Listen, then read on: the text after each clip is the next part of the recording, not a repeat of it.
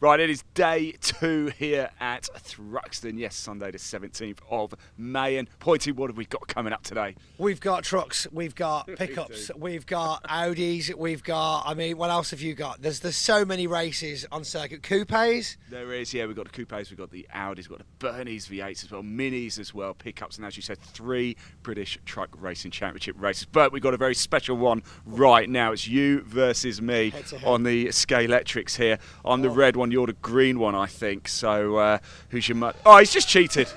Okay, ready, steady, let's go. Oh no! Oh, he's gone off. One lap race. Look, all I've got to do is just take it nice and easy. Here we go. Okay.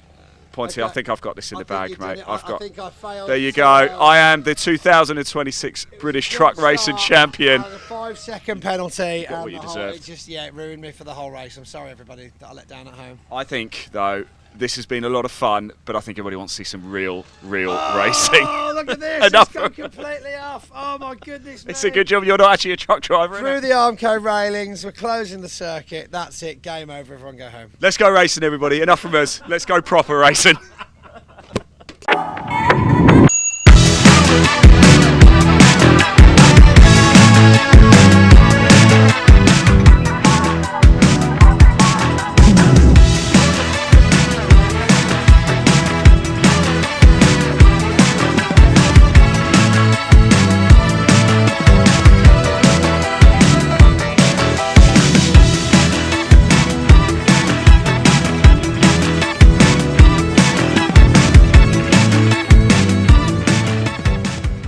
Good morning, everybody. Yes, welcome to the assembly area for round 5 of the Mini Challenge Club Sport. Glorious sunshine, just like it was yesterday. Wonder what the weather's going to do. We had torrential rain all afternoon, didn't we? But here we go, round 5 for Mini Challenge Club Sport. Saw a great race yesterday. Ollie Wilmot looking to make it 5 wins from 5 so far in 2026. Will he do it? We've come back a little bit further down the grid to grab a quick chat with the man who's probably come further than anybody else this weekend. Our favourite Scotsman, Dave Taylor. Dave, how are we? How was yesterday, first of all? Exciting. Yeah. Obviously we had our clutch troubles at Brands, DNF that race 2 there, so back here. Do you like being first out, Dave? Is it quite nice? You know. No, because then I've got to pull over a lot of the quicker cars through. First out, as in the first race of the meeting. First race of the day, yeah. Well, I've never been first out, so this will be another learning curve. So, but yeah, we'll see what the track's like on the warm-up and take it from there. Yeah. Just before we let you go, of course, not long before you're released onto track, all of the Mini Challenge cars are running a sticker for Ezra, it says. We've got one right here, Ray. I don't know if you can pop the camera on that. Just tell us a little bit more. So I've been following this journey for a little while now. I used to work with Georgia and her partner Dom, and yeah, it's a really bad situation. But yeah. I'm looking to raise awareness for it, and I hope Ezra gets well soon. Excellent stuff. Yeah, there's a QR code. I think you might be able to scan it on screen. Dave, best of luck out there. Thank you so much. Thank you to my team. Yeah, please do. Thank you to TNS Racing, everybody in the team. Thank you to my mum, Margaret Piggott, and everyone that's followed me. Excellent. Dave, best of luck out there, my friend. Good to see you again. Let's just move around here because somebody who's feeling nervous for 2 reasons today is Dave Gibbons. There he is. Dave, I was just saying you're feeling nervous for 2 reasons. Number 1, you're about to go out on track, but the second reason, Dave's a massive West Ham fan and it's not quite going well so far, is it? Listen, mate, he who dares wins, mate, and both boys, me and the boys up in Newcastle, are going to win. Well, you know me, I do actually want West Ham to stay up. But look, let's talk about the race. How are we feeling this morning? Better than yesterday. That rain was unreal, and it's my first time racing in the wet, and it was an absolute frightener. Yeah, I tell you. Fastest circuit in the country in the wet. It's a bit of a hair raiser, right? Oh, mate, I've never experienced anything like it. I'll tell you.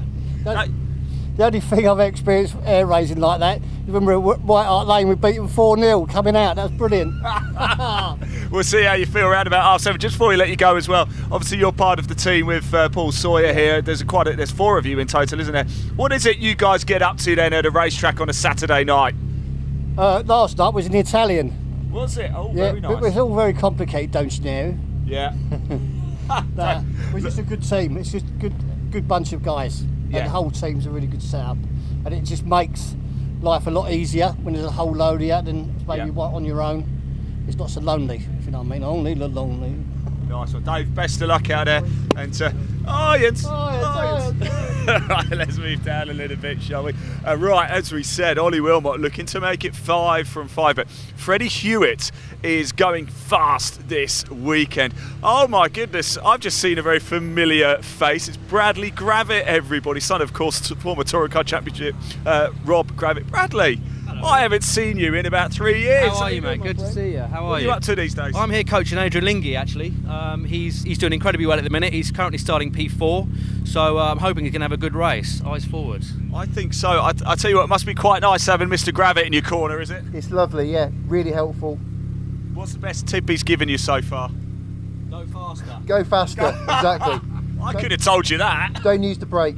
Don't use brake. What's Thruxton like round here? And yesterday, because you had a wet race, was that a bit hairy? Yeah, it's super scary, fast. Yeah. You just got to keep your foot in, but yeah, you need the confidence and just comes with experience. We might be talking to you in Parc Fermé on the podium, you never know. Best of luck out there, Bradley. It's great to see you, by the way. Give my regards to your family as well, won't you? Let's move around a little bit. I just want to say hello to Freddie Hewitt as well. We spoke to him yesterday. Had power issues, of course, in the first meeting of the season. But Freddie, I just want to have a quick chat. You've learnt a bit from yesterday. The car's up to full power here. You and Ollie going to go toe-to-toe, right? That's the aim. That's what. Yeah. So in qualifying, we seem to have the edge. So hopefully we can make a move. Yeah. Yeah. Look, best of luck, Freddie. Great to see you.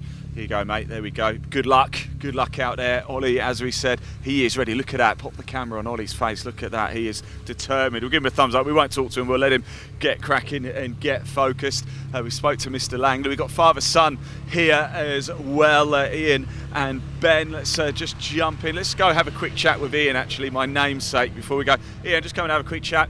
My namesake, of course, racing with the boy over there. Must be quite a proud family time for you guys, is it? Yeah, it is. Yeah, I got told off yesterday because apparently I held him up. So I had the wrong tyres on the Did race. you hold him up, or was he just not quick enough? I'll let him tell. I'm sure it's a different answer whichever way we go. But yeah, hopefully, I've got some better boots on this time, so hopefully we might get a bit better, and I might get in front of him. You're alongside each other here. Do you take it a bit extra, or do you give it a little bit more beans because he's family? Which answer would you like? The honest one. We're racing. When you go over there, you're racing, aren't you? Top man, I like that. Look, best of luck. Thanks for talking to him. I'm going to go speak to Ben now. Let's see what he says about that, shall we? Here we go. Ben, just been talking to Pops there, and he says you weren't quick enough to get past him. Well, that's what he reckons. But I'm not going to repair two cars, am I? There's not really a lot of sense in doing all that. No. I was just talking to actually you alongside each other. Do you care about that when you're dicing for position? Yeah, because I'm the one that's got to fix it. So yeah, it'll be a lot of hours put in. Okay, putting so indoors. I so. won't tell him that you might back off then if he tries to squeeze it. Yeah, he don't know that. No, I won't. I've already spoken to him. I'm He gonna go can't back watch now. this either. No, he can't. He won't watch it back. Don't worry about it. It will just go straight to the start of the race. How are you feeling ahead of this one? Yeah, positive. I Yeah. really enjoyed the wet race yesterday. Yeah. Really, really good. Track held up well, setup was really good. Just failed at the last hurdle, last corner. Chris managed to take the opportunity to get up the inside, but Yeah. hopefully we can prevent a bit of that today. What do you guys, right, it's a race weekend here at Thruxton, so you're here for the 2 days, of course sometimes, I don't know if you get here Friday or not, Yeah. but what is it you guys do on a Saturday night at a race circuit? We were fixing that thing. Right, Yeah, okay. Dad's car, we was up till midnight last night. Bit of a gasket related. Right. Yeah. I was expecting a bit of more of a rock and roll answer than that, but fair enough. It was planned If it for. needs to be done, it needs to be It done. was planned for. We didn't even manage to get to the outer paddock and seal the trucks and everything, which is a bit of a shame. But Yeah. see if we get a bit of chance between race 2 and 3 today. Yeah. So Yeah, it's a cool. great weekend, though. It is a great weekend. Ben, best of luck. Thanks for talking to us, mate. Really do appreciate it. Let's move back up again. Still got a little bit of time. I think the board's about to go up very shortly. We might just be able to grab a quick word over here. We've got... Steve, do you need somebody? Martin? Steve needs you. There you go. Just doing my little bit. Let's quickly say hello to Paul, see if you watch Eurovision Song Contest like Great Britain. 1 point yesterday, Paul. Did you watch it? Oh, actually, I missed it. I'm Did you? gutted. Especially knowing that we were talking about it. Yeah, I know. I thought you might tune in and watch it, being a music man, but apparently we didn't do very. I didn't see it myself, but we were rubbish apparently. Oh God! Oh, were we? I bet we lost by Last. miles. Oh really? 1 point. Oh dear. Well, That's because it's not house music. That's what they need. 100%. Yeah. How you feeling here this one, Paul? Good. All right. Confident today. Did you enjoy the wet race yesterday? I love racing in the wet, but yeah, I was struggling with power. We had an air leak in the engine, so which was a bit of a nightmare. But we've Actually, got it. you were running first in class at one point yesterday. I was, weren't you? yeah, and I just struggled. Yeah. So, but yeah, it was just unfortunate. I spun off, and that just messed it up really, and obviously came in third. Yeah. But let's go for the wins this morning. Make amends for it here. Best of luck, my friend. Cheers, mate. Good luck out there. Thank you very much. We've still got time. Look, we can still keep going round, shall we? Let's go a bit further down and chat to Daniel Butcher Lord. He's got his door wide open, which is very handy. Dan, how are we doing? How are we feeling this morning? Are we ready for this one? We're feeling confident this morning. Yeah. Tell me a story about yesterday. How did it go? The wet race, well, that was a bit surprising. First race weekend round Thruxton, so the first actual race is a bit wet. Wow. Okay. I made sure I put my big boy pants on for that one. I hope you've changed them for today. No, definitely got fresh ones. But no, I had quite a battle with Colin, so hopefully we'll have a good scrap today. You're looking forward to going out in the dry now then, is that? Yeah, looking forward to some real action that I've seen on the telly before loads of times. And just, good slipstreaming, lots of overtaking, good race. What are these minis like to drive around? And actually, tell us that first, and then I've got a question about the picture over there. So, previously in Coopers we've seen around here, there's a lot of, the slipstreaming is so efficient around here. If you're not in behind somebody, you're just not going to catch up to the pack. So you could probably be in third coming out of church and being first by the chicane. So it would be really interesting to see that firsthand in the cockpit. So yeah. Right, next bit. Right, if you come around here, there's a picture of a princess here, like a colouring. What's the story behind this, Dan? Oh, I said to my daughter Aurora, if she paints a picture or draws a picture, we'll put it on the car. And then we've done a unicorn on the bonnet as well, which she chose to put on there. Well, we're running on unicorn power. Unicorn power and princess power. I like it. She's done a very good job, by the way. You got a message for her in case she might be watching. You never know. Yeah, well, I'll do you proud, Aurora. I'll see you in a minute. Dan, you certainly will, my friend. Best of luck out there. Thanks for talking to us. Really do appreciate it. We've got Colin Wilmot here as well, of course, the father of Ollie Wilmot. Let's have a quick chat with Colin, shall we? Hello, Colin. How are we, my friend? Quite away from Ollie down here, aren't we? We've got to keep our distances. Are you trying to sandwich the field? Exactly. You must be proud of him. He's doing well, isn't he? He is doing so well. He's driving great. Got a good level head on him. Keeps us all in check.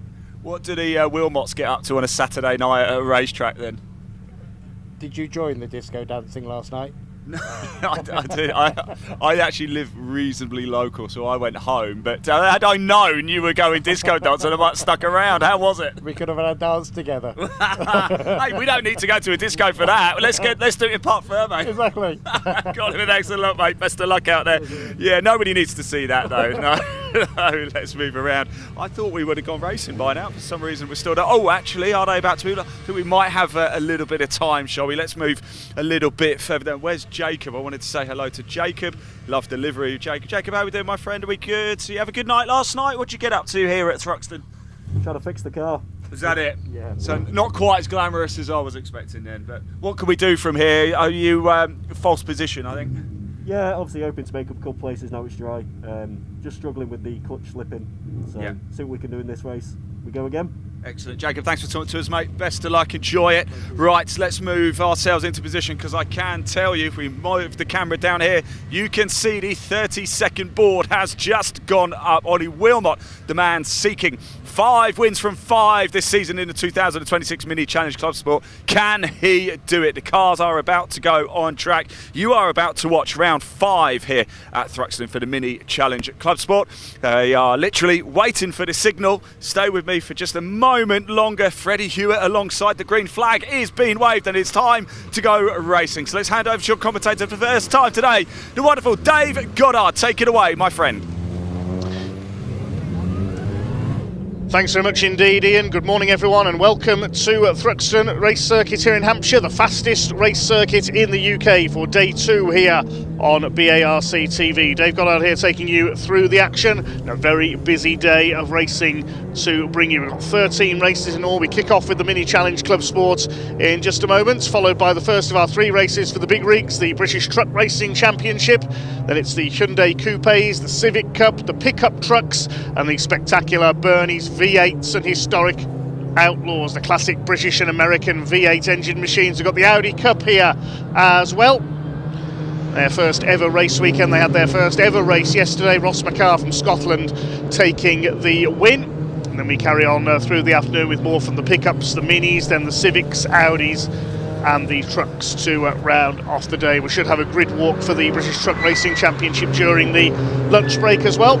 But we kick off with BMW Minis. This is the Mini Challenge Club Sport in association with AirTech Motorsport, Garmin Satellite Navigation and all their other partner sponsors. A big thanks to all of them. The grid based on the results of the race they held yesterday, and in pole position it is Ollie Wilmot, looking to make it 5 wins out of 5, running in the R56 class. Alongside him Freddie Hewitt. Second row Andy Langley in the Clubman Estate alongside Adrian Lingy. We just heard from him. Row 3, the first of the R53 cars. Chris Johnson won that class yesterday, starts alongside Ben Trundley.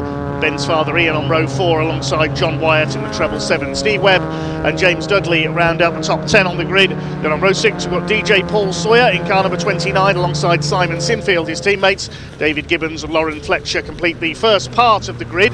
Then there's a gap and we've got the less powerful Cooper class cars. Daniel Truman, number 19, his first class win of the season yesterday, starts alongside Dan Butcher-Lord, who we just heard from.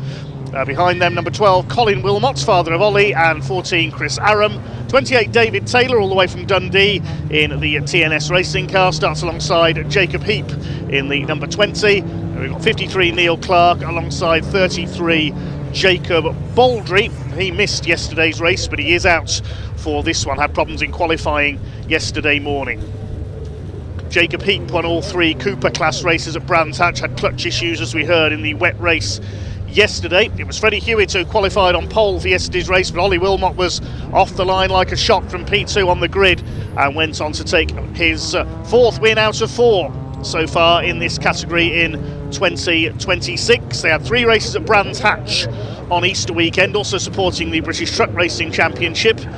It's their second of 3 races here today. Ollie Wilmot's the number 70 on pole, the Ski Set Wengen sponsored car. Ollie works in the skiing industry, based in Switzerland.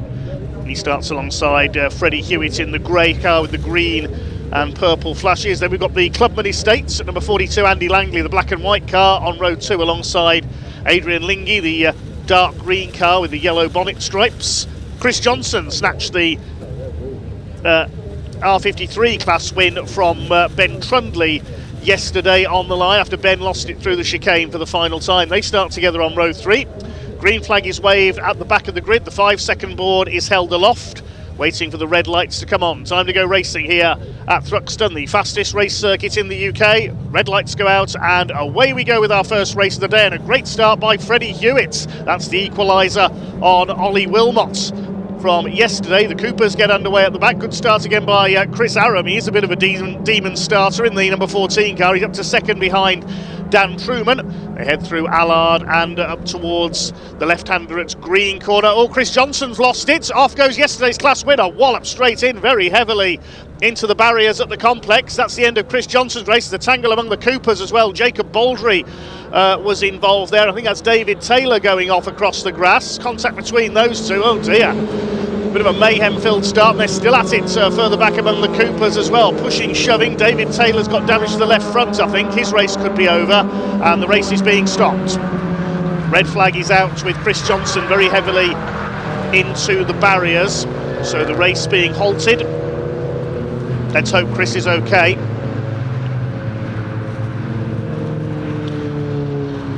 So an early red flag here, unfortunately, in our very first lap of the day here at Thruxton Circuit. Chris Johnson, I don't know if there was any contact there going into the complex for the first time, but Chris Johnson from Calverton in the NT219 Motorsports car very heavily into the barriers. And the race brought to a halt to check on him and to clear the scene. There's David Taylor's car. He has damage to the front suspension on the Scotsman's car. Hopefully he can get that repaired for race 3 later on. Long journey for David Taylor to well, both meetings this year. Brands Hatch in Kent was the first weekend. His clutch exploded there and put him out early that weekend. I hope he's not had an early end to his day here at Thruxton and can repair for race 3 later this afternoon.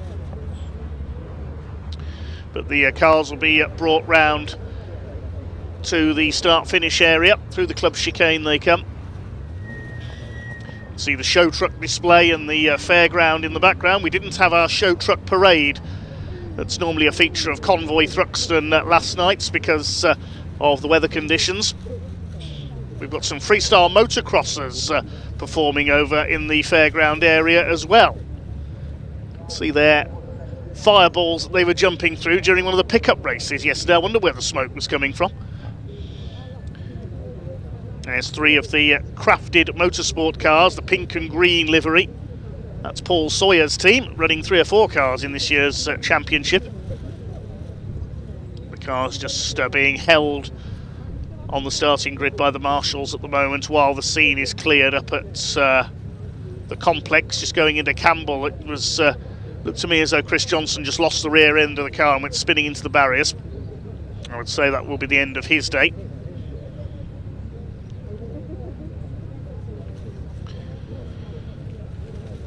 Looking at the championship points heading into this weekend, the R56 class headed by Ollie Wilmot ahead of Freddie Hewitt and Andy Langley after Brands Hatch. Ollie will have extended his lead in yesterday's race. It was Paul Sawyer leading the R53 class, but he had a spin at the chicane in the wet yesterday in yesterday's race. It was Chris Johnson who snatched the class win from Ben Trundley on the last lap.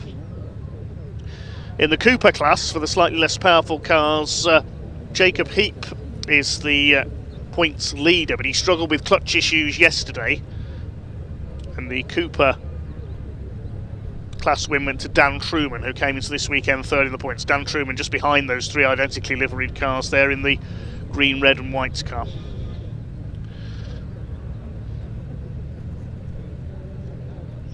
Let's get to some of your comments while we have a moment here on the YouTube stream. Hi to Wendy Howell, tells us it's Michael Oliver's birthday today, the truck racer.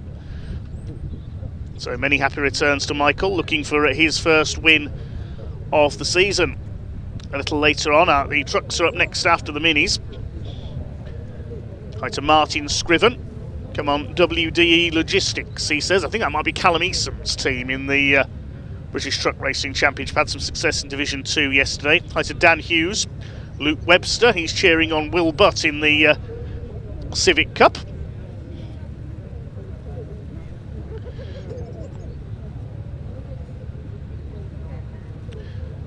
Hi to Raver Dad, who says, I don't interrupt the Nürburgring 24 hours for much, but I'll make an exception to this. Yes, it is the big race on the Nordschleife this weekend. Hello to Colin Ware, says, good morning, fellow petrolheads. Paul Russian, Sally Cullum, Andy Fryers, who's supporting Dan Truman in the Cooper class. JWC says, not at Thruxton for the trucks the first time since 2008 due to illness. So I'll get well soon, JWC. Silly Watsit says, come on, James Dudley, number 7. Hi to Lewis, who says, good luck, Daniel Truman. And hello to Liv Bell as well. We mentioned Liv yesterday, watching this weekend as she's off work due to recovering from a cycling accident earlier this week. So get well soon, Liv. I think we can join Ian and Pointy down in the paddock while the incident is cleared up.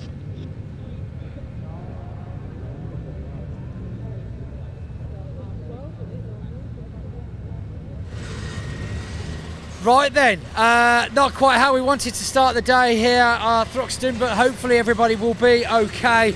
Over with the trucks now though, in the assembly area, and this of course is lovely conditions. Bit of a interesting start for the trucks though. We've got Callum Eason from Division 2 actually heading out in pole position overall, which will be a fantastic opportunity to show his skills and speed in that Division 2 truck, just to see if he can make it stick. Who knows? However, I just bumped into Ryan Smith on the way out of assembly. He's just dropped his truck off and probably gone for a cup of tea. He says, I think we've sorted it yesterday, speaking about issues with his steering and the front end having to be corrected yesterday in the rain, which is no good for anybody involved. Let's have a find of some drivers Here we go, we've got some drivers here. We just shot this a little bit. Ryan Smith, Stuart Oliver, almost would call Clash of the Titans on this interview. Ryan, I'm just telling the camera, you... Make sure your overall's up about 2. So, right, you were just talking to us on the way out there, as I think we've sorted it. So, we had a chat yesterday about your front end not being quite right. Tell us what you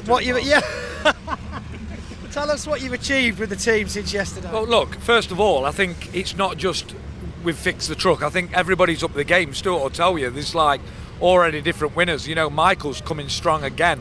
Dave in that drive yesterday. Everyone's going to have the problems, and we have to deal with them, and we have to find the solution. And after we fix that problem, there'll be a new one. So, look, it's part and parcel of racing. It's part and part of developing, and we're just 2 second places, 1 fastest lap. It's not a bad start to the weekend. Today, we just want to finish races, nothing daft. Don't want to be in that steward's room anymore. Anymore, and see what today brings. Indeed. Now, obviously, quite a consistent day for you as well yesterday, Stuart. Still, where are you in the championship at the moment? Ryan might be able to help us on that one. I think he's about 3rd. Okay.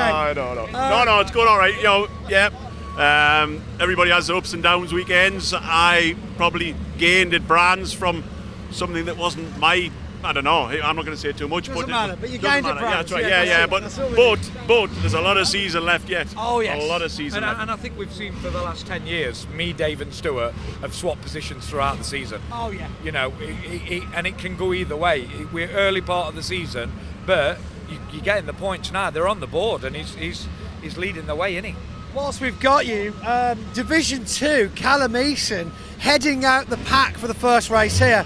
I mean, how often do we see a Division 2 driver at the front of the pack? Well, we saw it with another driver in that same team. I think it was the same truck with Paul Rivette. Yeah. He won a Division 2 with Brands Hatch in the wet a few years ago. You know, from a Division 2, won the overall. So I think it might be a little bit different here in a Division 2 truck. But yeah, it's good. It's good for the spectators. Obviously, the guys behind, you know, Ryan and myself on 7 and 8 position. We've got to we've got to move forward the same as everybody else. So it adds a little bit of another dynamic to safe driving, fair driving to get through and get to the front, you know. Ducking and weaving is a big one with the reverse grid. And it's a credit to Championship and Division 2. They're up in the game. He thoroughly deserves his pole. I don't know how it's going to pan out for him. I think people will need to be a bit cautious. Yeah. You know, because it'll maybe back the train up a little bit. But let's see where he can go and what he can do. Absolutely. It's a perfect opportunity for Callum. We'll go over and see if we can find Callum now and see how he feels. Gents, thank you very much for talking to us. Have a good race. Let's go see if we can find Callum Eason whilst we're here. I've got to admit, I love the livery on Callum Eason's truck. It's very striking, it's very out there. Kind of touring car-esque, I'd say. Of course, coming over from the Clios. Morning all, morning. See if we can, he is strapped in, but we'll see if we can have a quick. Oh, Paul Rivette, I tell you what, you come past this way, Ray. There we go, we'll open the door there like that. Oh, hold on, like that, yeah, there we go. Yeah, sort of, we'll slide it over a little bit. There we go, lovely. So it's going to be a terrible shot, but nerves, happy, confident, how are we feeling? We were just talking to Ryan and Stuart about where you're starting this race, and obviously it's a new one, no? Yeah, it'll be. There's no nerves, I'm quite relaxed to be fair. All we got to do is keep our nose clean, pick our lines, pick up like what we've got to do. It's just all about keeping your nose clean and we'll see where we can bring it home. Absolutely, it's a fantastic opportunity. Just make sure you keep those elbows wide, but not too wide, because of course we know how trucks can be extra wide when they're trying to get past something. Yeah, that's it. Yeah, we'll just see what we can do. Absolutely. Well, let's make it sick, Callum. Good luck. We'll pull your curtain back across. We haven't undone anything, so we're okay. And now, Just have a quick chat round to Nathan Smith. Right, okay, sounds like we're ready to go racing now. They've cleared the issue on circuit, so I'll hand back to Dave in the commentary. Sorry about that, everyone. Put 50p in me and let me go. Thanks, Pointy. Well, we were getting ready to resume with our mini challenge club sports second race of the weekend. Unfortunately, Dave Gibbons has come to a stop on the green flag lap. The number 10 car being pushed away there, the man from Norwich. Hopefully the marshals can get that car off track and the race can resume. We are going to race over the full 15-minute distance because in the initial start the cars didn't do a full lap. So that's up at the complex, I think, on the exit of Seagrave. That car's going to be pushed safely behind the barrier, so David Gibbons is a non-starter. We've already lost Dave Taylor with some front-end damage, and of course Chris Johnson as well. We hope Chris is okay after that impact into the barriers. So almost ready for take two with the mini challenge club sport event in association with AirTech Motorsports, Garmin, Ravenol, Visual PR and all their other partner sponsors. Big thanks to all of them for their support. The grid pulls into line then, with Ollie Wilmot on pole position, Freddie Hewitt alongside. It was Freddie who got the break at the start, first time out, but then the red flags came out when Chris Johnson lost it going into the complex. Green flag is waved at the back of the grid. A couple of gaps on this grid ahead of this full 15-minute restart. The red lights are on, revs are up, and away we go at the second time asking it again. Freddie Hewitt gets away well from the outside the front row, but Ollie Wilmot covering the inside line this time. Good start by Ben Trundley in the navy blue car as well. Dan Truman and Dan Butcher-Lord away in the Cooper class. Not such a good start for Chris Aram in the green car this time. There's something hanging off the back of his car, I noticed there as well. Goes into the complex to go, and Freddie Hewitt has got the lead away from Ollie Wilmot, and Wilmot down to third because Andy Langley's going for the lead here as they come out of the complex. To be on the outside for the right-hander at Seagrave Corner though. Chris Aram a bit sideways in behind Neil Clark in the Union Flag liveried car. They've all made it round okay this time. There's Dave Gibbons' car in the background at the marshal's post, failing to start this second attempt, and whoa, sideways there. Ollie Wilmot very nearly lost it, got a wheel onto the grass there. I think he may have had a bit of a touch with Andy Langley there as they fought for second place. That's allowed Adrian Lingy to have a go as well up there in fourth. The best we've seen him run so far in the mini challenge club sport category. Into Church Corner, the fastest corner in the country. Look at them four-wheel drifting through there. Fantastic shot there from our camera on the outside of the circuit, and Ollie Wilmot spun it. Goodness me, you do not want to spin coming through there. The fastest section of any circuit in the UK. Well, surely that's going to end the unbeaten run of Ollie Wilmot this year. He was sideways coming out of the complex up towards Noble, and now has spun it coming out of Church. I wonder if there's some damage to that car, or maybe he had a tyre going down. Somebody else going off. That's Chris Aram exiting stage right as they go into the club chicane. I'm assuming that's cold tyres causing that. There's Ollie Wilmot who's rejoined at the back. Chris Aram, yeah, he's escaped that. He's still going. He went through the chicane. What a chaotic first lap. Well, there's Ollie Wilmot, and for the first lap anyway, his father Colin's got bragging rights because he's in front of Ollie as they complete the opening lap. My goodness me. So your leader is Freddie Hewitt ahead of Andy Langley. It's Adrian Lingy in third place. Then Ian Trundley, leader of the R53 class is Ben Trundley, and the Coopers are being led by Daniel Truman.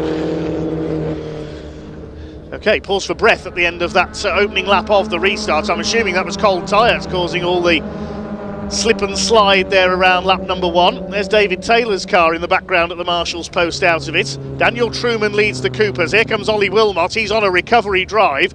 Can he make it back through to the front of the field? Well, Daniel Truman keeping ahead of him there. Of course, he's got every right to do that. They are racing for position, but Ollie Wilmot in the more powerful car just breezes past on the run down to Church Corner, the fastest corner in the country. Quickest racers such as the British touring cars get up to nearly 140 miles an hour through there.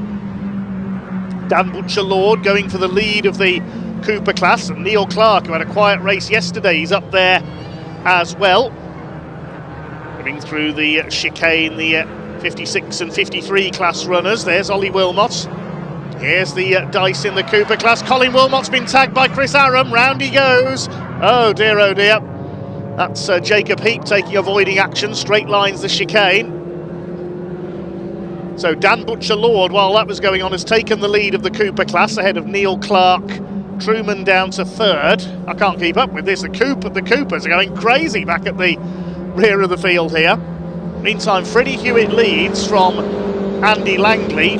Adrian Lingy in third, then Ian Trundley, and Ben Trundley, the leader of the class for R53 minis. Paul Sawyer has taken John Wyatt, his teammate, for 6th position overall. Then it's Steve Webb, James Dudley, and the 55 of Simon Sinfield rounding out the top 10. Okay. What a crazy first couple of laps for the Mini Challenge Club Sport Field. Dan Butcher-Lord leads the way, powered by unicorn power, as he told us in the assembly area, thanks to his daughter. There's James Dudley, the Welshman, in number 7. He's in 9th place overall at the moment, coming up towards the chicane. Club chicane, maybe the slowest part of the circuit, which is where all the action happens, in front of the grandstands down here. Slightly different camera position to what we normally see here at the chicane. Green flag waving on the exit, so that means there's yellows coming into the chicane. I'm not too sure why. Might be some debris there from a couple of cars that tangled up earlier. So James Dudley tries to have a go at Paul Sawyer. Here's our leader, Freddie Hewitt, in the car his sister Chloe used to race in the Mini Challenge, the Club Sports level, the entry-level tier of the Mini Challenge. And the rungs on the ladder go up to the trophy category and then to the JCW class, which supports the British Touring Car Championship, of course. They were out at Brands Hatch last weekend. There's the Clubman Estates, one of only a couple of those cars racing in the UK. Here's a replay of some action up at the chicane a little earlier on. That might be the reason the yellow flags were out. So number 469, that's Lauren Fletcher, had a moment. Here's the battle in the Coopers, and here's the overall leader, Freddie Hewitt, with Andy Langley on his tail. That's a monochrome liveried black and white Clubman Estate car. The longer roof helping with the aero, perhaps here at Thruxton. He's going around the outside to take the lead as they come into the chicane. He's got to be very judicious on the brakes here. He's got the move done. That's an excellent bit of driving by Andy Langley. He's taken the lead from Freddie Hewitt. And who's this closing up in third place as well? That's Ian Trundley. He's going well. Where is Ollie Wilmot? The answer is, at the moment, back in... we'll have a look at that in a moment, because Ian Trundley, there's a bit of rally crossing coming through Allard there. Corner named after Sidney Allard, car constructor and the founder of drag racing in the UK. Loved his American V8s. He liked the Bernie's V8s. We're going to see out a bit later on. So Andy Langley leads. Now Freddie Hewitt's gone wide. Is there some fluid down on the circuit? I'm wondering if there's a bit of fluid gone down somewhere, because there's cars slipping and sliding all over the place, and the tyres will have warmed up by now. This is going to allow Ian Trundley to try and go through and take second place. Through Goodwood and Village, up into second goes Ian Trundley. We've lost Colin Wilmot further back. I can tell you he's out of the race. We've lost Jacob Baldry as well, so they've gone off somewhere. Ollie Wilmot has not come through on that last lap either. Have we lost both father and son? Is Ollie Wilmot out of it? He's showing at the back of the field, and he's showing as not having come through on lap 4 on the TSL timing screen. If you want to follow the live timing here today, you can do so at tsl-timing.com. There's the Cooper class leaders, Dan Butcher-Lord from Neil Clark and Dan Truman. They show up on the timing tower as in on our graphics as yellow. 56 class in the green colour, and in purple the S53. There's a car stopped on the inside of Church Corner with the bonnet up there.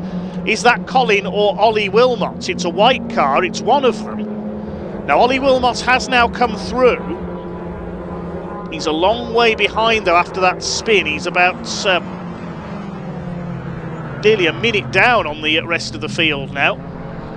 Now something else must have happened to Ollie there, because he didn't lose that much time with that spin at Church, I don't think. Has he had another spin somewhere, I wonder? Anyway, we watch the Cooper class leaders. Dan Butcher-Lord in 12th place overall.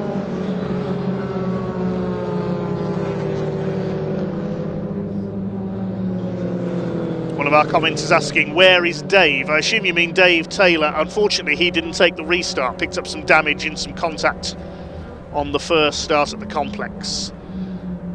Ah, that's the reason Ollie Wilmot was showing down at the back of the field. His transponder hasn't been working properly. He's actually coming through the field, and he is further up than I thought, so that must be Colin's car that's parked up on the inside there.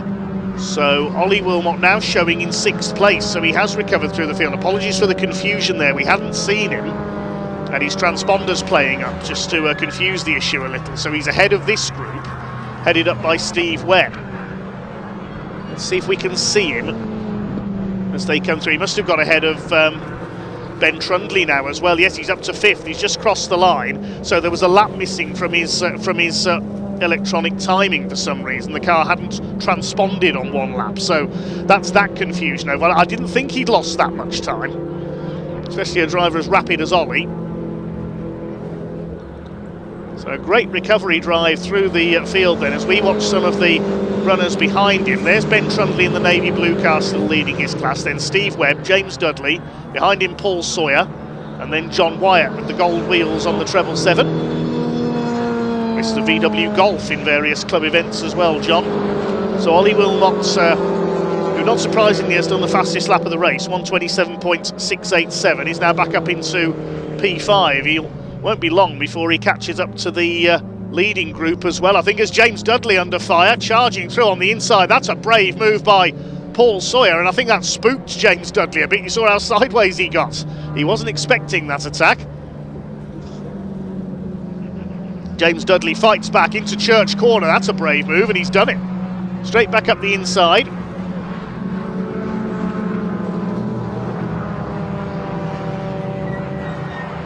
So there is Ollie Wilmot. Now he's up to 4th now. He's ahead of Adrian Lingy. So out of our sight, he's been sneaking his way back up the field. He's nearly back onto the podium. He's nearly caught Freddie Hewitt now. In fact, Hewitt's down to 4th. I'll correct myself again. Adrian Lingy's got through into 3rd place.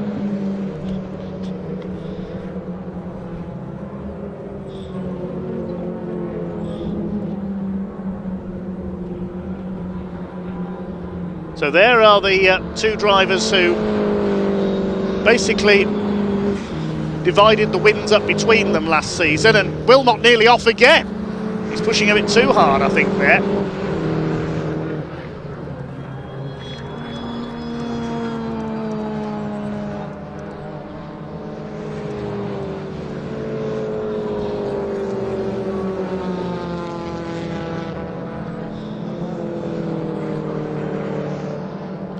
How long do we have to go? Just under 3.5 minutes now.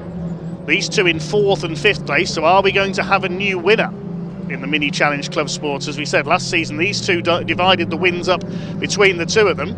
Ollie Wilmot charges past Freddie Hewitt, as if he's standing still coming out of Church Corner there, up into, that's 4th place. So Langley leads, he's 1.6 seconds clear of Ian Trundley. Adrian Lingy is now 3rd.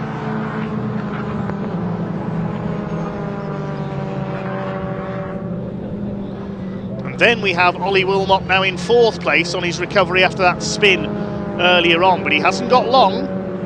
He's only got a couple of laps to try and catch the top 3. How far behind Adrian Lingy is he? 4.5 seconds he's got to make up to get onto the podium.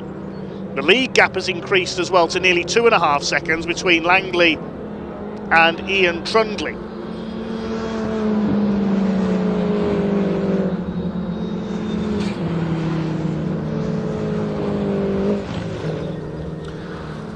Thinking back now, when was the last time an estate car won a race in the UK? Probably when Honda had the Honda Civic Tourers in the British Touring Car Championship is what most would think of. There is another Mini Clubman Estate racing in the UK though, run by the Sussex Road and Race team. Daniel Truman taking advantage of a mistake at the chicane there by Neil Clark. He's going to try and go through to 2nd in the Cooper class. Clark just overshot the chicane slightly onto the curbs. They almost door handled together. Neil Clark not giving way there in the Union flag liveried car. And the Austin Powers car, as we call it, holds that second place in class ahead of Dan Truman, yesterday's winner. But Dan Butcher-Lord looks like he's heading for his first ever class win. But again, Neil Clark understeers wide there at Cobb, and he's going wide again. He's all over the place, Neil Clark. Some handling issues there for the 53 car.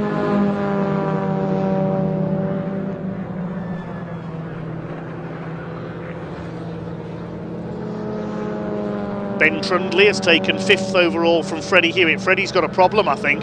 Yeah, his last lap, his best lap of the race, Freddie Hewitt, was a 1:28. Freddie's last lap was a 1:36. He's in trouble with that 5 car. I thought he slowed coming out of Church on the previous lap. Meanwhile, here's our leader, and soon to be our winner by the look of things, staying clear of Ian Trundley, Andy Langley in car number 42. Great drive in the Norfolk Cars car, the man from Fakenham. And we're going to have the first win in Mini Challenge Club Sport for a Clubman Estates. Heading up towards Church Corner for the final time.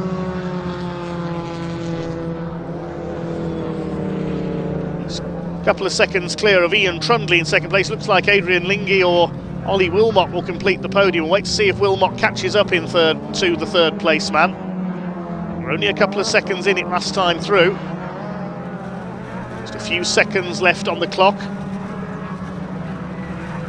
I think it will be checkered flag at this time. There's Wilmot. Is it going to be checkered flag this time? No, it's not. They're going to get an extra lap in here. So the checkered flag did not go out, and Ollie Wilmot being encouraged on by his team there. He could get third place. He's only 1.5 seconds off Adrian Lingy now. There's Jacob Heap in number 20, still struggling, and now the leader's got back markers to deal with. Chris Aram is going to be lapped in the 14 car. So the clock had counted down to 0 as they came onto the pit straight. The 15 minutes was up just as the race winner came up to the line, but he is going to get one more lap. I think he was expecting to see the checkered flag there as well. This race is determined to confuse me. So into the back of the circuit for the final time, through Village and up to Church goes Andy Langley. Here's a battle further back, that's James Dudley holding off John Wyatt. This is for 8th place overall.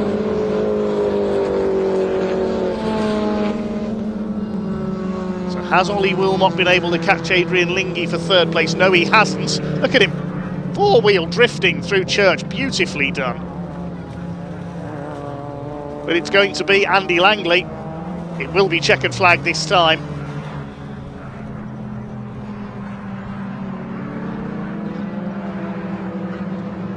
Ian Trundley in second place, that'll be his best ever finish, but there is the checkered flag this time, and Andy Langley takes the win. Second for Trundley, and Adrian Lingy gets his first ever podium. Ollie Wilmot, despite spinning at Church, makes his way back up into 4th place from the rear of the field. It's going to be Ben Trundley to win the R53 class in 5th position. No problems for him on the last lap this time. Freddie Hewitt's back up to speed on that final lap. He takes 6th place. He'll be disappointed with that. Steve Webb holds off James Dudley and John Wyatt. Paul Sawyer second in his class. And side by side on the run to the line there between Simon Sinfield and Lauren Fletcher. I think Lauren Fletcher was a lap behind. Where are the Coopers? Has Dan Butcher-Lord hung on? Wait for the Cooper class to come through towards the chicane. There's Neil Clark, he's back in 3rd in class. There's Dan Truman ahead of him, but ahead of both of them should be the blue car of number 23, Dan Butcher-Lord, the man from Peterborough.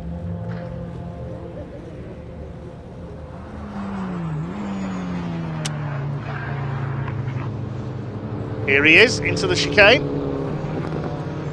And well, Unicorn Power has clearly scored for him on this occasion.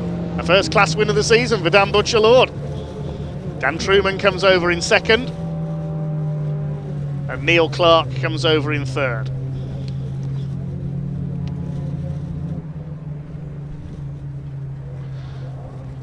So a rather confusing opening race of the day, there has to be said, for the Mini Challenge Club Sport.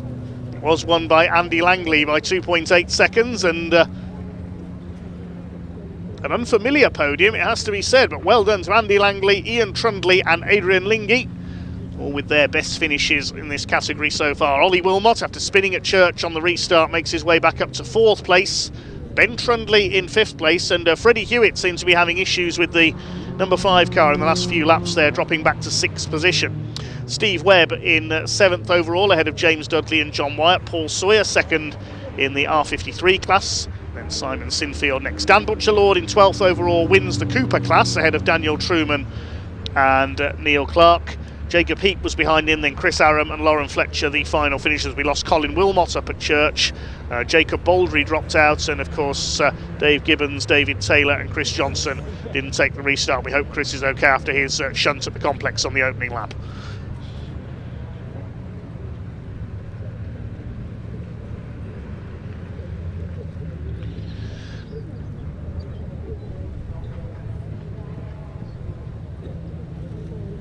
Okay, let's head down to Park Ferme with Ian Waterhouse to hear from our race winner.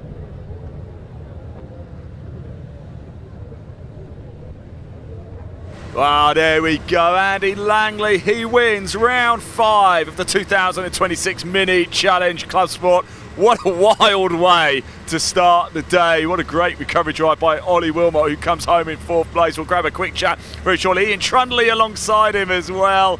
We just spoke to Ian, didn't we, not so long ago before the race. And Adrian Lingy comes home in P3. Ben Trudley came home in 1st in the 53s. And in the Coopers, Dan Butcher-Lord. So congratulations. Andy gets out of the car. Let's go have a chat. Come on, Andy. It's been coming, hasn't it? Oh, my God. Oh, I feel so good. I can't believe it. Oh, I had a little tear there, sorry. Oh, no, don't. Congratulations. Be happy, you deserve it. What a wild race, though. Oh, it was nuts. First lap or so was crazy. I lost my wing mirror on this side, so yeah, we got a couple of Catherine wheels there, so we had a bit of contact. Oh, it's just amazing the work they put in. You know, Norfolk Mini have been amazing. Gary, Neil. Oh, it was coming, Andy. It was always coming. Wasn't it? Yeah. Had to happen. Hard work. Congratulations. Cheers, I can see it means a lot. I'm really happy for you, mate. Really, really am. Let's move around. What's happened to? Where's Adrian gone? He's run off. Where is Adrian? Where's Adrian? He's over here. Come with me, everybody. Let's go get him. Let's have a quick chat. He's with Bradley Gravitt. Sorry, Bradley. I've got to take him away from you if that's all right. Adrian, what a wild race. Congratulations. Thank you. You must be happy, hey? I'm really happy, yeah. It's been coming though, isn't it? It was a bit of luck, but yeah, it's been coming, getting faster, slowly but surely we got there. You've got one more race to go. Yeah. Can we swap that number 3 for a 1, do you think? I'll give it my best shot. You're getting quicker. We'll see what happens. You're learning, getting quicker. I'm learning, quicker, right? So I'm still a rookie. Especially in the wet is, really hard around here. It's fast and scary. You don't look like a rookie. Well done. Adrian, really happy for you, mate. Congratulations, P3 indeed. There's, let's go over and have a quick chat. I think Ben is up there as well. I'm not too sure. Oh, let's just grab Ian very quick. Sorry, Ray, I'm really making you walk here, aren't you? Let's grab Ian for a quick chat if we can. Ian, can I borrow you for a second? Yeah. I'll tell you what, a pretty good day for the Trundleys so far, eh? Yeah, better than yesterday. So if you get the right boots on the car, it goes much better, I found. What was it like out there? Because it looked pretty wild from where we were. It's the first race of the day, so you've got all the rain, a bit of oil, a bit of grease. Makes it fun though, doesn't it? You know, we're not going straight lines. It's much more fun in sideways. I don't think there are any straight lines here at Thruxton, are there? No. Well, you try and make them straight, just keep your foot in and hope it goes all right. But, you know, we'll be good. One more to go. Best of luck later today. Thanks so much, Ian. Congratulations. I'll be able to grab Ben very quickly if we can. Winner in the 53s. Ben, just saying to Pops there, oh, wow, what a great day so far for you two. Managed to bring it along today, hopefully. Slept well, so. How was it out there? Yeah, really good. Yeah. Probably a little bit high on pressures, but otherwise really good. What was track conditions like? Because you guys were the first race of the day. Pretty cold? No, it's fine. The thing with these is because they're not slicks, so they're quite forgiving, but still, I like a little bit of play, you know. If it's on rails, it's boring, isn't it? So a little bit of cool track, it's lovely. Better than after all of the lovely oil and water slick left behind the trucks. Yeah, So, it might make it exciting for later, eh? You're not wrong. Round 6, well done, congratulations, Ben. Round 6 coming up a little bit later as well. But coming up now, we have the third race of the weekend for these. Yes, the British Truck Racing Championship. They've rolled into town. Yeah, it was the Unicorn. Here's Dan, by the way. Congratulations, winner in the Coopers, of course. Must be delighted, right? Oh, it's great. First win of the year. Long time coming. 4 years out, back into winning. Great. This seems to be a really popular. No discredit to anybody else, and of course Ollie Wilmot. I know he's in a different category, of course, but it is nice to see different winners, isn't it? Yeah, I mean, I've previously done R53s Cooper, so I just wanted something a little bit different. Lower speed, but it's so much more like intense. It's ridiculous, but I really enjoyed that. Dan, congratulations. Maybe make it a double bubble later. Maybe. Yeah. There you go, Dan Butcherlord, winner of the Coopers. Where's Ollie Wilmot? Let's see if we can just find him. He's down here, he's right at the front. I think we've got a little bit of time. Trucks haven't gone out yet. I think there might be a little bit of a clean-up operation going. Oh, I think Gary James is just going to grab him. We'll grab him very shortly for a chat. Let's just have a quick run through that. Of course, here is Andy Langley's car. He's your race winner there. Ian Trundley coming home in second. Adrian Linky in third. Ben Trundley winning the 53s. We've just heard from Dan Butcher-Lord there, your winner in the Coopers. Let's move around, see if we can find somebody else to talk to. We've got a couple of drivers up here. We've still got time. Let's move on up. I think this is Mr. Clark up here. Let's go have a quick chat and find out how. In fact, let's go have a quick chat with Freddie Hewitt, if that's right, because Freddie, of course, it just dropped away a little bit in the end, didn't he? Freddie, not quite what you were hoping for. What was the issue out there? So we had a fuel surge going around the back section, but it wouldn't sort itself out until we braked for the chicane at the end. So yeah. I tell you what, it's not the start to the season you wanted, blighted by issues, but it is definitely coming, isn't it? Right? Yeah, I wish there was some luck. If anyone's got some luck floating around, I'd like it, please. There you go. There you go. That's for race We're 3. Win now. Yeah. Win. Yeah. Well, yeah, I hope so. I certainly hope so for you. Let's keep moving around. Now we can go grab Ollie Wilmot. I'm literally really sorry, Ray. I have pulled you to the furthest possible place away. Just a reminder, we've got Thruxton Retro coming up as well, the 3rd to the 5th of July. That is going to be fantastic. 80s weekend coming up. Let's just grab Ollie for a very quick chat. Here he is. Ollie. Wow, you put on a bit of a show for all the right reasons in the end, but it didn't start so well. It was a bad start. Well, it was an okay start, and then the tank slapper just got me. Yeah, just one of those, eh? One of those. I mean, it got me on the first corner, and then the fast right, no chance. I know it's not what you wanted. I know you wanted to make it 5 from 5, but did you actually enjoy yourself carving through the field there? I would say that's probably one of the best races I've ever done. So trying to hunt the other 3 at the front, but it just didn't get it, so. Well done anyway, you put on a show for us. Thank you very much. I know it's not 5 from 5, but still a wonderful season. Ollie Wilmot, 4 wins from 5 races in the Mini Challenge Club Sport so far. That's round 5 completed. I have round 6 coming up a little bit later this afternoon. But here we go now. It is time for our 3rd race of the weekend for the British Truck Racing Championship. Boys, over to you.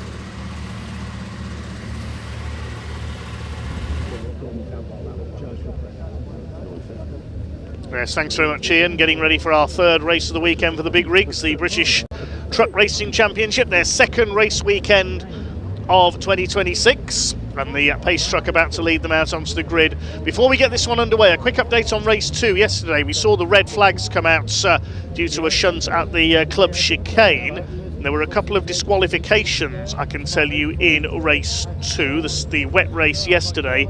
John Bowler, number 14, and 95 Ricky Collett were both excluded from the results for failure to comply with the red flag signals. They didn't slow down when the reds first came out, so they've been excluded and they'll be banished to the back of the grid for race 4 later on, because race 2 set the grid for race 4. Race 1 yesterday set the grid for race 3, which we're about to see now, with the top 8 finishers reversed. And that means we've got a Division 2 truck on pole position. Callum Eason, the winner of Division 2 in race 1 yesterday, was 8th overall. That means he goes up into pole position for today's race, which will see Nathan Smith alongside him in the number 11. The win went to Stuart Oliver in the number 7, so he starts back in 8th on the grid this time. Behind Easton and Nathan Smith, Craig Reed, number 68 in his Iveco, alongside number 3 Stephen Powell. David Jenkins, winner of that wet race yesterday, will start on row 3, number 69, alongside birthday boy Michael Oliver in the number 12. And then we've got the two men with 20 British titles between them. Ryan Smith, who's won the last 10 Division 1 titles, starts 7th in the number 1. He was 2nd in race 1 yesterday and in race 2. Stuart Oliver alongside him, the former European champion as well. Row 5, Neil Yates, number 33, has had a quiet weekend so far, starts alongside Jake Evans, the reigning Division 2 champion, in number 10. Then in row 6 we've got 96 Bradley Harvey. He brought out the red flags in race 2 yesterday when he went off at the chicane on a wheel on the grass and slid into the barrier. He starts alongside the DAF of John Powell, number 6. Row 7 will be John Bowler, number 14. Now it's not this race that those two have been banished to the back of the grid. They actually failed to finish race 1 yesterday. John Bowler had some contact going into the last lap and burst a tyre. Ricky Collett had turbo issues at the start of yesterday. He pulled up in qualifying in a big cloud of smoke, and then the truck pulled off in race 1 as well. Row 8 of the grid, 61 Sami Ojanen, the Finn. He's got a 5-place grid penalty in this race for causing a collision in yesterday's action. So the grid penalty puts him to the back alongside Warren Harvey. And it was Warren, ironically, who he collided with in that incident at the chicane. Warren Harvey has to start at the back of the grid because he is a novice. It's only his 2nd truck race meeting, father of Bradley Harvey in the number 96 truck. So Callum Eason on pole position. Couldn't get the MAN to run right in the opening weekend on his local circuit at Brands Hatch, but what a contrast here. Imi Eason says in our comments, "Come on Callum, super proud of you little brother." There he is on the pole. Mentioning estate cars in racing, one of our commenters says, yes, everyone forgets the Subaru Levorg in British touring cars, of course. I've forgotten that as well, I have to say. Pope Motorsport says having a Division 2 on the front row could make things interesting. It certainly will.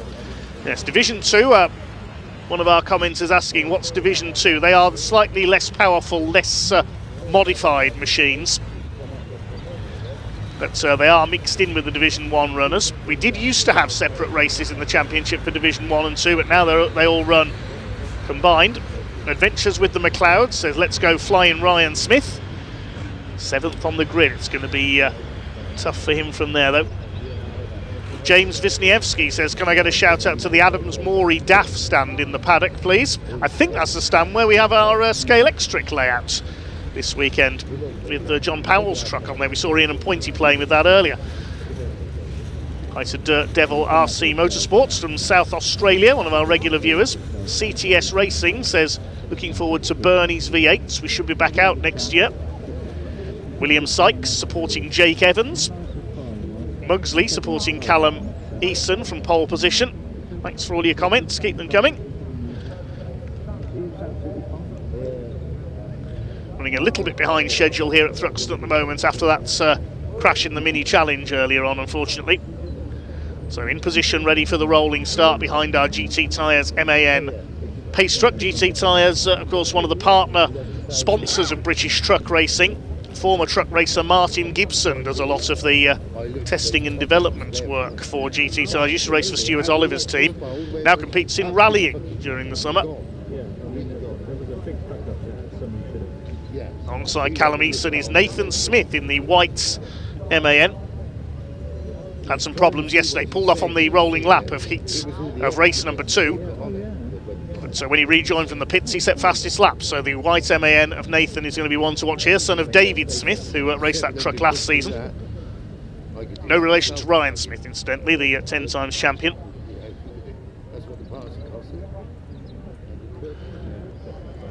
Quick hello to John Goddard, who's watching on at home in the Midlands. John, a former truck racing official. He used to calibrate the speed governors on these trucks in the early days of truck racing. They're all limited to 100 miles an hour. It used to be Lucas, based in Birmingham, who supplied the speed governors. If you exceed 100 miles an hour, you can be penalised. Away they go on the rolling lap then. I've just noticed Ricky Collett's a bit slow away there behind John Powell. Hope his turbo problems aren't returning.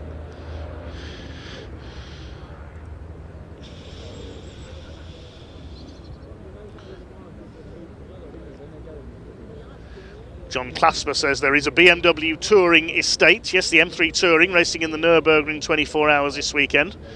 John Hillier also races his BMW estate in the Classic Touring Car Racing Club. Wendy Howell says, bring it home, John Bowler. He's coming through from the back though, so it's going to be a tough task for John here. Will says, who is number 7? That's the truck I'm supporting. That's Stuart Oliver, Will. 10 times British and 1-time European champion in the Volvo VNL. The bonneted truck there at the back, that's the Sisu of Sami Ojanen, the Mad Croc energy drink truck. Looks a little bit second-hand after some contact yesterday. Tangled with Warren Harvey, that's why he's got the grid penalty. David Jenkins, the winner of race 2 yesterday. And the blue and white MAN.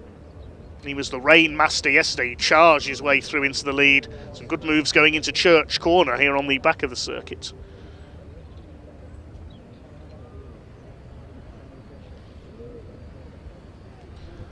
Keeping it steady at the moment behind the pace truck.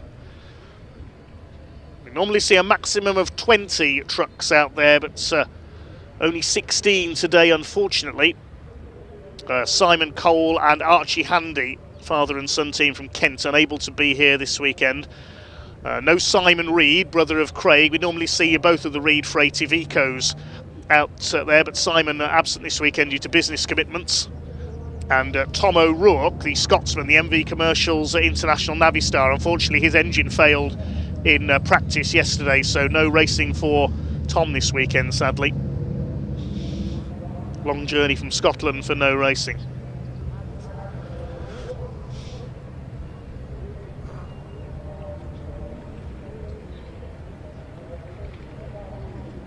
So, Callum Eason in the Division 2 MAN on pole.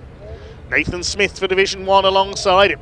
Second row, the Iveco of Craig Reed. Had a win at Brands Hatch. Won the opening race of the season, in fact. Stephen Powell alongside him. Improving after a slow start to the season on his local circuit at Brands. 2 to watch on row 4. Ryan Smith and Stuart Oliver, the 2 bonneted trucks. 20 British titles between them. Race 3 of the weekend for the British Truck Racing Championship here at Convoy Thruxton. Convoy is about to be unleashed by the pace truck. Red lights are on. The power about to be unleashed from these 16 trucks. We're underway. And great start by Michael Oliver. Look at the number 12 down the outside. He's off like a rocket from row 3. 3 wide with Stephen Powell and Craig Reed. That's never going to work.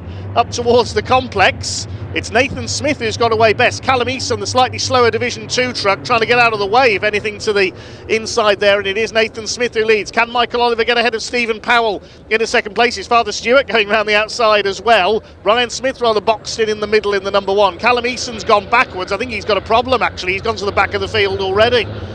Oh, what a shame for Callum.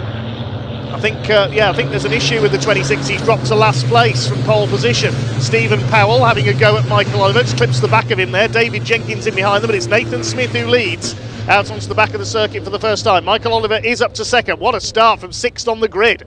Now here comes Ryan Smith through on the inside of Craig Reed in the Iveco. Through he goes. Neil Yates just behind them, the recovery company boss from Kent. Had a big shunt here at Thruxton a few years ago at Allard. He's chased by John Bowler, who's made a decent getaway. There's 97 of Warren Harvey. Has he tangled with somebody? He's a long way behind. He must have had a spin at the complex. Well, there's Callum Eason, who's dropped right to the tail of the field. He rather got squeezed out by the Division 1 boys. I hope there's not an issue with that truck. Nathan Smith leads down towards the chicane for the first time, ahead of Michael Oliver, Stephen Powell, David Jenkins. Then Stuart Oliver in 5th place, ahead of Ryan Smith, his title rival as they're becoming this year. Reed, Yates, Bowler. Jake Evans leads Division 2 in the number 10. Meeting the opening lap.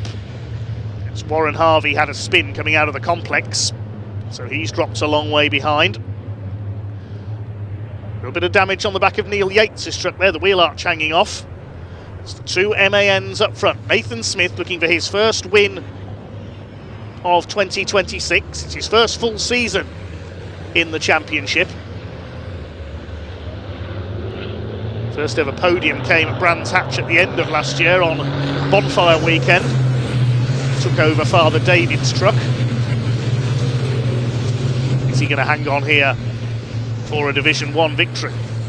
Not if Michael Oliver's got anything to do with it. Michael Oliver arrived here at Thruxton this weekend in the joint lead of the championship with his father Stuart after Brands Hatch, and he wants a win to celebrate his birthday. He's going for the inside here, up towards Church Corner. We saw David Jenkins do this in the wet yesterday into the fastest corner in the country.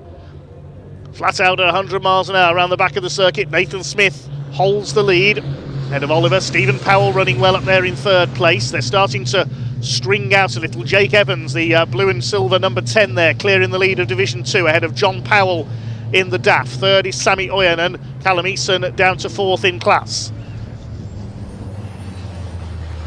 Into the complex, into the chicane rather, once again, slowest part of the circuit. Stephen Powell trying to close up, lives an exhaust roar away from Brands Hatch, runs a bit wide there onto the grass. In the Neil Yates Recovery sponsored MAN. Neil Yates himself in the number 33 under fire from John Bowler, the man from Stockport in Cheshire. Had a win here at Thruxton a couple of years ago in the race that was red flagged when Neil Yates had that big accident at the first corner at Allard. Nearly cutting the corner there at Campbell. That was the number 3 of Stephen Powell. He's got David Jenkins, Stuart Oliver and Ryan Smith queuing up behind him. Hardly an enviable position, I'm sure you'll agree. And Ricky Collett into pit lane. Sadly, more gremlins with the Yorkshireman's MAN. Blew a turbo in qualifying yesterday and still refusing to run right. The man who had a win in race 5 at Brands Hatch. Always an entertainer is Ricky, the heavy haulage boss from Halifax.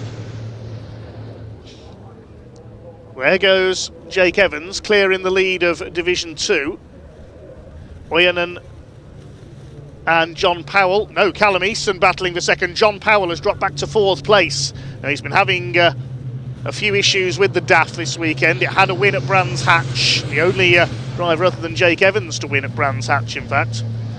But is he struggling here? It looks like Bradley Harvey's reeling him in now. The number 6, the black truck there. That's the Greenhouse Group sponsored number 6. Jake Evans continues to pull away in Division 2. The battle for second is between Sammy Oyanen and Callum Eason. Bradley Harvey going for 4th in class through the chicane. Past the show truck display and the fairground. Plenty of off-track attractions for the fans here at Thruxton this weekend as Callum Eason goes through, coming out of the chicane up into 2nd in class. Still your leader is Nathan Smith. Just like his father David, a good defensive driver is Nathan. Stephen Powell still holding off Jenkins and Stuart Oliver, with Ryan Smith behind them in 6th position. Fastest lap of the race has been done by David Jenkins with a 1:38.057. In fact, all of the lead runners lapping in the low 1:38s. They're very evenly matched around Thruxton in these dry conditions. Rain is forecast for later on around 3 p.m. The rain is supposed to arrive. We hope it holds off. Through Church Corner. Fantastic shot as they head through.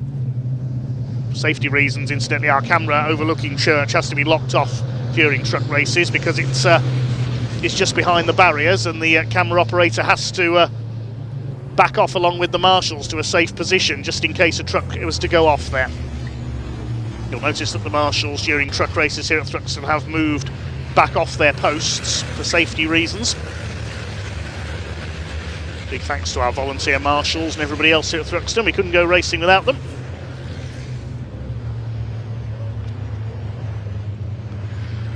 Still this battle for 3rd goes on. We're not yet at half distance in our first truck race of the day. Just over 8 minutes to go. Still your leader is Nathan Smith. Holding off Michael Oliver. Michael has yet to win this year, so has Nathan.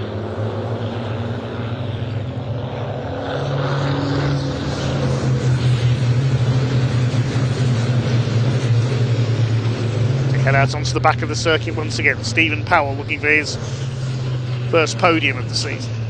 David Jenkins had a win yesterday in race 2 in the wet conditions. Stuart Oliver won the dry race 1.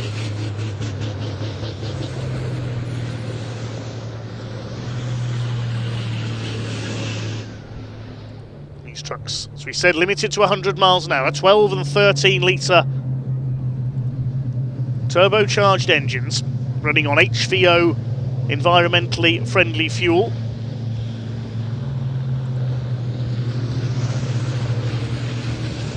Adam Bintu pioneered that in the championship in his older Volvo a few years ago. Sadly, Adam not racing this year due to budgetary reasons.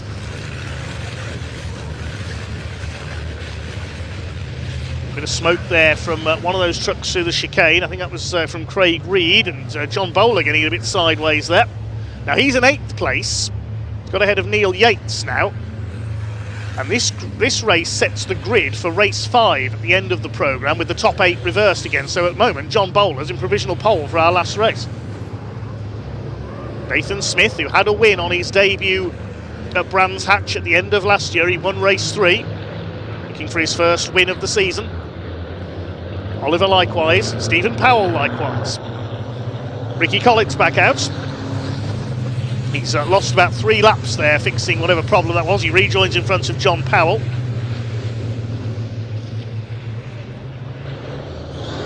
Still your leader in Division 2 by a not such a clear margin now is Jake Evans, because Callum Easton's recovered from his slow start and is reeling Jake Evans in. These two the title rivals from last season. It was Evans who came out on top last year in a close fight for the Division 2 title.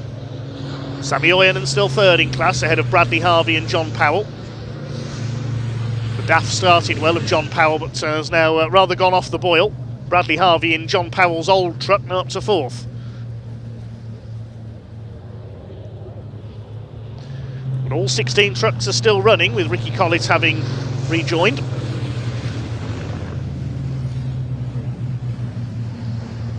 There's Oyenan, there's Collins. 3 laps down, but still running. May as well get out there and try and get some points on the board, I suppose.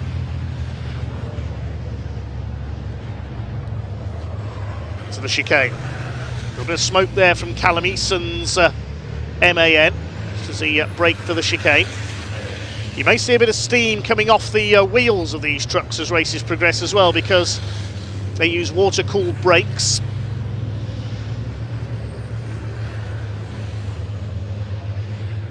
Fastest lap of the race now done by John Bowler, 137.739. Only him and Michael Oliver have lapped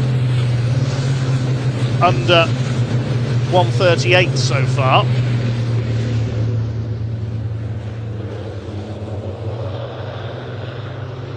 As Callum Eason closes in, and the timing screen showing that Michael Oliver has pulled into the pits. We'll try and pick that up in a moment. Yes, he has.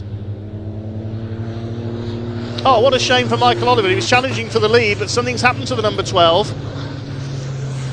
Is that some fluid I see on the ground behind it? I'm not sure. So we've lost our 2nd place man in Division 1. Nathan Smith still with the lead. We'll pick up Division 1 as they come down to the chicane this time. We were watching Callum Easton closing up on Jake Evans.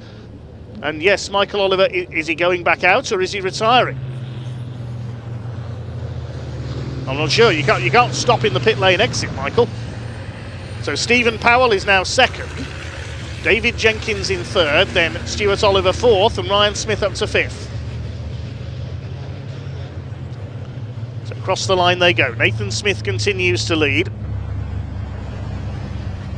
In Division 2, meanwhile, Callum Eason is all over the back of Jake Evans now. The two rivals for the 2025 title. There's a rivalry brewing again here. Eason moves to the inside. Jake Evans moves to cover. Two MANs nose to tail.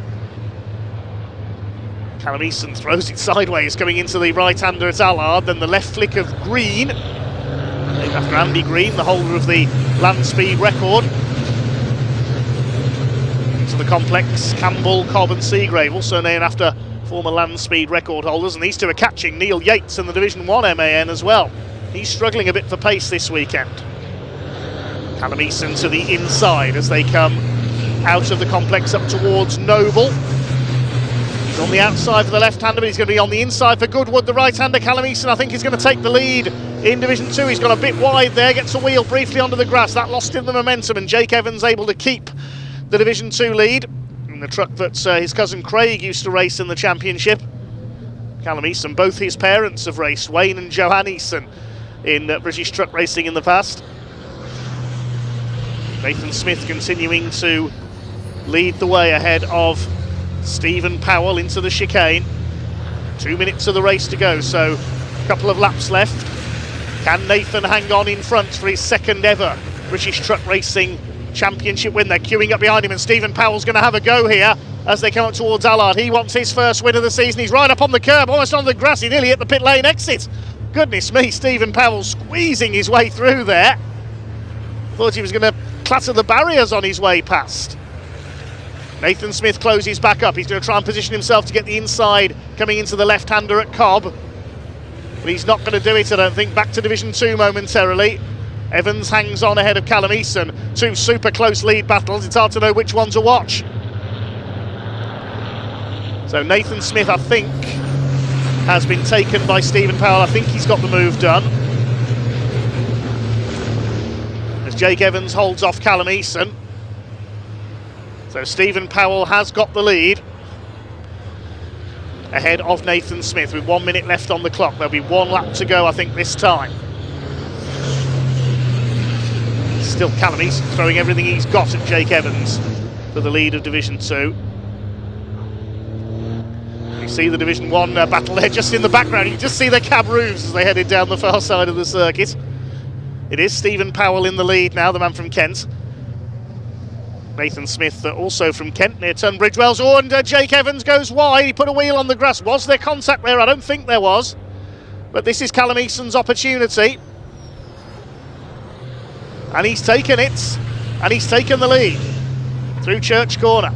Jake Evans ready to fight back, though. Up Woodham Hill to the chicane. Sammy Oyanen still third in class. Here's Division 1. Stephen Powell with the lead. He was right up on the curbs coming through Allard. And John Bowler going around the outside of Ryan Smith. I think Ryan Smith's got a problem, possibly, the number one. Craig Reed on his tail. Yeah, Ryan Smith slowing down. He's in trouble, I think. Not surprisingly, Stephen Powell has got the warning flag for exceeding track limits for that move. John Bowler has as well. And Craig Reed, I can tell you, has got a 5-second penalty for track limits offences. So Craig Reed will have 5 seconds added onto his race time. Let's have a look again. This is at the chicane. Ah, that's what's happened to Ryan Smith. We didn't see that. He banged wheels with David Jenkins. So that's what lost Ryan Smith the momentum. And John Bowler was able to get through on the outside. Here come the leaders then, down to Church Corner for the last time, and it is Stephen Powell heading for his first win of the season. It's a couple of years since Stephen's had a Division 1 win. He's a former Division 2 champion. Ryan Smith has dropped back. Look, I think he has got some damage from that collision with David Jenkins. Is Nathan Smith going to attempt a last bend lunge? He's not close enough, I don't think, and it's going to be a first win of the season for the number 3, man who lives just down the road from Brands Hatch. He's coming in for his second Thruxton Division 1 win. He had a win here a couple of years ago. He wins race 3. Stephen Powell takes it. Nathan Smith makes it a Kent 1-2. Stuart Oliver third ahead of David Jenkins. John Bowler coming through from the back of the grid for 5th place. And then Craig Reed in 6th. They rather hobbled Ryan Smith, only comes in 7th.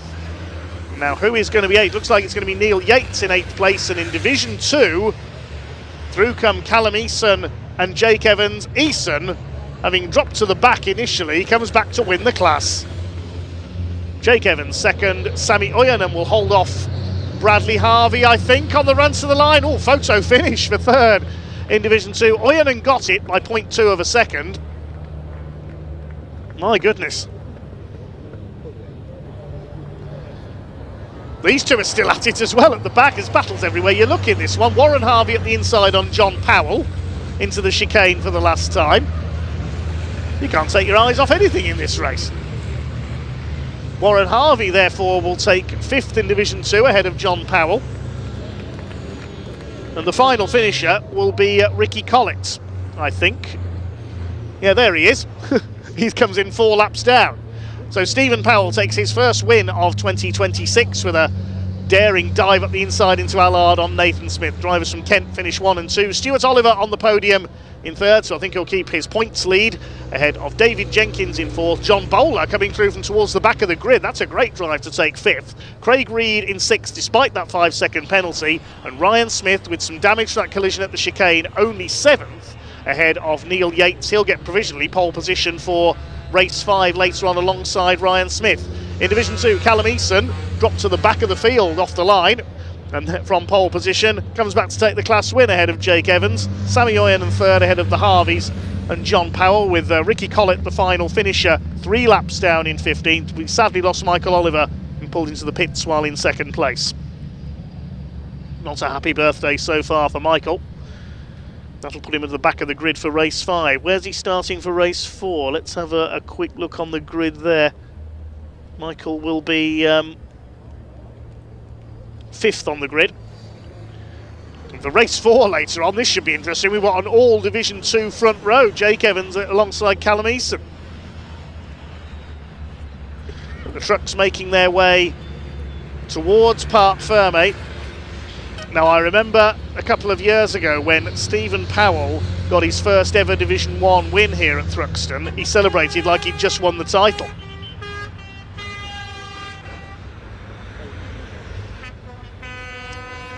Let's head down to Pointy in just a second. He'll be there to greet doubtlessly very happy Stephen Powell.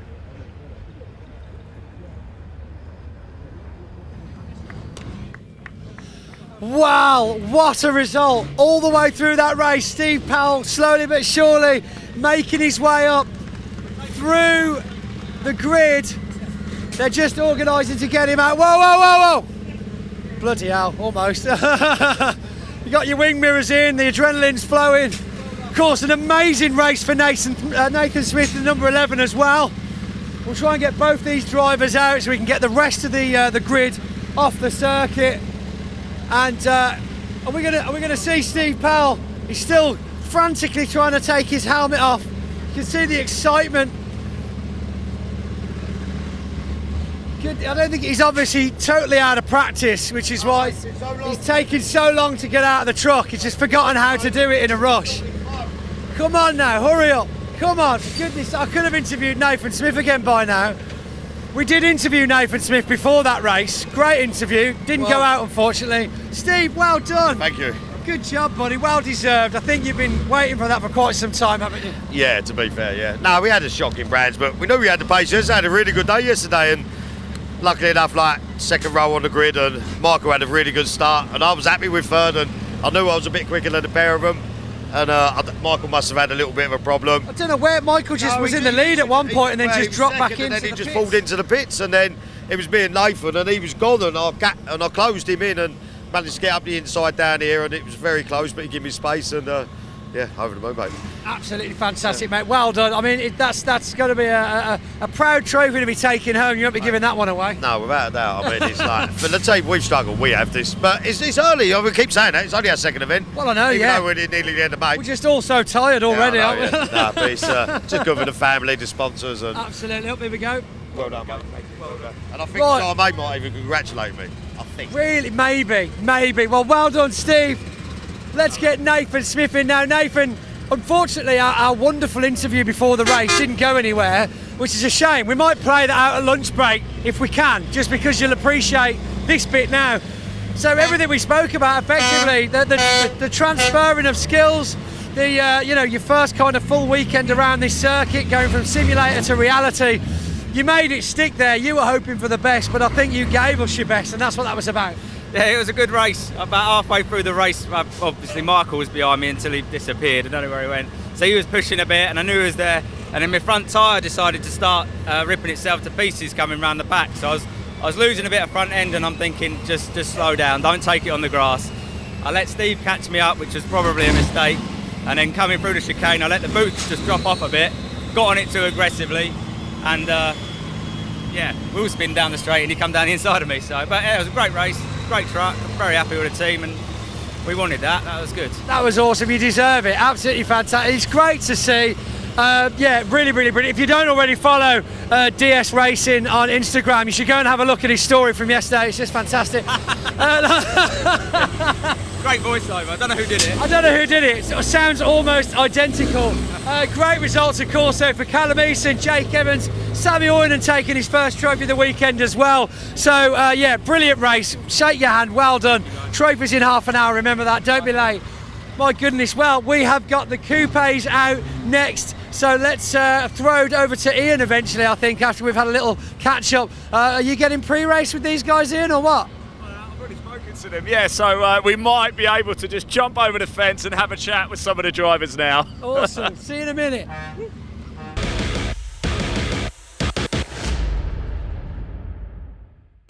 Right, everybody, here we go. Time for round 6 of the Coupe Cup in 2026. In fact, their final race of the weekend as well. We've come down here. Well, what a race we saw yesterday, by the way. Stephen Slawson picking up his first win. That was great stuff. Dave is here as well. Dave Hemingway, great to see you. How are you, Dave? All right? I'm very good, thank you very much. Have you enjoyed your weekend here at Thruxton? Yeah, trying to learn front-wheel drive. It's interesting, especially yesterday in the rain. Tell us about your journey in motorsport then, Dave. When did it start? Oh, road rallying in 1990, hill climbing in 91. Okay. Started circuit racing stage rallying in 93. Yeah. I've been stage rallying ever since, not stopped. Circuit racing in 95, and then I started MR2 Championship in 2009, so I've been racing for 16 years now. What's been the favourite vehicle you've ever driven? You don't have to say a coupe, don't worry. Oh, Mark II Escort. Really? Yeah, I've got a nice BDG Mark II Escort. And it's, so why the Coupe Cup? You've done so much. Why Coupe? I mean, it's a great series, don't get me wrong. Why have an expensic car to bounce off Armco is my fair enough. theory. It's good fun. They look a lot of fun, actually. Yeah, it's good fun. Like I said, front-wheel drive, never driven it before. Yeah. I suppose it's a different challenge. Yeah, I like that. Yeah. I like that. Right, Dave, I'll let you crack on. Thanks so much for talking to us. Enjoy it out there, won't you? Let's just move down a little bit. We've got Paul Lorry behind us, not the golfer, but I really want to go talk to Nathan James Boyle. Of course, he has had 3 wins so far this season. Nathan, quick chat. Yesterday wasn't quite your day. I normally seen you in P1. What happened? Really interesting one, actually. Qualified second, and then just got out there. Rain started coming down. Yeah. Just wasn't my day, really. Are you happy it's dry now? Do you prefer the dry conditions? Or? Typically, I actually prefer the wet, but first time out in this car in a race in the wet, so different conditions, new experience, but it was good. What can we do from here, Nathan? Are we expecting you to come slicing your way through? Well, that's the aim. I can only go forward from here, really. So, yeah. Excellent. Just do the best I can. We might be talking over there. You never know. But yeah, maybe. Best of luck. Thanks for talking to us. Really appreciate it. There we go. Round 6 coming up for the Coupe Cup with Toyo tyres. Dave Goddard, over to you.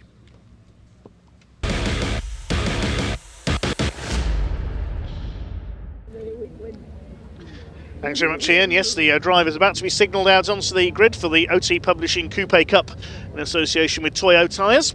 This series very much aimed at the newcomer to circuit racing. Seen a lot of drivers come through from sim racing and karting in this series. All generations of Hyundai Coupe are admitted to the series.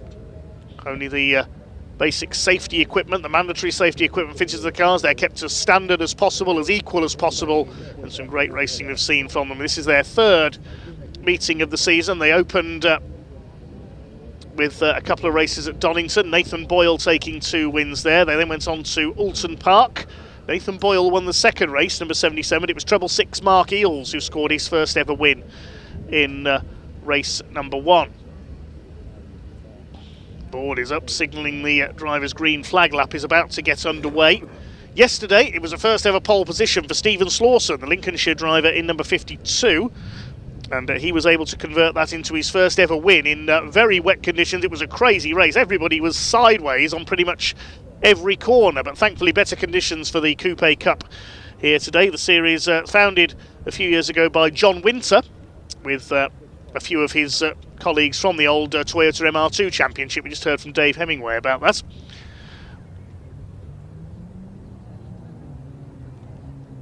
So the grid reads as follows. 52 Stephen Slawson is in pole position with 88 Harvey Kersley alongside him. The son of Alex Kersley, who runs Kersley Motorsports, graduate of the Junior Saloon Car Championship.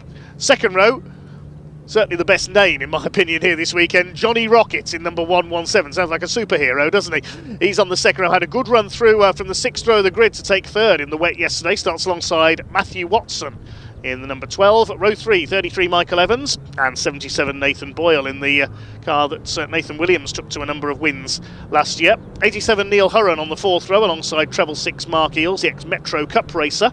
And on row 5, Ben Wilkinson in number 10. His race spoilt by a spin at the chicane yesterday.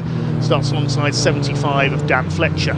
Then on row 6 of the grid, Hazim Zaki, the Egyptian-born driver in number 19. Now he finished second on the road in yesterday's race, but he got a penalty of 9 places for some contact in yesterday's race with Dan Fletcher, so he was penalised back to finish 1 place behind Dan. Starts alongside the number 5 of Dave Hemingway, just heard from him. Regular rally man in his escort.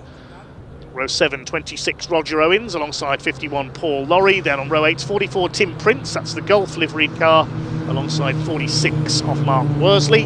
Row 9, Eddie O'Kane in number 9, the man behind YourIrishShop.com, supplier of Irish food in the UK. Starting alongside 43 of Sean Jones. Son Adam Jones raced that car last season, taking it to a few wins. Row 10, Jason Jesse, number 37. He's raced a few different cars this time. Peugeot 206s. He's raced a Toyota Celica GT4 as well in the old Nippon Challenge series. And he starts alongside Terry Gallagher, the man from Zimbabwe, raced in the UK, former short oval racer. Behind them, row 11, Spencer Hirons, number 65, and 69 of Darren Swift. And number 17, Wayne Rockets, making his annual outing here at Thruxton. He seems to come back into the Coupe Cup every year. Father of Johnny Rockets, sadly pulled off into the pits in yesterday's race. He starts from the rear of the field, so watch for him coming through from the back. You could say with a rocket at the back of the grid, watch for fireworks from the back maybe. He's in the orange, white and green Your Irish Shop liveried car. YourIrishShop.com. I'll have some Tato crisps, please, and a bottle of Club Orange. It's fair play to Eddie O'Kane for his support of this series over the years. There is Eddie, the white and maroon liveried car. It's ahead of Sean Jones. Jason Jesse in the silver machine. There's Terry Gallagher, the yellow car.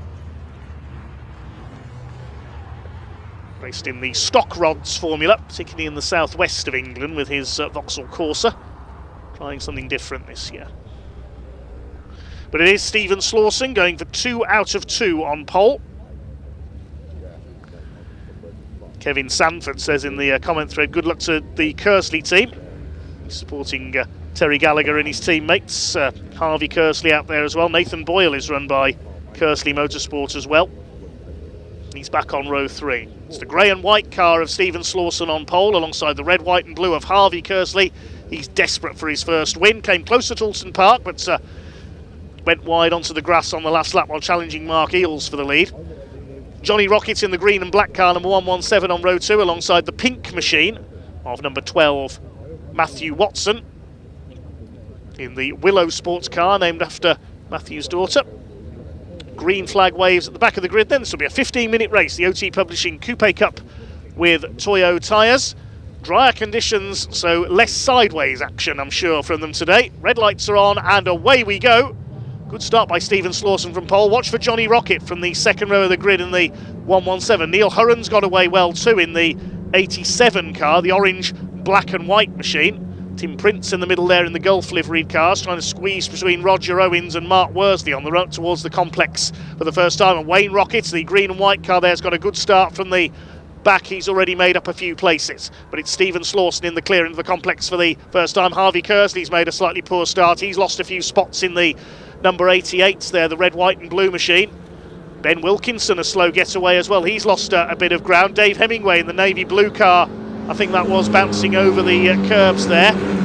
Running wide, Wayne Rocket gets a bit of grass. No, there's Dave Hemingway, the navy car with the white stripes down the middle. So it was another car that bounced up onto the curbing. That was Hazim Zaki, apologies there.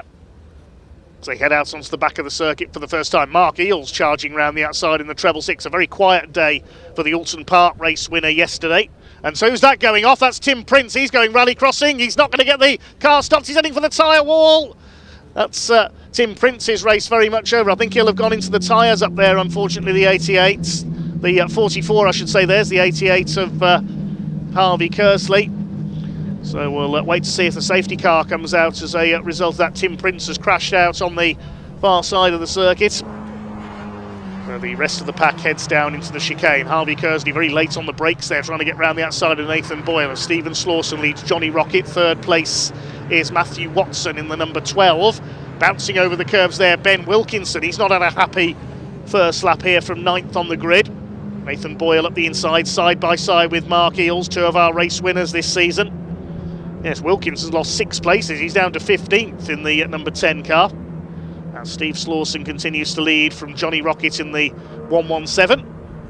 And big lock up there. Mark Eels very late on the brakes, but it's worked. Throws it past Nathan Boyle, or has he? Boyle back up the inside at the left-hander at Cobb. Behind them, Dan Fletcher, number 75. He had an absolutely storming first lap yesterday. He started 10th, got up to 2nd at the end of the first lap, and then contact at the chicane with Hazim Zaki sent him spinning, and he was back to square one. Zaki's just behind them there, the navy blue car, the Egyptian, but I think the safety car is coming out. I see yellow flags. Dan Fletcher nearly spun it again there as he tries to slow the car up. They're all over the place there on the back of the circuit as they try to slow when they saw the safety car boards. That'll be for Tim Prince's car on the far side of the circuit.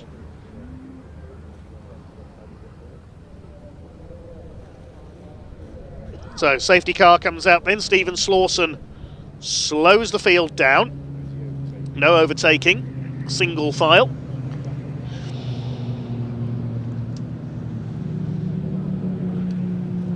Check out the race order in a moment. There was so much place swapping going on. Look at the state of Tim Prince's car. Let's hope he's okay. He got wide onto the grass heading out of Village. That is such a fast part of the circuit. And once he was onto the grass is still damp from all the rain yesterday. No grip there, he couldn't slow the car down. And that was a very heavy impact indeed for Tim Prince. Let's hope he's okay.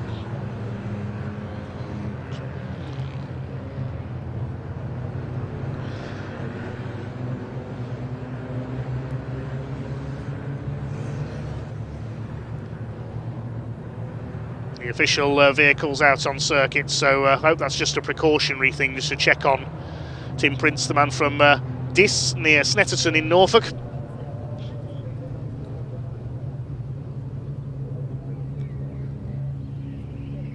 And the cars will continue under the safety car. Got just under 11 minutes of the race to go. The Porsche safety car, driven by Evelyn Buanik, former BMW racer, leads them round. Johnny Rocket in second place ahead of the number 12 of Matthew Watson. Then Neil Hurren in fourth ahead of Harvey Kersley. And Dan Fletcher up into sixth despite that moment just before the safety car came out.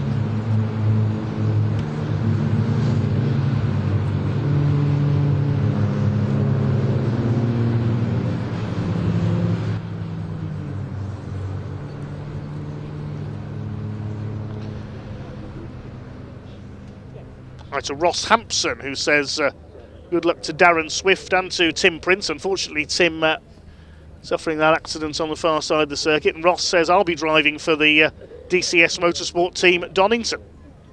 Good to have you on the grid, Ross. Best of luck for your debut. Black Art Motorsport says Johnny Rocket for the win. Tom Justice says, come on, Harvey Kersley. And to no great surprise, the red flag is now showing on our timing screen. Yellow flag still out on the back of the circuit. Yeah, the red flag is now appearing. The race has been stopped.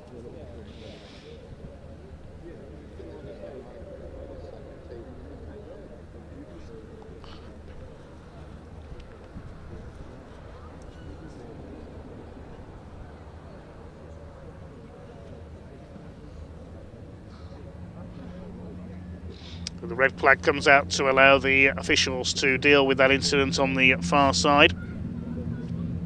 On the run towards Church Corner, with Tim Prince having gone, as we've seen, very heavily into the tyre wall, and we hope that the driver from Norfolk is okay.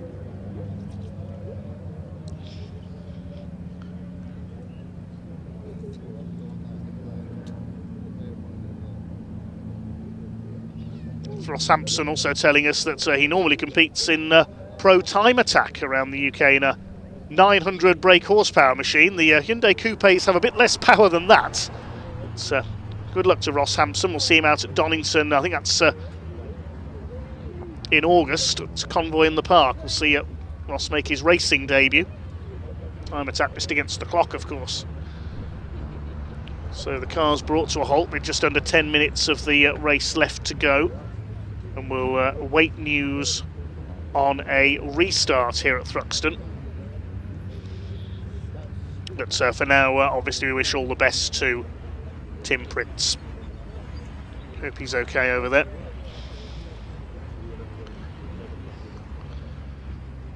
So while we await news on our Hyundai Coupe Cup race, the Civic Cup is in the assembly area, ready for their second race of the weekend, and Ian Waterhouse is down there.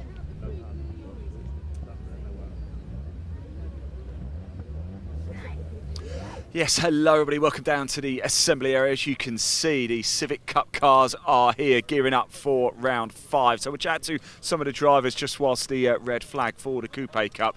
Somebody I wanted to talk to, Will Butsey. Will, sorry Don, can I just grab Will? We've, because of the red flag, we've gone live now, Will. So we're going to have a little chat with you. I know you want to mention a few of your sponsors as well. I want to mention all my sponsors. Let's go by your car, look. Let's go by your car, look. Read them out for us. So we got Justin at South Wales Concrete, Chris at Dams, we got Kelvin and Dave who do my livery and my wrap for me. I've got Mod Defence, which is Carl and Dan, Bespoke Gaming Neil, Brad and Jazz at Jones Auto Finish, Alliance at Gareth, my old man in the background, Lucille at Absack and Barbershop, Alliance, Mike, Kay, and Jade, and Jordan. Just one or two then? Yeah, they all make it possible. And they must be very proud of you after yesterday's performance. Well, I hope so. What was it, 25th to 13th? Yeah. So I can't complain about that, can I? So, Will, you've been doing civics for a little bit now. Why do you keep coming back? Why wouldn't you come back? It's the best racing in the country. I'd much rather watch this than Formula One. Yeah. Hands down. Yeah, it was more overtakes, isn't there? Well, exactly. You know. So we'll be on it today. Yeah. We'll see what Do you happens. like Thruxton? Love it. Best track in the country. Is it really? Definitely. It's a driver's track. You've got to be all or nothing. Exactly, because you only put the foot on the brake about twice. Yeah, pretty much. Pretty much. I got a shout for my family all for watching at home. Yeah. My little boy who's watching, and my lovely girlfriend Amy, who's kept me calm all week. Wow, well said. Well said. I mean, you've kept everybody happy there. Good stuff. I do try. There's been a bit of love on social for you as well, actually. Do check the live chat on the BARC YouTube channel. I'll have to have a look. Yeah, do. Tom, man, thanks so much. Well, best of luck out there. Let's move down and around a little bit, shall we? Let's head over here, see if we can find a couple more drivers. I did actually just chat to a load of them as well. Freddie Ingram, you may remember yesterday, actually struggled his car. We just turned the camera around. He's in the number 57. We just spoke to him off camera. He had a bit of an electrical issue, which is why he couldn't get a car out. Feeling a lot more confident, though, in this one today as well. I spoke to Francisco Howard as well in the number 50 alongside him. He's just 18 years of age, racing in the Civic Cup. Came up from the Junior Saloon Car Championship. Let's move around a little bit. Let's go have a quick chat with Callum over here, shall we? Callum, can I grab you for a quick chat? It's good to see you, my friend. I know we've spoken quite a bit this weekend, but not in front of the camera. Yesterday didn't quite work out. No, I mean, it was a rough start. We had power issues in the morning. Trying to get them sorted. I had to go out in qualifying to get my 3 laps in, otherwise I wasn't entering the race, so it was a must. That was difficult to drive around the issues, but we got it done, got the 3 laps in. The team put a lot of work in to get the problems sorted. We went out for race 1 and it was a dream. I was, nice. Yeah, was competing, got an overtake done, And then, yeah, unfortunately lost the back end up the top there at quite high speed and blocked my tyres, and that was the end of that. But what happened? What happened out there?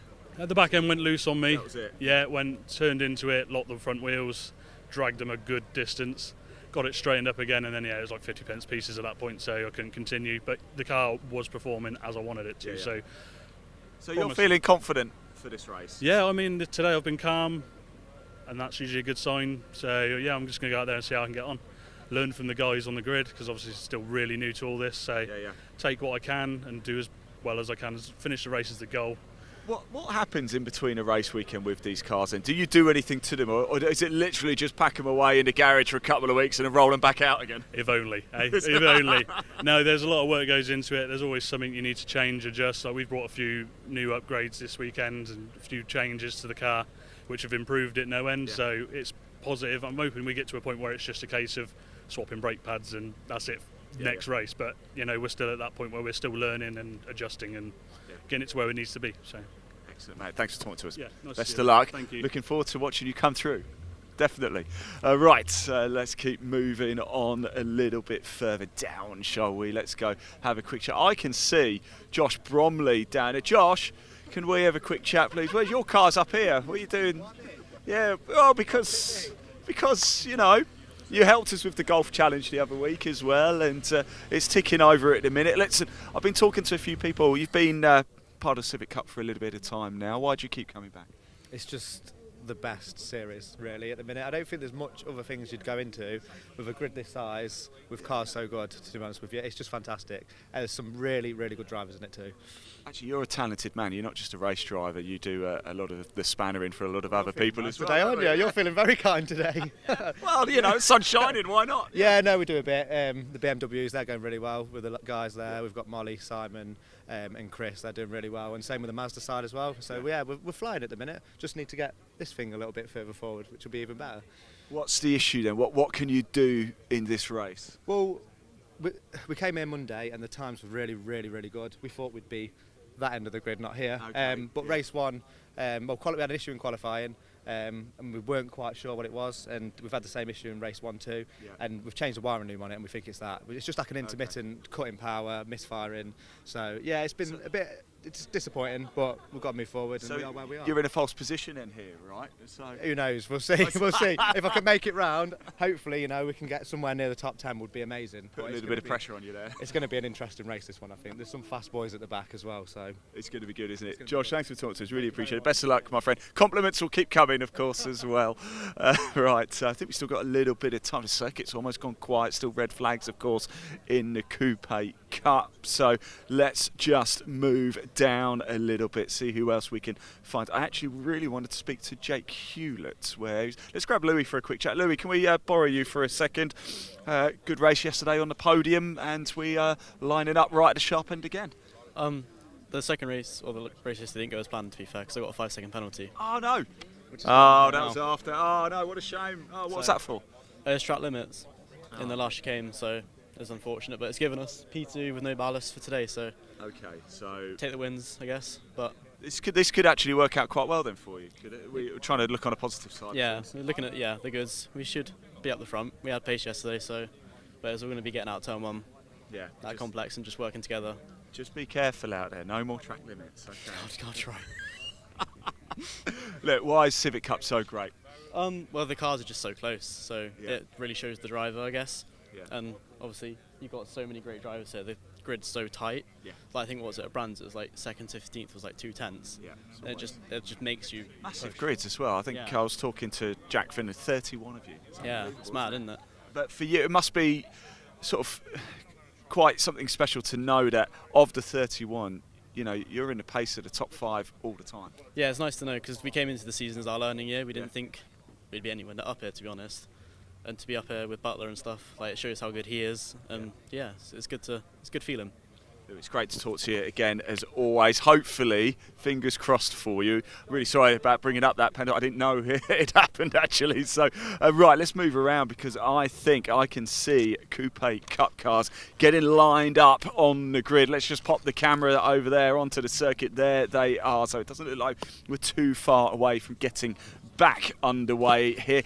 Just a reminder, we are live across multiple channels here today as well. We're on, of course, the BARC YouTube channel. Please do hit that like button, hit that subscribe button as well. We're also on the British Truck Racing Championship YouTube page as well. So if you're watching Ed, again, likewise, hit the subscribe button, hit that like button. We're also on the TCR UK channel as well. So if you're watching there, likewise, hit the like button, hit the subscribe button. Just a reminder, up next here at Thruxton, we have Thruxton Retro on the 3rd to the 5th of July. Thruxton Retro goes back to the 80s with racing from the classic touring cars heroes of the FF1600, the Jochen Rindt Trophy for F2, F3 Formula Atlantic cars, the MG owners and many more. There'll be live music and entertainment throughout the weekend, so if you want to come down, just head over to Thruxton online to make sure you get your tickets.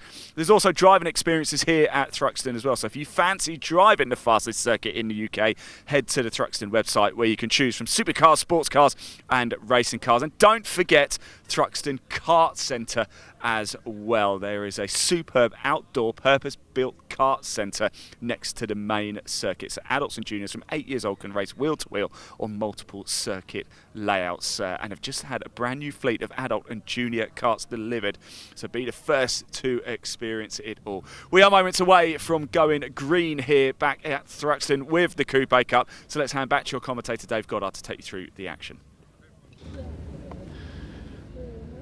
Yes, thanks very much, Ian. Cars back on the grid then for what will be a 10-minute restart for the Hyundai Coupe Cup. A couple of our commenters coming in. Thanks again for all your comments on the YouTube stream. G. O'Brien PT, I think that's how you say that one. So shout out to Niall, age 9, who is Wilf Butler's biggest fan. He's out in the Civic Cup, was stymied by a puncture while fighting for a podium yesterday. He's hoping for better luck today. And hi to E. Corth X, who says Pete Anchors for the win. That's in the Bernie's V8. He's out in his TVR. New spectator viewing area on Woodham Hill, very well populated this weekend. The fairground at the back of there as well, and the show trucks. And the all-important drinks tent as well. Great to see Thruxton improving its facilities all the time here at the home of motorsport in Hampshire, home of the BARC, fastest circuit in the UK, and the circuit owner, the landowner here at Thruxton, is even racing this weekend in the Bernie's V8s. We'll see him out later. Cars move off on the green flag lap. Hello to Vintage Enthusiast.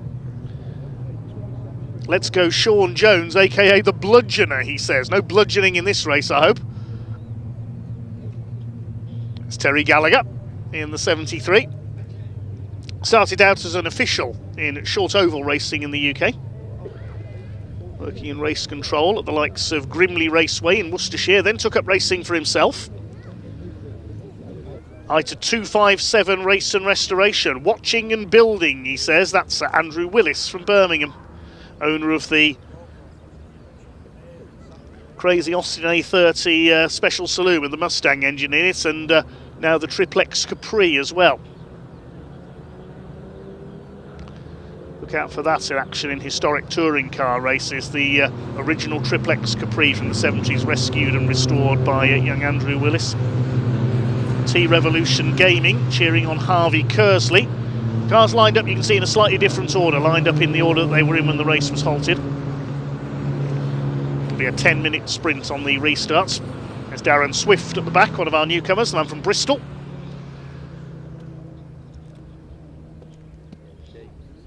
Stephen Slawson looking for 2 wins out of 2. It's Eddie O'Kane. Roger Owens in the 26 in the later shape Hyundai.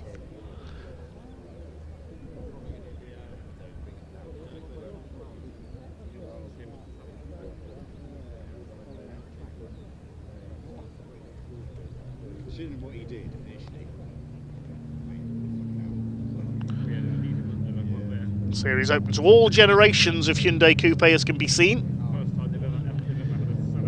One slight disappointment this weekend, we haven't got number 38 Darren Ford. That's the Lightning McQueen lookalike car.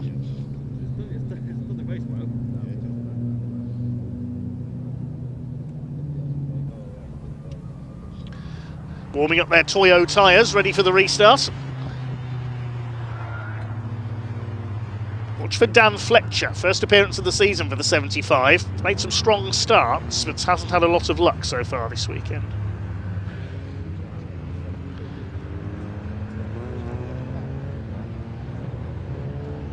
Stephen Slawson will lead them up to pole position. The grey and white's number 52, the NBE Builders sponsored car.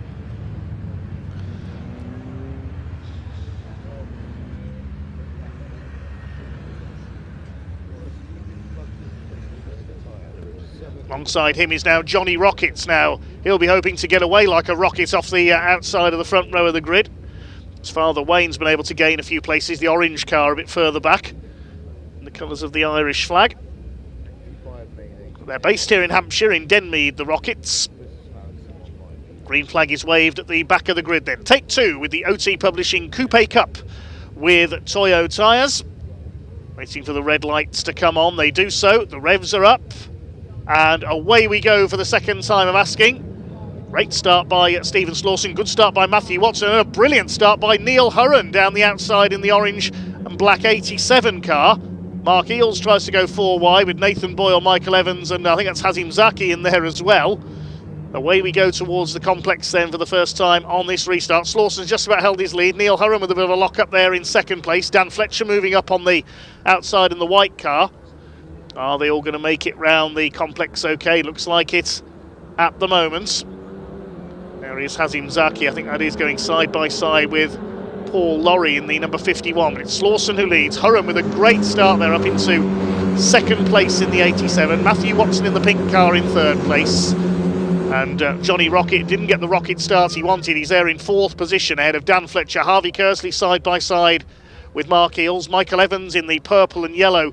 Number 33 is next, and Nathan Boyle has dropped back in the 77, the white and black car. They're out on the back of the circuit at the moment, charging towards Church Corner. Stephen Slawson, who was driving like he was in an ice race yesterday, was sideways on several occasions, but he hung on to take the win. Leads the way. Now here comes Matthew Watson in the Willow Sport car. Here comes Dan Fletcher, and in the middle, Johnny Rocket. They're trying to make it 3 wide. For third place, it is 3 wide behind Neil Hurren, who moves across to take the line for the chicane. On his tail is Rocket, trying to get round the outside is Dan Fletcher. He's going for it into the chicane. There's a few lock-ups in there, but Fletcher's done it. He's up to second place. That's a great bit of driving over the curbs, and Johnny Rocket, I think, has been spun sideways. It was a green car that got caught up there. Something had to give in all that schmozzle, and it was Johnny Rocket who's gone. So Fletcher second, Hurren third, Kersley's up to fourth. Matthew Watson lost out there. He's in fifth place. I saw Michael Evans go over the curb as well at the chicane in the yellow and purple machine. He's disappeared from that battle. Let's have a look again. There were so many cars in such a small space. Something had to give there. And into the chicane. Oh, it was Nathan Boyle tangled up with Johnny Rocket, and that nearly took out Michael Evans as well. So Rocket's going to have to come through the field once again. This is the battle for third place now. Neil Hurren ahead of Harvey Kersley. The big winner into the chicane was Dan Fletcher, number 75, round the outside of everybody up into second.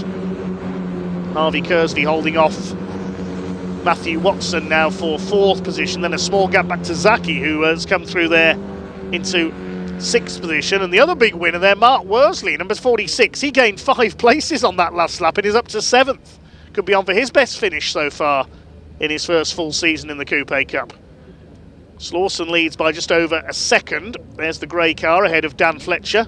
Neil Hurren under serious pressure here from young Harvey Kersley in the 88. Matthew Watson in the later shape coupe for the first time in this round. He's raced a Generation 2 car so far this season, the one with the googly eyes on the headlights if you're a regular viewer of BARC TV. It's Harvey Kersley to the outside, trying to do what Dan Fletcher did last time around. Very late on the brakes, but he's done it. That was a brave move round the outside of Neil Hurren. Very easy to overshoot there. And another car goes off. That's Paul Lorry sent spinning. And Eddie O'Kane spins in sympathy. Look out. That was close. Dave Hemingway nearly T-bones Eddie O'Kane. Dear, oh dear, oh dear. Spin City at the chicane today. And that's in the dry. You can imagine what it was like if you didn't see the wet race yesterday. Not sure if there was any contact on the back of Paul Lorry there, possibly from Roger Owens. They were close.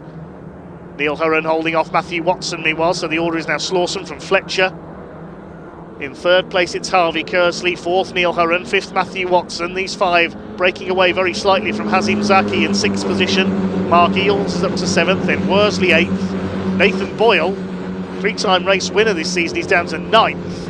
And Roger Owens rounding out the top 10. There is Boyle. He's got some damage on the right front of the car. He tangled, remember, with a couple of cars at the chicane earlier. Johnny Rocket was one of them. There's Wayne Rocket in the Your Irish Shop car going round the outside of Ben Wilkinson, who won at Donington last season. The only driver last season other than Adam Jones and Nathan Williams to win a race.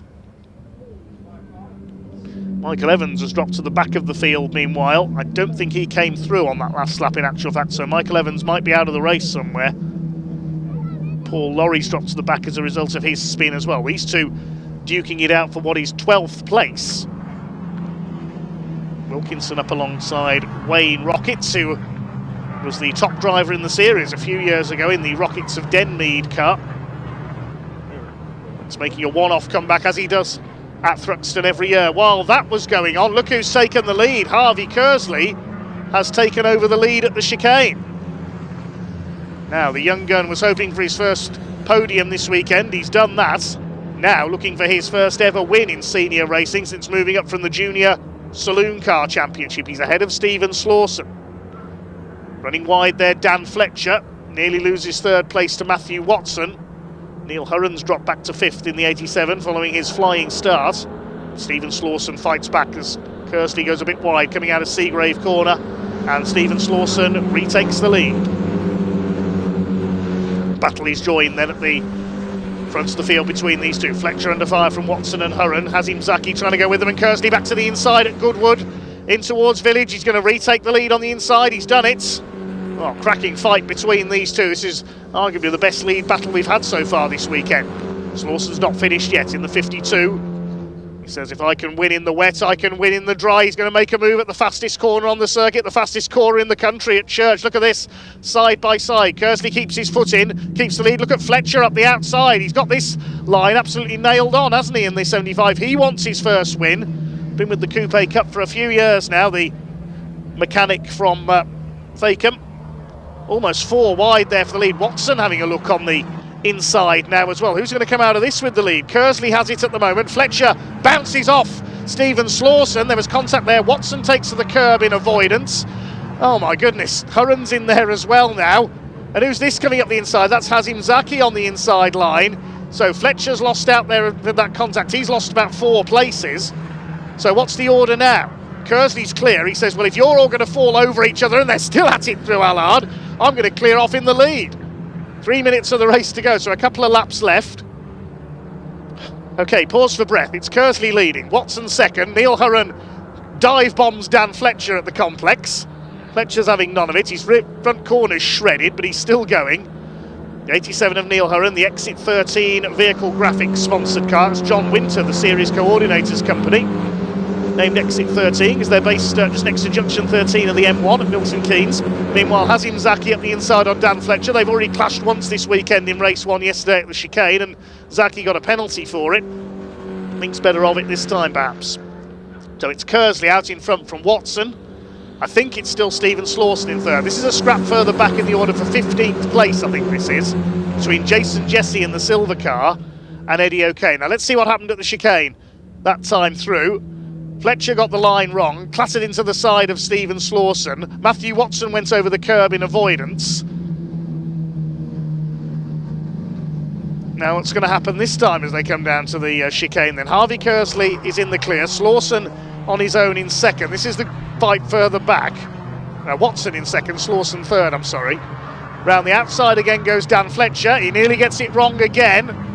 And Hazim Zaki over the grass goes Neil Hurren. Come on, this is not rallycross. Round the outside, Zaki's got ahead of Fletcher. And who's this coming into play as well? Mark Eels. We've not seen much from the Alton Park race winner this weekend. He's in 7th place. And behind him, Mark Worsley going well in the number 46. Just as chaotic as they were in the wet, it has to be said, yesterday. There's Watson in 2nd place. Slawson 3rd, so it's Hurren now in 4th. Zaki is up to 5th ahead of Dan Fletcher. And there's Nathan Boyle. He's dropped behind Wayne Rocket now. He's down to about 12th place. Not his weekend at all.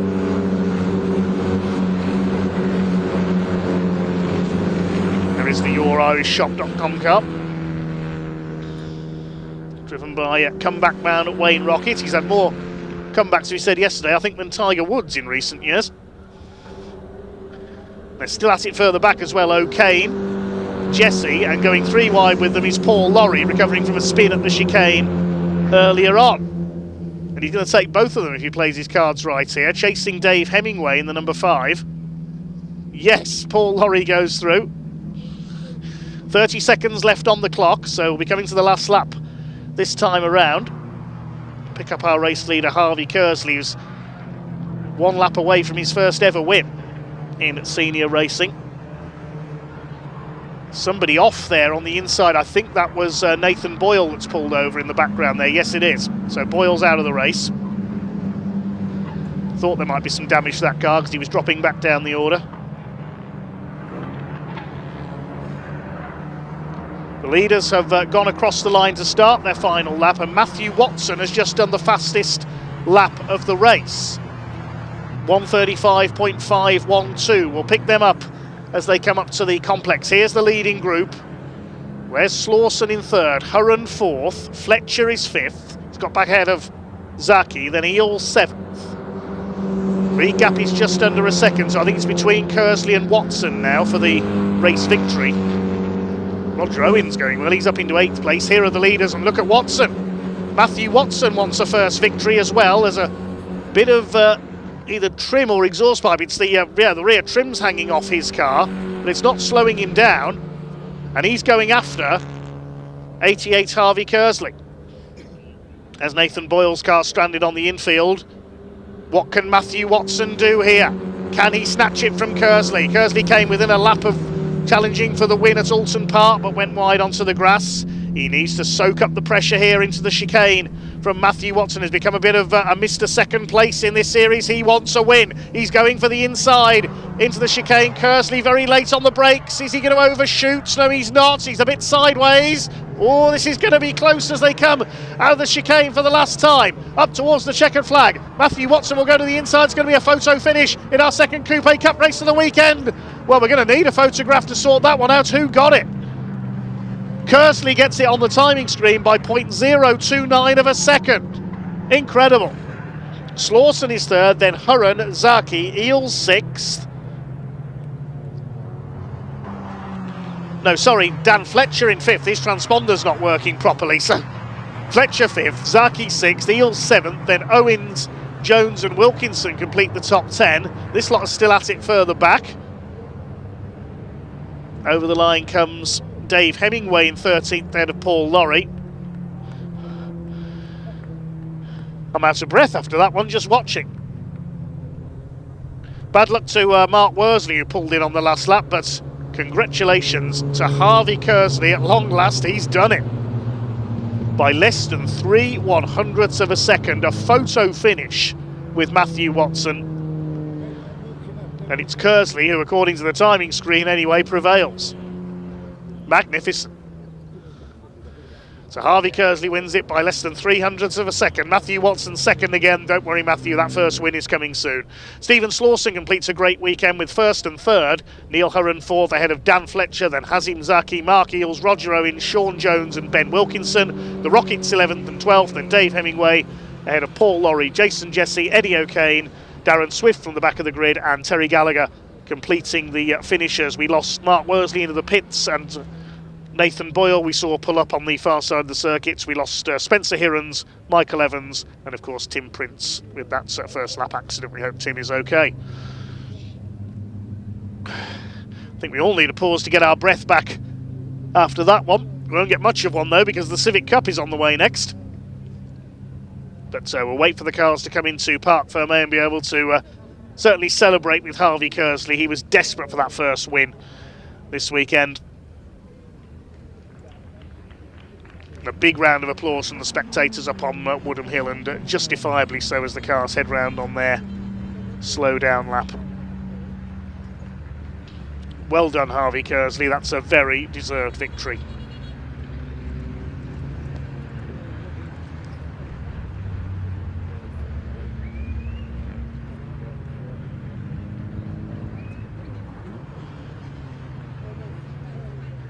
Okay, the car's coming into Parc Fermé, and Ian will be down there to greet our top three.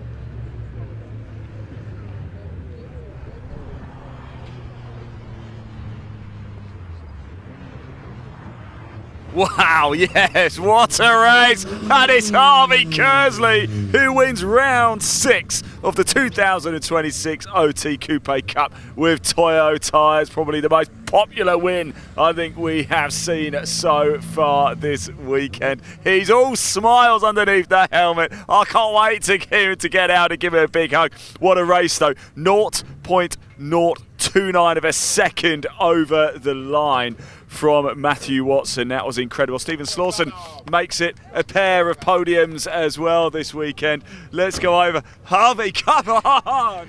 Oh man, I'm so happy for you. Do you know the gap between, let's grab, Matthew, the gap, 0.029 of a second.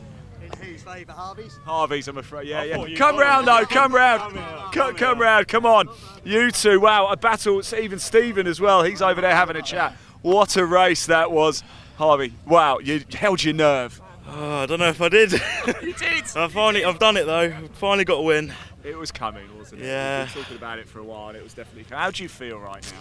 It's great. I don't think it's really hit me because that whole last lap, it sort of like did Matthew get the win, because it was quite close coming over the line. That whole in lap, I was like, who actually got it? Yeah, but well, it is you. I can tell you as well, there was a lot of love on the social media, on the Bark YouTube channel for you as well. A word to your fans, Harvey, the thousands of them out there. Yeah, you. Thank you to everyone. I want to thank Aelco as well. They've been, and Banker Mum and Dad. Yeah, they've been a massive help. Wouldn't be here without any of them, and they've all. Are Mum and Dad here? I haven't seen them. They're probably in the pit lane. Okay. We'll grab a word with them later. But yeah, it wouldn't be possible without all of them, and it's just a good feeling to finally get there. It's been a good weekend, hasn't it? Harvey, congratulations. I know Gary's going to want to have a quick chat with you as well. Stephen, wow. I mean, breathless racing out there, eh? Yeah, it was great up until I got drilled into the hairpin, into the chicane there, and then from then on, my steering wheel was literally, I'm driving it in a straight line like this, really? And I thought, track end's going to snap at some point, and I had to just back out a little bit, so I just nursed it for the last 3 What a weekend though. You had a win yesterday, a podium today. Yeah, I mean, up until that point, it's been great, but yeah, I mean, I'm happy. You're smiling. Yeah. I'm on the podium, so that's all that matters. That's it for the Coupe Cup this weekend. Are you going to stick around and watch some of the action? Maybe a little bit, but we've got a long drive home, so it's. Where's home? Near Cadwell, so it's goodness that's part of 4 hours really. Yeah. So we'll get packed up, watch a bit more, and then head off, I think.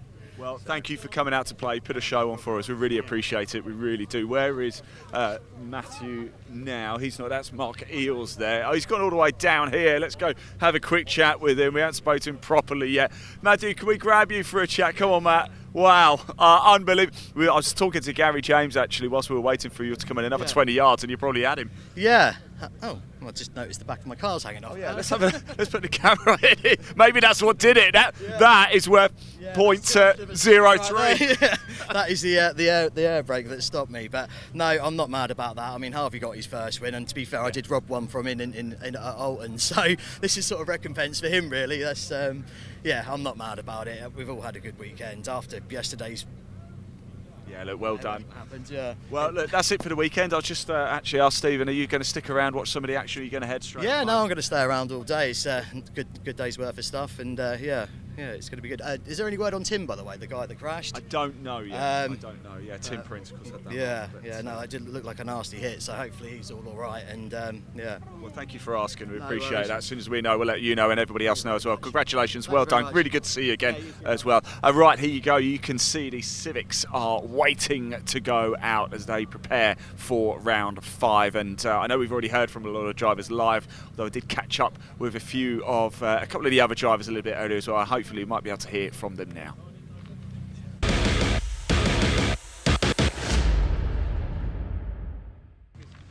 Right, everybody, here we go. Time for round 5 of the Milltech Civic Cup here at Thruxton. And if it's anything like yesterday, we're in for a real treat. We've had 4 races so far in 2026. We've had 4 different winners. Wesley Swain, Wilf Butler, Jake Hewlett, and of course yesterday, Josh Files. We're going to have a quick chat with Freddie Ingram here. A couple of issues with the car yesterday. Freddie, everything okay with it now? What happened? Yeah, I think it was just like a little electrical surge with the battery. So it's just one of those things. We confident now, though? Yeah, I mean, we made up some ground in the last race, even though we started from the pits. Made it back up to 19th. Yeah. So it wasn't all in all terrible. We're still learning. It's second race in the car, first season in car racing. So take it as it goes, and hopefully might be able to break into the top 10. But I was going to say, is this just about trying to gain as many positions as possible, get a feel for the car, and enjoy yourself? Yeah, no, definitely. I mean, it's all just going to come. It's car race, not easy. Championships, like probably the toughest club racing championship in the country. So yeah, it's not going to be easy, but we'll see how it goes. It looks a lot of fun out there. Best of luck, Freddie. Thanks for talking to us. Really do appreciate it as well. Let's just move around a little bit. We've got Francisco here. Let's just jump in. Very quick chat if we can. Francisco, how are we doing anyway? All right, you having a good weekend so far? I wouldn't say it's a great weekend, but I'd say brilliant for learning. But I mean, we're struggling a little bit on pace, but I mean, we only came here on Monday and we only had about 2 hours running, so I mean... Guys, how old are you? 18. 18 years of age, racing in the Civic Cup. It's wild out there, right? Yeah, very, very fortunate to do it. It's a lot of hard work, but I mean, I can't thank my sponsors enough for letting me be here. Where did your journey start then? What's the route to get to the Civic Cup for you? I started in JSCC, so I started in the Saxos, which they were brilliant. A little bit different. Though, yeah, right? a lot different. They taught me so much. So much as a driver, no power steering, no aids, anything like that. All my car control was learnt from there in the wet, everything like that. They were brilliant. And here we are in Civics. Look, best of luck, enjoy the race. Thanks for talking to us, really do appreciate it. Sorry, Ray, if you go backwards ever so slightly. We've got Alistair Camp over there as well. I wonder if he's around to have a quick chat with. Of course, we know serial winner in this, although I don't actually think he's here yet. So, Alistair Camp, I was... you almost saw... Yeah, you saw me trying to find you, didn't you? Where's he going? You obviously... Like me looking for a trophy this weekend. Well, let's talk about that, shall we? Can we get one? We're going to try. We always try when we come racing. We don't come here to come last or anything. Everyone says that to me, what are you doing in this race? Well, same as every race. We're going to try and go for a win. But yeah, we're losing a lot out of the back section at the minute. It's a bit frustrating. Is it down on power? Is it I feel like it's just been a bit of rotation. We've done no different to what we had Monday. For some reason I can't get it to rotate, and we've gone through data, we've looked at the possibility, obviously it's myself letting off too early rather than where I should be. Yeah, so we just took a little bit of rear wing off now, and if not, the wing's coming off next race. So this is going to be a bit of an experiment, this one. Yeah, when you're either going to be up there or down there. Well, yeah, at the end of the day, we've got our position for race 3, so to us it doesn't really... Obviously it matters where we finish, but we've got to take risks. You can't just keep staying where you are in motorsport, unfortunately, so we've got to try something new. And if we can, we can. And I've had a bite of Stuart's burger this morning, so hopefully that'll be good. There he is. Look at him eating away. Come on, Stuart, in your car. There you go. Well, if win the race, there is. That's going to win the race.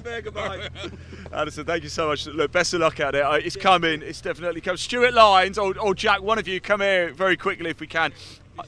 Which one do you want? You want the good-looking one or the ugly one? We'll take Jack. Jack, can I have a quick chat? I know we're down in the Civic grid right now, as ever. Amazing grid of cars. Yeah. But let's talk about the Audi Cup. How did it all come about? I mean, first of all, I mentioned to all the Civics that are here, I mean, there's 31 of them out this weekend, and I can't believe every time we come here how well presented these cars out and what they give to racing in general. I genuinely believe it's the hardest one-make series. Well, Freddie Ingram said exactly that as well. He says it's amazing, but it's tough. Yeah, I genuinely, I don't think there's a tougher one-make series in the country at the moment, which is a testament to the guys that are here that work so hard to do it. But to the Audi question, I mean, there's a hell of a lot of cars with a hell of a lot of potential in this country that need a good home to race, isn't there? So, it's a bit of a pilot event somewhat this weekend, but hopefully we can really, capture some imaginations and kick on from there. And, there's no reason. I mean, those cars are incredible, aren't they, when they come round? So there's a real high potential for that race for sure. Excellent. Jack, let you crack on with your Red Bull. Other energy drinks are available. More in the Audi Cup a little bit later. They're out today. But, of course, here we go for round 5 of the 2026 Milltech Civic Cup. Dave Goddard, over to you.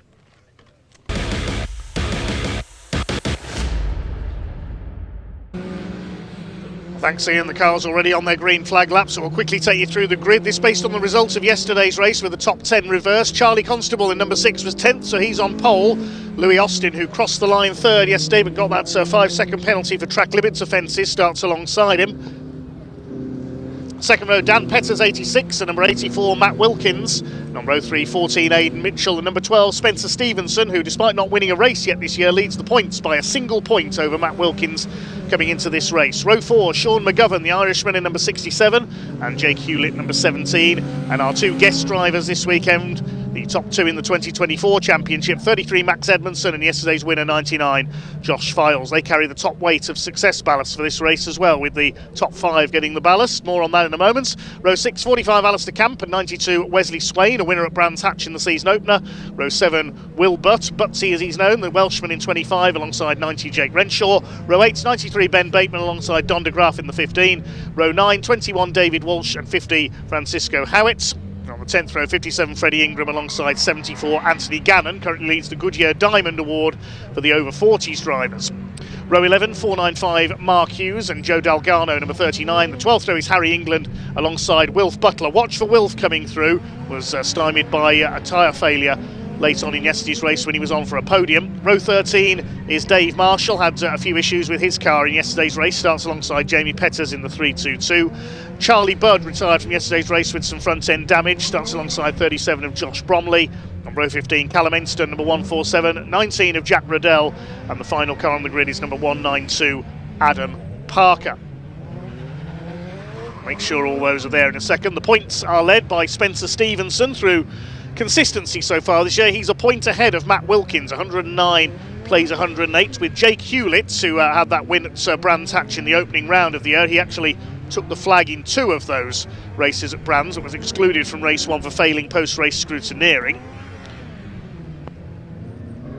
He was the top scoring car in race 1 as well, because of course Max Edmondson and Josh Files, they're guest drivers this weekend, so not eligible for points. So your top scorer was Jake Hewlett, who starts 8th on the grid here, but it's Charlie Constable, number 6, who starts on the pole, the former junior saloon car man. The other awards, I mentioned the Goodyear Diamond Award for drivers aged 40 and over. Anthony Gannon leads Mark Hughes in that by 26 points. And in the Paul Winfield Memorial Trophy for the Championship rookies and those who haven't finished in the top 10 of the points in the last 5 years of the Civic Cup, it's Sean McGovern who has taken the lead there, a point ahead of Wilf Butler, with Don de Graaf in 3rd place. That's the situation coming into this race then. This will be a 15-minute race for the Civic Cup. Charlie Constable on the front row, Louis Austin alongside him. Revs are up, 31 cars on the grid, and we are underway. Racing down towards the complex for the first time. Look how many of them there are, a magnificent grid of over 30 cars here this weekend. There's Wilf Butler, the black car, number 70 from the back of the grid. Watch for him coming through. Jack Riddell back out after he didn't complete the first lap in yesterday's race. Who's going to be leading into the complex? It is Charlie Constable in the number 6 car, almost 3 wide for 2nd place. That looks like Matt Wilkins coming through in a second. There's a bit of contact there. Spencer Stevenson, the championship leader, got sent sideways. Jamie Petters, number 322, I think that was who ran wide. It was one of the Petters boys anyway. Their cars look identical from a distance. Jamie was towards the back on the grid though, so I think that was him. There's Dave Marshall. Engine issues in yesterday's race caused him to drop out. Sean McGovern in the yellow car goes grass tracking through Noble there and out towards Goodwood, chasing the number 14 car of Aidan Mitchell. They're all over each other in these early stages, like a swarm of multicoloured insects as they head out onto the far side of the circuit, with Charlie Constable leading. It's Matt Wilkins up into 2nd place, Louis Austin is 3rd, and everybody else is trying to be 4th. There's Josh Files, yesterday's winner, the number 99, the blue and yellow car. Former Clio Euro Cup champion. He's raced in TCR touring cars and won titles there as well. And here comes Max Edmondson, the 2024 champion, now plies his trade in the Mini Challenge JCW. He takes Jake Hewlett as they come into the chicane. Jake Renshaw gets his line a bit wrong there through the chicane. He's tagged somebody. There's one car sent off it into the weeds on the outside. It was an FN2 shaped Civic, I can tell you that. We'll pick up who that was in a moment. Cars all over each other. Dave Marshall's picked up a bit of damage in there as well in the 66 car. Josh Bromley goes grass tracking in the 37, failed to finish yesterday's race, so trying to make up for lost time. So after all that, it's Constable who leads Wilkins, Austin in third place, Spencer Stevenson, the championship leader, in fourth position. But I think if it stays like this, Matt Wilkins will go back to the top of the points provisionally with that second place, but it's a long way to go yet. And I think the safety car is going to be coming out. So we've got a car off at the chicane as Freddie Ingram takes Harry England in the number treble 3. Yes, Marshall's going for, oh goodness me, big crash in the background. I thought the Marshals were running for it there. That's a big one. We'll identify who that was in a moment. There's the reason for the safety car. It's Wesley Swain who's off at the chicane, but a big crash further round at Noble, and the red flag is now coming out. We'll identify who that was in a moment up there, but the main thing is we hope everyone, including the Marshals, are okay there. I saw the Marshals diving off their post, and that was why. So race stopped. There's the reason the safety car came out. Wesley Swain in the barriers. He tangled up with Jake Renshaw at the chicane. He's okay. But an even bigger incident further round, just as the safety car was about to come out.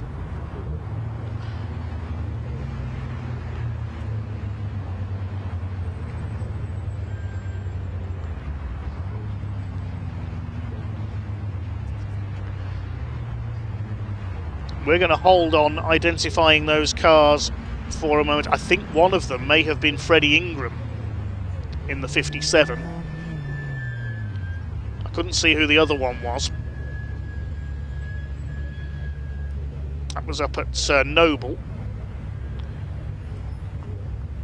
And the medical staff will attend, hopefully that's just as a precaution to make sure that the drivers and of course our marshals are okay. There's one of the drivers out of the car. David Walsh, one of the cars involved, and I think the other one is Freddie Ingram. Yes, it is Ingram, and look at the state of the rear of that car. That's, I think, the end of Freddie Ingram's weekend. Everybody, thankfully, appears to be okay there. That's the main thing. That was pretty frightening, whereas those two cars piled into the tyre wall in front of the marshal's post.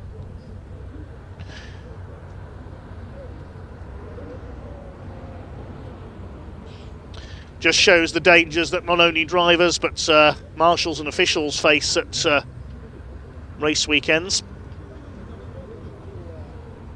Let's see if we can see what's happened there. There's Freddie Ingram, the 57. So they came up towards Noble. He was clipped by Harry England into David Walsh. They went off. The marshals dived for cover and walloped straight in. Freddie Ingram's car certainly took the worst of that. Thankfully we saw he is out of the car and appears to be okay. Nasty incident there coming through Noble, shows just how quick this circuit is, and thankfully it looks like all our marshals are okay as well.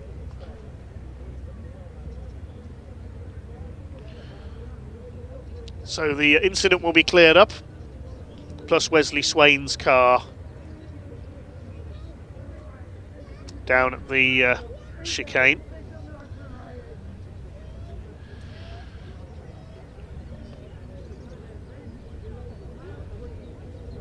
With less than 2 laps completed by the race leader, Charlie Constable. Then it will be a full restart from original grid positions. Thanks to Phil Kinch for clarifying that, the Civic Cup media man. We'll await to see the duration of the restart, with the rest of the timetable to consider as well. Thanks to all our commenters. A couple of Harvey Kersley's old junior saloon car rivals watching today. Hi to Tom Algart. Luca Maserati is now plying his trade in a Porsche along with his father. Hi to Deon Gallagher as well. Deon cheering on Terry Gallagher.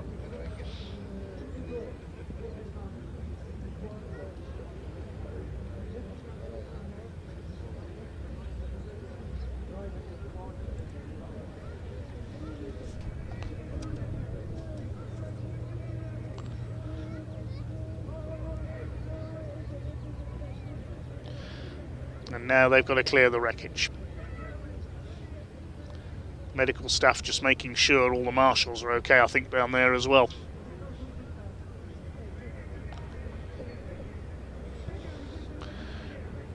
So while we have this clear-up operation going on and the recovery crews go to work, a big thank you to all the staff and officials here at Thruxton once again for their services. The main thing is everybody appears to be okay. I think Pointy is down in the assembly area with our next race, the pickup trucks.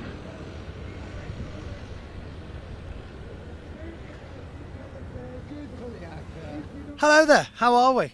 Well, first of all, and I do take great pleasure in this, pointing out that it's not the trucks so far this weekend that are causing all of these delays and red flags. But as you can hear in the background, we've got a little bit of peace and quiet for the moment. So you join me here in assembly area for the eagerly awaited pickup truck race, second of the weekend.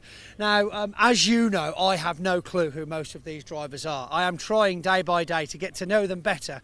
All I do know is that when I saw this vehicle leaving the assembly area yesterday, it was definitely my favourite. So let's figure out who this is. 77, somebody called Chris Land, which hopefully is the guy in the helmet.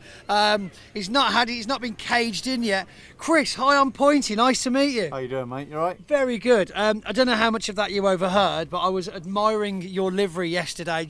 Ray, just get out a bit and get the whole vehicle in, because I tell you what, that just looks great. I love that. The navy, the union. It's fantastic. Why? What? You can choose anything you like on your car. What made you go for the Union Jack flag?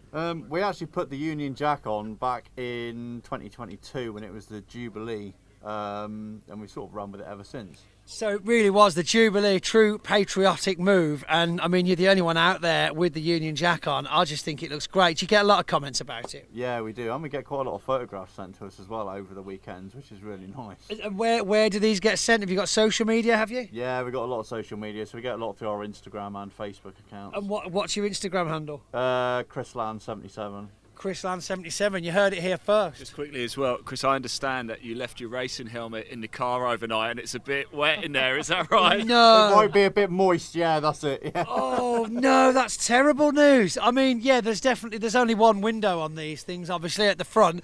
But yeah, was this not in like some kind of gazebo or something? Yeah, it was in the awning, but unfortunately right under a leak in the awning.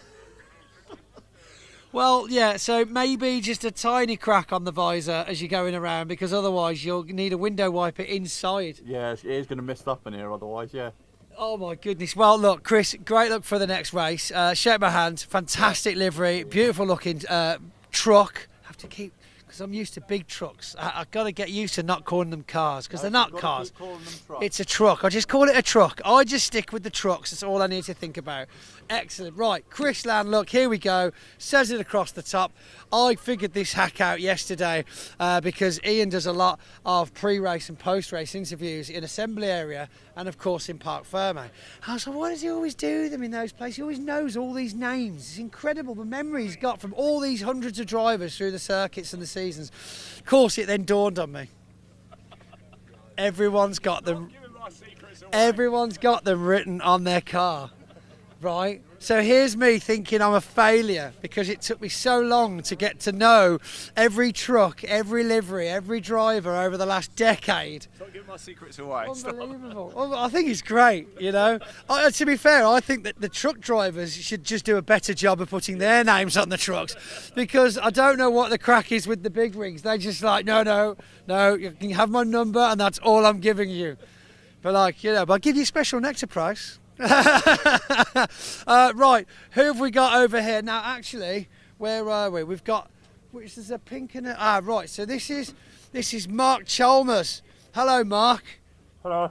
You doing well in that? I like the blue tint on your visor. Is that like a technical thing, or is it just look cool? Just looks cool, doesn't it? I like that. I like the honesty, and I like because it does in fact look cool. Blends in very nicely. How's the 2026 season treating you so far? Yeah, it's going alright so far. Are you, as I say, you enjoying Thruxton? Yeah, loving it. First time here as well. Really? Oh wow. Okay, so you've got some. How are you finding the circuit? You've obviously only had one race and a bit of practice so far. Yeah, it's fast. Not very. Yeah, it's really good. I enjoyed it. See, see, here's one for you, right? You've obviously done a bit of research into this circuit and you've looked at the circuit. Would you say that from an aerial standpoint, it actually looks like a chicken nugget? Yeah. Yeah. And would you also say then, because there is a chicane on said chicken nugget, that one could in fact call it a chicane nugget? Yeah. You're welcome. You can have that one. Well done, mate. Mark Chalmers being brought up to speed with my theory that Thruxton is just a massive chicane nugget. In fact, have a look. Look at the sign over there. Look, the Thruxton sign on the side of that truck there. That is the Thruxton chicane nugget. In fact, I started, was it last year or the year before I started this? It's gone down very well. If you agree on the stream that Thruxton looks like a chicane nugget, then please do put a thumbs up or a heart or something lower down. Right, I tell you what, let's jump a few, because earlier on this weekend, here we go. Tell Lenny, mate, I'll be right back. Here we go, we've got one of the mechanics who hated being on camera yesterday, but now you're actually live on the stream. Remind me of your name again, sir? Will. Will, how are we doing, Will?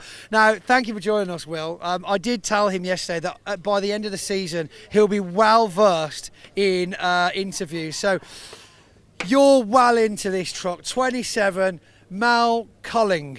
Brilliant. How do you know Mel? He is my dad's son. So your brother? Yes. Was that a trick? Was that a trick? That was a trick. So that's Dad. Hi, Dad. Mr. Colling, how you doing over there? Got him on camera now as well. Don't worry, we'll warm you up. We'll get to you eventually. So what's your role on the team? It's a bit of all sorts, like really, like keeping like track of timings and stuff. So you're kind of chief mechanic then, obviously. Dad's crew chief. Crew chief, yeah. Crew chief, but not chief mechanic. Shall I leave you alone? No, yeah. You did very well. Well, didn't he do well, everybody? Right, let's speak to the pilot. Do you call them pilots, or do you prefer to be called a driver? Pilot, driver, same thing. I'm just going to slide it through. There we go, because they'll hear me from the other side of assembly, but whereas I want to put the microphone close to you. You've got a very, very good supporter there, brother / the son of your dad, which is how he described you. Thank you. You're the son of his dad. Cool. Yeah, I was like, cool, right out, brilliant. We're talking about liveries today. We were just over with Mr. Chalmers there with the Union Jack. Thought looks incredible, and here we are with this very striking livery, some of which in fact looks hand drawn. Tell us a bit about what's going on. So I gave that part of the truck to my daughter and said, do what you want to. So that's her artwork. Oh, I think, can you get this in right? Just look at this. So tell her, has she given you any explanation as to what was going on? What's the vibe? Well, there's a pickup truck down the bottom, and at the top, if you read it. Good luck, mate. From Ella. Isla. Ella. Ella. So it's the exclamation mark that threw me. Ella. So I got it right the first time. Well, there we go. Good luck from Ella. This is like one of those kind of good omens, isn't it? You've got a little bit of soul, that good luck on the truck. That's it. And how's your season been starting off for you so far? We've not had the best season start off, but hopefully we'll get a bit better. Fantastic. And where are you starting in this? Where are we now? Like 5th? I think we're 9th or 10th. Oh, blimey, they've not laid you out very well, have they? No.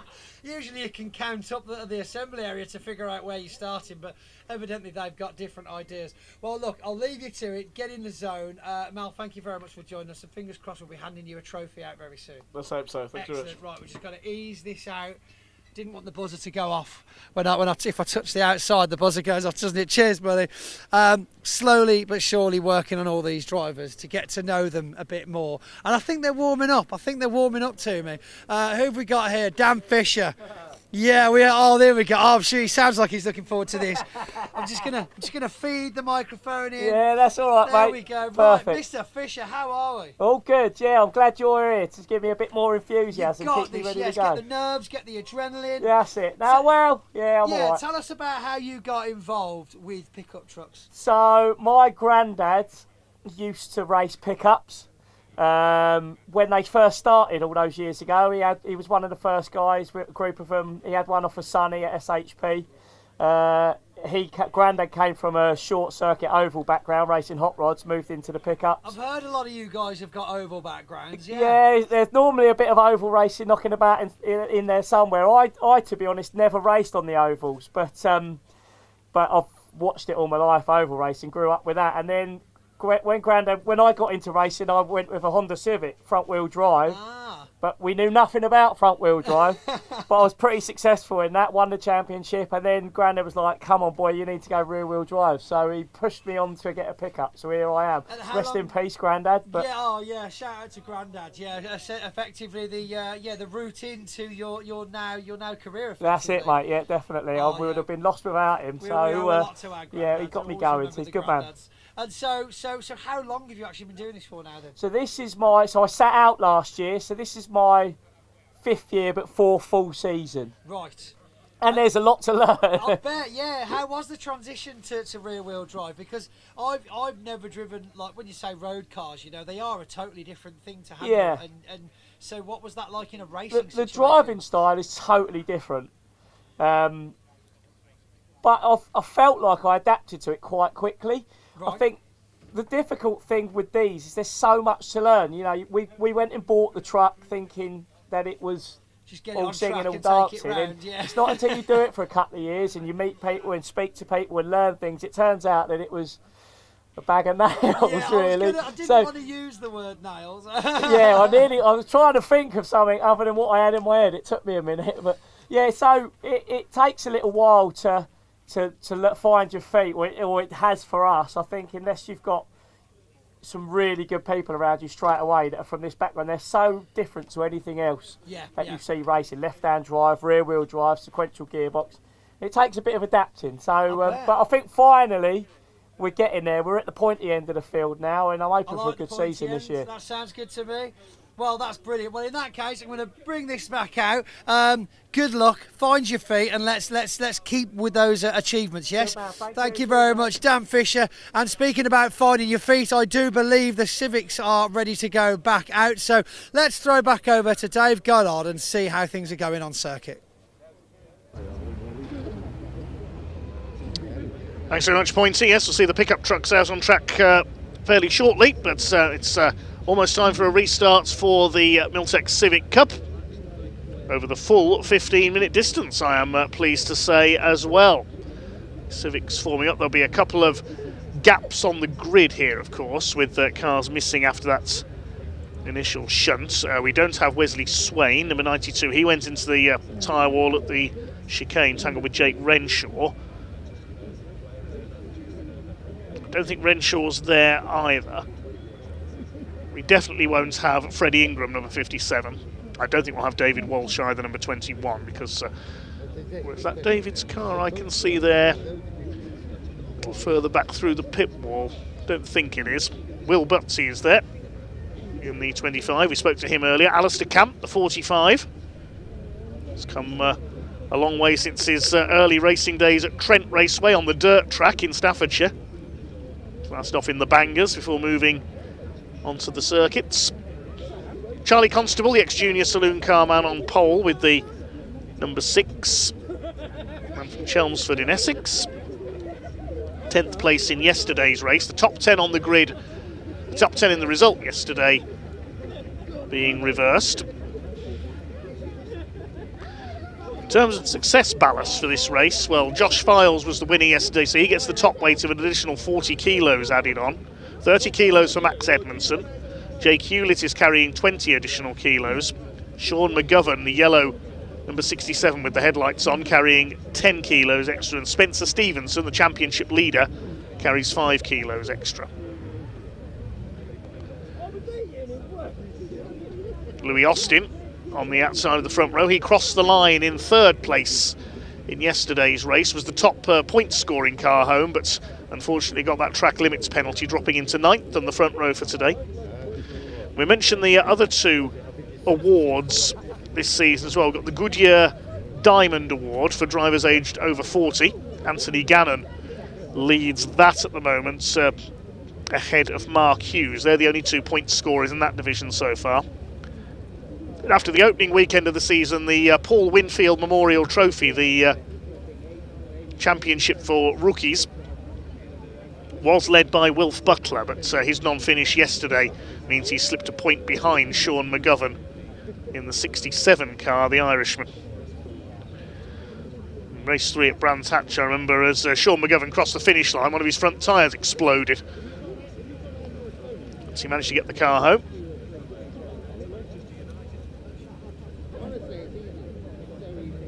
So it's Charlie Constable on the front row. Just a reminder of the grid if you're just joining us. Louis Austin, number 26, alongside.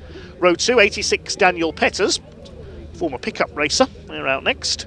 Matt Wilkins on the outside of the second row, the number 84. Led the points coming into this meeting despite not having won a race yet. It is so competitive this year, the Civic Cup. Consistency is certainly the key. Aidan Mitchell, number 14, on row 3, alongside the number 12, Spencer Stevenson, who leads the championship by a single point coming into this race. Again, hasn't won a race yet this year. Sean McGovern and Jake Hewlett on row 4. Jake Hewlett, the winner of race 3 at Brands Hatch.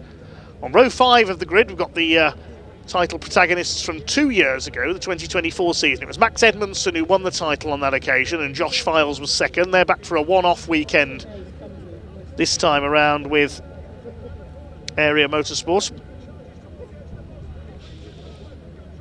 Now Alistair Camp on row 6 on his own, no Wesley Swain there.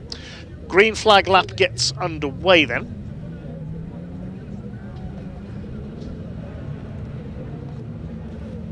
This will be a 15-minute race for the... In fact, the timing screen has just updated. It'll be a 10-minute race for the Civic Cup.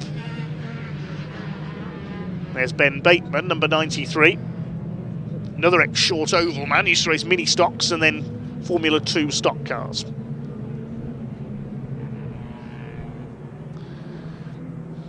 Looks like we're missing possibly 192 Adam Parker. I don't think he's there. He didn't race yesterday either. Presumably had problems in qualifying. So a shortened race of 10 minutes then. Just waiting to see if a new timetable has been issued with a few delays so far today. Nothing on the notice board as of yet. Online.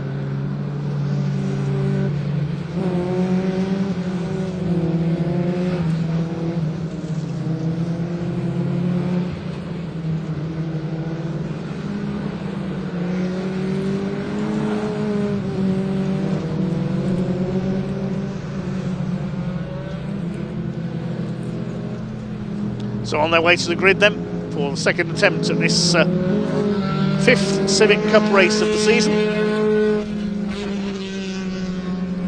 Will we see 5 new different winners out of 5 so far this year? Round 1 at Brands Hatch, won on the road by Jake Hewlett, but he was excluded as his car failed post-race scrutineering, and Wesley Swain inherited the win. Round 2, won by Wilf Butler, number 70. Round 3 was won by Jake Hewlett and this time kept the win. And on a very wet track here yesterday, it was a win in round 4 of the year for Josh Files. But the top point scoring car home initially was Louis Austin. Following a penalty, it went to Jake Hewlett, moving him up in the championship a little, but not towards the sharp end just yet because he had that early non-score.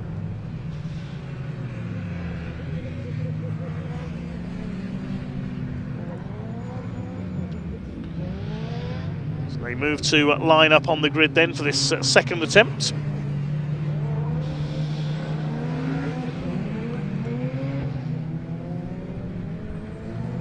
Thank you for your comments coming in. We're waiting updates on Tim Prince and also Chris Johnson as well. No news as of yet from trackside. Saw them taken to the medical centre for a precautionary checkup.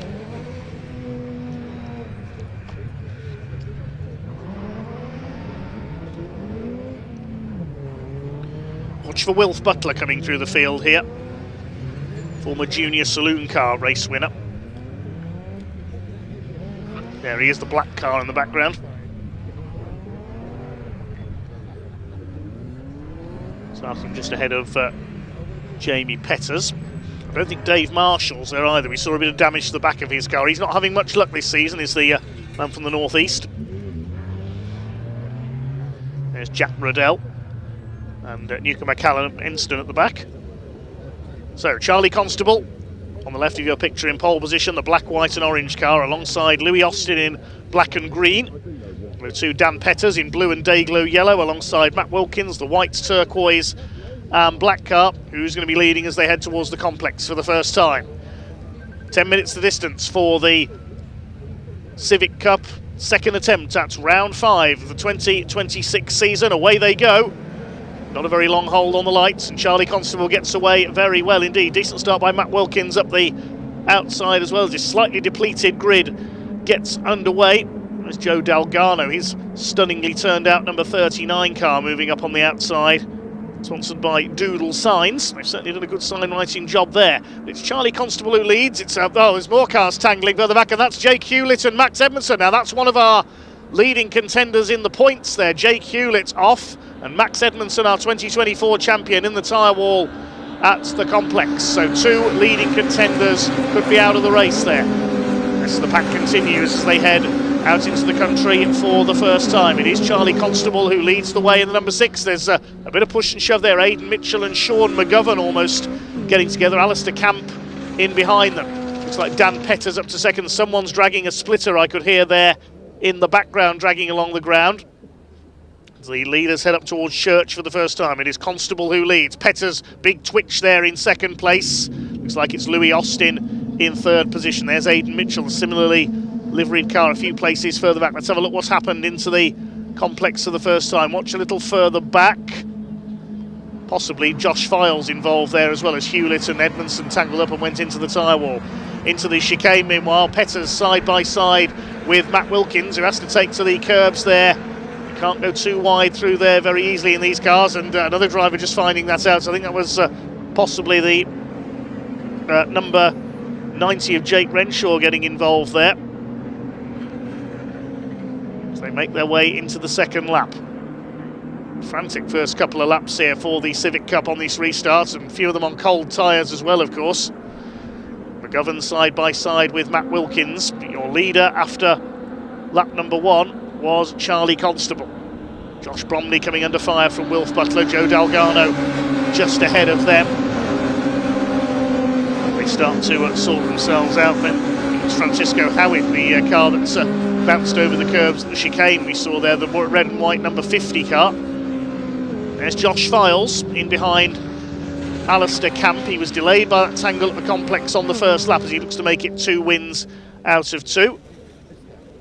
Charlie Constable leads then from Louis Austin, Matt Wilkins, Dan Petters still in 4th place. Spencer Stevenson, the points leader, is in 5th position. Louis Austin is not holding back here. The ex-junior saloon car man is going for the lead.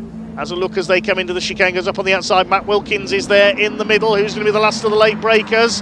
Has Austin got the move done there into the second element? They bounce off each other. That's going to send Constable out wide over the grass. Wilkins goes through into 2nd place.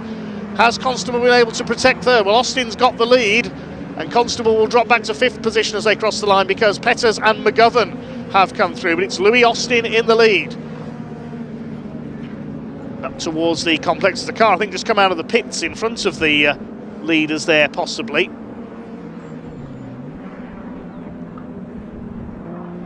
Pick that up in a moment, but there's somebody off and out of the race. That's Don de Graaf, the number 15 we've lost. I thought I saw yellow flags on the run up Woodham Hill. He's out of the race. So Louis Austin it is who leads the way. Matt Wilkins is in 2nd place. And I think that's 322 Jamie Petters. Yeah, he's just joined the race right in front of the leaders, having restarted from the pits. I wondered why I was seeing double those blue and yellow cars there. I thought, how has Dan Petters got through into the lead? But no, it's Jamie in front of our race leaders. Meanwhile, Matt Wilkins is going for the lead, wants to get his points lead back here. He led the championship coming into this weekend at Thruxton. And Jamie Petters, really needs to move out of the way, let the leaders through here. He's let Louis Austin through. And of course, Dan Petters, his brother, is in there in 3rd place. There's yellow flags, so no passing on the run into Woodham Hill, with Don de Graaf's car stranded there. Charlie Constable back in 5th place after that schmozzle at the chicane last time through. There's been a few of them this weekend. He's on the tail of Sean McGovern over the curb there on the inside as Louis Austin continues to set the pace. 5.5 minutes to go. Wilkins in second, Dan Peters third, 3 wide for fourth place. Constable up the inside, Alistair Camp in the black and pink car around the outside of Sean McGovern. Also in there we've got Aidan Mitchell, and who's that up behind them? It's Josh Files in the number 99 car. This is frantic stuff. The first 3 have broken away very slightly.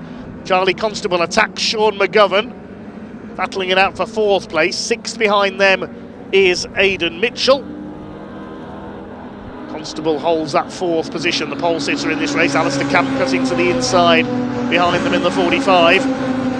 There is Jamie Petters, he's not in this, he's a lap down with the car in the pits. That's Max Edmondson, he's made it back to the pits with front end damage after that lap 1 tangle up at the complex.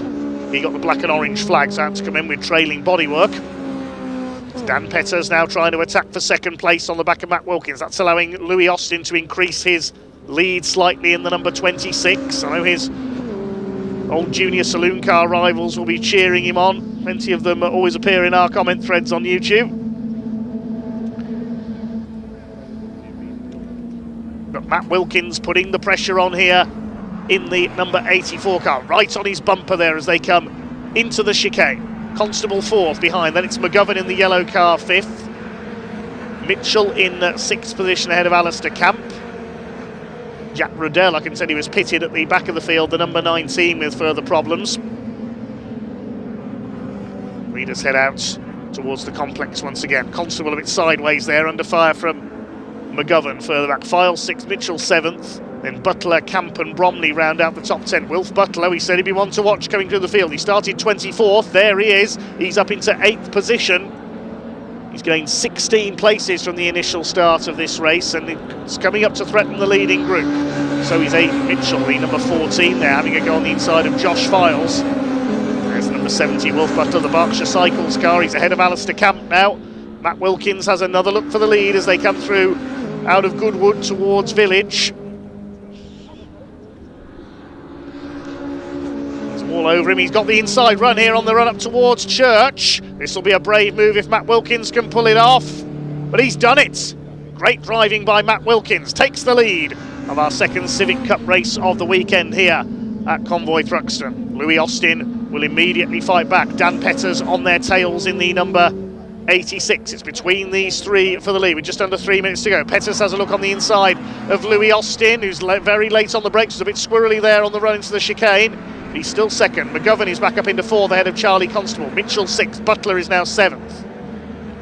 Wonderful stuff from the Civic Cup, as always. Over the line they come. Wilkins leads Austin by 0.2 of a second now. Here's Butsy.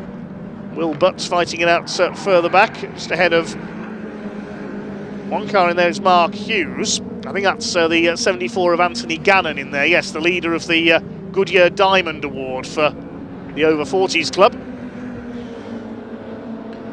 And also back down the order behind them is Spencer Stevenson. So what has happened to him?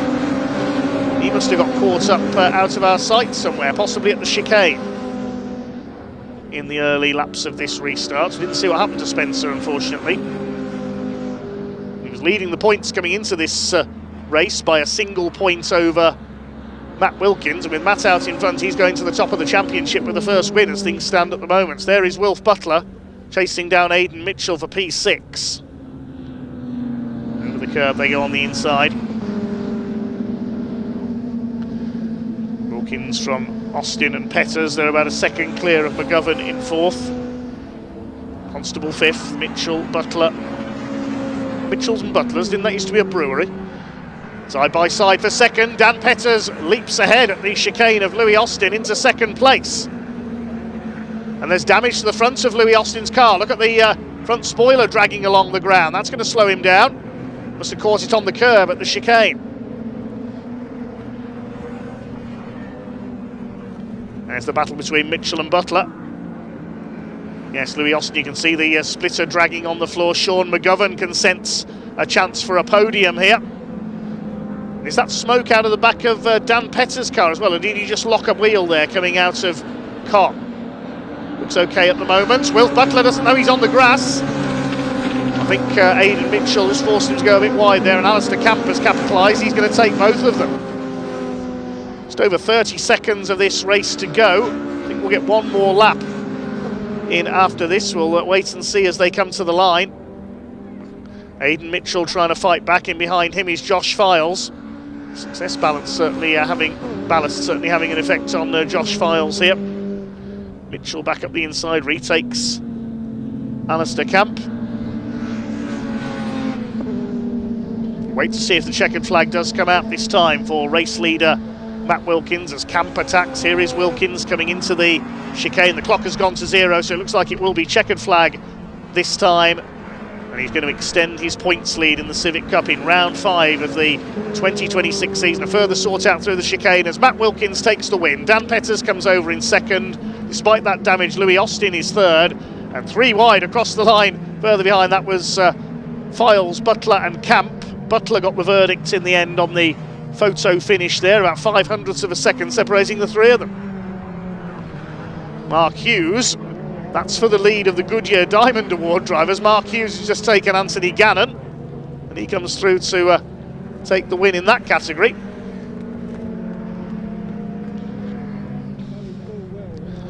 Well, more breathless stuff from the Civic Cup in round 5 of their season, and it is Matt Wilkins, the number 84 car for Motion Motorsport. The man from Reading takes the victory.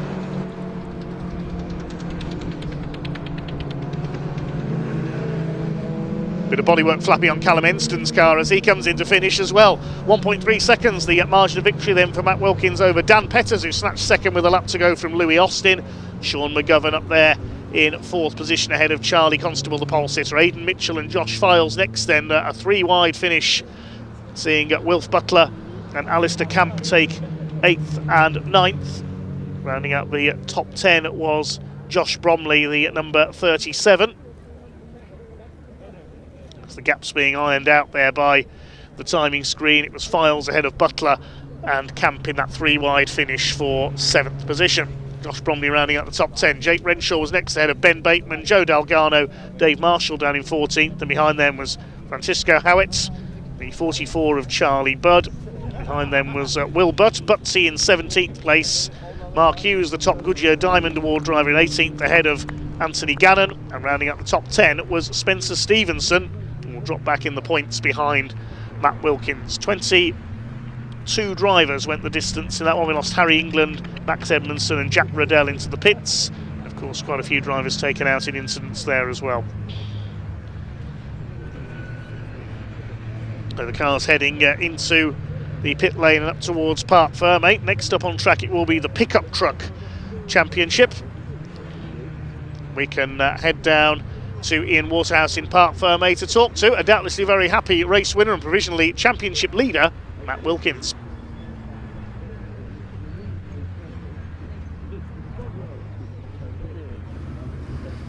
Well, here he comes, the man from Reading, Matt Wilkins, takes the win. He wins round 5 of the 2026 Milltech Civic. Oh, can you believe it? We've had 5 races in 2026 and 5 different winners as well. Dan Petters coming home in 2nd place and Louis Austin in 3rd. Let's hope for his sake that this one sticks. Was on the podium yesterday but was handed a 5-second penalty, so had it taken away. Wow, another thrilling race for the Milltech Civic Cup indeed. We just wait for Matt to get out of the car. We will grab a word of him. Dan Petters just climbing out of his car as well. Let's jump over.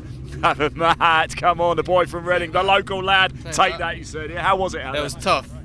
Worrying about tyres as well, and it was a bit argy-bargy, but of course, it was quite the delay, a bit of time just to sit on the grid and maybe think about things. Probably doesn't help, does it? The first start went well for me. I was in 2nd, in a good position, but we did it again, and yeah, I'll take that. I'm happy with that. You look delighted. You have won round 5. Congratulations, my friend. Great stuff indeed. Let's go have a quick chat with Louis. We might have to just make sure we got Francisco Howitt just coming in behind us as well. Let's grab a quick chat with Louis. Louis, well, it's a podium. Let's hope this one sticks. Hopefully, yeah. How was it out there? Very sketchy. I had some quick boys around me there, so I made a big mistake into Goodwood, I think it was. How were the tyres holding out? Because just spoke to Matt and he was getting a little bit concerned about his. Yeah, I don't know what actually was wrong with my front end. It felt like the tyre was starting to go at the end, like delaminate or something in the front's gone. because I was going around corners, it was like ticking. I was like, yeah, I don't know. You were leading at one point as well, weren't you? Yeah, that's where I had the big mistake, and it let Matt come through, and then I just sort of fell back from there because I guess they're in my mirror as I was checking. But no, I'll take a podium. I've just heard in my ear, actually, Luke, come around with me, you might be able to say he thinks your front splitter's hanging off, and there we go, yeah, let's have a look at that, yeah. Well, there you go, that's solved. Yeah. Louis, well done anyway, congratulations, good stuff indeed. Let's go grab Dan Petters for a chat as well. Stuart, can I just take Dan? Sorry, I know you've got to talk to the boss sometimes, haven't we? But great race out there, Dan, wasn't it? A bit wild at times, eh? Yeah, that was a properly good race, that was. A big train in the draft, everyone waiting on mistakes. You know, I thought I might have had a chance to get to Matt, but he's been quick this weekend.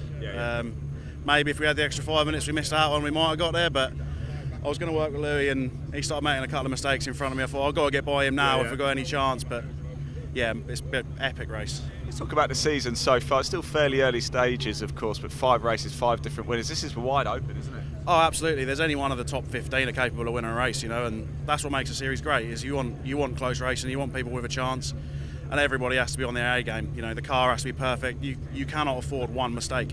One mistake, you drop 5 places, and it's so hard to make that back. So it makes for great racing. Thrilling stuff indeed. Congratulations, my man, on the podium with a P2. Thank you very much for talking to us. Look at what we've got here, the Pickup Truck Racing Championship. They are firing up, getting ready to go. We are quite a little bit behind schedule at the minute, so I imagine they'll want to get these out on track. Let's put them on the cars there, or the trucks. We're not allowed to call them cars, they are trucks, of course. Please hit that like button and subscribe button. We're live at multiple places today on the BARC YouTube channel. Let's keep getting those subscriptions up and up and up. Don't forget, we have got Pembrey next month as well for the British Truck Racing Championship, and here at Thruxton on the 3rd to the 5th of July, Thruxton Retro as well, all things 80s. That is going to be a cracker. We're also live on the Truck Sport YouTube channel, where you can catch all of the action for the British Truck Racing Championship and the Pickup Truck Championship, and of course TCR UK as well. The pickups, they're waiting to go out. We are moments away from green flag here, so let's hand back to your commentator Dave Goddard.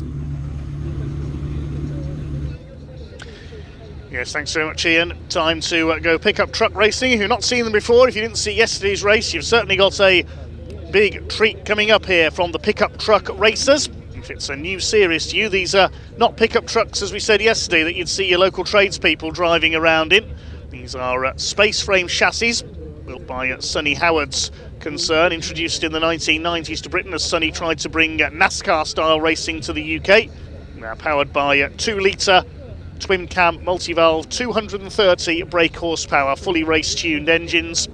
Very specialised machines indeed, very much along the lines of the Craftsman Truck series that we see on the NASCAR ovals in America. They did used to race on the 1.5 mile oval at Rockingham during its lifetime and were very spectacular indeed. They achieved over 140 miles an hour around the Rockingham oval. Absolutely fantastic to see them there. It was an honour to commentate on many of their meetings there from the PA commentary box.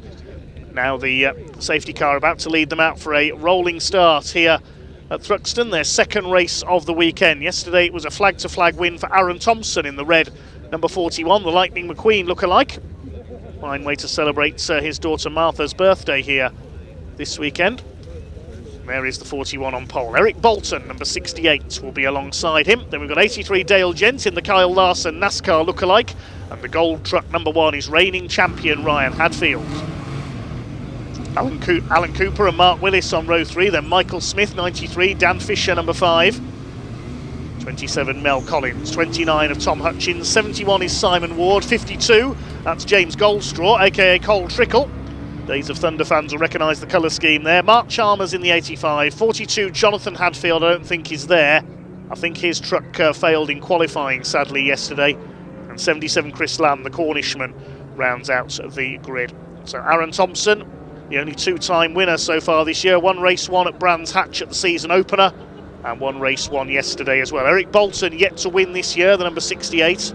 Dale Gent likewise, the former champion 2 years ago. It was Ryan Hadfield took the title last year, starts alongside him, the man from the Peak District.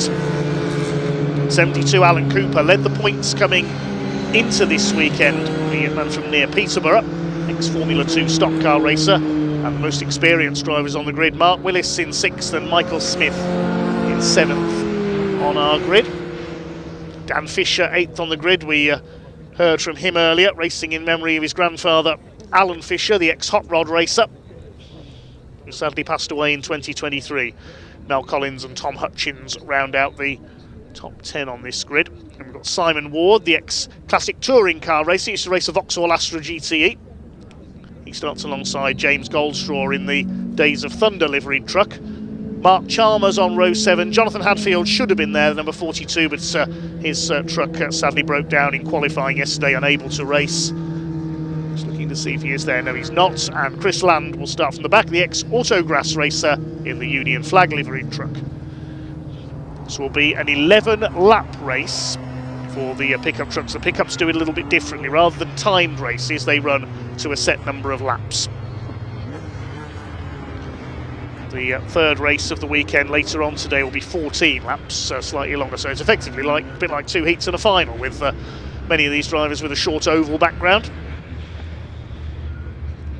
There's Cole Trickle, the number 52. Said yesterday we need a mellow yellow liveried truck as well, don't we, to go with that one.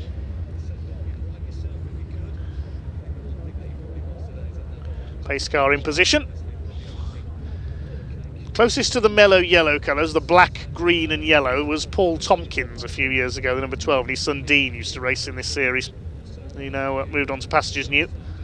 Michael Smith is a former champion, the white number 93 truck. Mark Willis won the Rockingham Oval title, but he's never won the overall pickup trucks title. His association with this series goes right back to the early days in the 1990s with Sonny Howard. Back then, the top drivers were the likes of Barry Lee, Kevin Clark, still active today in BMWs on the circuits. Peter Chambers, now a noted historic racer. Used to race Porsches as well back then. Kelly Jane Wells, one of the leading ladies of the Formula as well.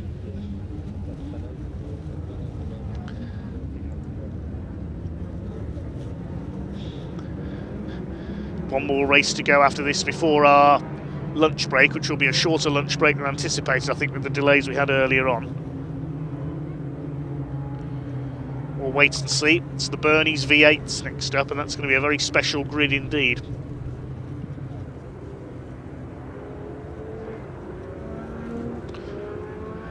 Yes, the pickup trucks were brought into UK racing alongside the Eurocar series, dreamed up by Sonny Howard, which started off as V6 engine space frame Ford Mondeo bodied machines that combined circuits and short ovals. They also used to run on the 1 mile oval at Mallory Park in Leicestershire. They then introduced the V8 class as well, but that sadly never really took off. It never really got the numbers it deserved.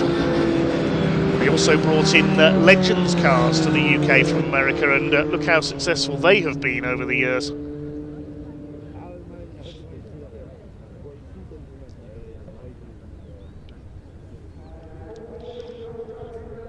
There's James Goldstraw in the 52. Just don't hit the pace car.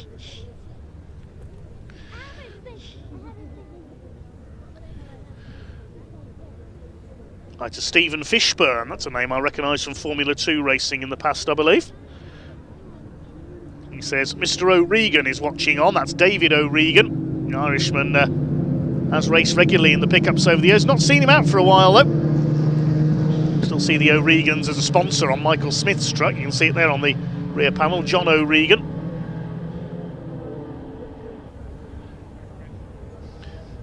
And a compliment to our camera team as well, coming from one of our commenters for the camera position at church. Yes, I certainly like that as well.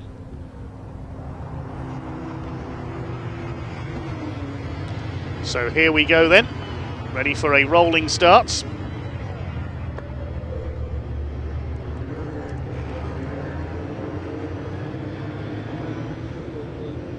Pace car pulls into pit lane, the red lights are on, and as we said yesterday, let's go racing, boys! Good start by Dan Fisher up the outside in the number 5, but it's Aaron Thompson, number 41, looking for his second win of the weekend, who takes the lead. Fisher's gone a bit too wide there, puts a wheel onto the grass, and he's undone all his good work and dropped back now.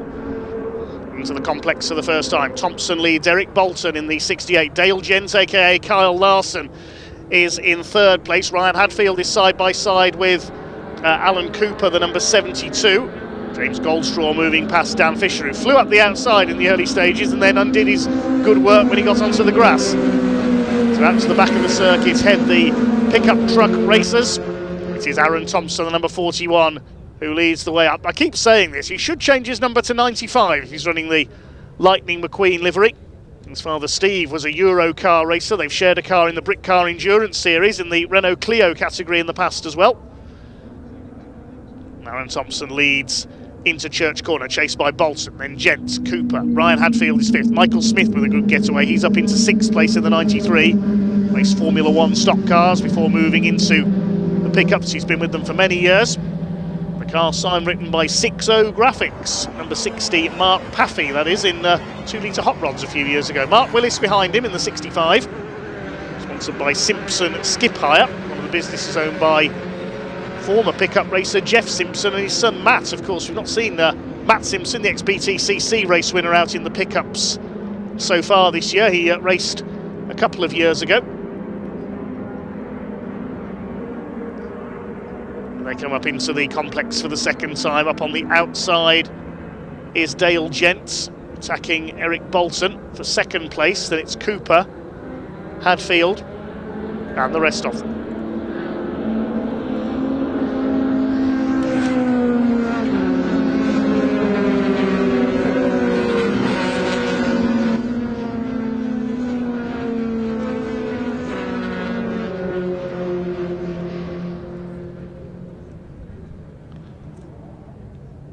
Leader breaking away slightly now as they head down the far side. Aaron Thompson, the Lightning McQueen paint job glinting in the sunlight as he heads into Church Corner. Throws it round there. Eric Bolton under pressure from Dale Jents, who's dropped Alan Cooper now. And the gold paint job of Ryan Hadfield behind him.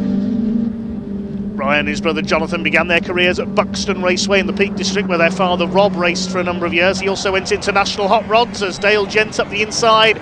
Always clipped the back of Eric Bolton. Are they going to tangle? Alan Cooper could capitalise here. They're all over the curves behind. That's backed everybody else up. This is like a NASCAR-style draft. Look at this, 4 wide down the pit straight, and Ryan Hadfield could be the big winner here in number 1. He got the line right through there. He's up to second.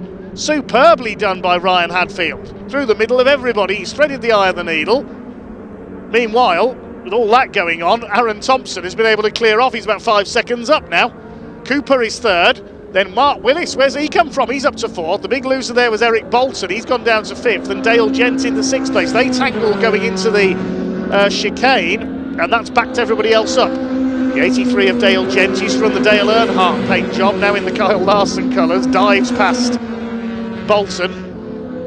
Again, Bolton not with a short oval background. He was a saloon car racer in front-wheel drive machinery, Ford Fiestas and Honda Civics before moving into the pickups. There's Michael Smith behind, then Tom Hutchings, another ex-saloon man in the 29.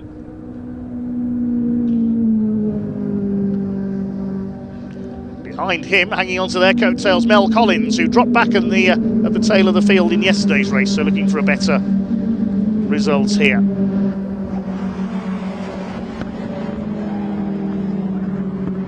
Mark Willis under fire from the recovering Dale Gent after that little contretemps chicane last time through.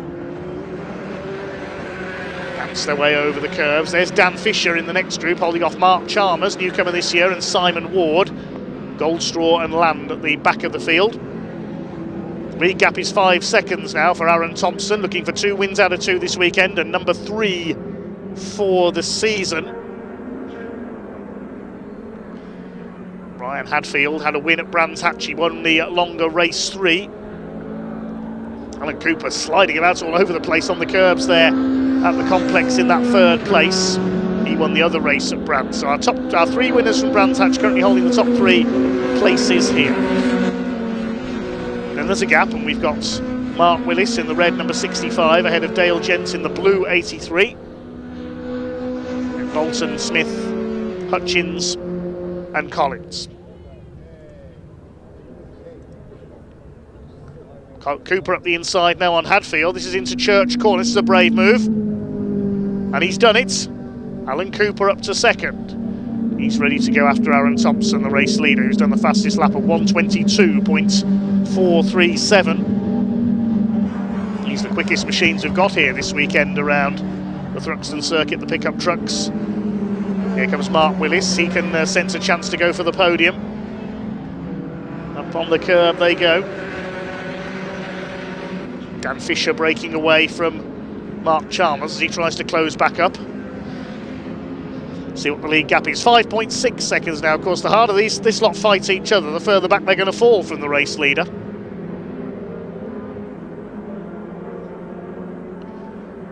Down to the complex they go for the 5th time.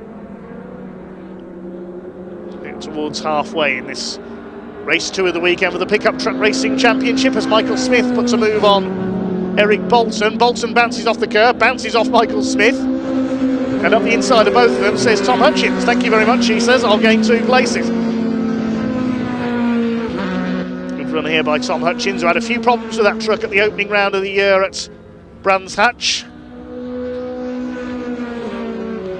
15 trucks here this weekend, as we said. Jonathan Hadfield sadly unable to race. Problems in qualifying, putting him out for the weekend by the look of things. It's great to see grid sizes growing slowly and surely all the time in the Pickup Truck Championship. I would love to see a capacity grid of these machines.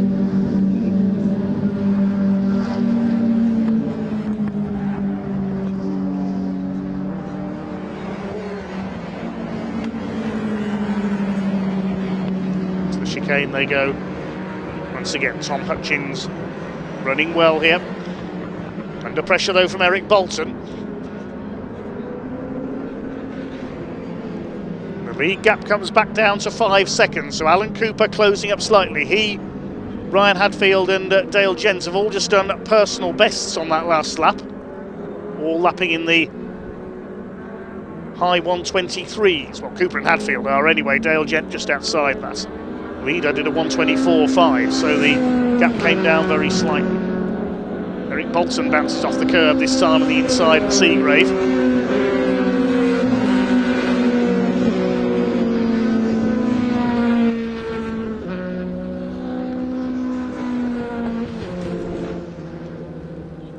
Michael Smith closing up on Bolton now. This is for P7. He can get ahead.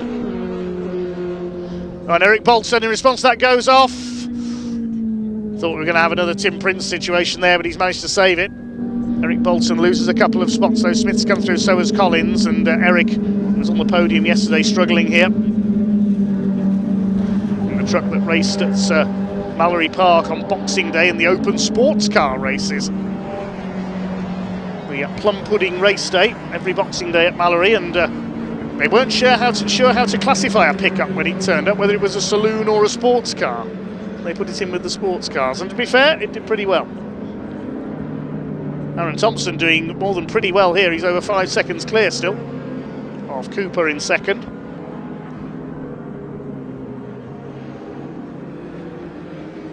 It's the complex they head. Cooper pulls away a little bit from Ryan Hadfield, that sounds true. Dale Gent shadowing them now in 4th. He's pulled clear of Mark Willis in P5. Racing a quieter low at the moment. Probably wait and see it liven up in the last 2 laps.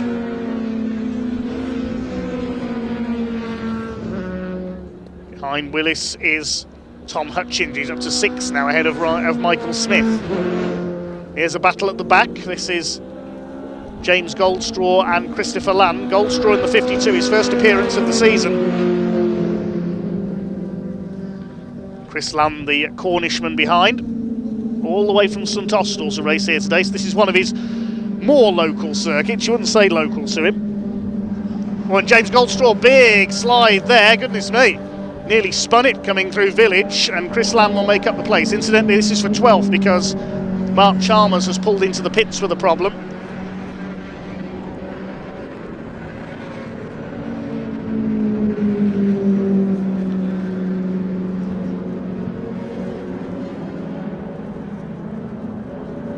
Meanwhile, here's the battle for second place. Cooper, Hadfield and Dale Gent up to the complex.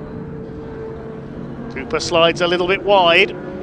This is what's allowed Aaron Thompson to pull away. They're too busy battling behind him. Hadfield trying to close down Alan Cooper again for second. Look at that slide from Dale Gent behind them, throwing the 83 truck around.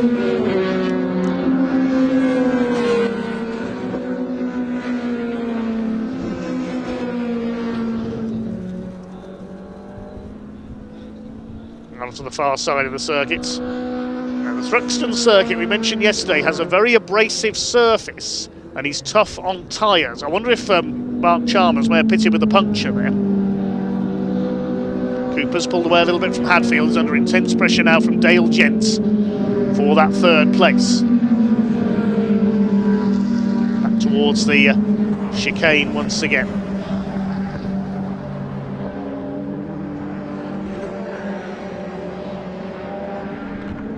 Back to Mark Willis, is about 2.5 seconds now. There is Willis trying to hold off a determined looking Tom Hutchins. He's running well. Next through is Eric Bolton ahead of Collins and Fisher.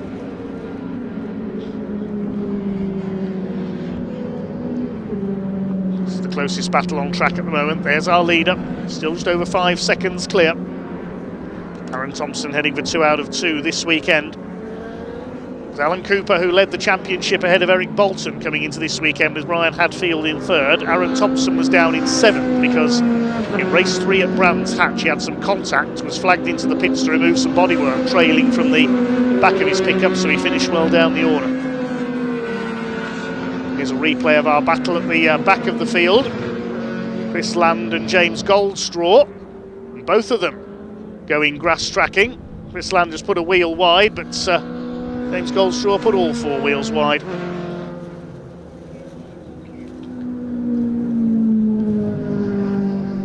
Still the third place battle goes on. Ryan Hadfield, the reigning champion, holding off the champion of 2 years ago, Dale Gents. Dale's father, Mark, was a long-time short oval man in the UK and in the Netherlands. Raced at the Barlow 1,000 metre oval in the Netherlands. Also pioneered truck racing on the UK short ovals as Dale Gent round the outside. Oh, great move by Dale into the chicane. Round the outside on the first elements. Got the braking point absolutely right, and he's up into P3 ahead of Ryan Hadfield. Must have learned off his old man from his short oval skills. Dale we've seen in the likes of Lightning Rods with a Ford Sierra among other formulas in the past. Part of his pit crew in this truck are racers in the Formula 2 class at Standlake Arena in Oxfordshire. Michael Smith has dropped back into the clutches of the recovering Dan Fisher. He's got back on the pace after his slightly slow start. He's going for the inside here through exit of Seagrave towards Noble. He goes through, that's up into P8, so Michael Smith is dropping back down the order here. Mel Collins could be next to come through, the green and red number 27.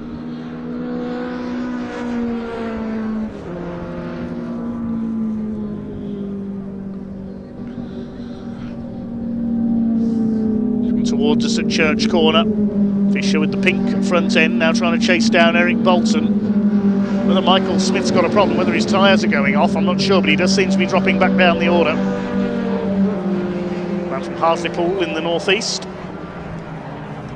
Tricky to work out who's travelled further, Chris Land or Michael Smith. We'll have a look at that after the race. P5 then, the battle between Willis, Hutchinson and Bolton.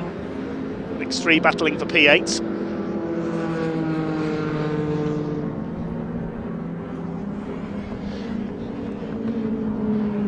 To the final lap now. It doesn't look as if Aaron Thompson is going to be caught here.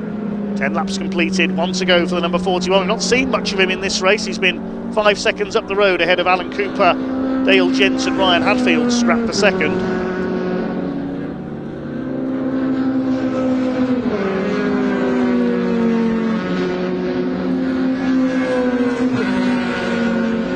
This 2-litre engine sounding superb as they charge around through the Thruxton countryside. But it is going to be a win for Aaron Thompson. Here he comes, starting from pole position, has controlled this race all the way. Clear of Alan Cooper, who looks safe now in second. This will start to move Aaron Thompson up the championship table after a problematic first weekend at Brands.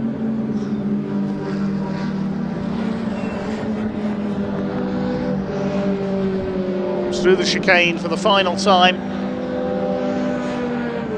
It's going to be 2 wins out of 2 this weekend for the 41. Aaron Thompson takes the win. Cooper second, Gent coming through for third ahead of Hatfield.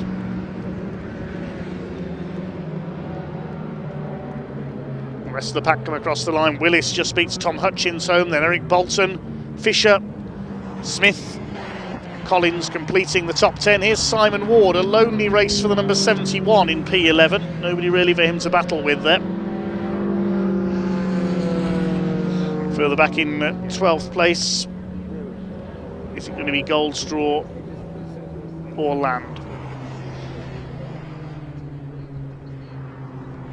There is Chris Land, so the question is answered.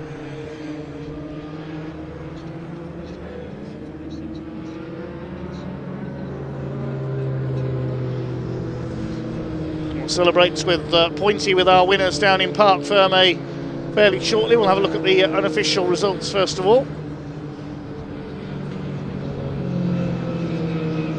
Taking the win, Aaron Thompson, by just under 4.5 seconds. So I think Aaron backed off slightly on his final lap there. Alan Cooper closing up a little. Dale Gent completing the podium with Ryan Hadfield in 4th. Then a gap back to Mark Willis in P5. He held off Tom Hutchins and Eric Bolton. Dan Fisher, Michael Smith and Mel Collins rounding out the top 10. Then Simon Ward, Chris Land and James Goldstraw completing the finishes on the lead lap. Mark Chalmers finished a couple of laps down after making a pit stop.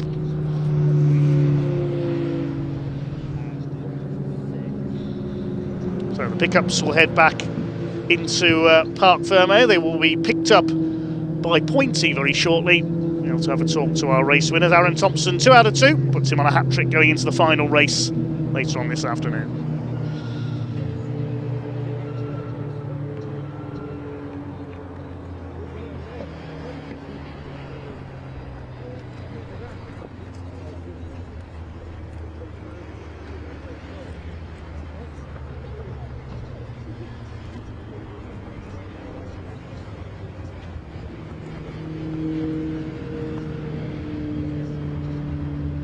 Well, we're just waiting for Pointy. He is making his way through for Aaron Thompson. It is a pair of wins. The cars are starting to come in now. Here's Alan Cooper, who's finished in 2nd place. Dale Gent taking P3. And we still await our race winner, Aaron Thompson. So we might be handing over to Pointy very shortly. Looks like he's doesn't look like that's the case. So I will chat to the drivers, and here comes Aaron Thompson. The fist is flying out the window. He wins his 2nd race of the weekend. He could make it a perfect hat-trick and wins with another race later today as well. It was all emotions yesterday, and he looks absolutely thrilled right now as well. He's just having a quick chat with one of his team members. He'll climb out the car. See Dale Gent has got his helmet off already. There's Alan Cooper just off to our right. And Pointy's is still over there now. I might hand the microphone over to him very, very shortly. We'll just let Aaron Thompson get out of the car, and then we'll have a quick chat with him. Look at that. What a reaction. I absolutely love this. He's going to want to have a quick chat. There's Pointy. Pointy, over you come, my friend. I'm going to hand the mic over to you. You chat to the drivers. There you go. Thanks, mate. I know. How we doing? This is the celebration we want to see. Oh, my goodness me. Aaron Thompson, another phenomenal race. And that, of course, was for the little one again, wasn't it? It wasn't just from Arthur. It was for Step. Where are you, Step? Give us a wave when I tell you, mate, you're live on TV. Step's birthday as well. Dad's birthday in May. It's the month of May, baby. It's a month of May. This is absolutely incredible. The energy. I mean, we obviously got a chance to talk to you. I'm not sure whether that's gone out yet. I don't think it has, but I went over to talk to Aaron earlier on in assembly area, and I thought his helmet was hung up in his truck, and he was just sat there like this, just in full 100% thought. This was obviously the zone. You were literally zenning yourself before that race. You're making me sound like a professional race driver, mate. You look professional. You look professional. I was just driven off to sleep. I sat there thinking about everything that Bobby from X-Track sent me over, and thinking all through in my head. And before I know it, I dozed off, and I had Pointy come through the window. You all right for a chat? Can we have a 20-minute chat about that? We got out of the truck instead, and my dad said, "Oh, That was easy, wasn't it? Was it, Eck? Was it? Yeah. Oh So my you God. try being out there, mate. If you want a really good workout or B, the most fun you'll ever have in your life, buy a pickup truck and come to Thruxton, because that was incredible. We have got spaces. If you're serious, we want to get more drivers involved as the year goes on. So if you want to try it out, reach out to Pickup Truck Championships on Instagram or on Trucksport UK and ask the question, because people have got cars they want to rent and we've got spaces that we want to give you the opportunity. Just quickly, get onto the socials, raise money for Prostate Cancer UK, donate as much as you can. That's £100 I've got to put in now from this weekend. It's 50 quid for every win. Oh, I love it. Thank you everyone for the love and support. Let's make it a three-peat for the first time in truck history later today. Boom. Yes, come on, we'll be handing out silverware very soon, but we're going to throw over now to have a look at Bernie's V8s Raw.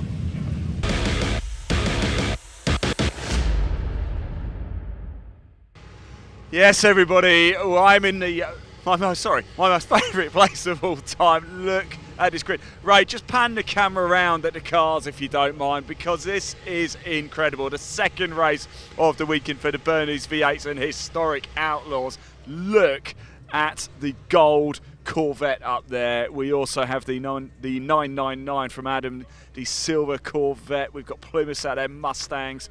What a mix of cars. Somebody I really wanted to speak to though is Alex Thistleway. Sorry guys, I just wanted to pop in and say hello. The door is so long that I have to walk all the way down. Alex, just about make it. It's lovely to meet you, by the way. Great to see you. Hello. Must be quite special for you racing at your own circuit. That's great fun. You've got to do it, don't you? Tell us about the car. So it's Martin Thomas's old car from 70, 60. It's a 68 car. He raced it at 72 in a brilliant race at Crystal Palace. What's it like going round Thruxton in this? Because as we know, these old American muscle cars tend not to like corners, do they? No, I don't know. This one actually is really well balanced. It's pretty easy to drive. I drive an old Mustang as well, and that's just like a tractor in comparison. so this is relatively easy. Listen, I've caught you on the hop a little bit here, but there seems to be a lot of work going on here at Thruxton. Some big plans coming up for the future, right? Yeah, we've got quite a lot. We've done a little bit so far. So I bought the place a couple of years ago. We've worked out what we're trying to do. We've got the plan, and now we just got to get on with it. There's a whole load of new stuff coming in the next couple of years. Well, I promise I'm being very careful around the circuit. I'm putting everything away in its correct place. Good, that we're going to need a bit of that. Everything tidy and in its place. Everything's tidy. Alex, thank you so much. Best of luck. Enjoy it. Really appreciate your time. Alex Thistleway there. How good is that? Let's just move down a little bit because I just want to show some of the other cars. In fact, no, come this way because I really want to go talk to, I think it's Adam in the 999. Sorry, the 666. Apologies there. It's Simeon. So let's go have a quick look at the car as well. Simeon, can I just have a quick chat with you if that's all right? The car, wow, a bit of a showstopper, isn't it? Tell us a story about it. So this has been my dream car, 1963 Corvette. My dad's been racing for years, my brother's been racing, I've been racing, and we get very lucky enough to drive 3 Corvettes between us. So yeah, but yesterday in the race I was out wearing my non-slick tyres in a very wet, trickery condition. So, you know, we'll see what happens. Can I just, Ray, you go round, look inside, just pop the camera, if that's all right, Simeon, just to have a look at the gear stick as well, the skull there, amazing. Simeon, thank you so much for sharing that story. Thank you for coming out to play as well. I've got to stop talking because we've got to go racing, but it is the second race of the weekend and the season actually for the Bernie's V8s and Historic Outlaws. What a grid of cars. It is, without a doubt, my favourite I think I've ever seen, and I love all of the grids. But enough from me. Time to go racing. Dave Goddard, over to you.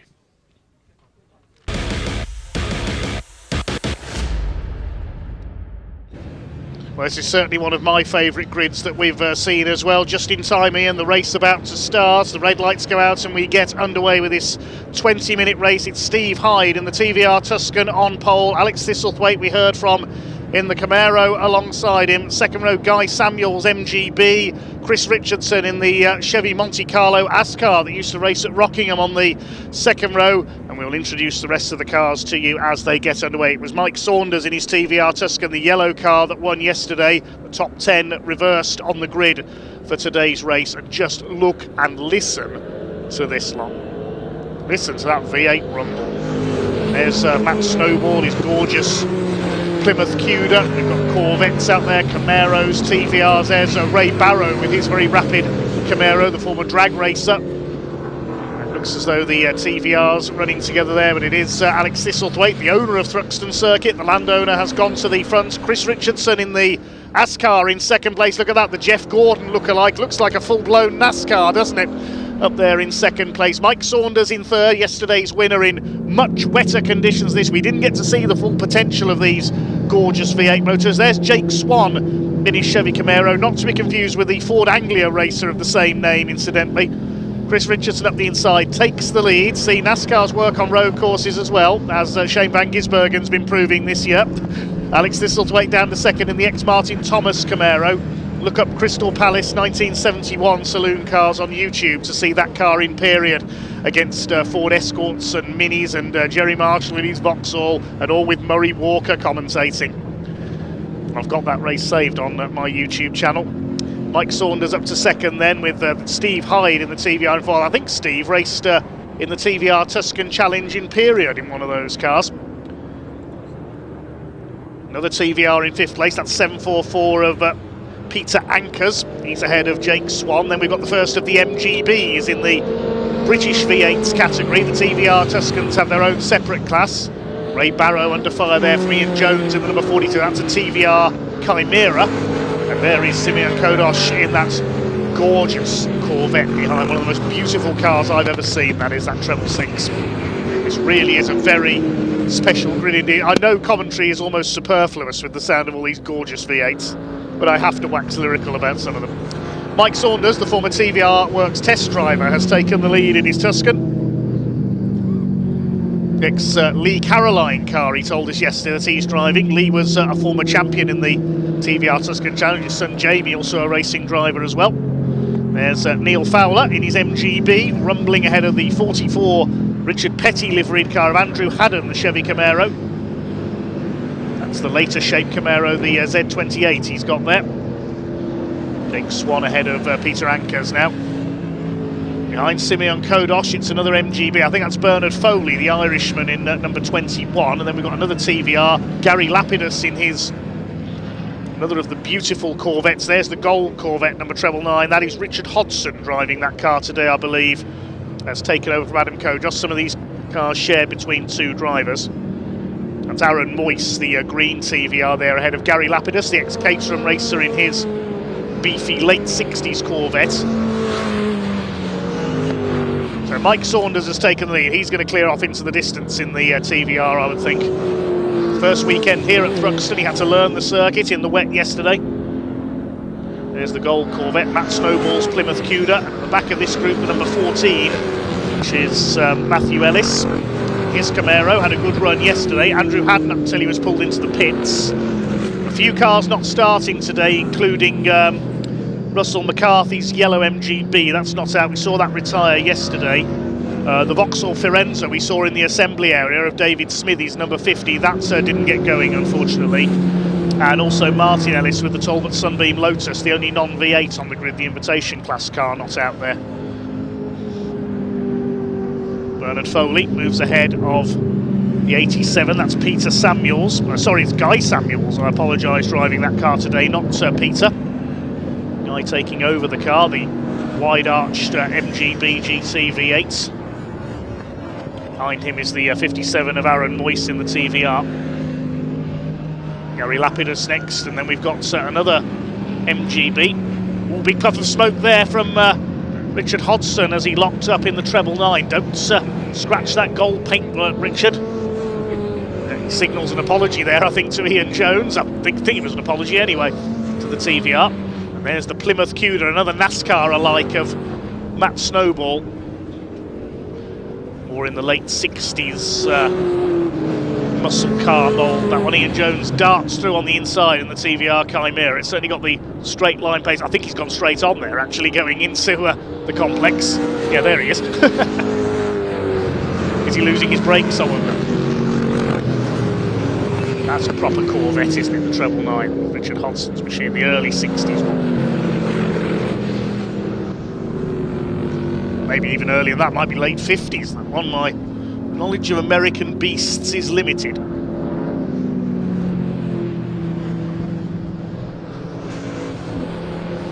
My Mike Saunders continues to lead as Aaron Moyse makes a move on Guy Samuels. That's for 9th place.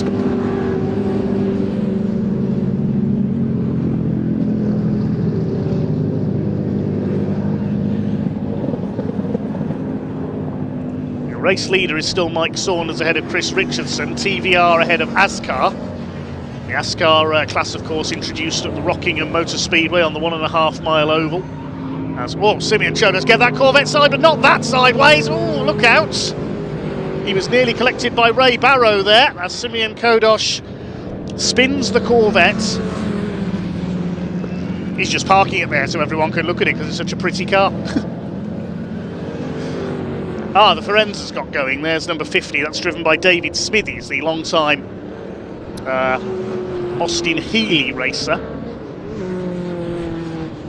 Well, it's either him or Chris Clarkson. It's showing us Chris Clarkson actually on the timing screen. They're sharing that car this weekend. Simon Lane behind him. Failed to race yesterday in his Camaro. Let's have a look again and see what happened to the treble 6 there. Number of the beast, and that car is clearly a beast to drive. Round it goes. Ray Barrow just missed him. As is Richard Hodson, another of the Kodosh family's Corvettes. Simeon Adams' father, Bernie Kodosh, who is the Bernie behind Bernie's V8s, founded this series for Everything V8 a few years ago. It is a series, not a championship. There's no points on this, just an excuse to show off this most beautiful grid of cars. Here's our leader, Mike Saunders. Won the TVR Challenge a few times after the demise of the Tuscan Challenge. There was a series for Everything TVR, raced a Cerbera in that. He's also got a V8 engine Mark 1 Escort, which ran out in the classic touring car All-Comers Handicap at Brands Hatch. That's a few years ago. There's another TVR, the number 54. That is Chris Ridge's version. Simon Lane in his Camaro closing in on the Firenze. I think it was Chris. It might be Chris Clarkson in both races because he was out yesterday.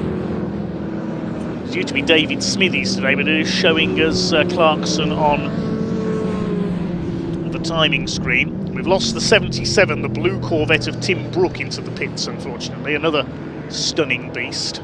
And there's a rare car we just saw coming towards us at the chicane. That's the AMC Javelin of Oliver Jones Chapman. AMC Javelin's a rare car in America, never mind in the UK. AMC formed by the amalgamation of DeSoto, Nash and Hudson, 3 50s American makers. Makers of extremely beautiful cars, I must say. I'd love to see some of their examples out there. There's the AMC, the Javelin. One of these did compete in the UK in the 70s in special saloon racing.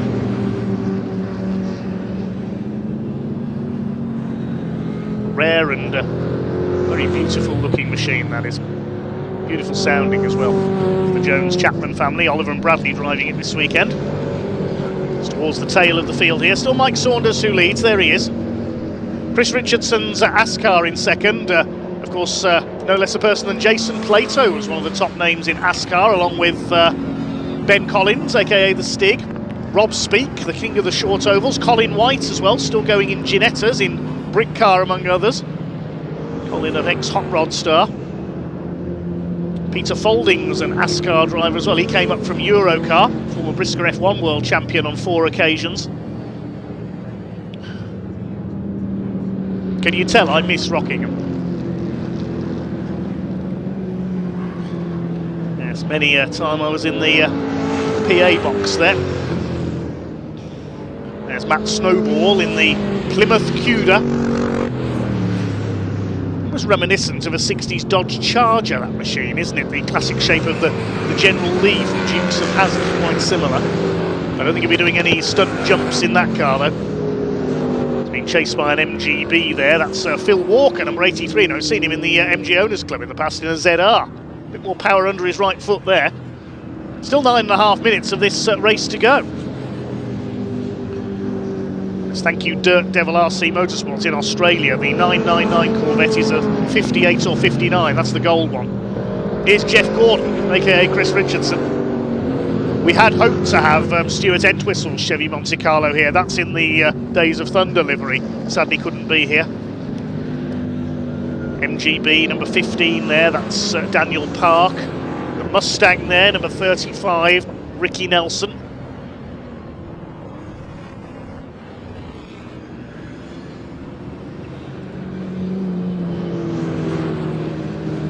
He's running towards the tail of the field. There's different classes in this race as well.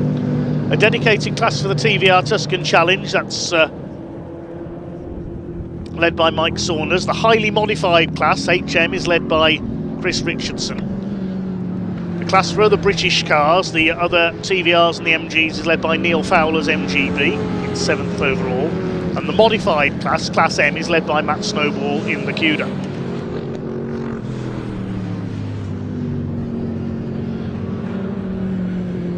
"30 cars still circulating out there. Tim Brook has rejoined.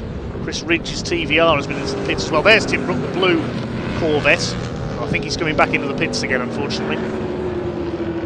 There's another of the TVR Tuscan Challenge cars, a 744 of Peter Anker's. Many still fondly remember that series from the 1990s where we had the likes of Ian Flux, Bobby Verdenroe, Colin Blower, Lee Caroline we mentioned, Ian McKellar, the ex-Hot Rod World Champion. We also had Chris Hodgetts, ex-British Touring Car Champion, even the legendary Jerry Marshall. Some of the names that race those big beefy sports cars. Great to see them being revived through this V8 series. It'd be wonderful to get some of the old names back out in their TVR Tuscan Challenge, the likes of Fluxy, BVR,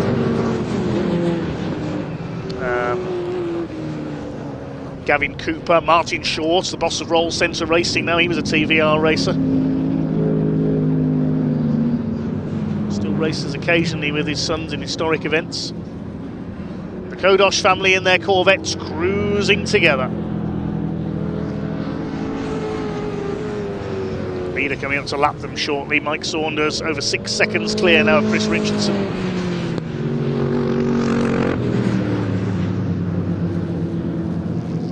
You can almost play 50s and 60s rock and roll music through the track PA system, couldn't you? These cars out there. Just look at that. Where else do you get to see that? A late 50s and an early 60s Corvette racing together.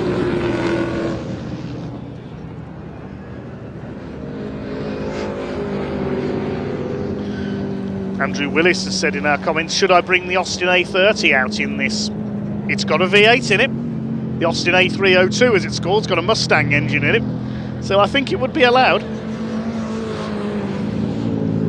Mike Saunders. Is he taking his time lapping those Corvettes so he can have a good look at them as he goes past? I think I would. 6 minutes of the race still to go.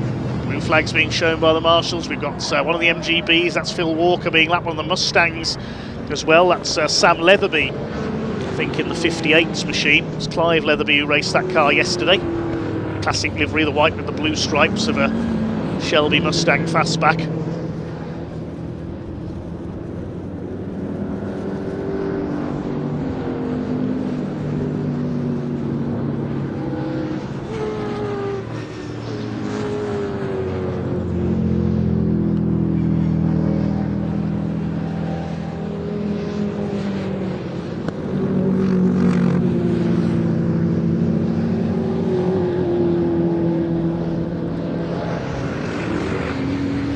Hudson and Nash who merged to form AMC, not DeSoto, apologies there.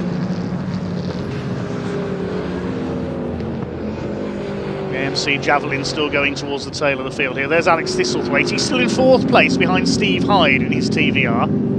Ricky Nelson passed by Chris Ridge towards the tail of the field. Guy Samuels has pulled into the pits in his MG. I would say that race results are secondary in this series. It's all about enjoying these stunning cars out there on track.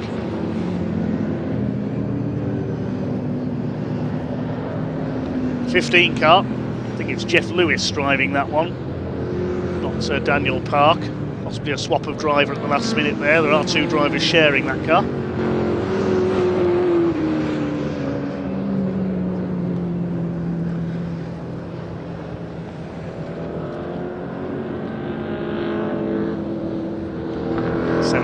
Mustang of Keith Wyman, won the modified class yesterday.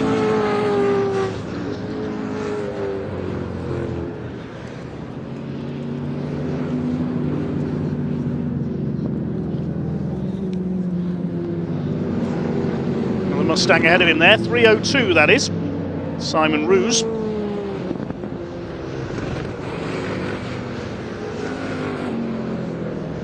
Just toning down the comms a little bit just so we can listen to the V8s in there, in the Mustangs. Oh yes.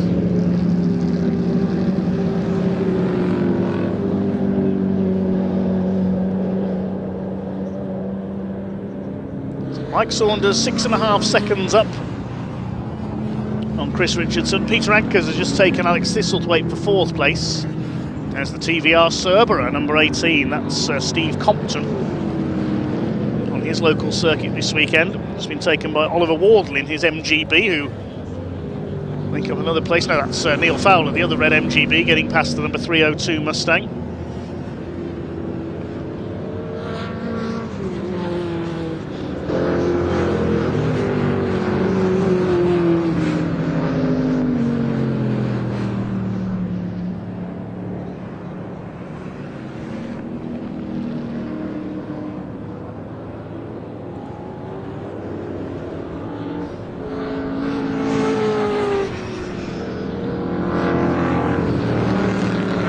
Foley, number 21, been racing that car in the UK and Ireland for many years now, the silver MGB. Currently running inside the top 10, he's 8th overall. Steve Compton's TVR Cerberus. Was the car that the Speed 12 was based on, the famous Le Mans TVR. Jamie Campbell-Walter, another TVR Tuscan Challenge star, was the leading exponent of that in British GTs, the Speed 12. The car that many will have experienced in the early Gran Turismo games, including myself. I found that car impossible to drive, even on a PlayStation. This TVR went on to develop the Tamora supercar. Only about 4 examples of that were ever made as prototypes. Still exists today, happily.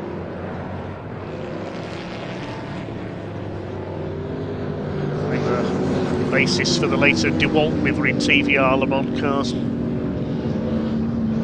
Into the last lap of the race goes Mike Saunders.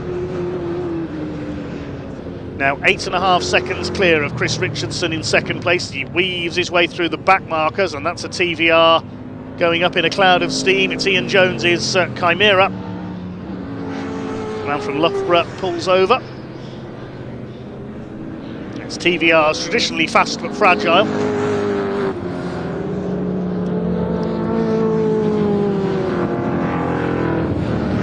Phil Kinch has just messaged me saying he weren't the only one not to be able to control the Speed 12 on Gran Turismo.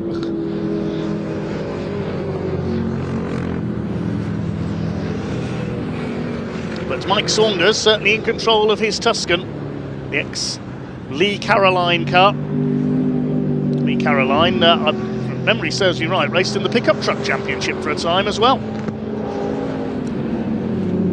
Son Jamie Caroline went on into single-seaters and then GT racing. Mike Saunders, the TVR test driver for a number of years. Former TVR Challenge champion with his Cerberus, and now mastering the Tuscan. A perfect debut weekend here at Thruxton. His first time ever at the Hampshire circuit. He is coming in to take the victory. The clock had counted down to 0, but it looks like they are doing another lap. Came to 0, the clock went to 0 just as he came into the pit straight there, but it looks like we are going to do one more lap. Oh, Alex Thistlethwaite's off. The ex-Martin Thomas Ovaltine Camaro. Now, where's that happened? He was 5th. That's on the exit of the complex, I think. Straight across the front of Mike Saunders there. Let's have a look again at what happened there. Simeon Kodosh and one of the Mustangs. And Thistlethwaite up the inside, just lost the back end. Very easy to do, especially when your tyres are a little bit worn.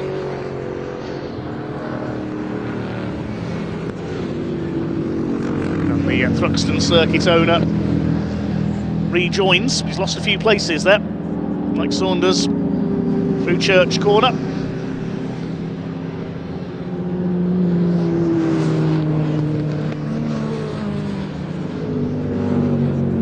Makes his way up Woodham Hill for the last time. It's like a bit of smoke he's come through there. Has somebody locked up into the chicane? I hope nobody's gone off. Passes Simeon Kodosh's Corvette. He'll get the checkered flag this time. Twitches the car out of the final turn. Double win for Mike Saunders this weekend at Thruxton. Thistlethwaite does make it over the line, a lap down in 7th place. So only 6 cars on the lead lap. Chris Richardson in the Ascar comes in 2nd. It's going to be Steve Hyde's TVR, I think, that comes home in 3rd position. It's a swathe of back marker traffic comes through. We've got TVRs, Mustangs, and just cars of sheer beauty across the line there. Steve Hyde with the headlights on takes 3rd place. Peter Ankers will make it 3 TVR Tuscans in the top 4 places. But you can see all these drivers celebrating as they cross the line. They just enjoy this series so much to be able to go out and play in their gorgeous V8 engine cars.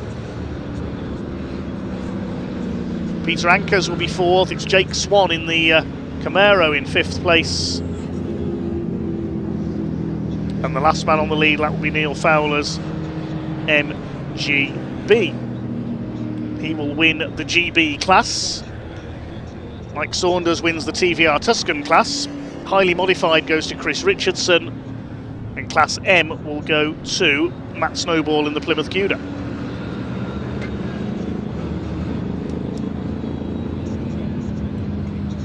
You can see the AMC Javelin making its home there as well. One of my personal favourite cars this weekend.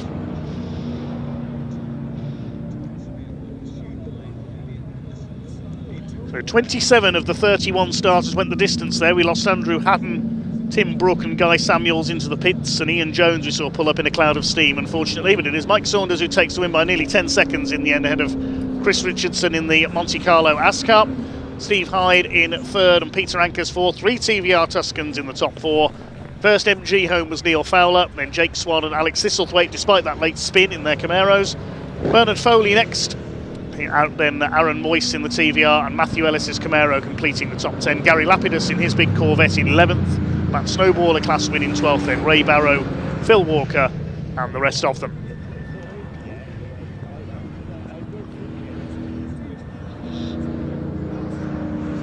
Well, next up it will be the British Truck Racing Championship. There may be a very short lunch break to give the marshals a chance of a break here.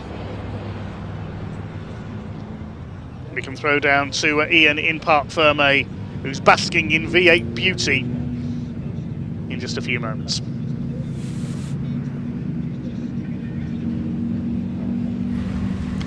Well, Michael Saunders comes down and revs the engine of his TVR Tuscan because he wins the 2nd race of the weekend and his 2nd race win here at Thruxton. For the Bernese V8s and historic Outlaws, there is Chris Richardson in his beautiful Chevrolet Monte Carlo into the P2 spot. We'll just wait for Steve Hyde, also in a Tuscan, to park up in P3. Let's go have a quick chat with Michael.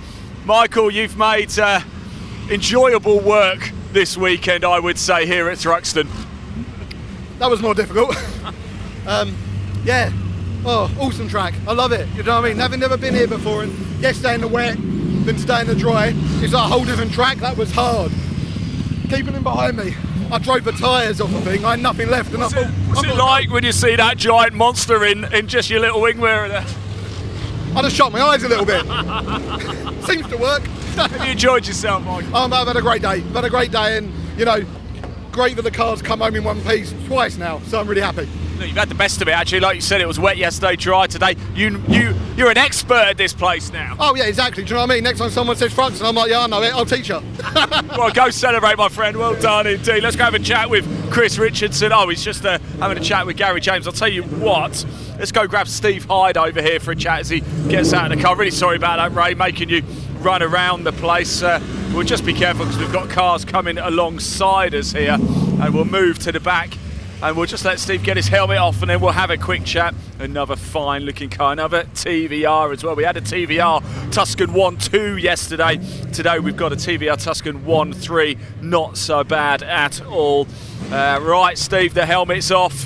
What a treasure and what a pleasure it is to have you here racing at Thruxton. Have you enjoyed yourself? Loved every minute, to be honest. Yeah, it's been really good to come back. What's the TVR like to bring round here? Very loose around the fast stuff. Is it? A lot of opposite lock. I don't know if it's just my tyres or my driving, but that was scary, but really good fun. You're smiling. You look like you've enjoyed it, eh? When you get to my age, you don't get the chance to do too many things this exciting. So yeah, brilliant. Thank you. Top man, well done, Steve. I'll let you crack on because I can tell you Chris is free now as well for a chat. Chris Richardson, he's everywhere I move, everybody seems to go the other way. Let's grab Chris for a chat in the Chevrolet. Look at this, my word. Sorry, Steve, I've got to take him away from you. Chris, congratulations. What a car. Tell us a story about this. Thank you very much. Well, this is our Chevrolet Ascar. Right, let's have a look at the car. Let's have a look. It's at it. made for going ovals, really. Yeah, but it's made for going left-hand ovals. But Thruxton here today It's all definitely right, suited isn't it. It's all right, it's but about, yeah, suited it's it. about the closest you're going to get to ovals over here, but it is all right. It is a fast track though, so yeah, definitely suits this car. Just nimbling through the traffic's a little bit more hard. Yeah. Excellent. Look, Chris, I'm going to let you go because we've got a grid walk, but thank you so much for coming out to play, and thanks for bringing this. By the way, has it had a lot of attention out in there? Oh, it has. I think people like it. Yeah, it's bright. It stands out. So yeah, that was the intention. Excellent. Thank you so much. Right, everybody, we might be able to stay with us, actually. I think we've got Pointy coming down here now. We do have a grid walk. It is going to be quite short. We're going to start slowly walking down. Pointy's going to come and join us now, I think. But yes, we do have a grid walk. It is shorter. We're obviously running a little bit behind the timetable. Pointy, we're still live here. Are you going to go run on? I'm going to go up to the commentary box. Yes, do this. We've got something very special coming up. If you want to go, and then I'll give you. Yeah, you give a thumbs up. So. It's been a stressful one. It's been great. I don't mind rushing around because it's a very special occasion. We've got a lot of birthdays here at Thruxton Circuit today, of all days. However, a little birdie tells me it's actually Michael Oliver's number 12's actual birthday today. So we're going to chill here for a minute. We're going to get some people on the grid. Now, I'm just really grateful that the guys at Bark and the guys at the circuit have worked tirelessly to try and make up that time today. We are about an hour behind, as Ian has just said. However, they want to put it on for the people that have come. The spectators deserve a bit of time on the tarmac, and that is why, even though it's going to really stretch the time frame this afternoon, it's worth doing. So, looks like we're ready to rock and roll. I'm here, I made it. Like lightning, it's precision, military precision, the timings. So we're going to basically, what the plan is, we're going to get onto the grid walk. I don't know why I'm whispering, he can't hear me in his truck. We're going to get onto the grid walk. As soon as we get some punters out there, we're going to make a beeline for Michael Oliver, right? I'm going to give a nod to Ian, who's going to announce across the circuit commentary that it's Michael Oliver's birthday. And then hopefully, and we just have a look over there, people on the banks, people on the balcony, everybody around the pits, the paddock, hopefully we'll all hear the memo and we will get a complete happy birthday for Michael Oliver. So, Ian, are we on? Are you aware? You're primed. You're primed. Are you primed? You're primed, you're ready. Good, right. So myself and Ray are going to head over to 5th position once we start getting some people on the circuit. Let a few people on. That's it, let a few people on, and then we can all jump in then and crack on with the happy birthday. Have you ever tried this before with as little planning as this? No. Brilliant. So it's all going to go perfectly well. I am Pointy, so it shall be. There we go. Well, we're going to make it. It will happen. It will happen, don't worry. So, Well, we're getting on the grid. don't say anything about it yet. Ladies and gentlemen, boys and girls, you can make your way onto the grid. This is it. This is all good. This is all. No, it's fine. We are like, it's okay. I've stopped talking as well. I forgot we were live then. It's okay. Well, it's a good job we didn't say anything untoward. I don't know any untoward words. Right. One or two of the drivers. Here we go. This is it. Okay, so we've got to make sure John doesn't say anything about it until we go over. This is it. So it's all very secretive. So over here then we can talk normally now because it's all au naturel. It is, of course, fantastic to see everybody down on the grid because this is motorsport. This is what so many people want to get involved in. That's what they want to come down for. And as much as it's going to be, let's say, a very restricted grid walk, if you just spin around, Ray, and watch the people that are queuing up to get onto the grid, it's a spectacle. It's a part, Ian, you know, it is a big part of racing, isn't it? I think it's what a lot of people want to come down to do, don't they, on a Sunday? And I know it's one of your favourite bits as well. It's one of my favourite bits, and the people are coming on now.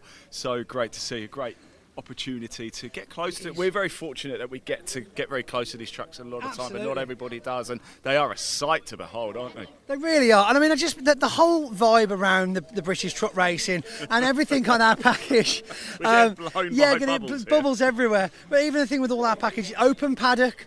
It's up close and personal. Drivers are approachable. It really is excellent. Harvey winner today in the coupes. By the way. Well done, sir. You thought you'd come and see some real machines. Yeah, that's about right. Actually, Steve Powell wanted to go in one of the high on noise. He said he wanted to, but it's maybe if he's a bit more consistent in the trucks, you know. Let's not overstretch, shall we? Right, we've got some people on now. Shall we do it? Guys, we need to. Okay, here we go. Right, here we go. Go into Michael Oliver's truck and hang out. The 12 on the left. Okay, come on then, Ray. Let's do it. Right, okay. You excited for the grid walk? Absolutely, Pointy. Oh, best part of the day, right? Dead right. Of course, so quiet, isn't it? Even I'm whispering. That's saying something. So here we are over here. Where's John? Got John. We've lost John. We need John. Where's John? Oh, there he is. Okay. We'll just wait. We've got to wait for John.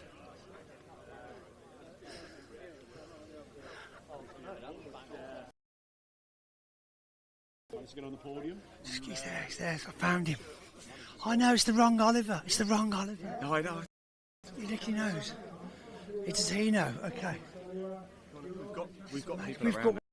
And we don't want to. So it's really tight. Okay. Hi, what's your name? Josh. Okay, do you know who that is over there? That driver? Yeah. What's his name? Come on.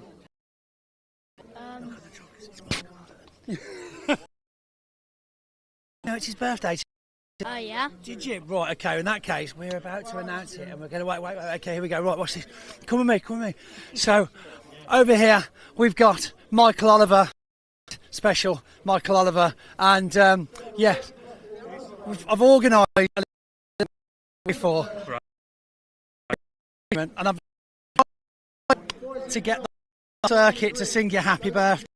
Yes. Right? Yes. Yes. Because we're not allowed favourites, but you are definitely mine, okay?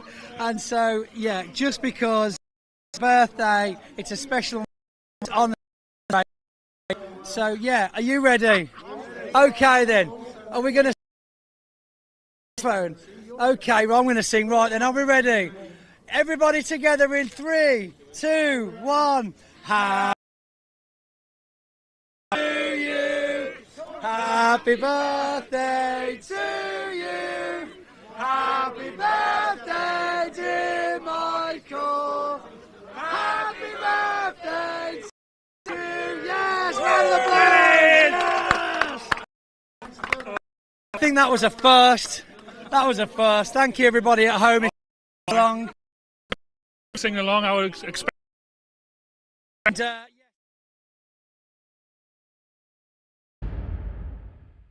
So here we are in the assembly area at Thruxton. It's still reasonably early. We're obviously on church break here, so we're not allowed to make any noise at all until a certain time of the morning. However, quietly in the background, if you want to just go on in there now, Ray, and have a look at what's going on, the marshals and the rescue team are performing a dummy run of a driver recovery from obviously a crashed vehicle.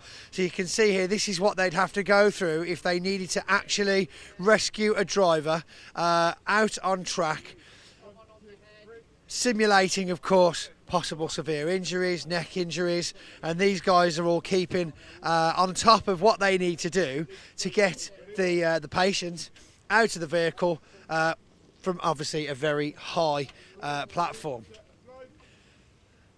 You can see the control is incredible. And the amount of people that they've got on this, overseeing it as well as working along, strapped into that stretcher. I've never actually witnessed this, but they do this every race weekend. They will simulate this because they need to be ready, especially, not to jinx, at Thruxton. It's a well-oiled machine, as you can see. Everybody has a duty.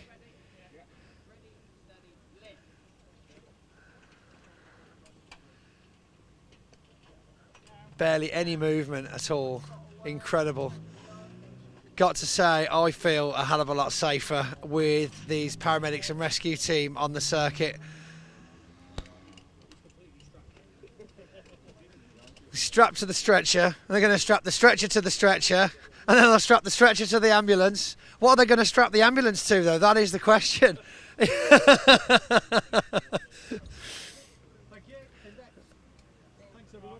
As much as it's a very, very serious thing that they've all taken as a real life situation. 11 minutes 22. So we're doing our own lap times now for rescue. We should start an actual leaderboard for the season now. See how quick they can do the rescue run each weekend at the next circuit. So I believe we're at Pembury next. So we'll see how fast. Same guys, we can do better. 11. Let's get it sub 11 minutes, okay? Yeah, why not? That can be arranged. Don't put ideas in their heads, because that will happen. I am going to be rescued. I'm a lot lighter than I was, so it's okay. Yeah. Pointy, you're a lot lighter than some of the others. Yeah, indeed. When I saw what truck you were rescuing from, I was like, absolutely no way. Because you need a bigger gap in the barrier to fit the bravado and presence of Sammy Oyen through there.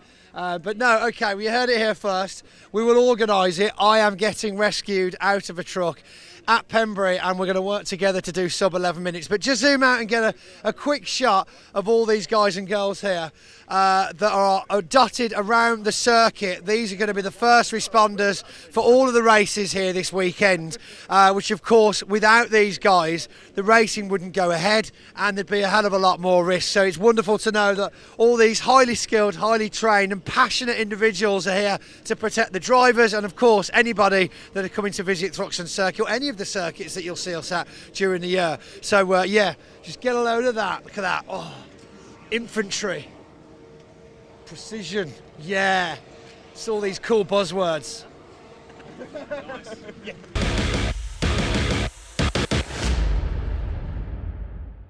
Right, so we're here on a very wet podium at Thruxton. I'm here with Terry. Now, Terry, we all know about fantasy football, right? Yes. I'm a football fan. I play fantasy football. You're doing something different, but in motorsport, aren't you? Tell us more about it. Yeah, so we are the world's first fantasy platform for motorsport. Unlike other games that exist, when there's no race on, there's nothing to do, but we have something every weekend through the year. So this weekend we've got MotoGP, NASCAR, obviously the trucks that we're now affiliated with. There's other stuff going on as well. So each week you pick a new team, try and beat your mates, try and win prizes. Right. Let's talk about trucks then, because this is amazing. So, as you said, you're affiliated with the British Truck Racing Championship. Yes. I've seen something on their social media about this. So we're here at Thruxton. Let's pretend it's the Thursday before. It's a few days ago, and I want to play. How does it work? So you go to the website, fantasymotorsportcrossover.com. You sign up, you pick your team, 8 assets. We call it an asset. That can be a driver, a rider, or a team. Choose 8, obviously given budget, and then you score points based on how real drivers are doing. So if your truck driver wins, you get 4 points, for example.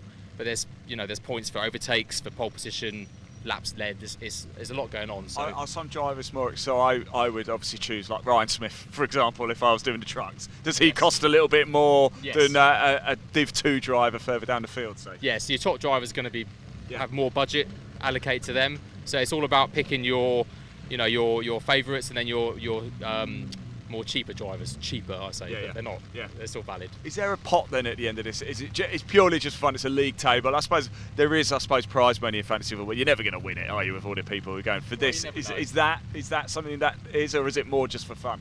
So It's early days, but we're trying to put up prizes. It could be merchandise, it could be race tickets or pit lane experiences for fans. So we're trying to make it more engaging for global fans.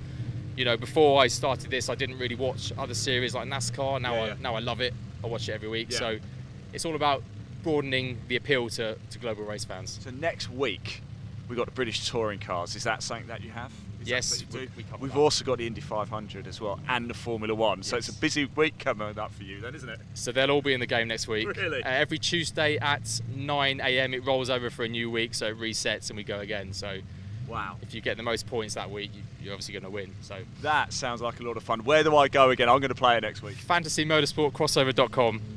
There it is. Yeah, right we're on there. socials, doing very well on Instagram, loads of views. We're just trying to build a user base now and get the word out there. So it sounds a lot of fun. I am going to register. Make sure you do as well. You can buy Ryan Smith. Of course. That was amazing. Terry, thank you so much. It's soaking. Let's get off this podium. Thank you so much. Thank you very much. Check it out, everybody. Make sure you do.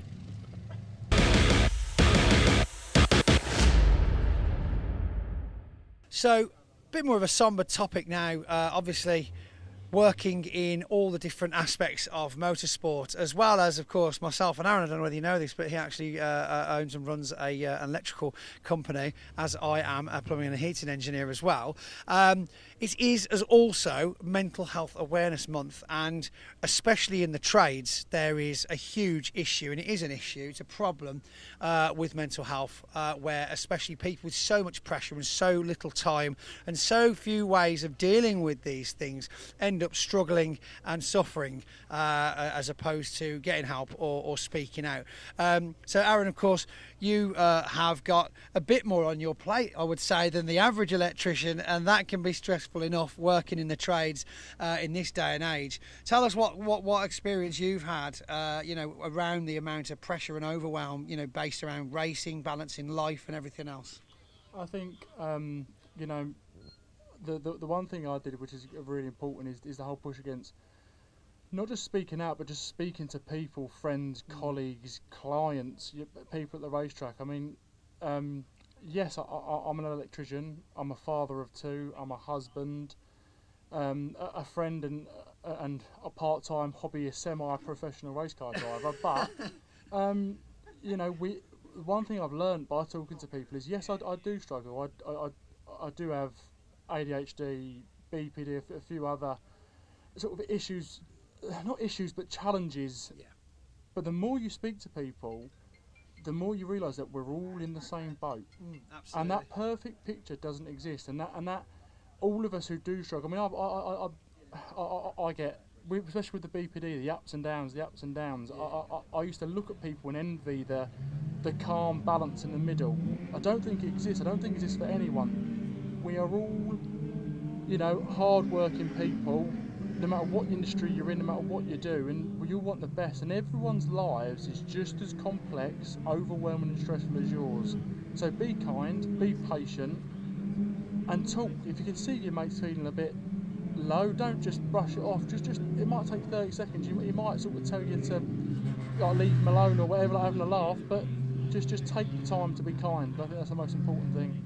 Yeah, no, it's very important, especially in these kind of environments and the trade environments as well. There's always that level of camaraderie, of humour, and I think it is a stigma attached where people don't want to be the ones that bring down the vibe a bit. But if you actually think that there's somebody out there that you're working with, that you're seeing all the time, and you say you're all right, and they're like, yeah.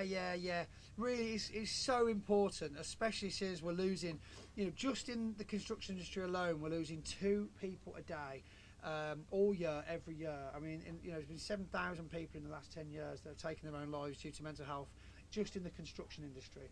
That is just an unacceptable number, but also a totally understandable number when you actually start to take into consideration the balancing act of not just normal life that we can, with businesses, with invoicing, with paperwork, with quoting, but then with hobbies that actually are quite stressful and very demanding on us, on our time. Whilst trying to be a hands-on dad, exactly, a loving husband, a member of the community, everything else. I mean, like that's about the construction industry. We've all got the uncle who's not your uncle, he's your dad's mate from school. Yeah. Well, my Uncle Lee sort of came to the end of his mental health journey in 2019, and still love him and miss him every day.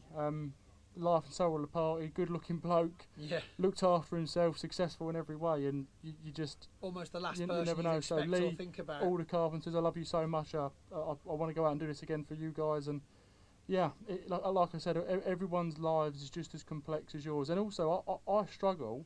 But if you change your perspective and look at my life, you think, well, what's he got to complain about? He's got a wife that loves him. He's got two beautiful, healthy children. He's busy with work. He's racing, but it doesn't. It's material, isn't it? Oh yeah. And it's keeping it as well. It's how you got to those things and how you keep those things and how you continue to grow with those things without Pressure. losing everything. Yeah, I mean, I myself, recently diagnosed with ADHD, can understand that you're trying to give 100% to something, which means that you're giving absolutely zero to everything else most of the time. And we have to be able to realise the balance of giving 100% to something for just the right amount of time, that we don't lose focus How on many all the other times things. have you sat on the laptop to do something with work or whatever else, looked up and it's 4 a.m? It's gone. Yeah, and it's just Everything's gone, yeah. She's sulking upstairs because you've ignored her all evening, but it's been in your brain. And I've got to do it. Yeah, for me it's Instagram and WhatsApp. Literally, I can finish the day at about 5:30, 6 o'clock, and then all of a sudden it's 9:30, and I'm like, I should probably go home. The engine's been sat there idling for God knows how long, and you think, I've not even finished that paperwork I set out to do. No, but the most important thing is speak up, speak out, and a problem shared is a problem halved. Absolutely. Someone may be a bit rude, a bit road ragey or whatever. Just take the time to think what's happening in their lives right now that's making them this. So just be kind, be patient, be understanding, and just be there for not just your friends, family, but just be there for people. Absolutely. And of course, if you do know anyone or think that you yourself are struggling or just having a bit of a bad time, there are people out there that can help. To mention a couple, especially in the construction industry, we've got the Lighthouse Foundation, Band of Builders, especially Construction Sport, and the Lost City, which of course is organised and run by our friends at On The Tools.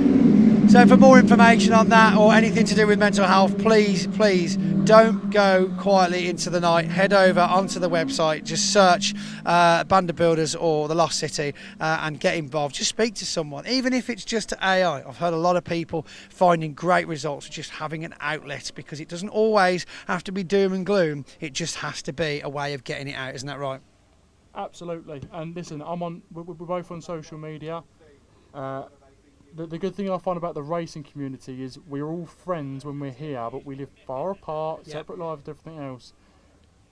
Use your motorsport friends, the people around here, to talk about your problems, about your complex, because we have, we don't have a biased opinion on your life or whatever else. So if anyone out there is struggling and wants to shoot me a message or a call, whatever else, I'll take all the time in the world for you. Absolutely. Just follow us on Instagram, Facebook, whatever else, you'll find me. And the same goes for me as well, without a doubt, undoubtedly, because even if it's just that one person that you speak to that might make a difference, it'll make a huge difference to everybody around them. Right, Aaron, on that note, thank you for speaking to us so openly, so candidly. Really do appreciate the honesty there. And I think back to 100% focus on the race now, buddy. Yeah, we're not even supposed to like each other, Sparkies and Plumbers. It's just not meant to be, but we're all in it together, and he said that himself. Thanks for joining us, ladies and gentlemen. Thank you, Aaron.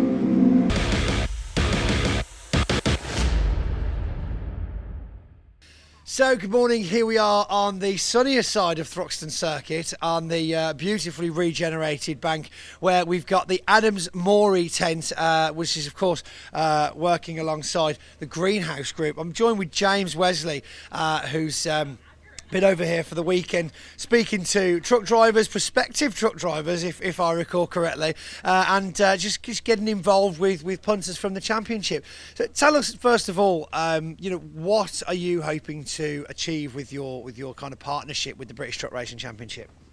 Obviously, main focus is brand awareness, but for this event we do a lot of things for customers, for staff. Get a lot of participation from the staff who want to come along, get involved, see the truck racing. So it's been good for us. So as well as outreach and brand awareness, it's a kind of a bit of a treat for your long-standing customers and people you want to bring along and show them what it's all about. Absolutely, it's a payback, a thank you, and people seem to enjoy it. Third year here, so we're doing well. So tell us a bit more about what Adams Morey actually does day to day when they're not at truck racing enjoying Scalextrics in the tent. We're DAF Dealer Group. We across the South Coast. We've got servicing lots of different departments within the business. Sign writing, van sales, truck sales, parts. I'm on the parts side personally. We're all here supporting this event. So that's fantastic. So now let's... Well, sorry to have to cut out of that interview, but we are now almost ready to go after the grid walk down there with our afternoon's action here at Convoy Thruxton. The trucks are on track for race 4 of the weekend. Dave Goddard here taking you through the action. Let's take a look at the grid for our 4th British Truck Racing Championship race of the weekend. It's an all Division 2 front row. This grid based on the results of race 2, the wet race yesterday with the top 8 reverse. So Jake Evans and Callum Eason find themselves on the front row. Second row of the grid, Craig Reed in the 68. Stephen Powell, our earlier winner today, in number 3. From row 3, Michael Oliver, birthday boy, in number 12, alongside his father Stuart. Row 4, Ryan Smith, number 1. And the winner of race 2 yesterday, David Jenkins. Row 5, Neil Yates in the 33, alongside 61 of Sami Oyanen. To see him well up on the grid in the Sisu.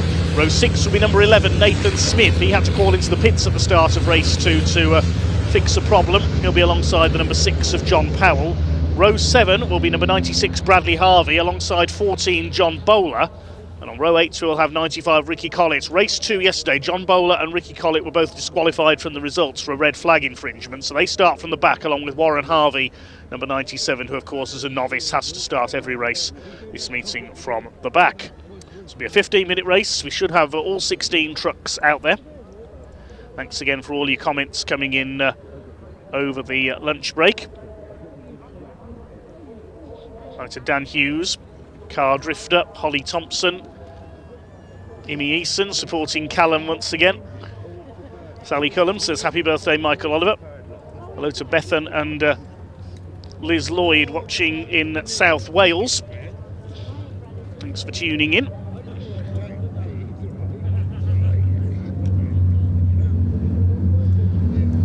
Getting ready for our 15-minute race for the British Truck Racing Championship. Some cracking racing we've seen so far. Great duel between Nathan Smith and Stephen Powell earlier on today. But it's Division 2 up front this time.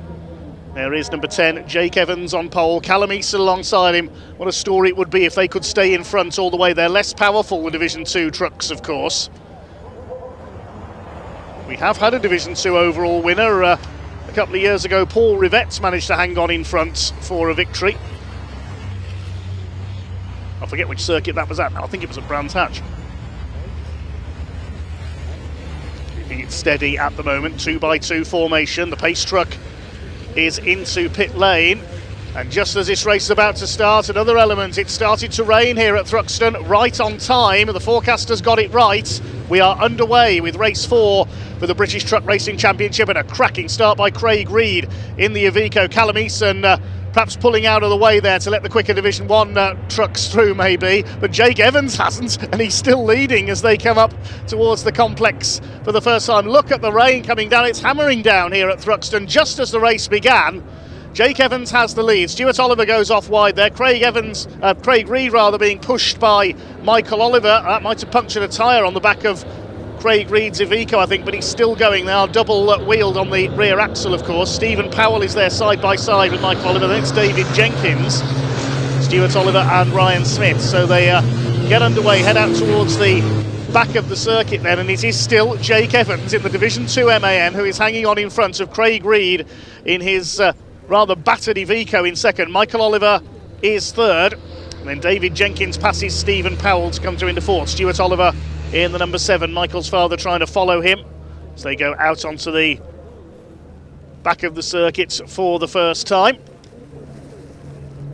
See how dark it's gone here. We're about to have a major cloud burst, but it's only affecting the pit straight area and the complex at the moment. I think the way the clouds are moving across the circuit here at Thruxton. So there's Warren Harvey and John Powell who've dropped back at the rear of the field. I think they went wide at the complex.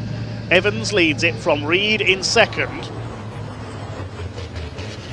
Into the chicane they come. Oliver, then Jenkins. This is where they hit the rain. hope we're not going to have any spinners through the chicane this time. There's Callum Easton, who dropped back at the start. He won Division 2 earlier on by doing that, and Jake Evans, I think he's about to lose the overall lead. Craig Reed has a go up the inside at Allard Corner. A bit of rubbing there at the front of the field. Craig doesn't manage to get through. You can see that bit of bodywork flapping around after that contact early on at the start of the race. Jake Evans runs a bit wide, but is able to set himself up for the left-hander and holds off Craig Reed for now. But Craig will have the inside line for the next corner, which is a right-hander. Takes the lead from Jake Evans. On the timing screen, it says race start under investigation. So wait and see what comes of that. Ricky Collett has pulled into the pits, unfortunately. More problems for the 95. And Callum Easton is not shown as having come through either. David Jenkins on the grass, 3 wide into the right-hander at Goodwood. You can't go 3 wide there, surely.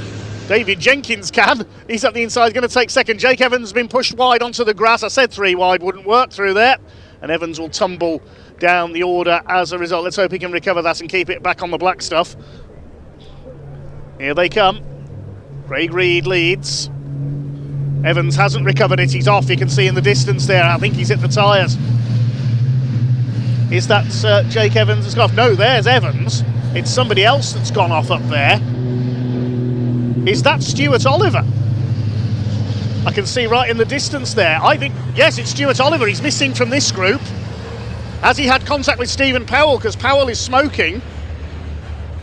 Well, I thought it was Jake Evans who'd run wide and gone off up there, but no, it's Stuart Oliver that's gone into the tyre wall in the number 7. So that might be a race stoppage. Jake Evans is still going, but further back from this group. So Craig Reed leads it from David Jenkins. Here's Ryan Smith, the 10 times champion, having a go at Stephen Powell. Ryan dropped back to 7th in the race earlier this morning up at the complex. This is the wettest part of the circuit. You can see the umbrellas up in the crowd. Michael Oliver in 3rd place, then Stephen Powell, then Ryan Smith is in P5. Stuart Oliver has got going again, that's good to see. Long way behind though, the championship leader coming into this race.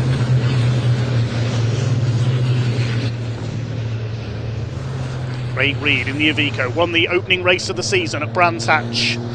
He's got the MAN of David Jenkins on his bumper now. It's pretty wet down here as well, you can see as they come out of Goodwood towards Village and Church. Michael Oliver in 3rd place behind them. Iveco, MAN. It's another MAN in 4th place, that of Stephen Powell, then the Daimler Freightliner of Ryan Smith, then Nathan Smith, he's going well, John Bowler, Neil Yates in 8th. Jake Evans may have run wide, dropped to 9th, but he still leads Division 2 by a clear margin. And here's the battle for 2nd in Division 2, Sammy Oyanen, just holding off an attack from Bradley Harvey at Church Corner there, then Callum Easton. Shown as having not come through on the first lap, but his transponder's fixed itself now. Through the chicane. Still Craig Reed who leads the way. Can he hang on in front? He's got a long way to go. We're only a third of the way through this 4th race of the weekend. Here's the fight further back. We've got Sammy Oyanen in his increasingly lighter Sisu. It keeps shedding body panels. The Harveys and Callum Easton who's struggling a bit. Up the inside there goes Bradley Harvey with an attack into the pit straight. Up the inside. He goes through. Smoke out of the back of the Sisu. Got more and more battered as the weekend has gone on Sammy Oyanen's machine. Callum Easton took the win in races 1 and 2, then came through from the back to win in Division 2 this morning. Pendulum swinging in Easton's favour. What about Division 1? Craig Reed still hanging on in front. Michael Oliver going for broke around the outside in the number 12, he needs to make up for lost points, failed to finish the race earlier on today, pulled into the pits while in 2nd place with a problem. And he's gunning for David Jenkins, but Jenkins showed yesterday he loves the wet conditions. If the rain increases, then Jenkins will be going for the lead, I'm sure. Stuart Oliver on his recovery from the back has just set the fastest lap of the race at 1:38.853. It's 2 seconds faster than the leader. Now David Jenkins, he's never going to get through at the chicane. You can't get 2 trucks side by side through there. We've seen that already this weekend. He thinks better of it at the chicane. Oliver third, then Powell, Smith, Ryan that is, then Nathan Smith up to 5th and 6th places, then John Bowler, Neil Yates is 8th, and a gap back to Jake Evans as he leads Division 2. Ricky Collett's truck in pit lane. Looks like there might be no points for him this weekend, sadly. Such a shame after he took a win at the season opener at Brands Hatch. Craig Reed still leads with that wheel arch flapping away. Thought he punctured a tyre in that contact on the first lap. Yes, you can see there he has. The outer tyre on that right rear corner is punctured. But it's a double tyre, a double wheel on on each end of the axle on the rear of these race trucks, and so he's able to keep going on effectively 5.5 tyres. Somebody else into pit lane. It's Sammy Oyanen. He got the black and orange flag. Bodywork trailing, or it might be because of the smoke he was emitting, so he's been flagged in. David Jenkins under fire from Michael Oliver. Stephen Powell under fire from Ryan Smith for 4th place. David Jenkins to the inside on Craig Reed into Church Corner. Oh, I think Craig Reed's got a problem. It might be because of that tyre, he's slowing down. So Craig Reed has gone. Yeah, he saw the tyre was deflating as he came through the complex on the right rear, so that's probably why Craig Reed has slowed down. It looked like he was going to be able to keep going, but he's dropped to the back of this group. I think he's heading pitwards. I've just seen on the timing screen, he's got the black and orange flag as well. So he's going to have to come into the pits. The black and orange flag, the meatball flag as the drivers call it, the black with the orange disc means technical problem, come into the pits. So presumably because of that flapping body and tyre, he's coming into the pits. Out goes the erstwhile leader, and it is David Jenkins who takes it up in the LKQ Digraph Transport Morris Lubricants MAN, with Michael Oliver giving chase. Jenkins comes from Stafford, Michael Oliver from Northumberland. Stephen Powell in 3rd, that's Ryan Smith up to 4th. Nathan Smith is 5th. And then we've got Neil Yates, a better run for him this time, in 6th. He's got ahead of John Bowler. That will put Jake Evans up into 8th place overall. He leads the Division 2 ranks.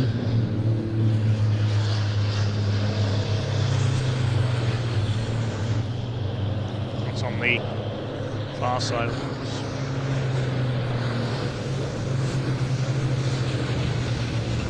Michael Oliver closing up again on David Jenkins, but Jenkins established himself as the Rainmaster in yesterday's second race.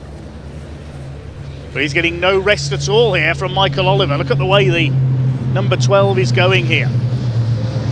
John Bowler having a go at Neil Yates for 6th position further back, but it's 5 trucks line astern for the lead almost now. Jenkins, Oliver disappeared from view there. He's so close to Jenkins briefly, and Stephen Powell trying to hold off Ryan Smith for 3rd position. Nathan Smith saying, can I come and play too? He was a race winner at the end of last year. Michael Oliver gets the tail hanging out there, coming off the chicane. I don't know whether he got a tap there from Stephen Powell. Moves across to protect the line from Powell. It's under 5 minutes of this race to go. Cloud of smoke there in the background. That's from the freestyle motocross displays. They've got fireballs they're jumping through. Well, that's not a truck that's gone up in smoke. The wettest part of the circuit, I would say, coming through the complex and up towards Goodwood. Riders making light of it though. Jenkins from Oliver. Stuart Oliver still going, but he's down in 14th place. He has got the fastest lap of the race though, 1:38.211. In fact, he's gained another couple of places. He's now up to 12th. As the timing screen updates.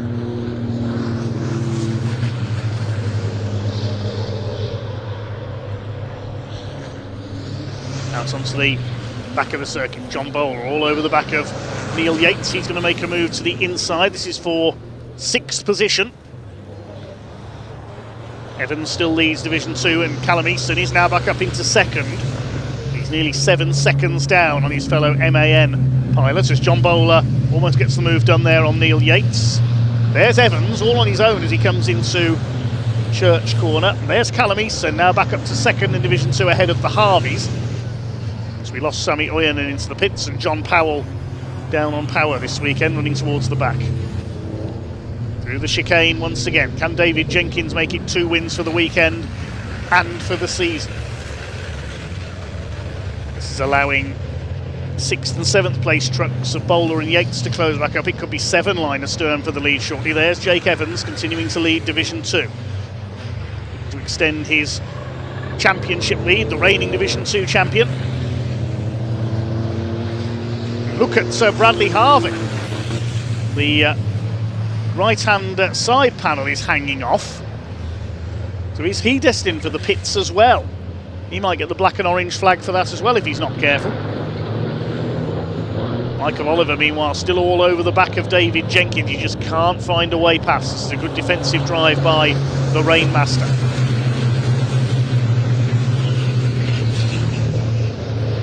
Out towards the back of the circuits they go once again. Ryan Smith all over Stephen Powell for P3. Through Goodwood, up to Village. Ryan Smith getting the cut back on Stephen Powell. He might get 3rd place here. Powell goes a little bit wide.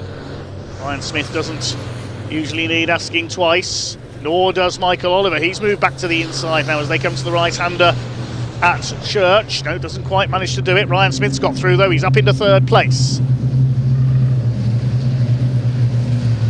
10 times champion. Flying Ryan will now close on the 2 leaders. Here they come. Stephen Powell's not done yet though. He's fighting back in the number 3. Ryan Smith in the number 1 moves to cover. Of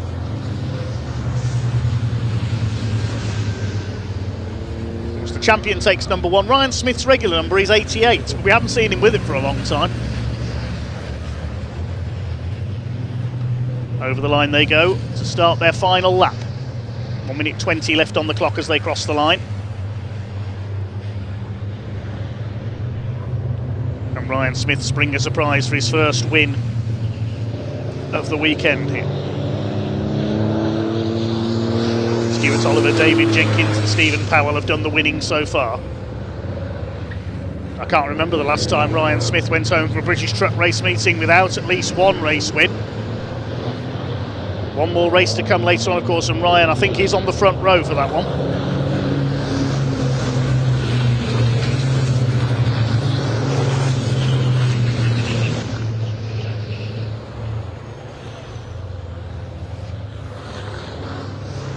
Out onto the far side of the circuit for the final time. Ryan Smith ready to launch an attack on Michael Oliver. Oh, a bit of a twitch there from Jenkins. This could be Michael Oliver's opportunity. You saw the tail step out there on the leading MAN. Michael Oliver not close enough to capitalise. Holds the inside line, Jenkins through the right-hander at Church. It's going to be an interesting run up Woodham Hill for the last time. Is it going to be last of the late breakers into the chicane? Here they come. Jenkins, Oliver and Smith. Michael Oliver trying to go for the inside on David Jenkins. The checkered flag will be awaiting them. Ryan Smith on the back of Michael Oliver has got to attack and defend at the same time. Stephen Powell closing up as well. This is going to be a close run up to the checkered flag. Is David Jenkins going to hang on? Only just. Photo finish for 2nd place. Michael Oliver just beats Ryan Smith home. Stephen Powell is 4th, Nathan Smith 5th, and Neil Yates an improved 6th place. John Bowler has disappeared. Where's John Bowler? He hasn't come through. So 7th will be Jake Evans. He wins Division 2 ahead of Callum Eason. So Callum's winning run is brought to an end. There's John Bowler. I don't know what happened to him on the final lap. He drops back a couple of spots. Bradley Harvey is 3rd in Division 2. Warren Harvey is next, improving all the time. And next we should see a doubtlessly disgruntled Stuart Oliver. That'll put a dent in his points lead. Next home it should be John Powell, the number 6. There he is in the greenhouse DAF. The other runner should be Sammy Oyen. A shame we lost Craig Reed out of the lead, was flagged in with some damage to the rear corner. And we also lost Ricky Collett early on, mechanical gremlins still affecting him.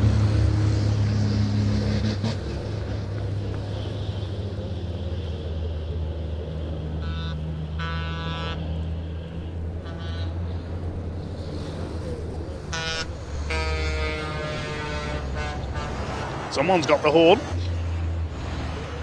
And that's Sammy Owen. Well, he managed to rejoin after repairs were completed and they stopped the smoke, well, sort of, from his Sisu. And the Finn comes home as our final finisher. 14th, 6th in Division 2. So the win goes to David Jenkins, win number 2 for the season and the weekend for him. It's 0.34 of a second ahead of Michael Oliver, who just beat Ryan Smith by a couple of tenths for second place. Stephen Powell in 4th position ahead of Nathan Smith. Neil Yates, a better result for him, in 6th ahead of Jake Evans, the Division 2 winner. John Bowler dropping back a couple of spots on that final lap behind Jake Evans and Callum Easton. Jake bringing Callum Easton's winning run in Division 2 this weekend to an end. Bradley Harvey and Warren Harvey next, then Stuart Oliver after his off early on the back of the circuit. John Powell and Sammy Oyen, and the final finishers we lost Craig Reed and Ricky Collins into the pits. One more race to go for the trucks a little bit later on then. Shortly it'll be over to Pointy in Parc Fermé to catch up with some of the drivers. Next up, our second race of 3 this weekend for the Audi Cup.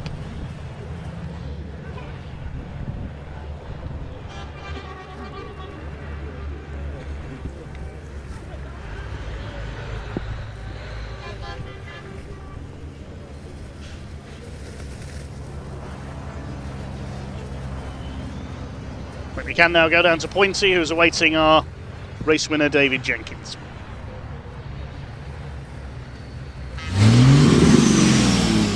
Oh, we were waiting for him this time, and one thing I can say about Mr. Jenkins is that he is not slow at getting out of the truck when he's won a race.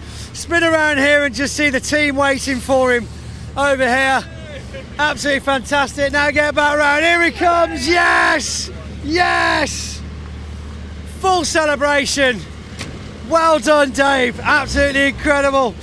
Wow, that was a battle. The weather was against you. It was coming down. But again, as we spoke to you yesterday, the weather was actually a benefit for you. You enjoyed that rain.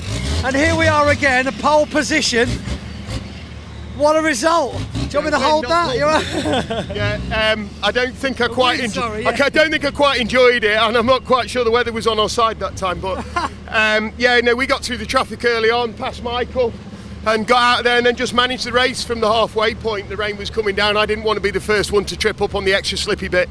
So, it's been such a brilliant weekend so far. It's great racing, great camaraderie in the paddock, great support from the fans, the organisation. My team, fantastic. My commercial sponsors, absolutely brilliant. Can't go without a mention. LKQ Diagraph, Morris Lubricants, Digital Iron, Equipment Hub, Nova Winch new on board this weekend, Stan Robinson's and all the rest of them. And most importantly, thank you so much to my long-suffering family and team. Phenomenal. It's almost like you rehearsed that, isn't it? That was brilliant. Just reeled it off. Dave, congratulations again. Well done, sir. Fantastic win. A win. That's it. It was a win. And here we go over here now. I was going to try one here earlier around the outside of church. That's what I was going to do. The birthday boy, we spoke to you before the race. I mean, let's just say that's a make-up for what happened earlier on. Oh no, it should have been 2 seconds, but no, it was good. I enjoyed that. It was good fun. A lot of pressure. Shouldn't have let Dave pass in the first place, but he just bullied his way through because he's such a big meanie. Such a big meanie. No, it was good. It was a shame for Craig. Yeah. I presume he had a bust tyre. I think so. He did very well for quite a while though. But Lift my neck, aye. People were calling it early on, and it was like, sure, he's got a tyre out there. Aye. I don't know what happened on the start because it just got so compact on the start. But it's unfortunate, but here we go. It was close, but you got away and you kept it in. That's the thing. I mean, Ryan Smith was sniffing a little bit there on that last lap. I was like, well, this is going to be the opportunity, if any opportunity. But you just kept ahead of him far enough to close the door. Was he there? Was he? Yeah, oh yeah, he was there. He was there. Don't remember. Nipping at your heels. Don't remember. I was looking at Dave's bottom. Oh, lovely. I bet he'll appreciate that, won't he? Oh, it's cute. It's cute. Well, that means we get to hand you some silverware, a very special one. But the first birthday trophy. Should have been the second, but we won't go there again. No, we'll forget about that one. We'll forget about that one. We won't forget about it, will we? We won't, no. We'll keep talking about it. I'll bring it up every time I see you from now on. Yeah, thanks. Excellent. Right, I'll leave you to celebrate. Birthday, well done. Let's go and see if we can find Bradley Harvey, I believe, he's been called in for a weigh up. We've got Ryan Smith on the deck. Let's see if we've got the driver back here. Just watch the scales there.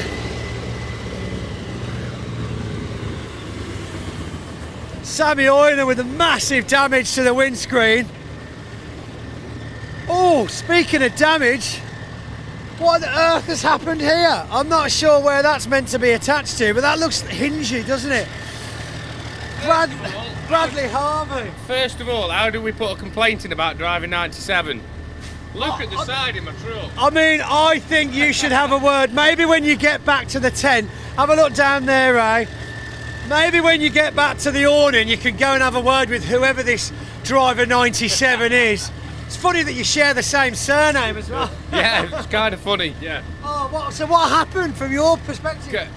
Going into the right turn in the complex, he overbraked himself, locked up, and yeah, as I was turning right, he went inside of me. Oh. Superficial though, hopefully. Looks like the water tank's still in one piece, so that's not the end of the world. Do we think we'll get a new sidebar on or straighten it out? We'll straighten that sidebar before the last race. Excellent, we've got a lot of bit of time now, but yeah, I mean, not ideal in the slightest. Not ideal for the last race on a Sunday. But hey, look, only one race left. Go and get weighed up. Now we've got all the bits missing, and we'll see you later. Bradley Harvey, we're now going to throw over and have a look at the Audi Cup. Right, almost time to get going for the second ever Audi Cup race. It was Ross Mako who took the win yesterday in the opening race. And look, it's just started to rain as well. It's typical, isn't it? Look, let's go have a quick chat, shall we, with a couple of the drivers. James Blake is here. Let's have a quick chat. Hello, James. How are you? Hey, how you doing? You look like a confident man. Yeah. Are you feeling it? Yeah, not too bad. Not really like to see the rain coming again. It's just started, hasn't it? It's typical. Yeah, typical. Went here a few hours to get racing and then the rain starts. But, you know, car felt good yesterday. We had to start from the pit lane yesterday, unfortunately, due to a misfire. But we're hoping to go a bit better today, so yeah. The Audi Cup is brand new. We know that, and I'm sure it will grow and grow and grow. Why did you want to get involved? Well, we did the Audi TT racing last year. Obviously bought the car.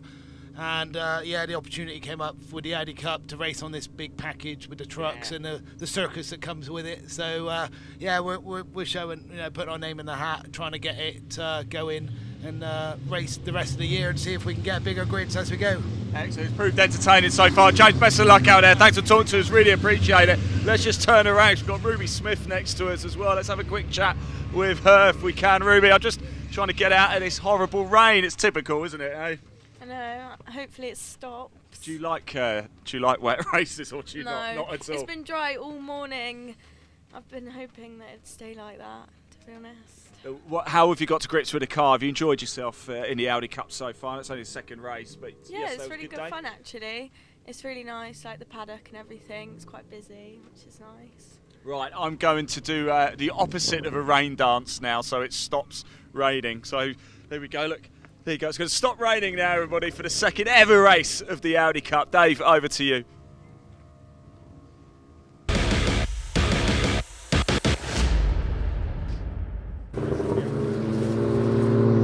Well, Reece, the rain shower seems to be drying up slightly. You have to feel for the Audi Cup because they're the only class we've got this weekend that hasn't had a dry race. Hopefully conditions will improve as this race goes on. 15-minute race for the Audi Cup, their first ever meeting here at Thruxton, a brand new series for this year. Identical Audi TT coupes. The grid for this race based on the results of race 1 yesterday with the top 6 flipped around. So Harrison Foley, number 273, starts on pole position with Ian Dowler, number 55, alongside him. Second row 33, Patrick Booth, and number 5, Sam Marr. On row 3, 113, Andrew Rogerson, alongside yesterday's winner, all the way from Scotland, 73, Ross McCarr. On row 4, 39, James Blake. 21, Ruby Smith, who failed to finish in yesterday's race after a spin out at Village on the back of the circuit. Cars identical 2-litre Audi TTs. A new incentive from Maximum Motorsport this year, promoters of TCR UK and the Civic Cup. And it's their first ever racing weekend. Looks like we've got all 8 of the cars out there. We'll get them formed up on the grid and and then get underway from a standing start. Harrison Folly, the rallycross regular in the black car on pole alongside the red machine of Ian Dowler. The two white cars with the Martini stripes, those are the two 4G racing cars, Patrick Booth and Ross McCarr. The Dayglow yellow and black is Andrew Rogerson. There is Ross McCarr, the race 1 winner from yesterday. Proof that Martini livery looks good on anything in motorsport. Navy blue and yellow is Sam Marr, number 5. The other black car towards the back of the field is James Blake, and then we've got Ruby Smith, the red and black, towards the tail of the field. Comes from a short oval background, does Ruby. I believe she's a relative of Sean Smith, who's raced Super Stocks and Legends cars. Same number, at least. If I am wrong, then I apologise. Looks like things have dried out again somewhat. Let's see what these Audis can do. Second race, they have another race towards the end of the programme later on.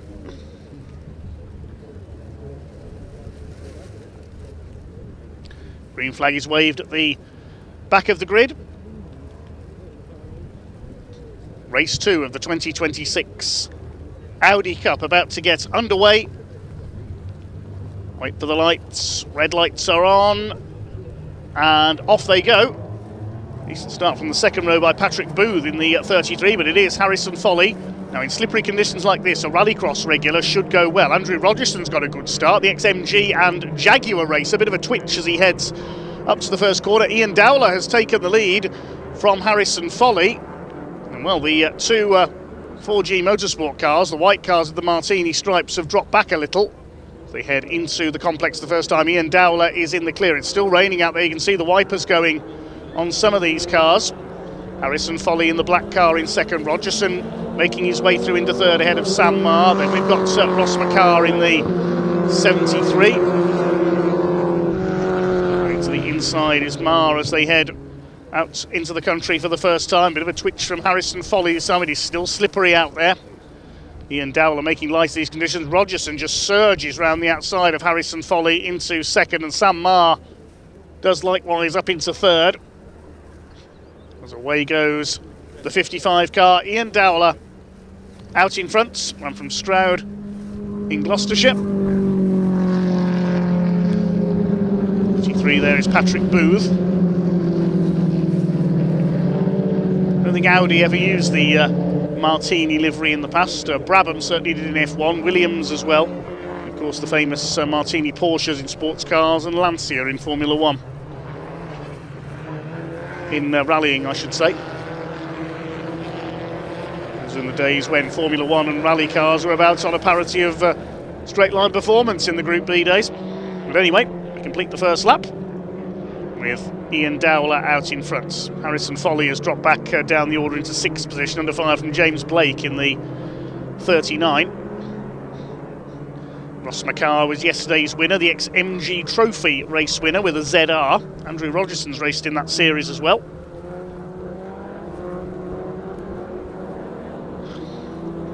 Harrison Folly coming under fire from James Blake. There you can see the rain coming down up at the complex.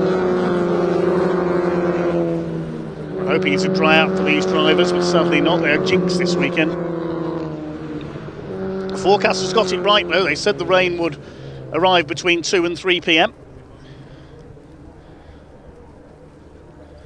And towards Goodwood. Then on to Village.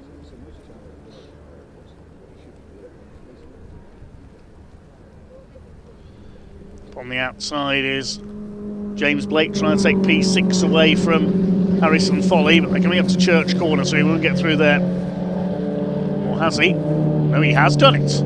Good driving there by James Blake in the 39. Next to go after this little lot. Second, third, and fourth. Closing up on race leader Ian Dowler. And they gap back to Patrick Booth in 5th, the number 33. Here comes Ross McCarr on the outside of Sam Marr for 3rd place. Lead gap for Dowler over Rogerson, only 0.53 of a second now, because Rogerson's just done the fastest lap at 1:31.143.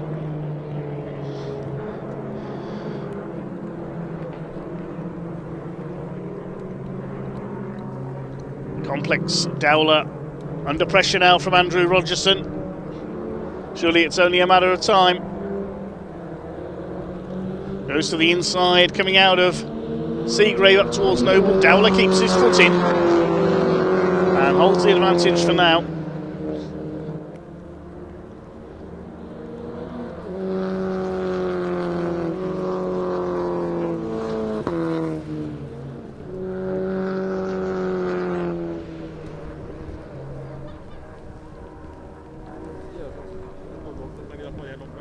Towards Church Corner they come.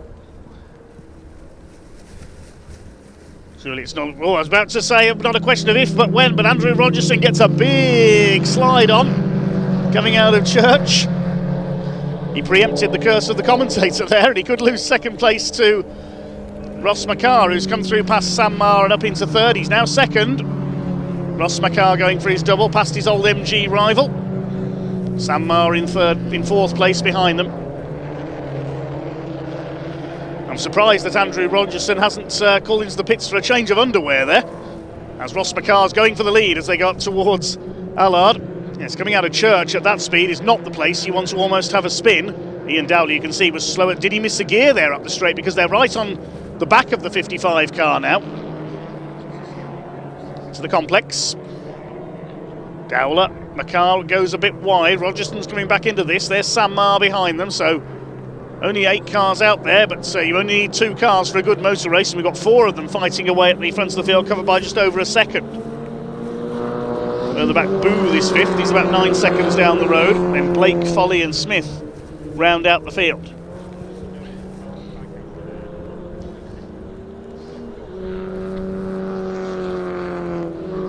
Through Goodwood and Village.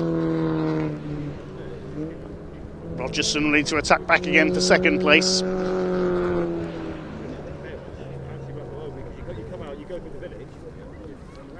Through Church Corner.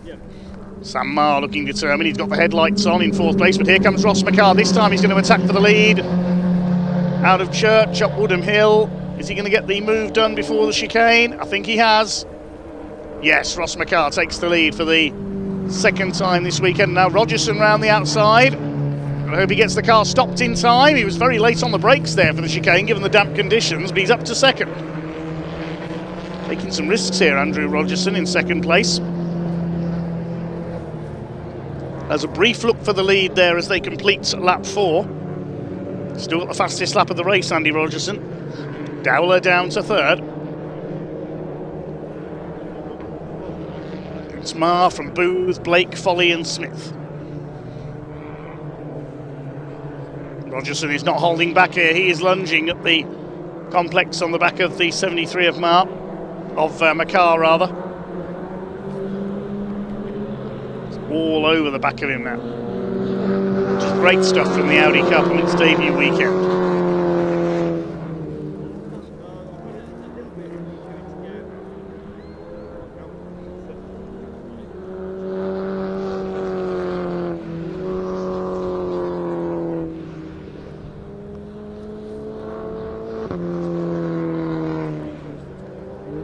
Rogerson moving up to try again as they come towards Church. We remember what happened here a couple of laps ago. This time he keeps it straight. Can't get ahead of Ross McCarr in the 73. The reverse grid proving no handicap to the Scotsman, looking for 2 wins out of 2. Into the chicane. Still no change in the order. It's past halfway in this second race of the weekend for the Audi Cup. They have another race, the penultimate race on the programme, just before our final truck race. Next up today will be the pickup trucks. Will Aaron Thompson take a hat-trick? And the Mini Challenge Club Sport, a reduced race distance of 10 minutes, I can tell you, for that one. And the Civic Cup as well. So those drivers involved in incidents earlier today were able to repair, as Andy Rogerson has another go at Ross McCarr at the complex. Doesn't quite manage to get alongside. Try again on the run out of Seagrave up to Noble. Almost gets alongside, but no. The car's that little bit quicker in the 4G racing car. Ian Dowler still running well up there in third place, looking for his first Audi Cup podium.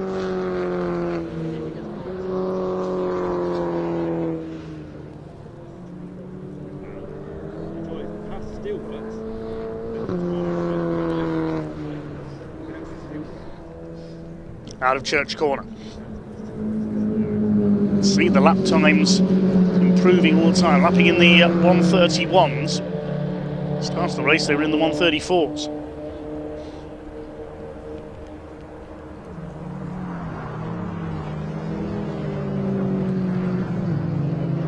Rogerson tries again. Rain may be coming down, but it's pretty warm in my commentary box, I have to say. Just opening the window there, apologies if you could hear that.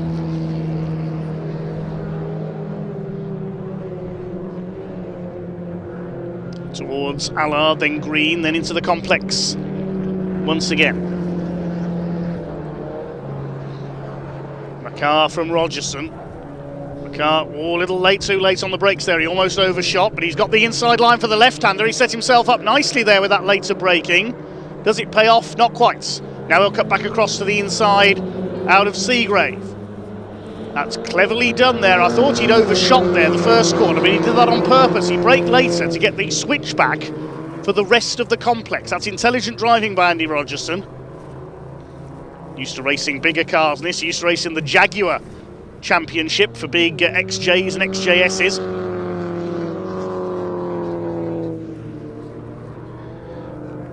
Those cars were certainly not designed with racing in mind, I have to say. Spectacular though. They bludgeon round sideways. His Audi's smaller and thankfully a bit more nimble.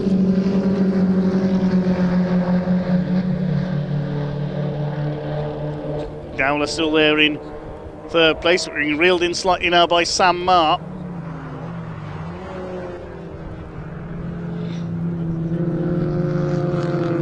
Almost up alongside there for third into the chicane.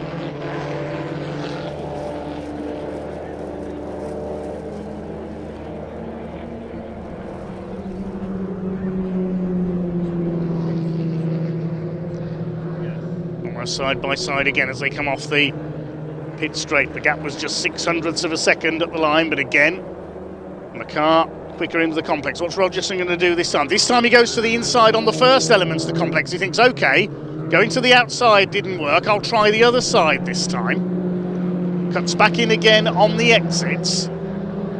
Is it going to work for him this time? No, McCarr stays ahead again. Great psychological battle between these two.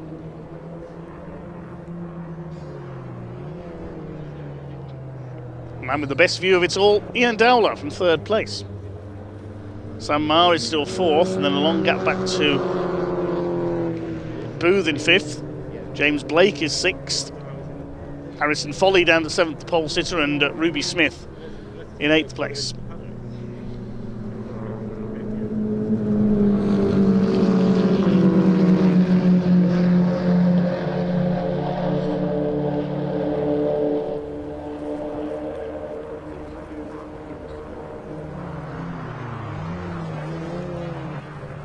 Dowler still battling it out for third place with Sam Marr. And here's Patrick Booth being reeled in slightly by James Blake now. They're splitting into pairs around the Thruxton circuit, or are they? Because Marr's dropped back there from Ian Dowler. Did Sam Marr make a mistake at the chicane? He was very slow coming off it, I noticed there in the background. There's Dowler on his own in third. Less than 2.5 minutes to go now, and the rain is coming down again. Maybe that's why things have slowed up a bit. Rogerson to the inside this time. Could he get the move done? No, again, McCarr is stronger off the turns. He can get his foot down and get the power down much more easily than Rogerson can, seemingly. McCarr's done the fastest lap of the race, 1:31.040. And Rogerson loses it. He lost the back end there coming out of Noble across the grass. And surely that's lost him his chance of victory now.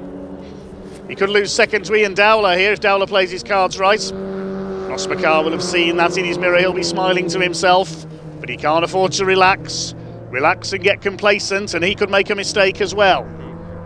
He's caught out by the damp surface there, Andy Rogerson, I think. Towards the chicane. Rogerson still second, with Ian Dowler on his tail.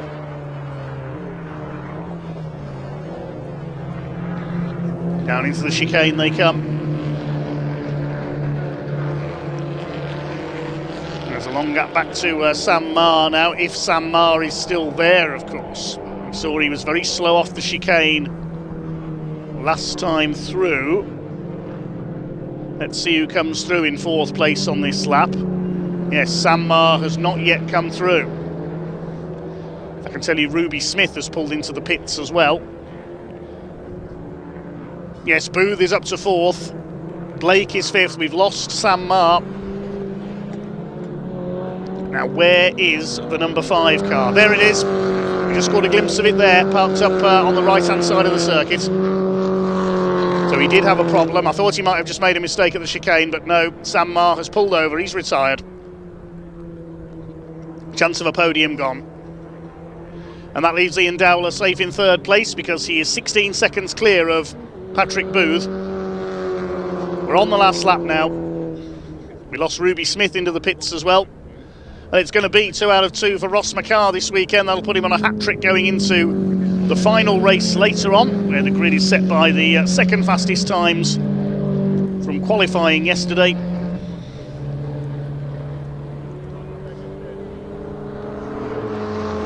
Into the chicane they come for the last time. Ross McCarr, the former NG Trophy race winner, has seen off the threat of Andy Rogerson, who made a couple of slip-ups. It's going to be 2 out of 2 for the man from Scotland. Here he comes. McCarr takes the win. Rogerson second, separated by 1.5 seconds at the flag. And Ian Dowler gets his first podium in 3rd. Rogerson got the fastest lap on the final lap.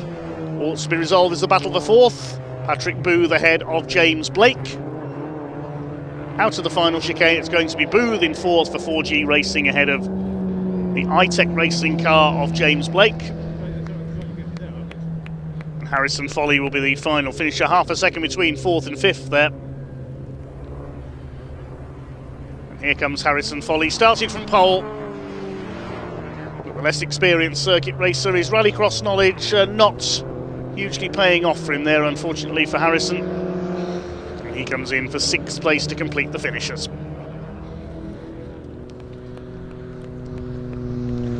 Provisional result then, a win for Ross McCarr by 1.5 seconds over Andy Rogerson, who got the fastest lap of the race on the final lap there. Ian Dowler completes the podium with Patrick Booth just holding off James Blake for 4th. Harrison Foley the final finisher, and we lost Sam Maher and Ruby Smith. Hopefully they can get those cars back out for race 3. Next up on track today, it's going to be the finale for the Pickup Truck Racing Championship. It'll be a longer race at 14 laps. The race being decided effectively on the aggregate results of the 2 races so far, almost. That's how it used to be, but it's looking how it's been done this time. It's no, based on the results of the second race. That's how they do it now, but with the top 8 reversed. Slightly different this season. Previously under Sonny Howard, the aggregate of the results of the first 2 races will be used, but this time it's the results of race 2 with the top 8 flipped around. So Aaron Thompson will start 8th, it will be Dan Fisher on pole. We then have a final race for Mini Challenge Club Sports. I did see a notification earlier that race will be reduced to 10 minutes. And then we have the Civic Cup, another race for the Audi Cup, and then the big rigs for one final fling at the end of the programme. Let's head down to Ian in Parc Fermé.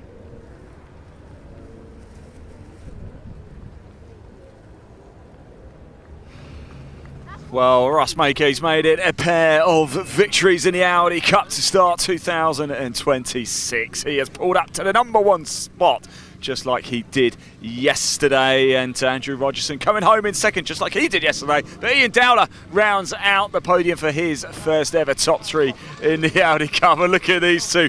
It's handshakes, great sportsmanship between the 2 drivers. We'll grab Ross for a chat. Stuart Lyons is just going to give him his hat first of all.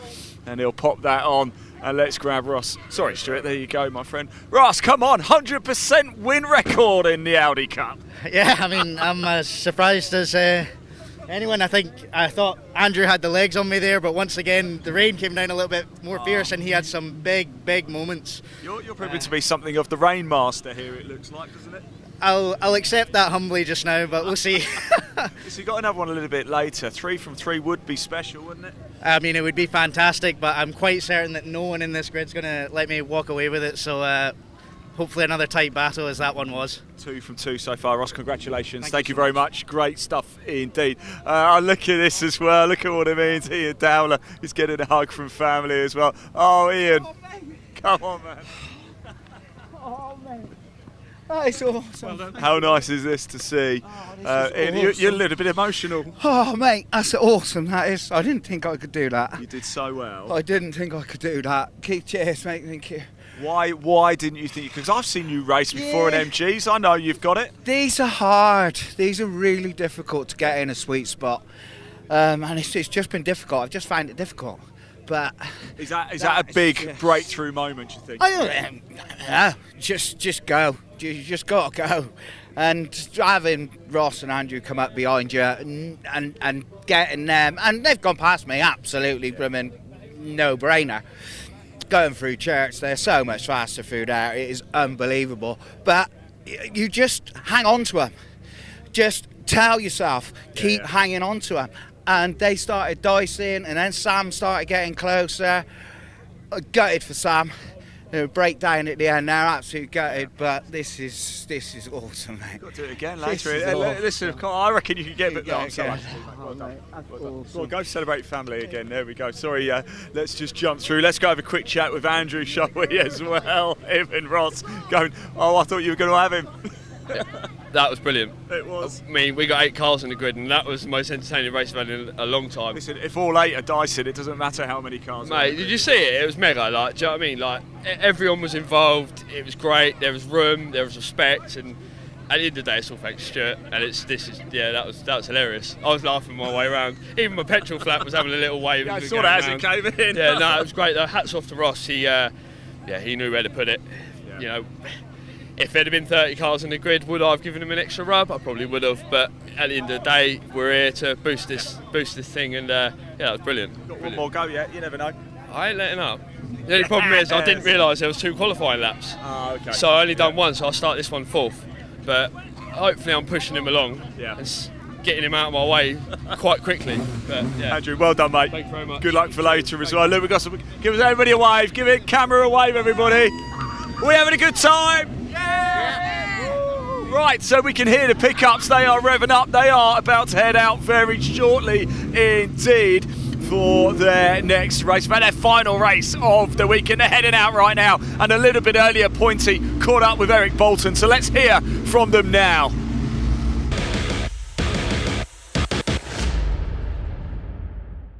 So join us here pre-race, final race of the weekend here at Thruxton on Sunday. Eric Bolton in the tent. The weather has changed. Are we changing? Right at the wrong time. I know, literally the worst time, especially considering how much time you pick up spend sideways.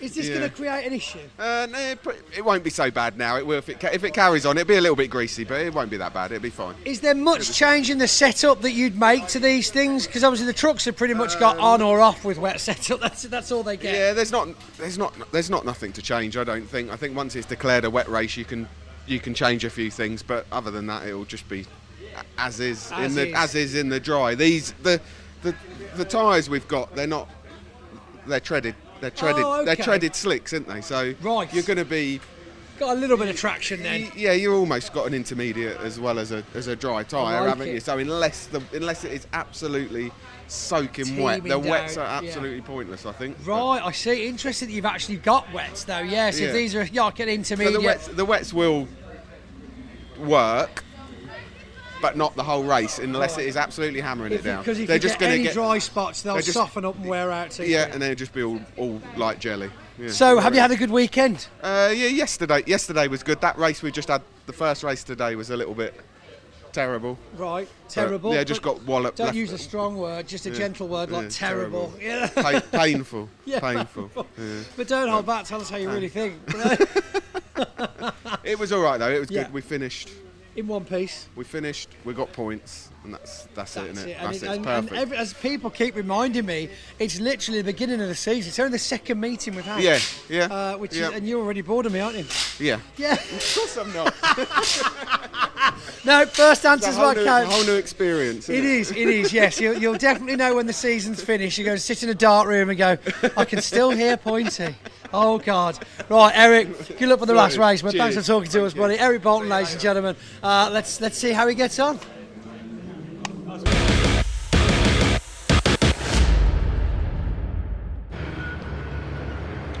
So race 3 for the Pickup Truck Racing Championship. This will be a longer race. That's 14 laps. We'll wait the 14 trucks to grid up then. We are missing Jonathan Hadfield, of course. Sadly had his truck let him down in qualifying. Rolling starts. Grid based on the result of race 2 with the top 8 flipped around. So 8th in race 2 earlier on today was Dan Fisher, number 5. He starts on the pole. Eric Bolton will be alongside him. Now Eric, as he said there, was walloped back to 7th place earlier on. He's got podium potential, so he could be the favourite here, going from the outside the front row, I reckon. Row 2, 29, Tom Hutchins had a decent weekend, starts alongside Mark Willis in the 65. Third row, reigning champion Ryan Hadfield in number 1, alongside 83 of Dale Gents. Row 4, 72, Alan Cooper, runner-up in the points last year. And the man we're all pinning our hopes on alongside him, 41, Aaron Thompson. Could he score a hat-trick of wins? Fifth row, 93, Michael Smith alongside Mel Collins in the 27. On row 6, we have 71, Simon Ward, and 77 of Chris Land. Final row, 52, James Cole Trickle Goldstraw, and 85 of Mark Chalmers.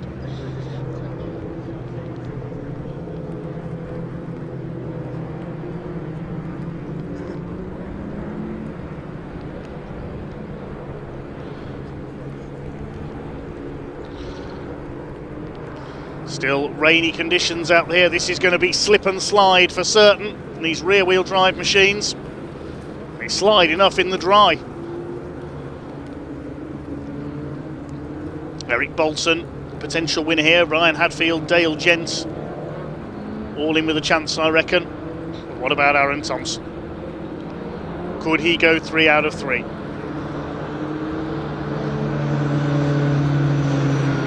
Very rare with this partially reversed grid format used. It used to be that the top 6 from qualifying used to be switched around for the opening 2 races as well, but that's with the new promoter in charge now, Truck Sport UK, having taken over from Sonny and Barbara Howard.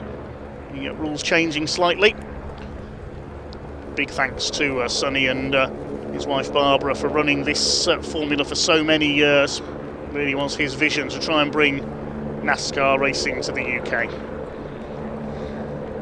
We start to form up then 2 by 2, the pink, silver and blue of number 5, Dan Fisher on the pole. The 68 of Eric Bolton alongside. Here in the background, we know it's an airfield here at Thruxton. We can hear a helicopter either taking off or landing. I wonder if that's the Hampshire Air Ambulance. It is based here at Thruxton Circuit. There is the 41. Can Aaron Thompson do it again? He's got his work cut out this time. Moves up alongside Alan Cooper into 2 by 2 formation.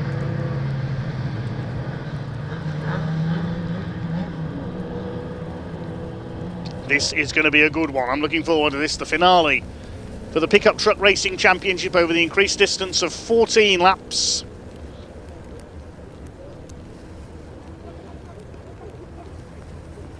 Last few starting to settle into order. Mark Willis could be a good outside bet here in the 65. Here we go then, 14 trucks, 14 laps. Red lights are on, and here we go. Pack is unleashed for our finale for the pickups. Decent start by the 2 front row men. Mark Willis gets away well too. Ryan Hadfield doesn't get away well. He's been clipped by the 72 of Alan Cooper. That's delayed Aaron Thompson a little as well.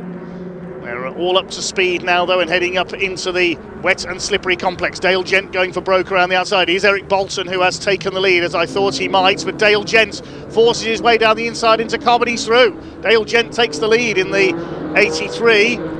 Tom Hutchins looking quick as well in the 29, but he finds his way blocked by Dan Fisher. There's a bit of bump drafting going on here. It's like being at Rockingham. Mark Willis up the inside takes Hutchins as a result of that.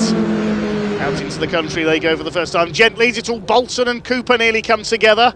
Cooper going through into second place. Side by side, Bolton and Fisher now. Then we've got Mark Willis. Behind them, Hutchins. Hadfield, a bit of a slow start for him. He's down to 7th. Where is Aaron Thompson, our double winner in the shorter races? Well, there's Dale Gent. He goes clear in the 83. Look at the lead he's got already over Alan Cooper. Thompson is back in 8th place, which is where he started from. Clear of the field, the leaders down to Woodham Hill for the first time.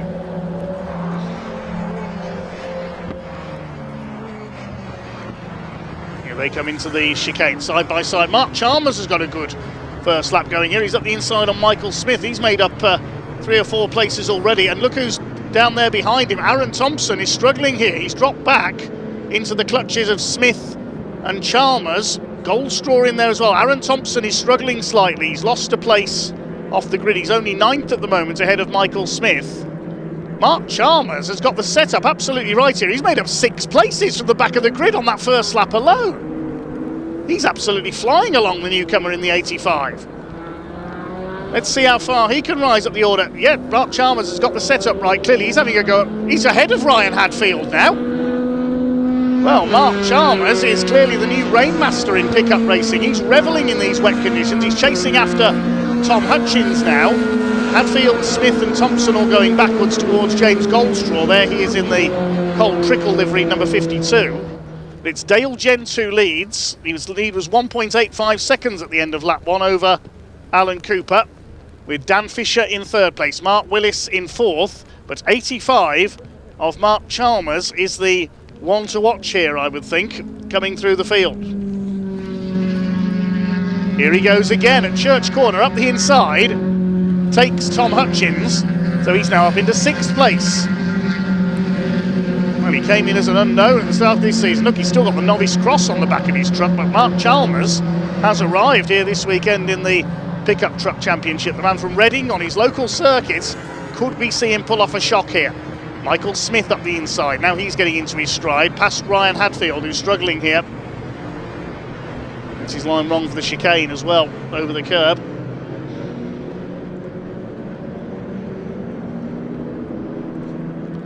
Across the line. There you go. 93 of Michael Smith takes Tom Hutchins now.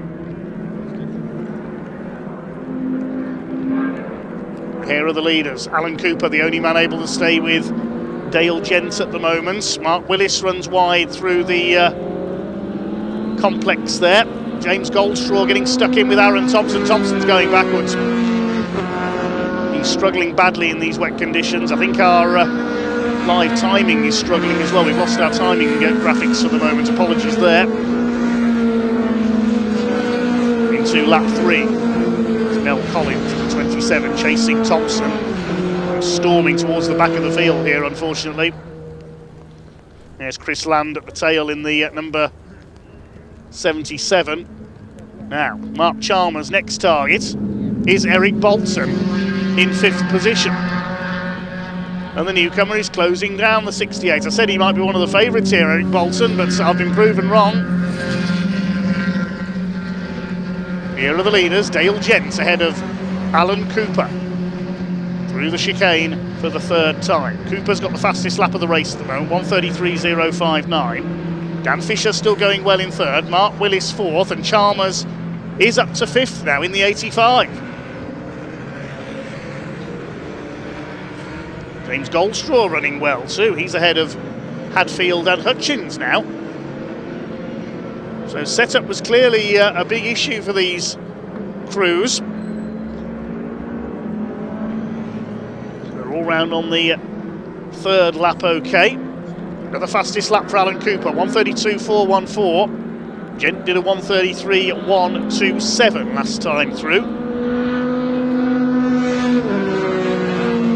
Mark Chalmers is lapping over a second quicker than the trucks around him. This is an extraordinary performance from the newcomer.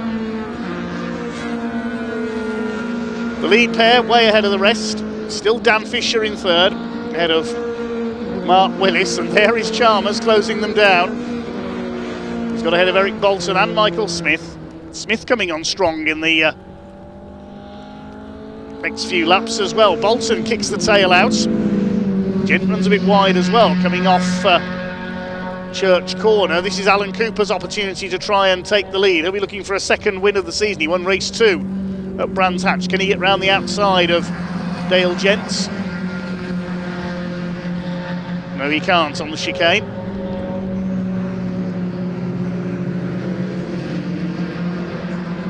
Long wait for the third place fight to come through. Still Fisher, Willis and Mark Chalmers. They are getting closer and closer, those three. Eric Bolton coming under fire from Michael Smith. The white truck could be one to watch as well. Goldstraw up to 8th. Ryan Hadfield down to 9th, and Hutchins, after his early good run, is down to 10th.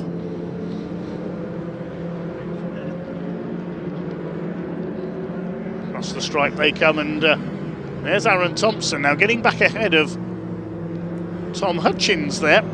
Excuse me. So is Aaron Thompson starting to get a second win? Michael Smith certainly is, after a slightly slow start. He's now attacking Eric Bolton for P6.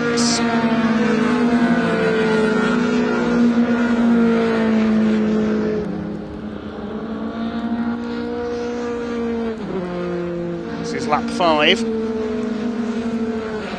off the 14 lap distance. Dale Gents continues to set the pace ahead of Alan Cooper. Gent did the fastest lap last time round, 1:32.373 this time around. Mark Chalmers continues his rise through the order. Next target is Mark Willis, 4th place.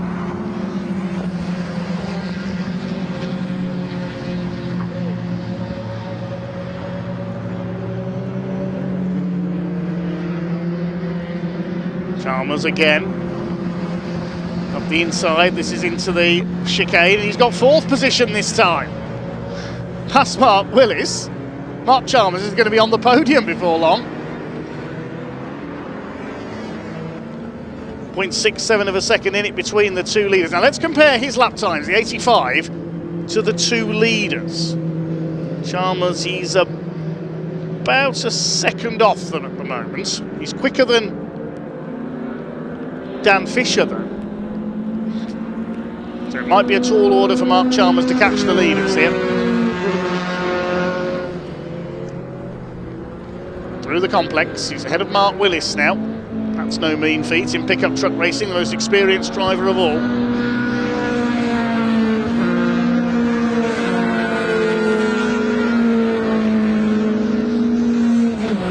Michael Smith running well too, he's up to 6th.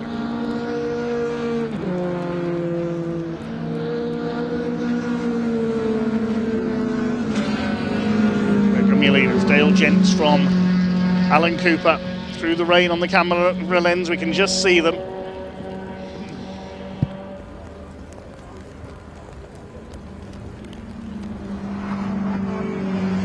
Getting closer and closer. Going up to complete lap number 6, so fairly soon we'll be at half distance. Alan Cooper is giving Dale Gent no rest at all out in front. Gap is just 0.3 of a second as they cross the line. Dan Fisher still in 3rd. We've lost one driver further back. Mel Collins has dropped out of the race in the 27.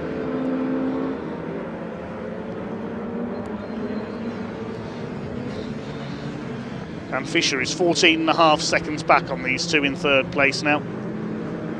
So if Mark Chalmers does catch him, looking what the gap is between those two, it's just over 1.1 seconds, so I suspect we'll see Chalmers up to 3rd, but I don't think he's going to catch these two. I think it's between this pairing for the win.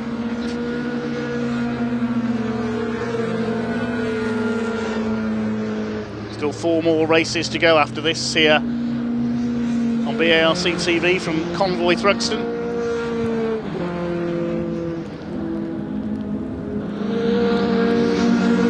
battle further back. Tom Hutchins and Simon Ward. This is for 11th place. A couple of trucks getting the black and white flag as a warning for exceeding track limits. One of them's Aaron Thompson. The other is 68 Eric Bolton. Thompson's still going. He's in 10th position.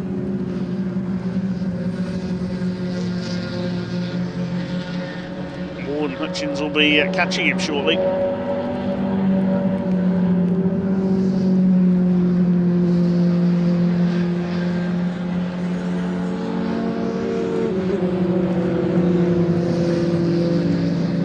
That battle further back between Simon Ward in the 71, the man from Leicestershire, the man behind Barwell Trailers, and Tom Hutchins. This is for 5th place. Michael Smith now reeling in Mark Willis.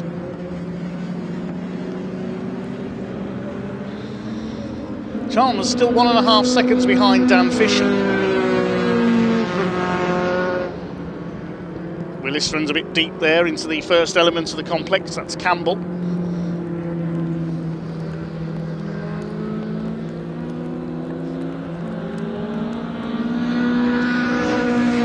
Mark Willis is not holding back here, nor is Michael Smith. Two most experienced men in pickup racing fighting over 5th position behind Chalmers in 4th.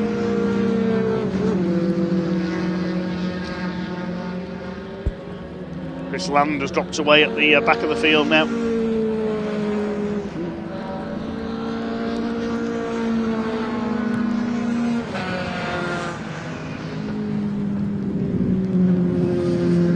See the spray is getting steadily worse down at Church now as the rain intensifies. Such a shame that both days of this festival of everything truck has been ruined by the weather here at Thruxton.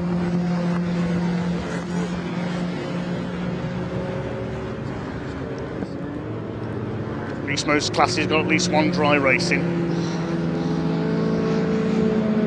The ones that haven't really are the Audis. Bad luck to them, unfortunately.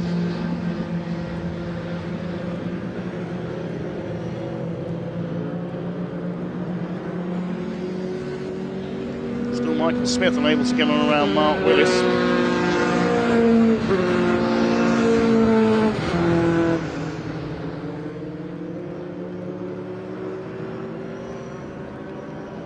Dale Jens has increased his lead just over a second over Alan Cooper. Looks more than that now, in fact, on this lap. Dale Jens looks for his first win. 2026.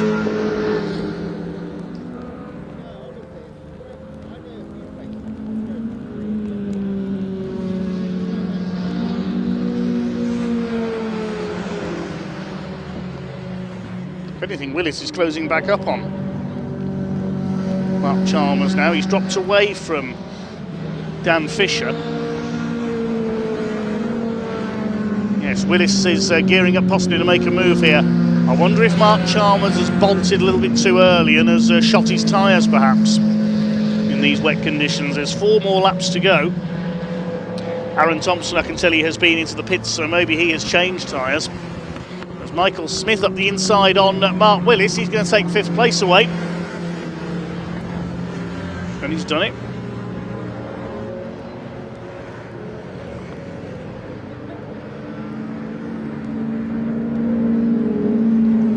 Simon Ward has pulled away a little from Tom Hutchins. No, that's not Tom Hutchins, that's Ryan Hadfield, the other gold and yellow truck in this race. So Hadfield struggling as well. Simon Ward gets ahead of him. Apologies, got my colours mixed up there for a second. So it's now Gents from Cooper. Oh, Mark Chalmers has pulled into the pits. I wonder if he had routed his tyres there. No, it's a problem, the bonnet is up. Oh, what a disappointment. He was going so well there, Mark Chalmers, and could have been on for his first ever podium.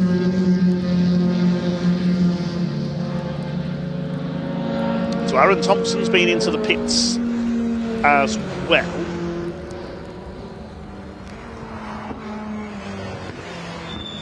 Such a shame the rain arrived to put a dampener literally on this finale for the pickups.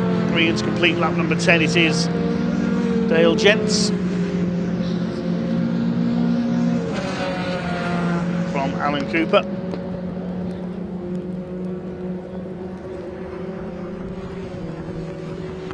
Fair play to Dan Fisher as well, still up there in third place.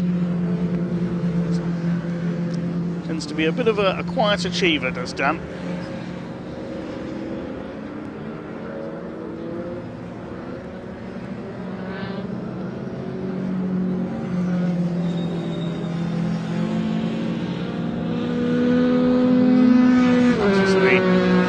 Back of the circuit they go once again. 2 seconds in it now, Gents has pulled away from Cooper. There's Ryan Hadfield now down into 10th place.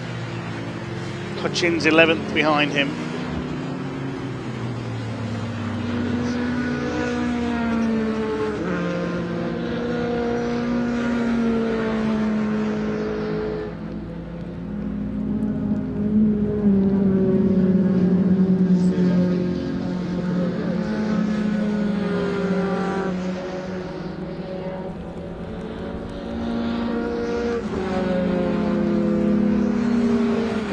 To the 4 laps to go mark in our pickup truck racing finale. These two 20 seconds clear. Dale Jensen, Alan Cooper of everybody else. Certainly not the close pack racing we're used to seeing from the pickups. Rain spreading things out.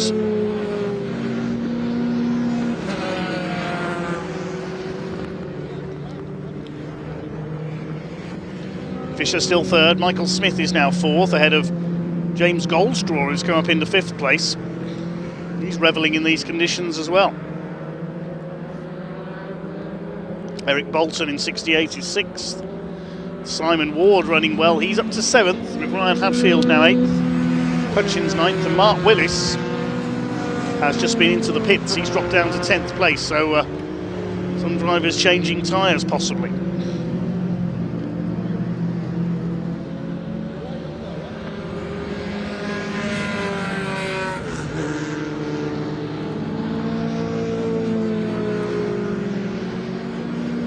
There's Aaron Thompson, he's down in 12th, and I think the reason for the pit stop, we're being told, is that his windscreen had misted up and he couldn't see. Let's have a look as he comes through the complex there.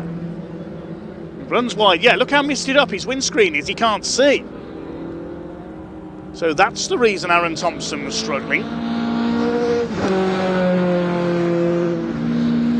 See there, just in the driver's area, it's slightly clear there. You can see him trying to clean it with a rag from the inside. I've not seen that during a race before, outside of a pit stop. So that's the problem for Aaron Thompson. He can't see where he's going. He doesn't want to pull in and retire. And there's Dan Fisher in 5th place. He has, I think, lapped Chris Land in the 77. Chris Land's all over the place. Maybe he can't see either. Michael Smith behind him. That's Willis in the 65. He's been into the pits as well. He's been lapped by Dan Fisher in 3rd place. Fisher is over 20 seconds down on Alan Cooper in 2nd, so it's between Gents and Cooper, and it looks like Gents is safe now. He's nearly 4 seconds clear, 3.8 to be precise, of Alan Cooper. There's Fisher in 3rd. Michael Smith in the background is 4th. Let's just compare their lap times. Last lap was about a second quicker for Fisher, so he's not in any immediate danger of losing 3rd. James Goldstraw still going very well in 5th place. Eric Bolton 6th and Simon Ward 7th. That's 3 trucks that have been into the pits, and sadly Mark Chalmers didn't rejoin. He could have had his first podium here.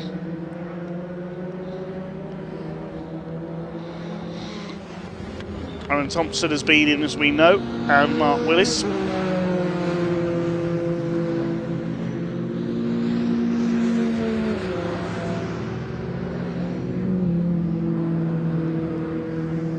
And Ryan Hadfield, a subdued race for the reigning champion. He won the finale at Brands Hatch. Everybody else scrapped behind him.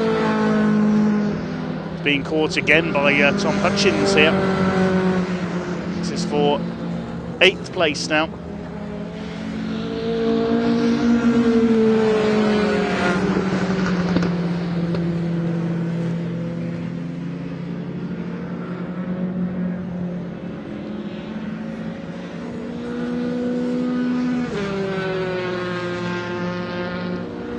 We're on the last lap now.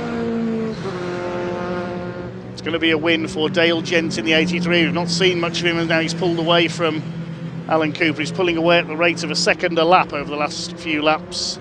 Hutchins closing in on Hadfield for 8th. And here he is, number 83, Dale Gents. The man from Leighton Buzzard, through Church Corner for the final time. He's going to take his first win of the season, the 2024 champion.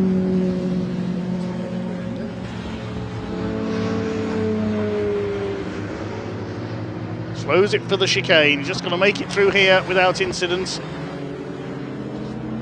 He's nearly 5 seconds clear of his nearest rival. And as the rain came down, Dale Gent mastered the conditions. Dale Gent wins the finale for the Pickup Truck Racing Championship. Alan Cooper comes over in 2nd place, and they are way ahead of everybody else.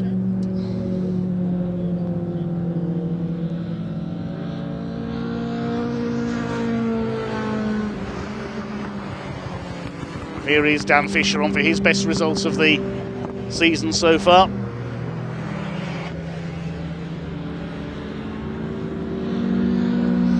He comes across the line to take 3rd place. Michael Smith will come over in 4th. And the rest will be some way behind. Here's our 5th place man. First appearance this season for James Goldstraw, aka Cole Trickle. Results in a fine 5th position.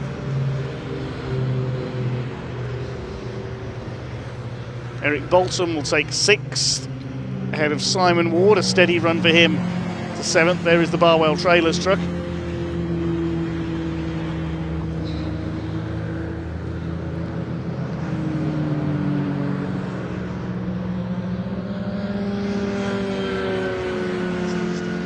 Next home it is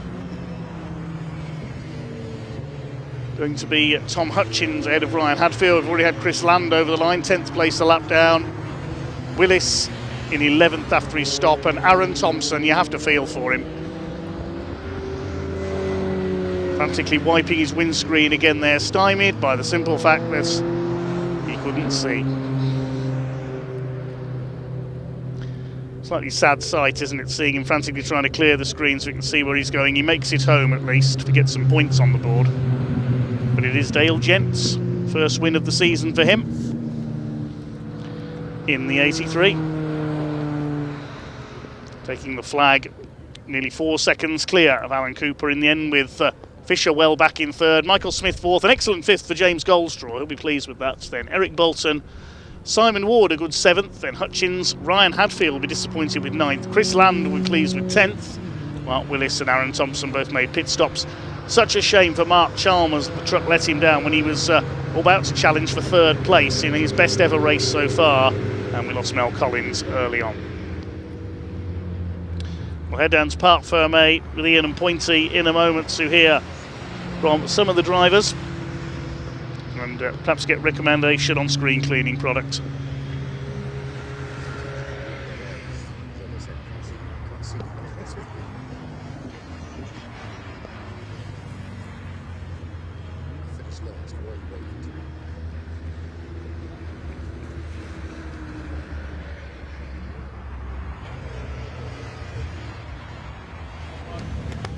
Well, a change in conditions, but rounds of applause all the way from 3rd, Dan Fisher, Dale Gent, Alan Cooper. What a selection of drivers. The conditions were very trying for all the drivers out there this afternoon. We've got sunshine and rain right now, and the floor is absolutely treacherous. You can see on the ground down here the kind of sitting water that I've been dealing with out there on the circuit. We'll just wait for Dale to hop out, or Are you getting out or staying in? Stay in. Why not? You've been sat down for 15 minutes. Why not sit down? Fantastic result. Very, very good work. We needed that. Yeah. We needed that. After obviously Brand's last meeting and that, we had an all right run there, and then coming into this weekend, it's like we just need to have good results, podium finishes. That rain coming is like, obviously all weekend we struggled with dry tyres and just killing the dry tyres around here. It's like I was praying for a bit of rain. I said, let's have some rain so we can save some tyres. It obviously showed that a bit of temperature drop in the tyres, a bit of wetness has given you the ability. Yeah, that got slick out the back there. There's a couple of times, right, well, I don't know what the name of the corner is, mine, but the bendy bit, before the chicane. we was completely sideways through there a couple of times. Like, don't bin it now, please. Don't bin it, yeah. Because that's it, when you've had such a good run for so many laps, it's almost like you start to put more pressure on yourself the later you get in the race. Yeah, I was like, I'm looking in my mirror, I was like, it's plenty far back, don't keep pushing, just pace yourself. I was like, maybe we could go a little bit quicker. Well, you wonder much pressure from behind. I mean, there was a 10-second gap between second and third at one point in the race. There was at the start of I see I was coming up there and we got a big break. I don't know what happened with everyone at the start. Someone got into my side and knocked my mirror around, so I couldn't see nothing down the side there. So I was just sort of like, let's just head down and just go and see, then look in the mirror, like, we've got a bit of a gap, let's try and maintain it. That's it. I can see that you can see quite clearly out of your windscreen. Is this an active heated screen, or it just happens to be a screen? It's a heated screen. We do run heated screens, but it still wasn't very clear. I bet, because I mean, we lost a couple of drivers due to fog during the race. So terrible conditions for that, because it is very humid inside these trucks, isn't it? It does get a bit warm, and then my right side wasn't working, so I couldn't really see any of my marks to my right side because it didn't work. So it was like chin on the steering wheel, like I could just squint and we can see where we're going. Just hoping for the best. That's it. Well, congratulations, fantastic race, Dale. Dale, of course, just double checking. Can't possibly have got the name right. He's with his family here as well. Little Ruben, Dan Fisher, phenomenal result. Look at this. We've got the fans, we've got the family, got a couple of generations of racing here. Absolutely incredible result for you. You've got to be happy with that. That's rain in my eyes, yeah. Of course it is. There's no emotion involved in racing. Everybody knows that. My first trophy. Is it really? And what a race. Oh, mate, the longest, wettest, hardest race ever. I kept looking over. Where was that last lap board? It just didn't come, did it? You keep stretching it and stretching it and stretching it. And I didn't have a particularly good first two. Well, they were all right, the first two races, but I was disappointed with where we came. But actually, I forgot that it's reverse grid. So paid dividends in the end, didn't it? I'll tell you what, because this is a new thing to the pickups, isn't it, the reverse grid? Yeah, newish, so they do it slightly different to how it's been done before. And so when I come into Park Ferme for the start of the race and they put me in P1, I'm like thinking, it's bittersweet, isn't it? You got all the fast guys behind me, but so equally you can see everything in the rain. So brilliant. Just thank the family, thank the team. Thank the sponsors. If you want a sponsor, there's plenty of room in their kit shop. He makes all the stuff. Most of all, I've got to thank my granddad. We mentioned him earlier.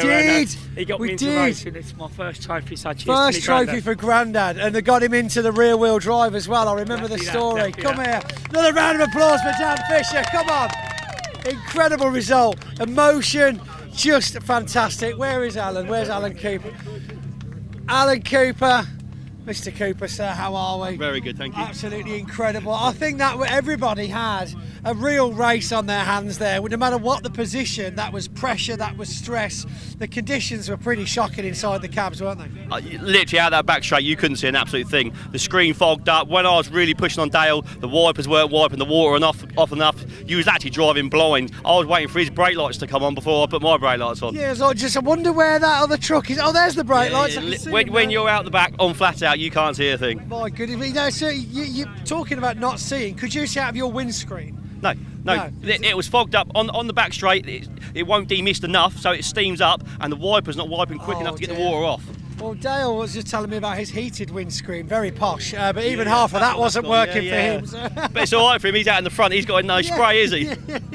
So yeah, that's why we backed off a little bit, obviously, so I could see where I was going. I need to finish in second rather than take each other out and try and go for the win. This is it. This is it. I'm in for the long game, not for the short game. Teach the big rigs a thing or two, you know. Not just finish the season. Well, fantastic race, Eric. Well done to you. However, I've just heard the whistle blow the other side of assembly area, which means I think we're about to go racing in the minis. So let's throw back to Dave in commentary to see what's going on with the mini challenge.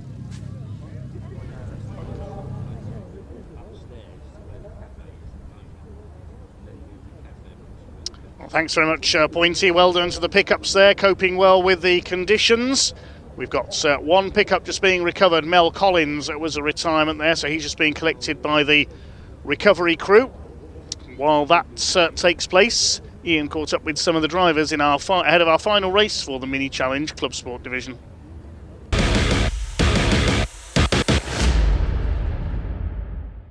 Right, everybody, it's time for round 6 of the Mini Challenge Club Sport. I popped down to chat to a couple of the Cooper drivers here, Dan Truman. Let's go have a quick chat with him. Let's move in. I wonder if he'll open the door for us. Thanks, Dan. I'm just going to pop my head in to get out of this rain. We haven't probably spoken yet this weekend. How's it been for you? It's not been too bad. So we've been quick in both conditions we've had. Just about both. Pole, a win, and then a second. Yeah. And then, well, hopefully, so how we go in this one. Hopefully something similar.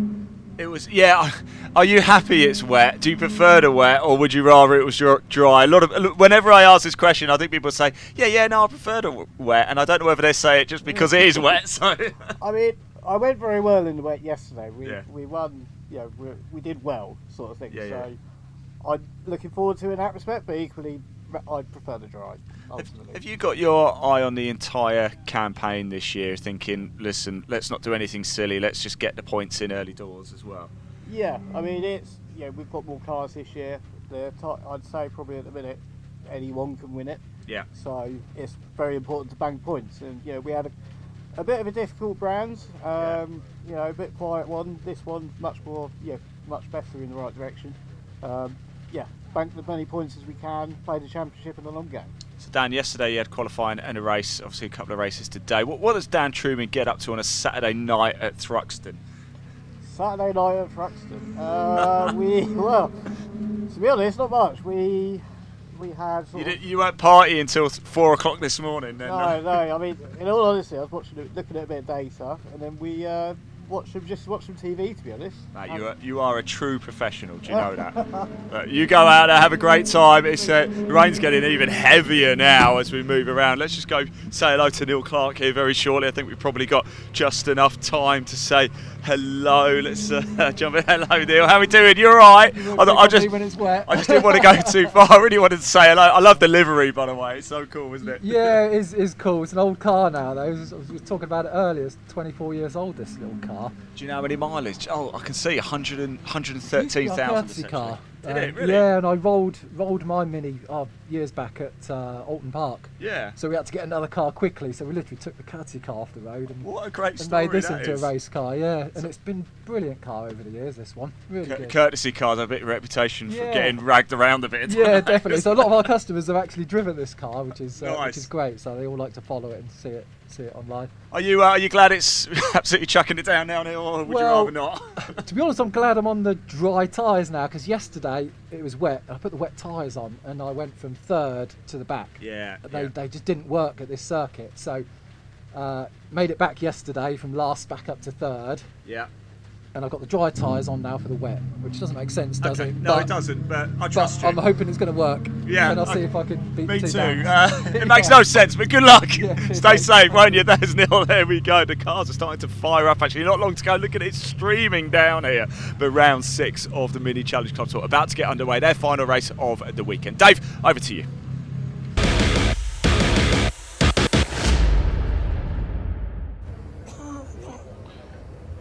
Thanks, Ian. Good to hear from a few of our drivers there. You can see Mel Collins' pickup is on the back of the recovery vehicle there, and will be taken back into the paddock Cars waiting to be let out for our final mini race of the weekend.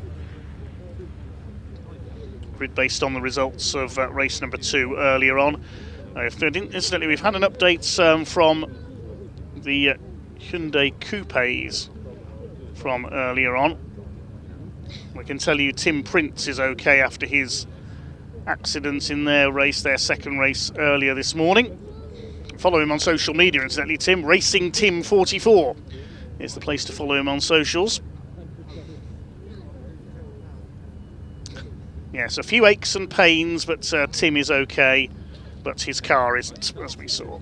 That's good news indeed. Nothing broken, no serious injuries for Tim Prince. We're waiting an update. I believe that Chris Johnson is okay after his crash in the minis earlier on as well. Talking of minis, here's your grid for the final race of the weekend for the Mini Challenge Club Sport. Andy Langley in the Clubman Estate will start on pole after his win earlier on, with Ian Trundley alongside him. Second row, Adrian Lingy in the 77 and Ollie Wilmot in the number 70. He'll start perhaps as the favourites once again from there. R53 class winner Ben Trundley on row 3 alongside Freddie Hewitt. Hopefully he's cured that fuel surge problem. Row 4, 2, 3, 1 Steve Webb and 7 James Dudley. Fifth row, treble 7 of John Wyatt alongside 29 of Paul Sawyer. Row 6, 55, Simon Sinfield starts alongside 469 of Lauren Fletcher. David Gibbons failed to get away on the restart of the earlier race, and I'm fairly confident Chris Johnson won't be there after the damage he suffered earlier on. Then there's a gap, and we've got the Coopers. 23, Dan Butcher-Lord in the Unicorn Power car, as we're now going to name it, will be on the front of their grid alongside Dan Truman in the 19. Second row for the Coopers, 53, which is Neil Clark. Starts alongside 20 of Jacob Heap. Chris Aram in the 14 and Colin Wilmot, the number 12, who failed to finish earlier on.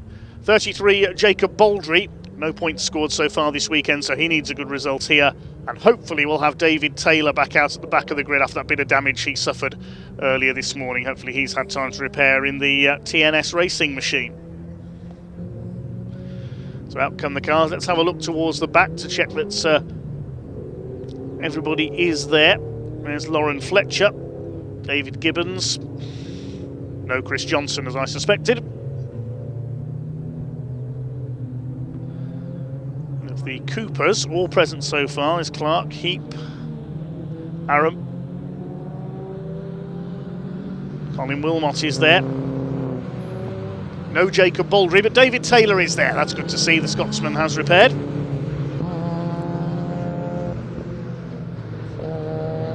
So no points sadly for Jacob Baldry this week.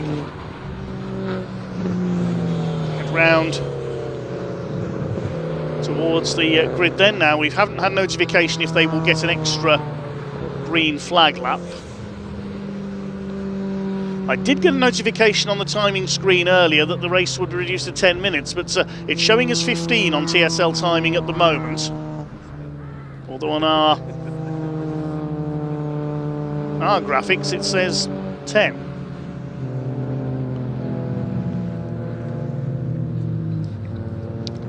So I've got conflicting information at the moment on the length of the race. I do apologise.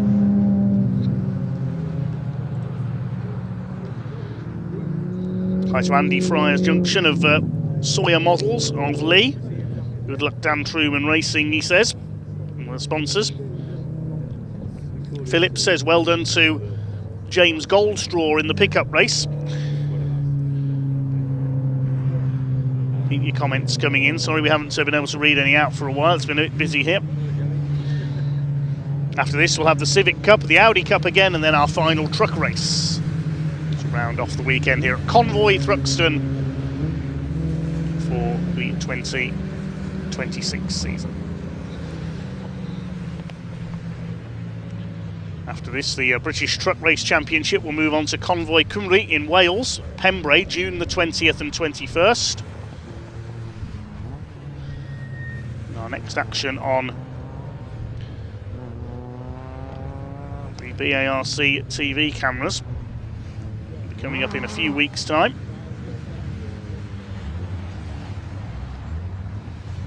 Yes, that will be at Convoy Cymru, our next action after today. So a few weeks break until June the 20th and 21st, when we bring you action from Pembrey, the home of motorsports in South Wales. Convoy Cymru will see the trucks supported by the pickups. The Civic Cup are back out there as well.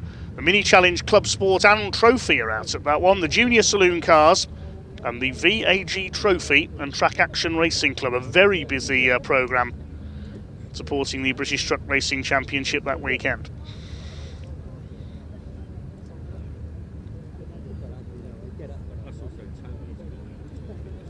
In position then for the Mini Challenge Club Sport final race of the weekend. The black and white car of Andy Langley on pole position, fresh from his first ever win earlier on. Ian Trundley alongside him. Watch for Ollie Wilmot in the white car on the far right of your picture.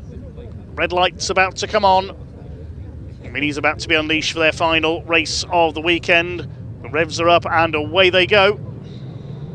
The clock now showing the full 15 minutes, which is a bonus, and a great start by Ian Trundley. Super start by Freddie Hewitt. Look at that in the number 5, 6th on the grid, charges straight into the lead. That is the start of the weekend from Freddie Hewitt in the number 5. Absolutely superb, and look at the lead he's got as they come up towards the complex the first time. Ollie Wilmot trying to go around the outside. Trundley in second, don't overshoot Freddie. He's just about held it together there and keeps his lead. Second place, Ian Trundley. Wilmot's up to third ahead of Adrian Lingy in that fourth position. Daniel Truman has taken the lead of the Coopers from Dan Butcher-Lord. Jacob Heap in the Golf liveried car is in third after a quiet weekend with clutch dramas so far. Freddie Hewitt, that is the start of the weekend, from 6th to 1st, and he's clearing off in front already. Trundley in second, there's Wilmot, we've got a spinner, oh look out, and going almost as quick backwards as he was forwards. That's the 2-3-1 of Steve Webb, and he spins into the Armco. He was very lucky not to be hit head on there. So 2-3-1 Steve Webb, that could be the end of the Surrey-based drivers' race. It is so slippery out there, as Freddie Hewitt is finding out as he hits Church Corner for the first time. Wilmot's up into second place ahead of Ian Trundley. Then we've got Adrian Lingy in fourth position in the 77, coached by Bradley Gravitz. Steve Webb has got the 2-3-1 going again. That was a very scary moment there for the man from Guildford. Here comes Andy Langley. He didn't get the start he wanted at all, but he's back on the pace now at the inside. Takes Ian Trundley. He's up into fourth place. And who's that bouncing up? That was Ian Trundley bouncing over the curbs there. He's knocked a bit off the underside of the car, I think. So that isn't going to prove terminal for Ian. Andy Langley around the outside of him. Behind them, that is Paul Sawyer. He's running well. He leads the R53 category. From Ben Trundley 2 places further back. Freddie Hewitt it is who leads. Ollie Wilmot power sliding around the complex there, going after him. Ian Trundley is still... No, it's Adrian Lingy, sorry, in third. Ian Trundley's back to 5th behind Andy Langley. Then we've got Paul Sawyer. James Dudley going well. Then it's Ben Trundley.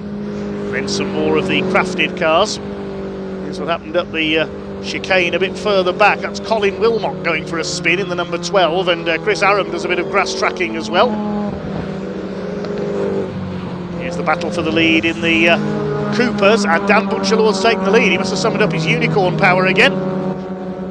Daughter Aurora will be loving this. Ian Trundley tries to chase down Andy Langley for what is now 4th place. Still can't get over. Look how quickly Freddie Hewitt came off the line. He was like a scolded cat away from the line there from 6th place. Dan Truman fighting back. This is for the lead of the Coopers, and 11th overall at the inside at Church, and he's done it. Seen our fair share of overtakes at Church. Drivers coping very well with the fastest corner in the country. Butcher-Lord fights back though, towards Woodham Hill. Third of the Coopers is Neil Clark in the Union flag liveried car. There he is in the background in the spray. Butcher-Lord back round the outside, got to be judicious on the brakes here, and he's done so. Yes, he's got the lead of the class back again. They're trying to chase down Simon Sinfield as well in the 55. A spin there, that's David Taylor. Taylor loses it in the TNS racing car, and Ollie Wilmot is now right with race leader Freddie Hewitt. Well, we've seen this before. All last season it was these two battling for the wins. The spell was broken in the earlier race with fuel surge issues for Freddie and a spin early on down to the back of the field for Ollie Wilmot, allowing Andy Langley to take the win. Wilmot has not surprisingly done the fastest lap of the race, 1:37.278 for the number 70. And he's just throwing that car around. Look at this, switching from oversteer to understeer. Driving it like you'd drive a classic Mini around Thruxton in something like the pre-66 touring cars. It's the tighter line onto the curb there. I reckon Ollie Wilmot will be very decent at the wheel of a historic Mini. He's right up with Freddie Hewitt now. Here he comes up the inside. He's surely going to take the lead as they come into the chicane. Yes, he's done it. He needs to get his braking right here. Still sliding it about there. Oh, he's overslid, I think. Has he held his lead? We'll see as they come out of the chicane. Freddie Hewitt back up the inside. He's going to retake the lead. Just as I said, he'd held the lead there. He overslid through the chicane. It was like watching Kurt Göransson in his race truck all those years ago. And so he would drive the great Swede in his Volvo. And there's somebody off. That's John Wyatt in the treble 7, has hit the barriers at the chicane. Gets it going again. He was 9th.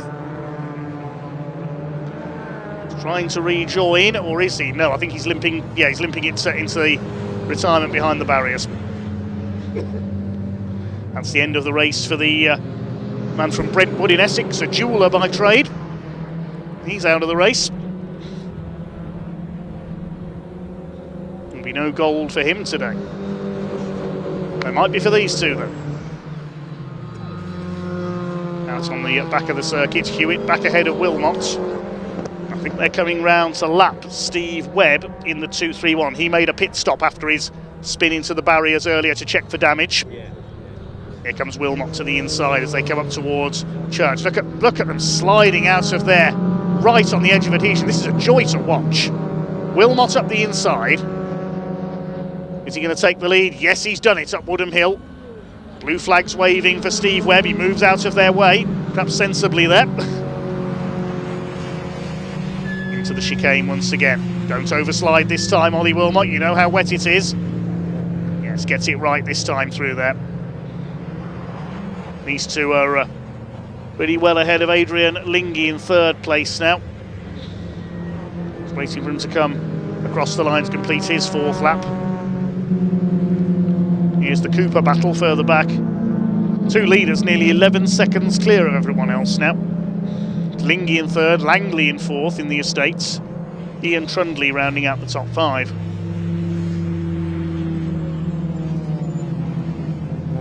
Here's a battle between Jacob Heap, Chris Aram in the 14 and Neil Clark in the 53. This is for 3rd of the Coopers and 12th overall. Here's a replay of this battle a little earlier in the lap. I thought Neil Clark had lost some ground, and that's why. Oh dear, Jacob Heap using him as a brake there as they came through Goodwood. Oh, behave, says the driver of the Austin Powers lookalike car. And Lauren Fletcher's had a spin as well. Leaders just avoid her. As they lap her, Ollie Wilmot has now pulled out a lead over Freddie Hewitt in the first part of the lap. He's sponsored by Ski Set Wengen, who said he works in the skiing industry, and he probably feels like he's driving on a ski slope. It's so slippery out there. As Neil Clark tries to fight back. There's the battle for 3rd, we just got a glimpse of. Lingy and Langley fighting for 3rd place. There go the leaders. Here's the fight for 3rd. Andy Langley up the outside. Trying to get the Cubic estate back ahead. Ian Trundley taking liberties with the curbs again in 5th place there. We saw that earlier on. Looking not to damage the underside of the car. The R53 class is still being led by Paul Sawyer in 6th position, the DJ, and the boss of Crafted Motorsports. Steve Webb being lapped there by one of the quicker runners. Here's the battle for 3rd, Lingy and Langley. Langley in the estate has a quick look up the inside. Adrian Lingy, as we saw earlier, being coached by Bradley Gravitz, the son of the 1990 British touring car champion Rob Gravitz. Like I remember watching in my youth in the days of the Sierra Cosworths, before the Super Touring era began. Rob was a great rival of Andy Rouse in the days of the Cosies. And a spin there, that's Ian Trundley from 5th place, he's gone.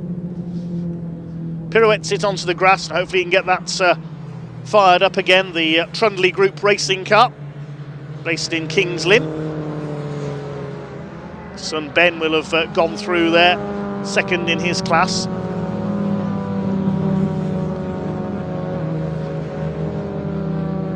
So there is Paul Sawyer, that's going to put him up to 5th overall. James Dudley in 6th overall in the number 7, he's going well. And still these two at it for 3rd place. Adrian Lingy ahead of the estate of Andy Langley. Through the chicane. Just under 5 minutes of this event to go for the Mini Challenge Club Sport. We'll see them back out accompanied by the quicker trophy class at Pembrey in June.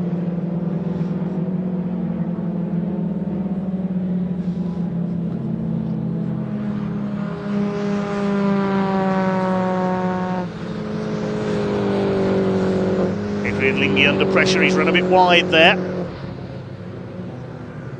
Andy Langley, this is his opportunity up the inside at Seagrave. He goes through. Doesn't want to run wide on the exits. Nicely done by the estate car.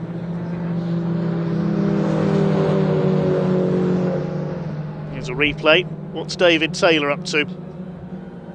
Big slide onto the infield at Goodwood. He saved it. Nicely done by the man from Dundee. Meanwhile, Ollie Wilmot continues to lead, looking for win number 5 this season. He's pulled away to the tune of 2.7 seconds from Freddie Hewitt now. I wonder if Freddie's fuel surge issues are coming back to haunt him. Battle for 3rd rages on.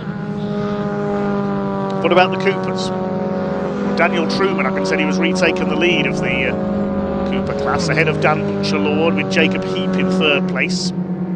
There's Dan Truman, just got a glimpse of him in the foreground, and Butcher-Lord under fire from the Gulf liveried car for 2nd place of Jacob Heap, the hat-trick winner in the class at Brands Hatch.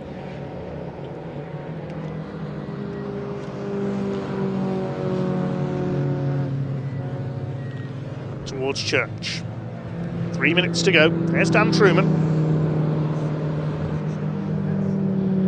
Taking a lot of curb there, Dan Butcher-Lord on the inside. From Peterborough. Very pleased with his class win earlier today. Here's a replay of a moment at the chicane. It's Colin Wilmot again. Exit stage left. Oh no, not quite, he managed to save it. And a mixed weekend for Wilmot Senior. There's that bit of bodywork on the curb there on the right of your picture. That was left behind by Ian Trundley earlier on. He's still going, he's in 8th place.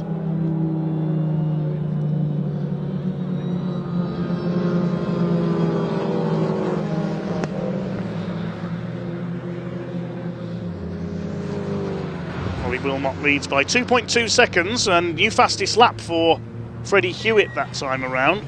Yeah, he's taken half a second out of Wilmot's lead. There's the fight for 5th. Paul Sawyer ahead of the 7 of James Dudley, and behind them is Ben Trundley. Now Ben is trying to catch Paul Sawyer for the lead of the 53 class for R53 BMW Minis here. James Dudley is an R56, so he's in a different class to them. Ben will be anxious to get past him so he can have a go on the last lap for the class win.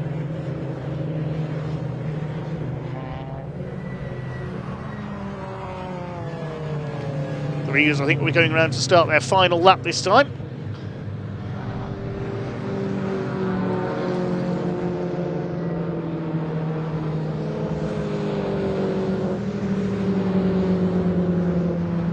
James Dudley pressuring Paul Sawyer for 5th overall. Adrian Lingy has been given a warning for exceeding track limits, so if he does, he'll risk a 5-second penalty. Still fighting for 3rd. Colin Wilmot incidentally has pulled into the pits, so has Lauren Fletcher.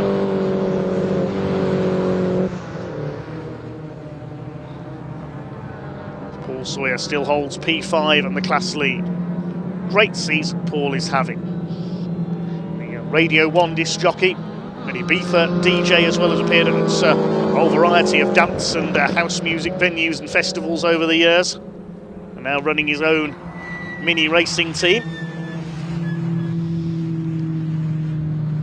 Through the chicane comes Ollie Wilms. There's Freddie Hewitt in second. He is closing in a little. The gap was 2.4 seconds last time through. It's now down to 1.9 seconds. So Hewitt pushing on. We're into the last lap now for the Mini Challenge Club Sport this weekend. Up towards the complex. Can Freddie Hewitt find anything left in the tank to close down Ollie Wilmos? 1.9 seconds was the gap. His last lap was half a second quicker, so he might catch up to the back of him, but I don't think he'll quite get within parity of passing. These two really have been the class of the field in this race. They're 22.5 seconds clear of Andy Langley in third. So after the slightly crazy race earlier on today, normal service being resumed.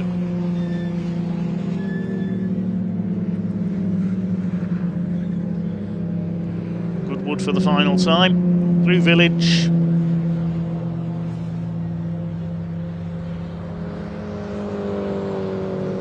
This is Church Corner. No problem at all for Ollie Wilmos. The Swiss-based Englishman is heading for 5 wins out of 6 this year.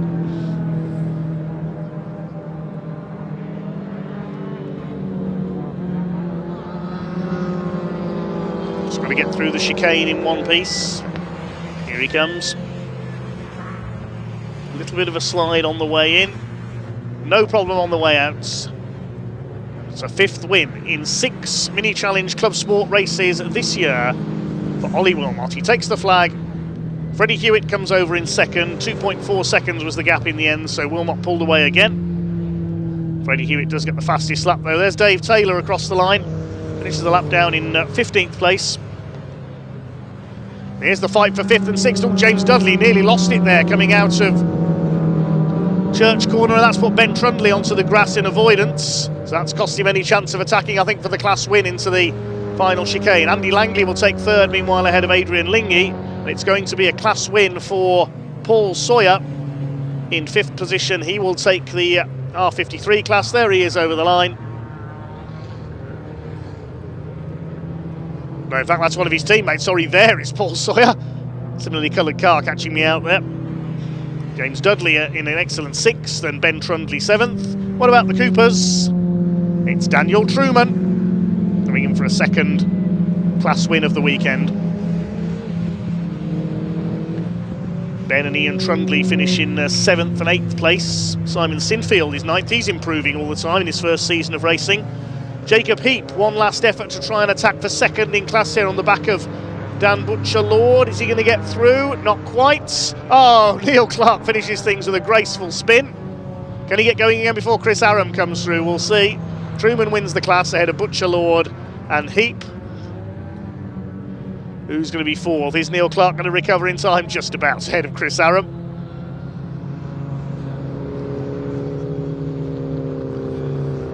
Behind them, Taylor, David Gibbons and Steve Webb, after his early incident, all finish a lap down. We lost Colin Wilmot and Lauren Fletcher into the pits, and John Wyatt went into the tyre wall at the hairpin. So Ollie Wilmot wins by 2.4 seconds ahead of Freddie Hewitt, with Andy Langley on the podium. Once again, great weekend he's had. Adrian Lingy likewise in 4th. Paul Sawyer wins his class in 5th place overall ahead of Ben Trundley. James Dudley splitting them. Ian Trundley next home ahead of Simon Sinfield and the Coopers. Truman ahead of Butcher-Lord once again. Jacob Heap, Neil Clark despite that last corner spin, and Chris Aram, Taylor, Gibbons and Webb completing the 17 finishes.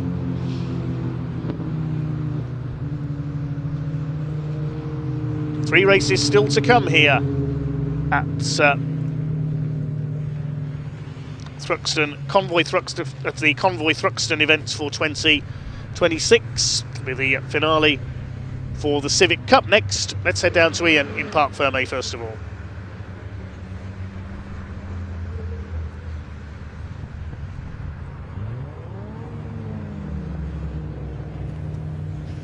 Yeah, welcome down to Park Firm, everybody. The cars are about to make their way in, and it is win number 5 of the season for Ollie Wilmot in round 6 of the Mini Challenge Club Sport. Here he comes now, retaking his place at the number 1 spot. He's smiling under there, I can see it. In comes Freddie Hewitt. He's finished in 2nd place for the 2nd time this weekend, and encouraging signs for Freddie, although no doubt he perhaps feels a little bit disappointed with proceedings. Andy Langley coming home in 3rd, the only man to have been on the podium in every single race here at Thruxton this weekend.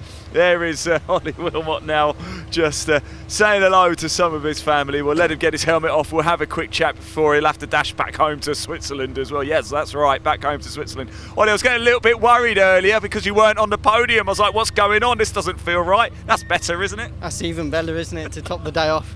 I just love the wet. I can tell. How slippy is it out there? It's slippy. It was as slippy as yesterday, I would say that. But yeah, I overtook Freddie the first time and nearly lost it the chicane again. But yes. I'll tell you what, Freddie's getting quicker and quicker though, isn't he? Yeah, he's causing 1 or 2 headaches, is he? It's nice, and it's a nice battle with him. So it's yeah, it's good racing. Well done, Ollie. Congratulations. Win number 5 of the season. Gary's going to grab Freddie, so let's grab Andy for a quick chat. We'll speak to Freddie in a minute. And here he is, Andy Langley, the only man to have been on the podium in every race this weekend, Andy. Not bad, eh? What a result, eh? Yeah. Can't complain at that. Mr. Consistent here, and of course you have had a race win this weekend too. It's been quite special for you. Yeah, definitely. Yeah, I love it here. I really do. And it always rains as well. Just that one didn't work out for me, unfortunately. Yeah, it shouldn't rain. We're in the south of England. It doesn't normally rain. We've been here for the last, I think, since 2023, and it's rained every year we've been here. So yeah. But I love it. I love coming here. Congratulations. Yeah, and I'm really happy for you. Great weekend, 3 podiums. And Paul Sawyer, come here right now, our class winner for the 53s. Well done, my man. I'm really happy for you. Great racing this weekend. Mate, that's so good. I love the wet. It's just got no cakes. Give me some cakes. David Gibbons there, looking a bit happier than he did earlier. I'm sure they're saving me a donut back at the pits. Actually, I'll tell you a little secret. The marshals have got cake in the hut over there. Oh, really? So yeah, that's where I'll be going then. Absolutely. You're Well, follow me.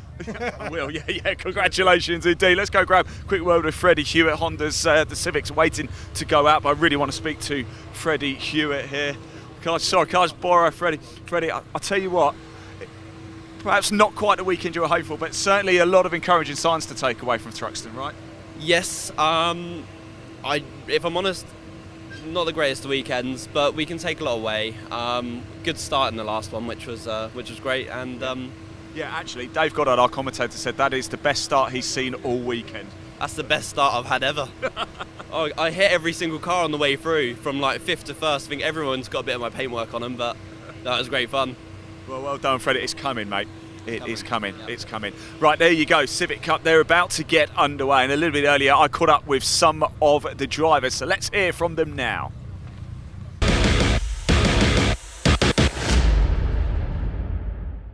Right, it's time for round 6 of the Miltech Civic Cup. So far in 2026, we've had 5 races. We have had 5 different winners.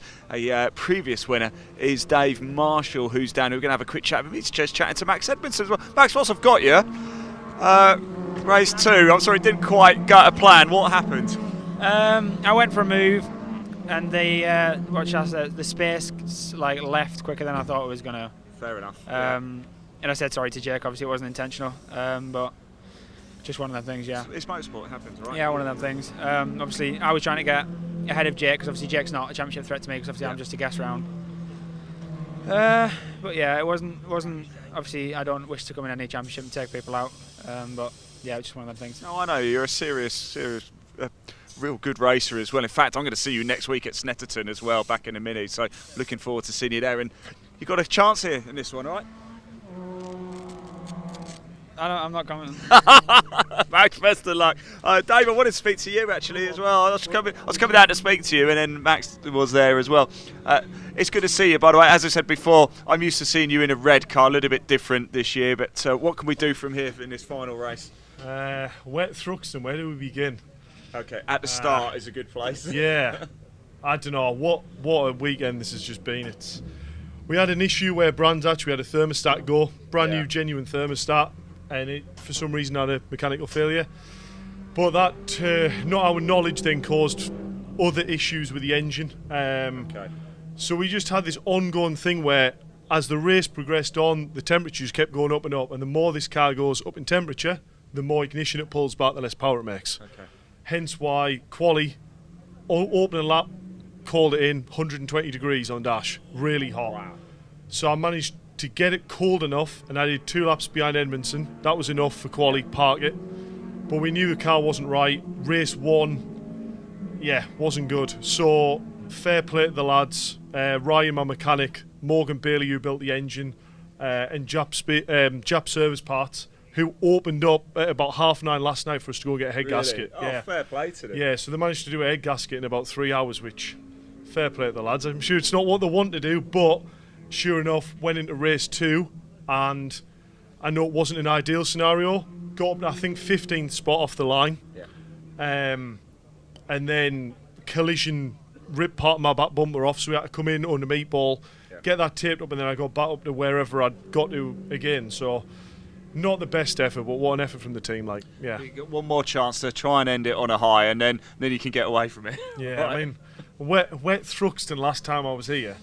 I mean, it's on quite a lot of YouTubes. 5th gear sideways through church every lap's just seems to be what this car does. And people seem to think, oh, that looks like you're enjoying yourself, but it's on the edge. It's on the edge. Have you got some spare underwear out there?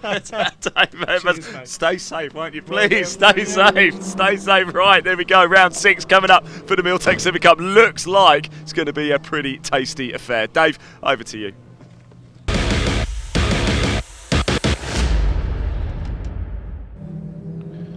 Yes, this could well be pretty tasty indeed. Thanks, Ian. Race 3 for the Civic Cup. Cars head out onto track then. This grid based on the second fastest time for each driver from the qualifying session held yesterday. So the grid not decided by any grid reversal this time. One notification from the race earlier on. Race number 2, Harry England, number treble 3, was disqualified from the results. That when he failed to finish anyway, disqualified as the cause of the incident up at Noble, where Freddie Ingram and David Walsh crashed out into the tyres. Grid for this one then sees Josh Files, number 99, one of our guest drivers this weekend, in pole position with Wilf Butler alongside him. Watch for Wilf from there, looking for his second win of his debut season. Second row of the grid, Max Edmondson, the 33, alongside the 17 of Jake Hewlett. They tangled in race number 2 and failed to finish. Row 3, 14, Aidan Mitchell alongside 66 of Dave Marshall, we just heard from. On the 4th row, the erstwhile points leader Spencer Stevenson, but he dropped back down the order in the earlier race. Completing the top 8, Louis Austin, number 26. He's carrying success ballast for this one. He's got 20 kilos on board. Row 5, Wesley Swain in 92. Ended up in the barriers at the chicane earlier. Sean McGovern, number 67, starts alongside. He's got 10 kilos of success ballast from race 2 on board. The leader of the Paul Winfield Memorial Trophy points at the moment. Row 6 of the grid, 37, Josh Bromley. 86, Dan Petters. He'll have 30 kilos on board for this one. Row 7, Alistair Camp in the 45, alongside 84, Matt Wilkins, the championship leader after his win earlier on, but he's got the top weight of 40 kilos in there. Row 8, number 6, Charlie Constable. He'll have 5 extra kilos on board, 5th in the earlier race, alongside Harry England in treble 3. Row 9, 57, Freddie Ingram, I imagine, won't be starting after the damage he picked up earlier on. And Charlie Budd in the 44. Row 10, Francisco Howitt in 50, 39, Joe Dalgano.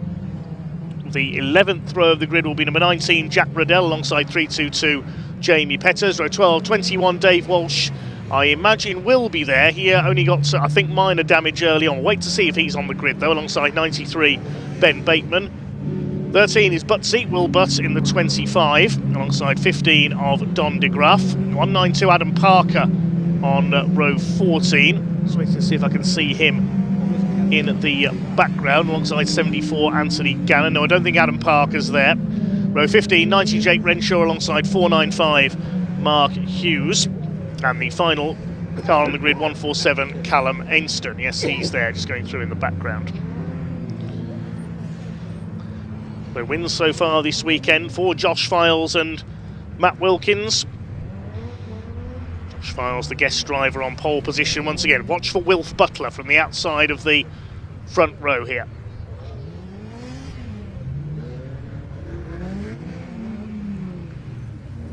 This is going to be an interesting one to say the least. Slippery conditions, but the sun is back out here at Thruxton. Can't make up its mind for more than 5 minutes. There's Don de Graaf, number 15, had a non-finish earlier on. Anthony Gannon leading the Goodyear Diamond Award. The 90 is Jake Renshaw. Mark Hughes and Callum Inston in the later shape FN2 Civics at the back. Callum Inston, a newcomer this year. Pole position, Josh Files in the blue and yellow car. There's a gap in front of Alistair Camp. That's where Josh Bromley should have been. He's not there.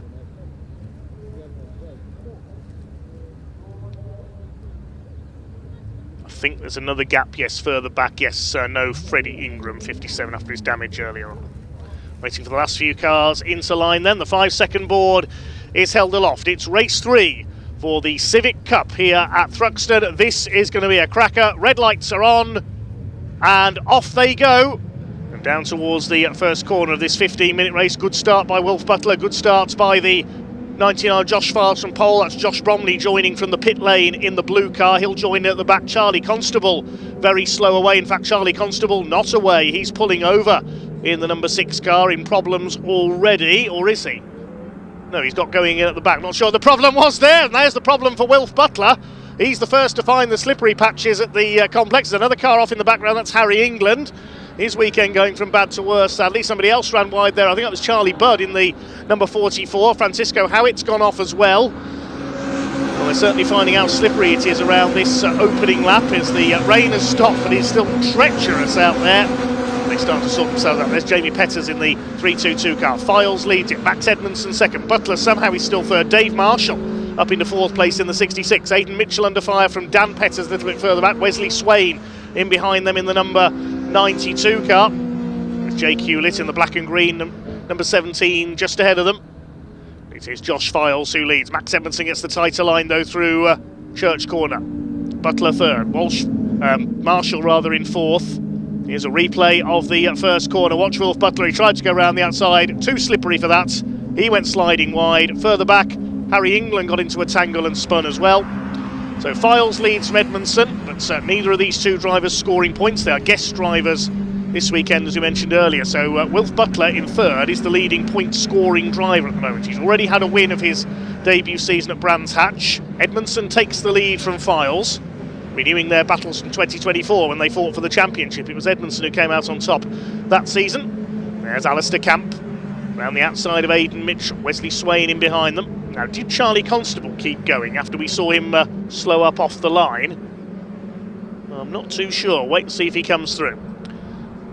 Sean McGovern on the tail of Wilf Butler. Then it's Marshall in 5th position. Spencer Stevenson started well. He's in 6th position, still in contention for the points lead, possibly. Then we've got Dan Petters, Jake Hewlett, Alistair Camp and Wesley Swain now rounding up the top 10. He's got ahead of Aidan Mitchell in the 14. Making their way out onto the back of the circuit once again.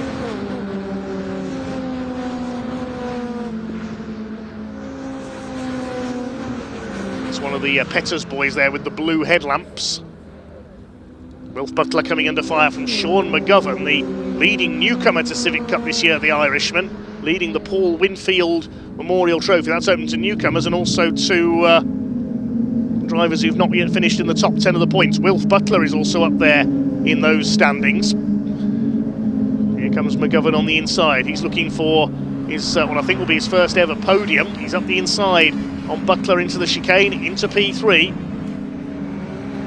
Over the curbs they go. Max Edmondson still leads. Dave Marshall 5th. Then it's Dan Petters up into 6th place. They clatter over the curve. Jack Riddell going side by side. I think that's Charlie Budd through there. Spencer Stevenson takes Alistair Camp in the lower reaches of the top 10. Past the Thruxton Centre through Allard and Green. Up towards the complex for the 3rd time. Max Edmondson leads by about 1.5 seconds over Josh Files already. McGovern up into 3rd position. Here comes Alistair Camp fighting back on the tail of Spencer Stevenson. Nearly clips the back of him there in the number 12, the Alu Plus sponsored car. Alistair Camp, a bit of a twitch there, and he could lose out to Wesley Swain, the other FN2 shape Civic having a look on the inside.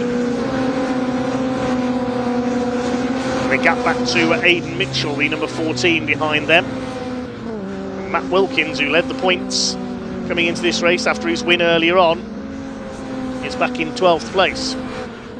Just caught a glimpse of the turquoise and white car there. Edmondson, Files, the two guest drivers out in front. McGovern, the leading point scoring car. He's having a fantastic run. There's Jake Hewlett, the 17. He was top point scoring car in yesterday's race after Louis Austin was penalised. Had a win at Brands Hatch as well. Some tipping him as a title favourite this year. Some tipping Wilf Butler as a title favourite. The teenager, but he gets sideways there coming through the chicane. Goes over the curbs, over the grass. The driver's taking a little bit of a liberty with the curbs there. Alistair Camp under fire from Wesley Swain, the two FN2s still together. So no real changes in the order that time around, except for Jamie Petters, who's making up a few places. Now goes past Aidan Mitchell up into 11th. Bit of power sliding there from the number 12. Yes, Spencer Stevenson got it sideways. Alistair Camp on his tail. This is for 7th, 8th position.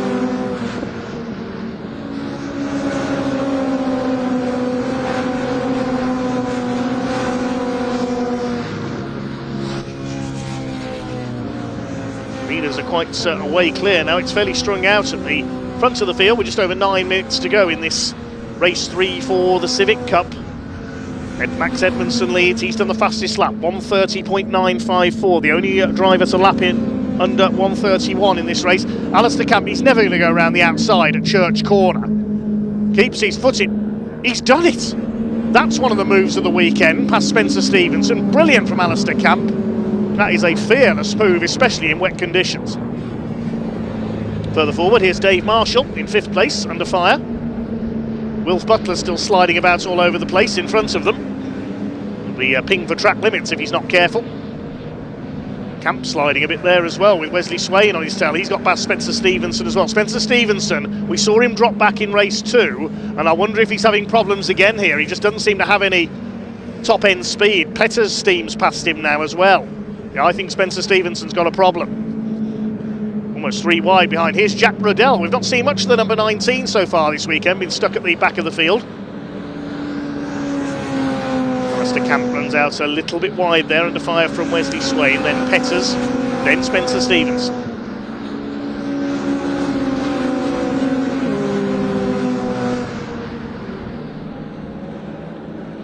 Battle of the FN2 Civics here. Should reiterate, there's no separate classes for different model shapes of Civic. It's all one class, this championship. We do have the Goodyear Diamond Award and the Paul Winfield Memorial as well. Top car in the Paul Winfield Memorial is Sean McGovern in 3rd place. The leading car of those competing in the Diamond Award looks like Anthony Gannon down towards the back of the field. There is Wilf Butler, still in 4th place.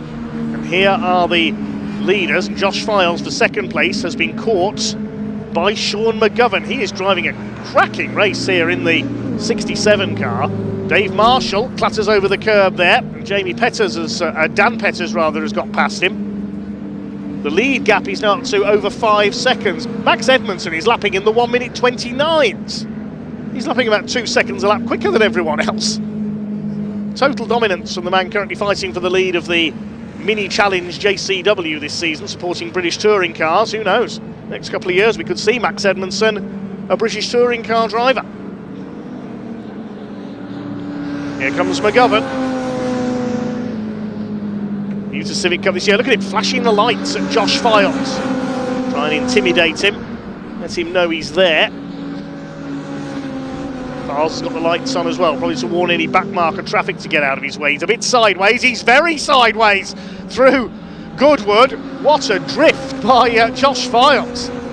That's going to allow McGovern up alongside him, though. The loss of momentum will let the Irishman ahead. That was a fantastic, well, you can't really drift a front-wheel drive car. That was more of a power slide than anything from Josh Files. Looked spectacular. Didn't help his position though.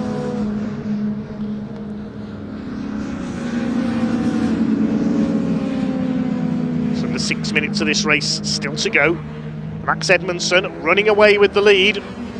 So Sean McGovern, he doesn't need to catch him because, as mentioned earlier, Edmondson not eligible for points. So Sean McGovern will be the top point scorer if it stays like this.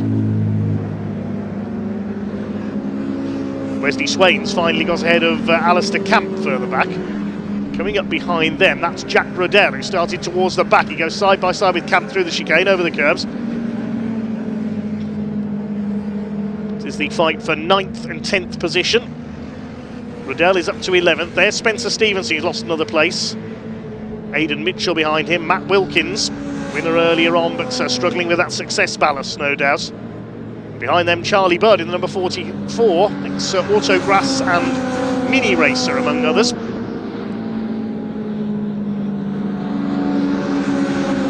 Had to go in Legends cars as well. Here comes Matt Wilkins on the inside of the 14 car. That's Aidan Mitchell, gets through. There is Budd.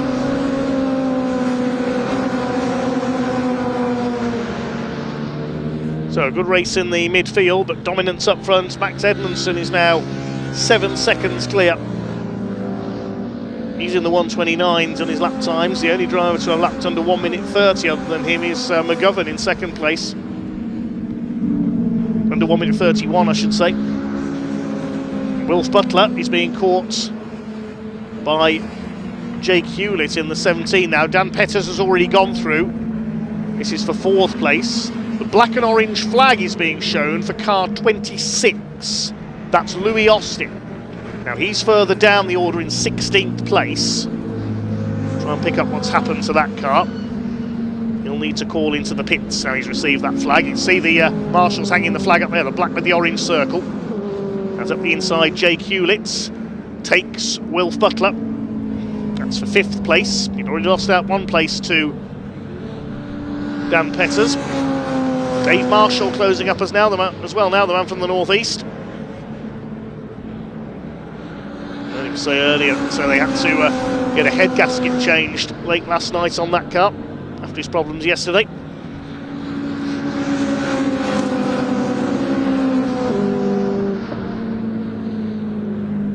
Just over 3 minutes to go. Jake Hewlett to the inside on Dan Petters. It's a good one, it's still so slippery here. Petters keeps his foot in, keeps the place. Lost a couple of cars into the pits.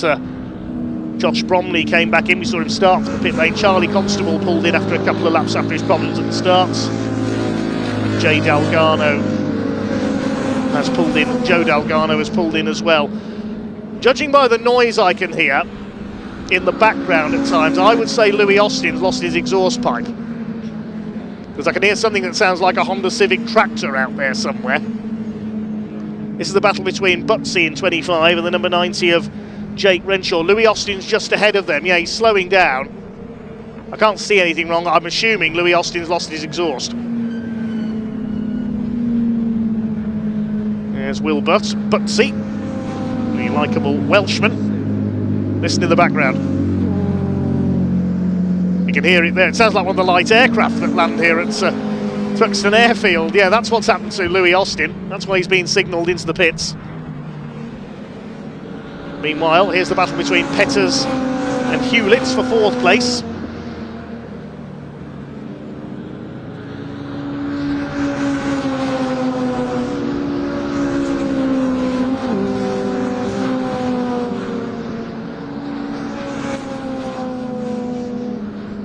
Edmondson still leads, he's nearly 9 seconds clear, he's just on a 1 minute 29.25, Max Edmondson. He's got this race under control. Sean McGovern in 2nd place, he's 1.5 seconds clear of Josh Files now, the best we've ever seen McGovern run. Battle for 4th between Petters and Hewlett. Wilf Butler has dropped to 6th, maybe his tyres are starting to go off again. We saw him pull up with a puncture yesterday.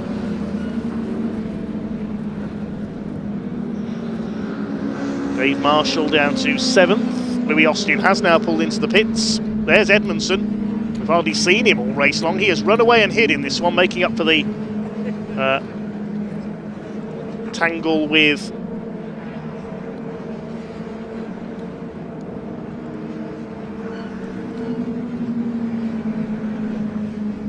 Jake Hewlett earlier on. He's just lapped Anthony Gannon in the 74. He's still the leading runner, I think, in the Goodyear Diamond Award, ahead of Mark Hughes for the over 40s club. I was going to mention this, but if I was racing in the Civic Cup, I'm eligible for that award as of this month. Yes, I'm officially old. Some would say I was born old, but anyway. Clock is about to count down to 0. And Max Edmondson is heading for victory on his return. It's one-off appearance in the Civic Cup. There is Gannon, set to win the Goodyear Diamond Award once again. The clock has counted down to 0. Here is Max Edmondson in the area motorsport number 33 into the chicane for what will be the final time. Going through to complete his 10th and final lap. And there is the checkered flag. Max Edmondson, a winning return to the Civic Cup this weekend. Coming through for second is going to be Sean McGovern. What a drive by the man from Dublin. He is overjoyed as he crosses the line in second place. Josh Files third. And Dan Petters will just beat Jake Hewlett home, I think, only just for fourth place. Dave Marshall will come home in sixth. Just reward to his team for repairing that car overnight. Wilf Butler next. Behind them, Jamie Petters came through from towards the back for a very good 8th place. Wesley Swain is 9th, 10th is Jack Riddell. And then Alistair Camp dropping back into 11th place in the end ahead of Matt Wilkins. Spencer Stevenson 13th, then Aidan Mitchell, Charlie Budd in the 44. Completes the top 15. There's the next battle home. Don de Graaf has just got ahead of Ben Bateman on the final lap. That's for 16th place. He just beats him over the line, and Butsy in a photo finish as well with the number 90 of Jake Renshaw. Butsy got it by a few hundredths of a second. Francisco Howitt and treble 3 of Harry England making it home next. Harry getting going again after a spin on the first lap. The rest of the pack finished a lap down.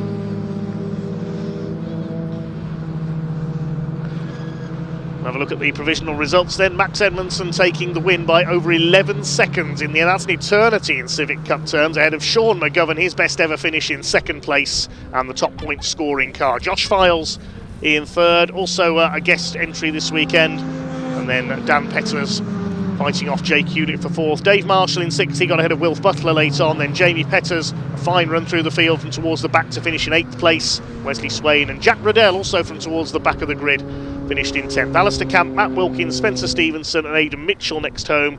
Charlie Budd completed the top 15 ahead of Don de Graaf, then Ben Bateman, Will Butsy in 18th.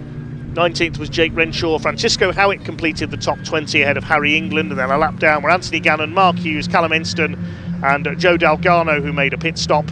We lost Louis Austin after losing his exhaust. Josh Bromley and Charlie Constable also pulled in.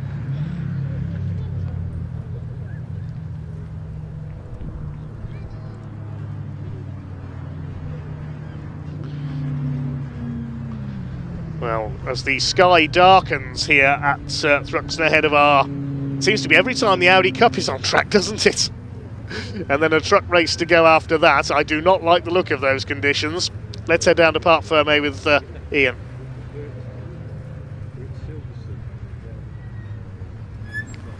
Well, Max Edmondson wins round 6 of the 2026 Milltech Civic Cup.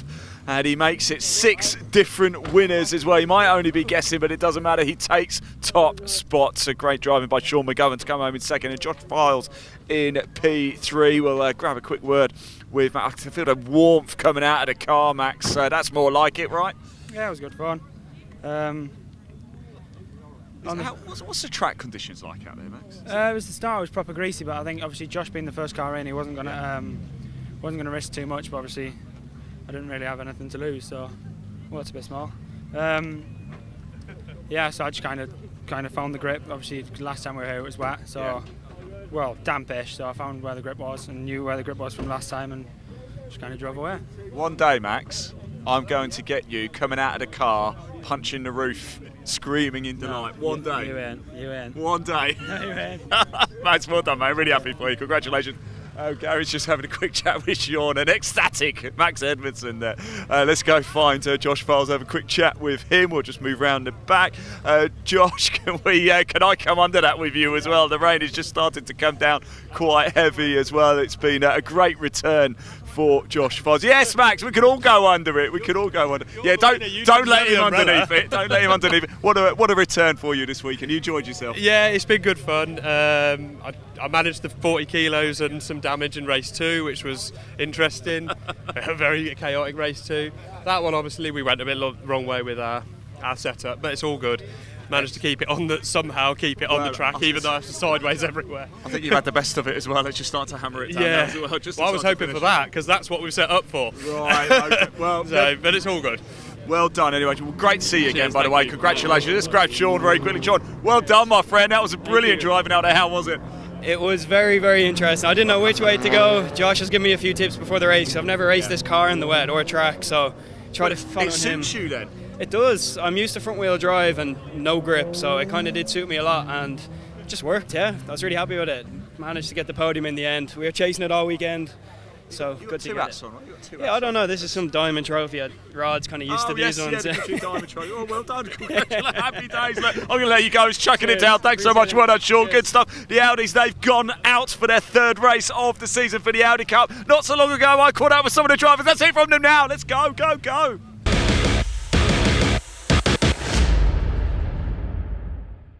Right, everybody, it's the third race of the weekend, round 3 for Audi Cup. I'm here with Phil because I just wanted to say happy birthday to you. Have you enjoyed your birthday today? Oh, absolutely. How long, Phil, have you been doing marshal, or how long have you been marshalling for? 20 plus years. Why should somebody get involved? Why is it so good?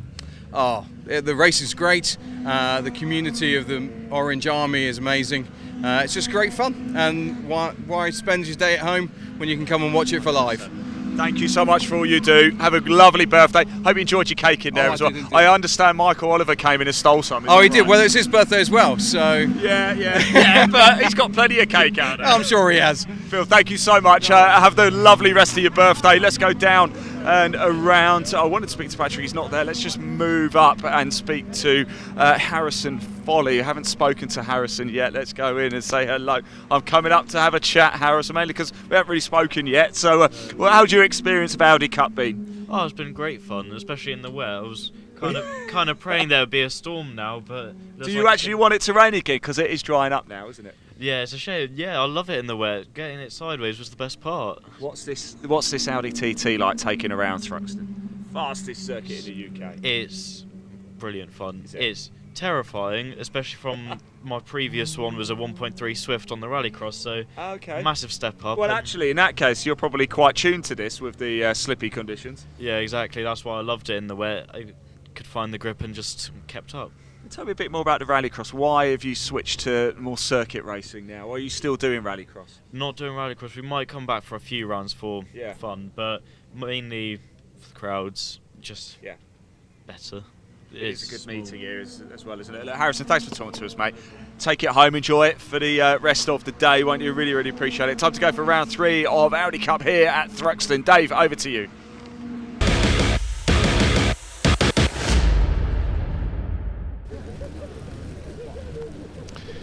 The Audi Cup on the grid then, and they seem to have the worst luck with the weather this weekend, don't they? We're the only class that hasn't had a dry session. Race 3 then, the grid based on the second fastest times in qualifying yesterday, so it's Ross Makar and Sam Marr on the front row of the grid, Patrick Booth and Andy Rogerson on the second row, Ruby Smith and Ian Dowler row 3, James Blake and Harrison Foley on the fourth row. So away they go then, nicely timed there. And down towards the complex for the first time. Ross Makar is the man we're pinning our hopes on for a hat-trick. You can hardly see him through the rain up at the complex. It is hammering down as they go into the complex for the first time. I think our cameraman overlooking the start time had run to get some shelter, or at very least get his raincoat there as they came off the line. So Ian Dowler running wide there, just staying ahead of Ruby Smith in the 21. Looks like we've got all 8 cars back out there. Sam Marr, after his breakdown earlier on, has repaired. And the challenge here is, well, for the drivers to be able to see where they're going and for our camera crews to be able to see the action. Full credit to them out there. It's not easy for them.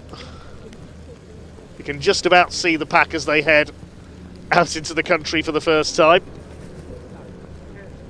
There is Andy Rogerson in the number 113. Got very sideways through Church Corner while chasing Ross Makar earlier on. Sam Marr in 3rd place. Then Patrick Booth in the 2nd of the 4G Racing cars in 4th. Then we've got Ian Dowler, podium finisher in race 2 earlier on today. Sam Marr giving chase in the number 5, who had to pull off and retire in race 2 of the weekend. His first ever race weekend for the Audi Cup for these identical 2-litre Audi TTs. They make their way through the chicane.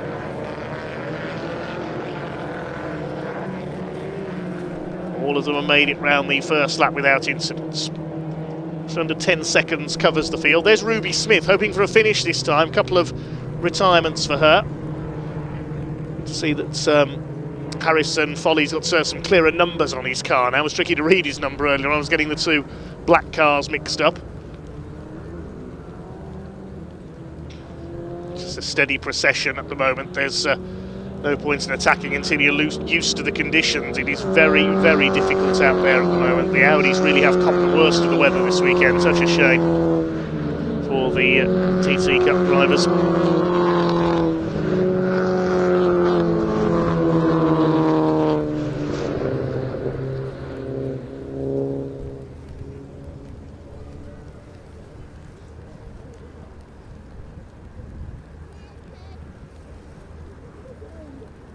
Out on the far side of the course at the moment. Rogerson getting a bit sideways again through Church Corner there. He's done that a few times, hasn't he?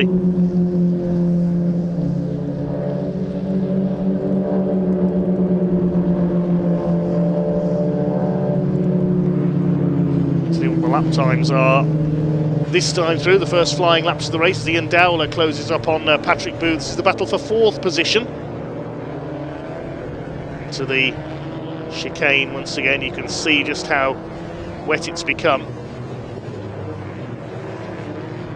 Ruby Smith next through, and then the scrap between the 2 black cars of Foley and Blake at the back of the field. But it's Ross Makar who leads the way. He leads by 2.5 seconds. 1:35.954 his lap time that time through. Rogerson did a 1:37.1, so you can see that Ross Makar is going to pull away here, the Scotsman, and is heading for a possible hat-trick. Sam Marr in 3rd position. And a slide there from Ian Dowler, the 55. Drivers just taking it as steady as they can there. All learning these new cars for this year.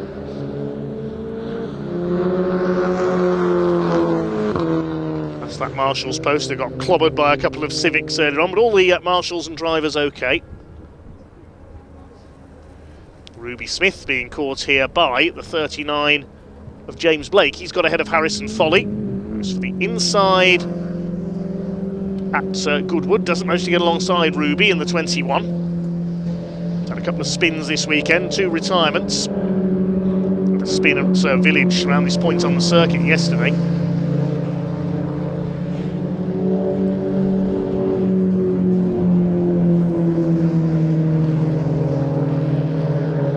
TT certainly having potential in motor racing.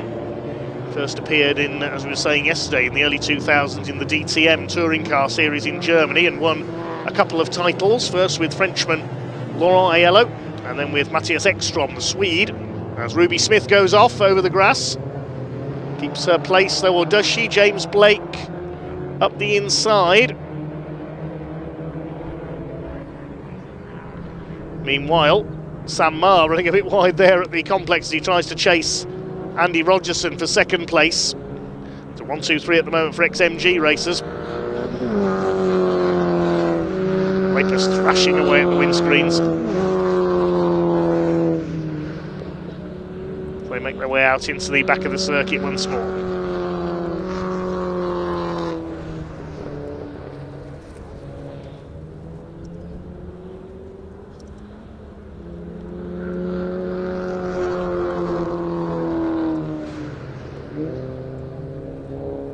Well, Ross McCarr out in front in the Martini liveried Audi.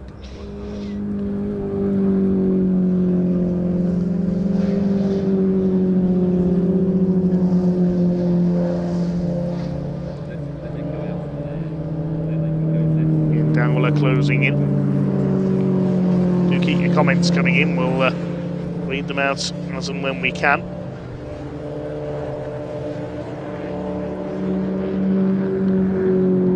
Smith being reeled in here by James Blake.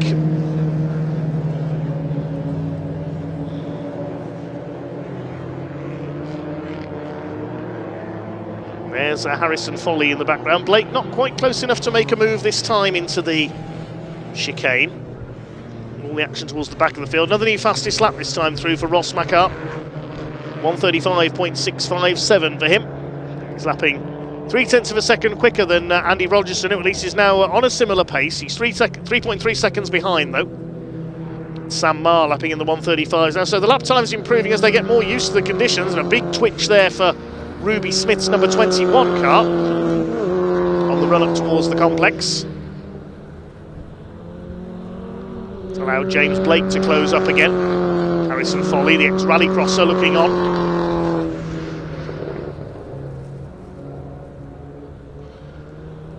Never has been rallycross held here at Thruxton. At several of the circuits we visit there has. With BRC TV, Brands Hatch of course, Cadwell Park, Snetterton, and in the more modern era, Silverstone. Occasionally at Mallory Park as well, and Croft. Croft was famously a home of rallycross for many years. Sadly no longer.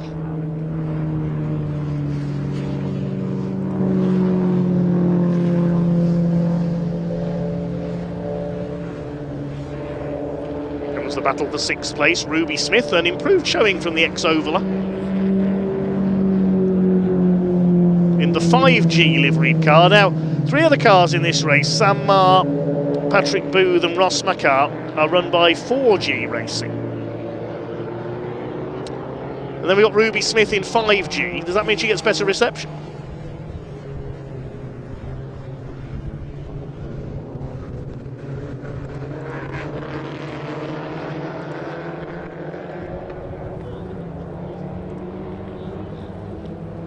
Pembrey, a home of rallycross as well, and Anglesey in the past before the circuit was rebuilt. So most circuits have staged the sport of rallycross over the years, but Thruxton not one of them, as Ruby Smith loses it big time at the complex. She slides off all the way into the barriers. Oh dear, oh dear. Such a shame, that'll be no finishes for her this weekend. What a disappointment, she was going so well there, holding off James Blake. There's our leader. We haven't forgotten about Ross McCarr out in front in the number 73. The fastest lap last time through, 1:35.166. We'll have to wait and see if the safety car is needed for Ruby Smith up there. 3.78 seconds is now the lead gap. There's Rogerson in second. Sliding about at the chicane, allowing Sam Maher to close in. These 3 are well ahead of the rest. Might have increased the lead gap that little moment for Rogerson there. Yeah, 4.3 seconds. Now he's pulled out another half second. Maher in third. And 10.5 seconds further back is Patrick Booth, the number 33 in fourth. Ian Dowler fifth.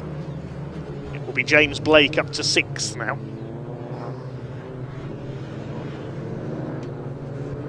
Just under 5 minutes of this race left.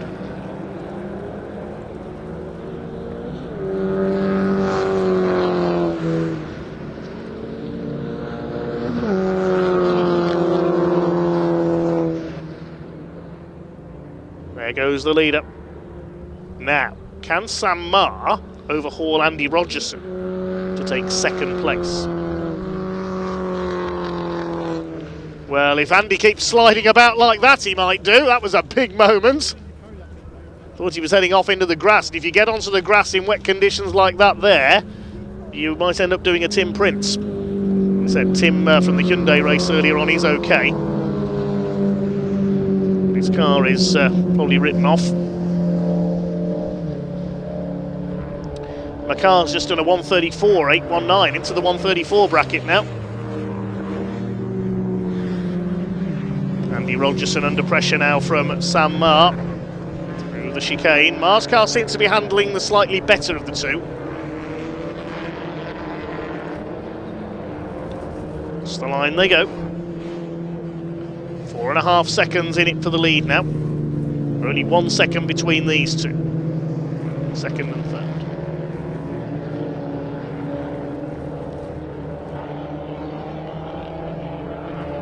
Here's the fight for 6th place. James Blake ahead of Harrison Foley.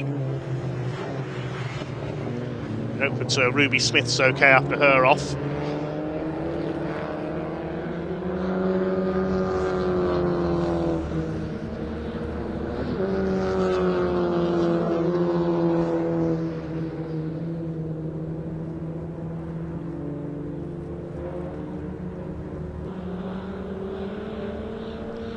Just under 3 minutes to go now.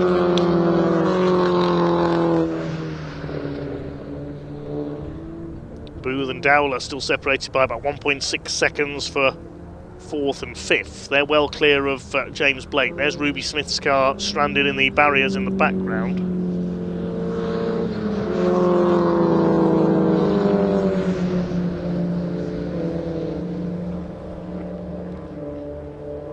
Bit of a slide there for Harrison Foley.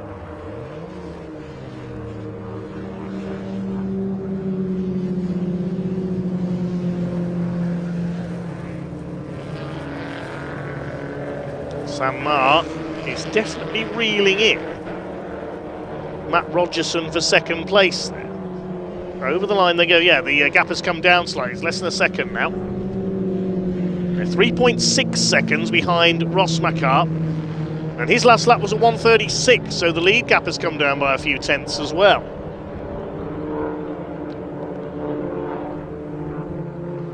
They'll get this and probably another lap out of this. So is Rogerson going to push on to try and catch our race leader?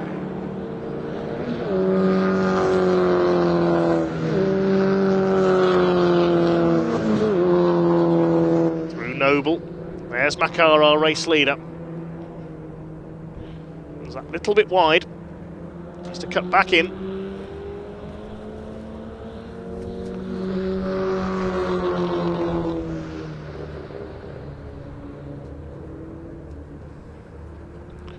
Out of Village and the short straight up towards Church Corner. Are looking perfectly balanced through there.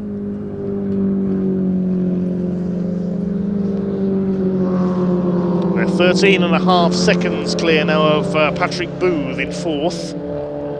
He's 8 tenths ahead of Ian Dowler, the 4th and 5th place battle.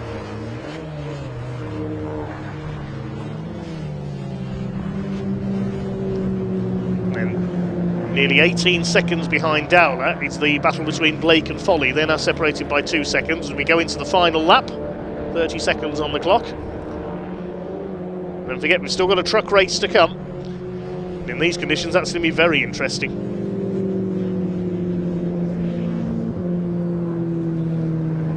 So it is that Ross Makar, former MG Trophy race winner from Falkirk in Scotland, continues to lead. He has dominated this weekend, really. The first ever weekend for the Audi Cup. Andrew Rogerson from Berkshire in 2nd place. Sam Marr from Oxfordshire in 3rd.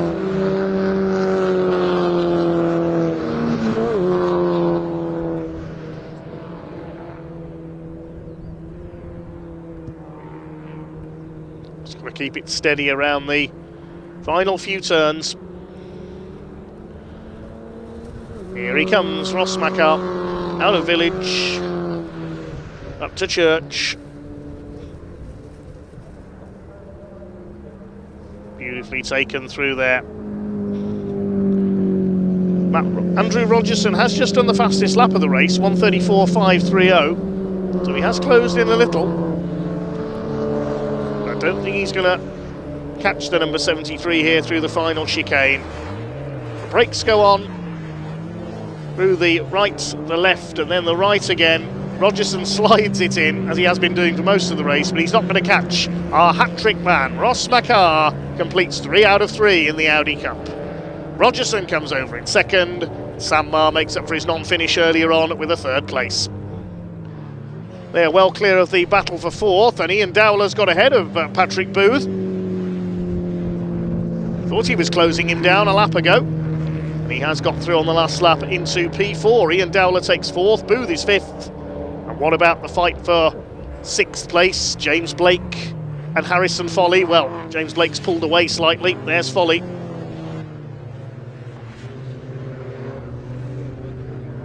Whitman's come up towards the line. James Blake will take P6. Foley 7th, and bad luck again to Ruby Smith. Sadly, no finishes for her this weekend, unfortunately. Hope she's okay after her spin into the barriers at the complex. Provisional result then of the Audi Cup. The win going to Ross Makar, 2.77 seconds clear of Andrew Rogerson, who got the fastest lap on the penultimate lap, 1:34.53. Sam Maher in 3rd place ahead of Ian Dowler, who took Patrick Booth late on for 4th. James Blake beat Harrison Foley. They were together all race long for 6th, and Ruby Smith sadly crashing out. Head down to Parc Fermé in just a moment. Thanks for all your comments coming in. Hi to Dan Hughes, who must have said hi about 10 times in the comments now. Hi to Dave Spears as well. You need to watch Brisker F1, he says. I've spent many years watching Brisker F1. Thank you, Dave. Hi to Grace Gale. Fractured manifold, it was on Louis Austin's car. He was flagged in for noise in the Civics. Thank you, Grace. Hi to Emily, watching in Canada as well. Martin Bishop. And Tim's Travels as well, so would love Rallycross to return to Croft. Right to Jamesy Boy, who says, well done to a fellow Scot. Ross Makar taking the win in our Audi Cup race. Thanks for all your comments coming in. And there are the trucks waiting down in the assembly area. We can hand down to Parc Fermé with Ian.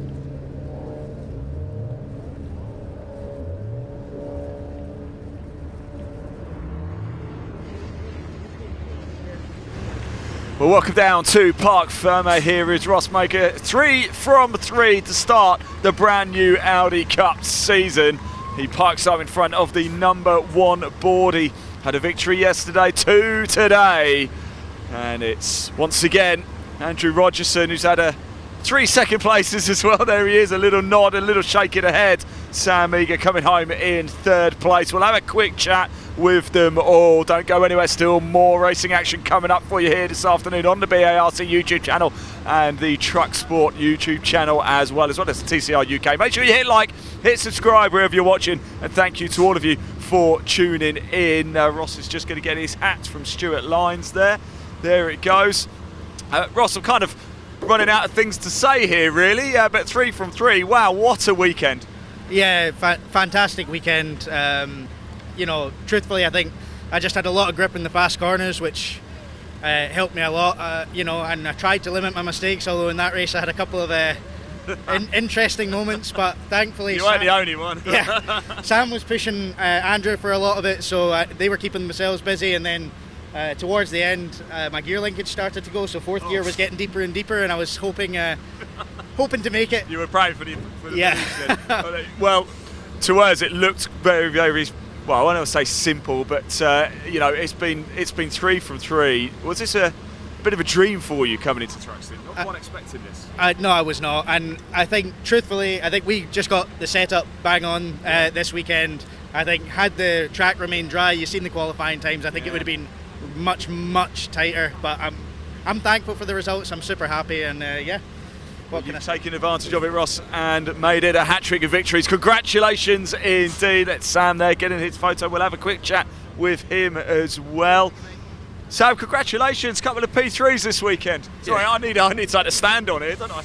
Yeah, no, it's been a good weekend, especially makes up for the second race. Yeah. We had a electrical issue, which, yeah, chucked us out of the race. So talk to me about the track conditions out there, because you guys absolutely hammered it down just before you went out, then it stopped raining again. It's been so wishy-washy, hasn't it, this weather? yeah, it was all over the place, to be honest, but it's surprising how much grip was still on the track. So yeah, obviously you've got these two quick boys in front, and just have to try and stick with them. And if they could do it, there's no reason why I couldn't. So Ross just feels that he just got to set up right because of the dodgy conditions this weekend, and he knows that you and obviously Andrew are going to be a lot closer going forward, right? That's the plan, hopefully, yeah. Yes. Fingers crossed. Well done, congratulations. Good stuff indeed. Let's go and find our second place driver, Andrew Rogerson. Once again, 3 second places. It's not a bad way to start the Audi Cup, is it? I know it's not quite P1, Andrew, but we're getting there, aren't we? We're getting there. I mean, I don't like finishing second. Nobody does, do they? We're all here to do one thing. Congratulations to Ross. Yeah, drove brilliantly. You know, he had the right car at the right time. He was driving well, and yeah, faultless really. We just can't seem to go through a fast corner in the wet for some reason. The only way I could get through was going on the slippery stuff and letting the car sort of four-wheel drift. But yeah, it was all right. We'll come back fighting again at Pembury. We'll pray for dry weather, sunny weather. I want dry. Well, everybody likes dry, but I love the wet. Honestly, yeah. I really do enjoy the wet. Obviously, race 2 showed how we all love the wet. Yeah, just got away from us a little bit, but it's all right. It's all fun. We go again. We're here to have fun, aren't we? And we all have fun. You're smiling. Look That's at what all the matters. cars. They're all. Unfortunately, Ruby. I hope Ruby's okay because I see she had a bit of damage, yeah. but hopefully it's just cosmetic. But other than that, everyone else we're all nice and tidy. Yeah, it's good. Let's go again. Well said, Andrew, and congratulations. Thank you again, Good Stuart. stuff. Yeah. You know, Maximum Motorsport. You know, putting on this for us. I think we're all very grateful. And if there's any TTs out there that want to get involved, place to be at the moment. So yeah. It certainly is. If you've got a TT, come out and play. We want to see you. Andrew, thank you so much. Right, we're not quite done yet. We still have time for one last race this weekend. And guess what it is? Yes, the 5th and final race of the weekend for the British Truck Racing Championship. Here they are, gearing up, getting themselves ready to go. In fact, they're making their way out onto the circuit now. So for one final time, let's hand back to your commentator, Dave Goddard, to take you through the action. Yes, thanks very much, Ian. Race number 5 coming up then for the British Truck Racing Championship. This is going to be slip and slide, to say the least. The grid is based on race 3, which was this morning, race 3 of the weekend, with the top 8 flipped around once again. It was Stephen Powell who won on that occasion. And this one will see Neil Yates, number 33, was 8th in that race. He's on pole, but alongside him is Ryan Smith. Now, Ryan has yet to win this weekend. We've had a win for Stuart Oliver. We've had 2 for David Jenkins. We've had 1 for Stephen Powell. I'm trying to remember the last time Ryan Smith went home from a British truck race meeting without at least 1 race win, and I can't remember, to be quite honest. Could it happen here? Well, he's on the front row alongside Neil Yates. Second row, Craig Reed in the 68 was flagged in with some damage and a puncture in the race earlier on. He starts alongside number 14, John Bowler. David Jenkins, the Rainmaster, on row 3 in the 69 alongside number 7, Stuart Oliver, spun off in the earlier race. Row 4, Nathan Smith, number 11, Stephen Powell in the 3. Then we've got the top Division 2 runners. Callum Eason is in 9th on the grid in the 26, looking for his 4th win of the weekend. Jake Evans looking for his 2nd alongside him. Row 6 of the grid, Sammy Oyanen in number 61 alongside 96, Bradley Harvey.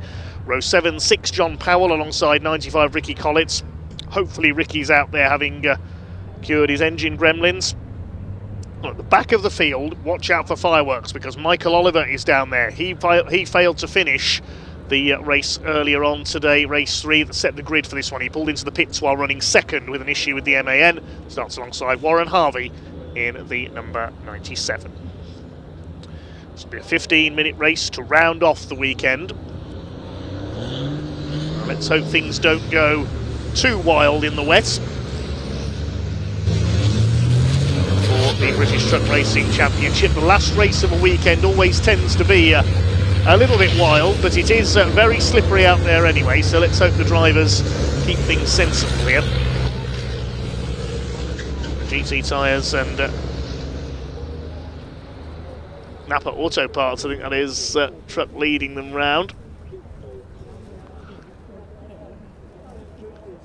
There is Neil Yates in the NYR. Neil Yates Recovery MAN leading them round in pole position. Results have slowly got better as the weekend has gone on. Ricky Collett is out there, that's good to see. So hope he lasts the distance this time. 16 trucks racing this weekend. We'd hoped to have the full complement of 20. We'll see Simon Cole and son Archie Handy back out fairly soon. Simon Reed absent just for this weekend with business commitments, and sadly Tom O'Rourke blew his engine in practice. I'll hopefully see him back out along with the others at Pembrey next month. That's our next action on BARC TV.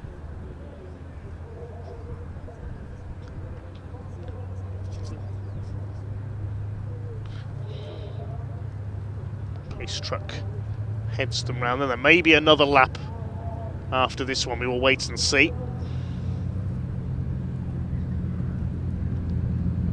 Take this opportunity to say a big thanks to all the volunteer marshals here this weekend, braving the conditions out there. If you'd like to become a member of the Orange family, just look on the website barc.net for the British Automobile Racing Club, also the British Motorsport Marshals Club, that's marshals.co.uk. See the marshals in the distance over there on the bank, retreating to a safe distance while the trucks are on track. Also to all our medical staff, the recovery crews, the timekeepers, the race control staff, everybody else here at Thruxton, everyone from the British Automobile Racing Club for making this weekend possible. A special thank you as well to our camera crews out around the circuit, braving the weather this weekend and keeping their cameras dry to bring us the action. Thanks to Ian and Pointy down in the paddock and Parc Ferme as well, and to Dan, our director, keeping things running behind the scenes. Thank you to the drivers for their entertainment, and to their backup crews and teams for keeping everything running behind the scenes, all the cars and trucks as well. We've heard quite a few stories of work going on late into the night on some of the cars and trucks this weekend. It's easy to forget that that all needs to be done. Thank you to you, the viewers, this weekend as well. Do make sure you subscribe to us on YouTube and follow us on our social media platforms as well. Follow us on YouTube, on Instagram, the website barc.net for all the details of our upcoming live streams. Follow the BARC on Facebook as well.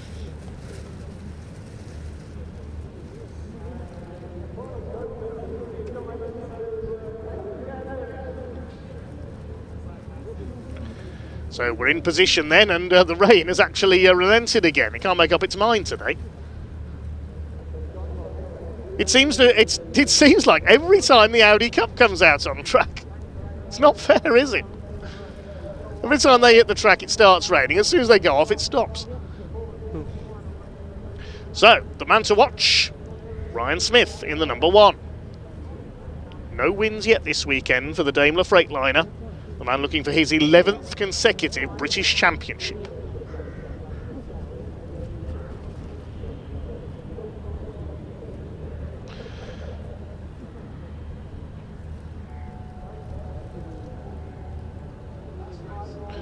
Right, to Tinkering Time again, who says, can we have a shout out to our 16-week-old Sophie, who has loved the truck racing this weekend?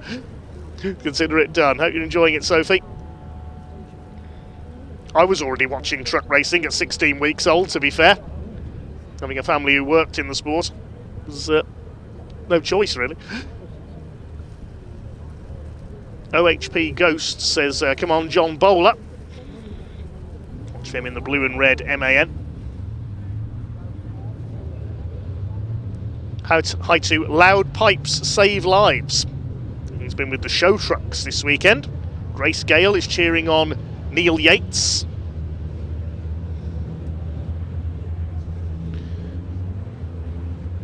Keith Farr is cheering on Craig Reed, looking for his second win of the season. There's Michael Oliver, watch for him from the back of the grid.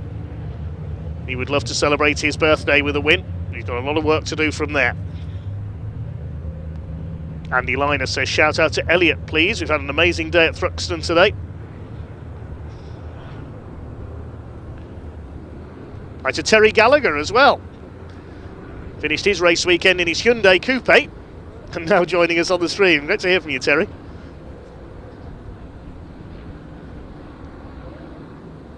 Okay then. Final action of the weekend about to get underway.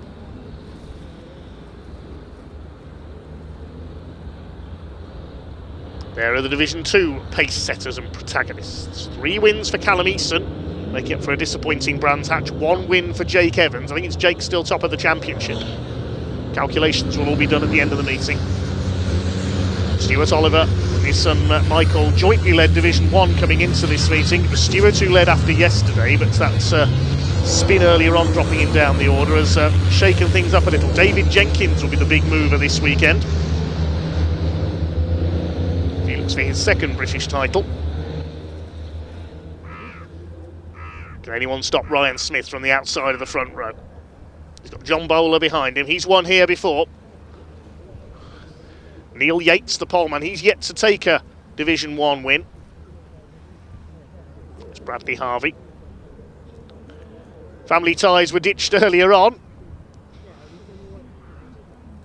You can see the side panelling missing off the 96 truck.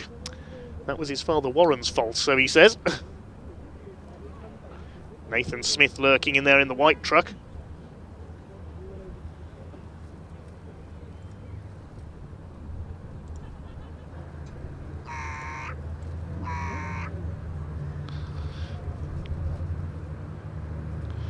Jordan Roberts says, can I get a shout out to Mark Roberts, who's a big Nathan Smith fan. And Megan Anderson says, big shout out to Martin Anderson. Consider those done because the race is about to begin. Here we go then. Final action of the weekend here at Convoy Thruxton. Race 10 of the season for the British Truck Racing Championship. Over 15 minutes. Neil Yates and Ryan Smith to lead them away. Craig Reed and John Bowler on the 2nd row. The Daft Pace truck leads them round. Visibility is going to be an issue here. Sun and spray, not a good mix.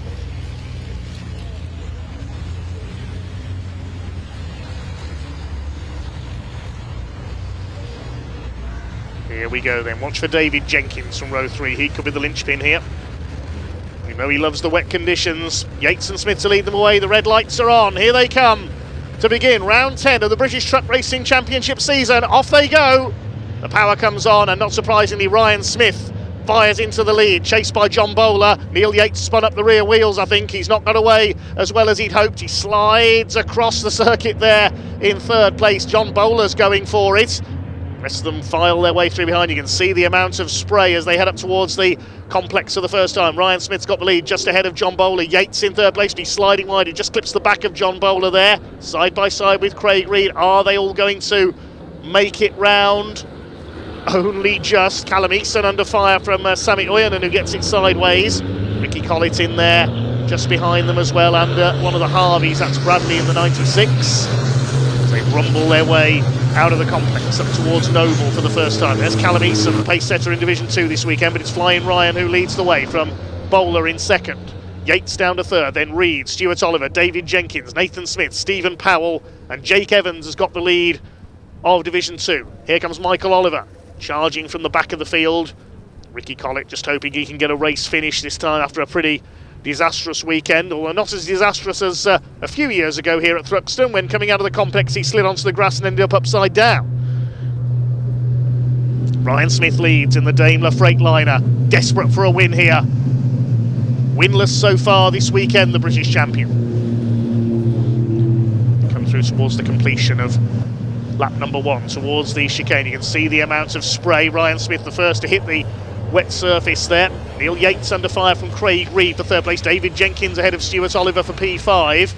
They've got to go single file through here, certainly, especially in these conditions. Jake Evans holding off Callum Eason to lead Division 2. Oyanen is 3rd. Michael Oliver up behind them. Here comes Craig Reed trying to go through for P3.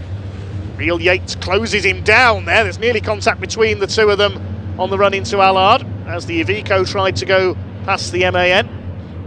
5th is David Jenkins. Stuart Oliver under fire from Nathan Smith. He's running well. Into the complex for the 2nd time. And Ryan Smith is not getting away here. John Bowler keeping the pressure on. Stuart Oliver under fire from Nathan Smith up the inside. And Nathan goes through. Well, he really is the new sensation of British truck racing. Made his debut at the end of last year and promptly scored a win in his 3rd ever race. And now Stewart's under fire from Stephen Powell as well. They touch. Get off, says Stuart Oliver. He's struggling a bit for pace here, Stewart, I think. Stephen Powell all over the back of him, the man from Kent. The Division 2 leaders in the background. Through towards Goodwood and Village. Ryan Smith still leading. He's pulled away a little bit now from John Bowler in second. John Bowler does like the Thruxton circuit. His first Division 1 race came here a few years ago. It was a race that was called early, though, after Neil Yates crashed out. Neil's still up there. In 3rd place, he's holding off Craig Reed. It's a good drive by Neil Yates so far. Callum Eason going for the lead of Division 2 on the inside there of the number 10 of Jake Evans. Back of the field, John Powell battling it out with Warren Harvey. Callum Eason showing in last place on the timing tower because his transponder's not working. Stephen Powell does get past Stuart Oliver. Stuart struggling here. Callum Eason up the inside. Will be careful going 2 by 2 into the chicane, Callum. They're still side by side, and Callum's going to have to go across the grass. You can't get 2 trucks side by side through there. And Michael Oliver, I noticed, cut the chicane there, trying to get past Ricky Collins.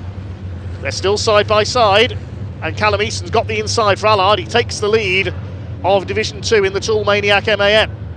Jake Evans will immediately fight back there.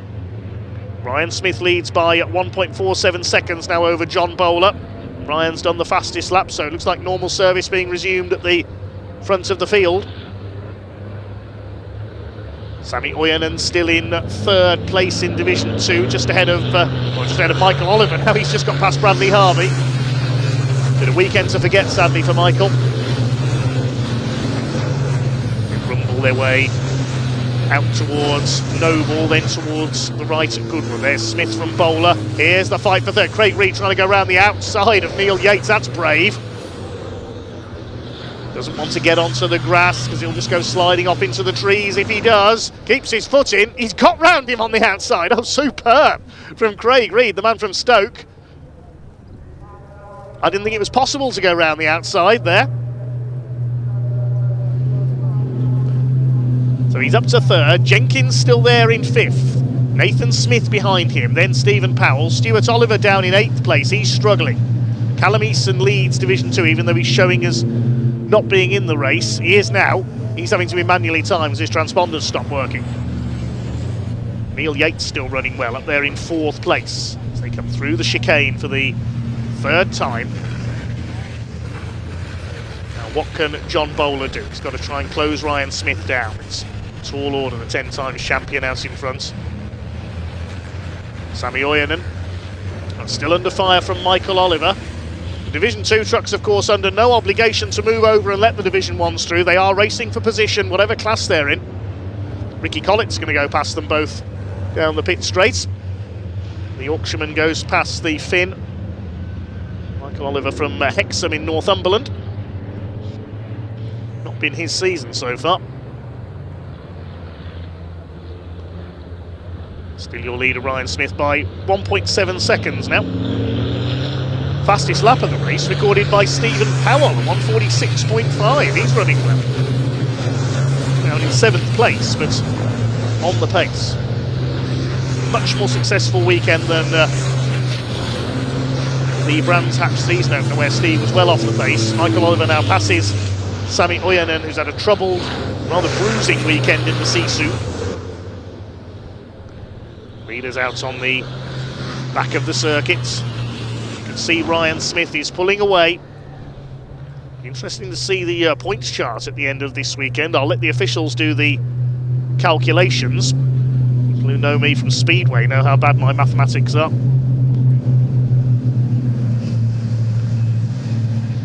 Stuart Oliver adrift in 8th place. All is not well with the Volvo. Now, watch for David Jenkins, trying to get up the inside here in truck number 69, attacking Neil Yates, the 4th place. Got to be mindful that Nathan Smith is on his tail as well.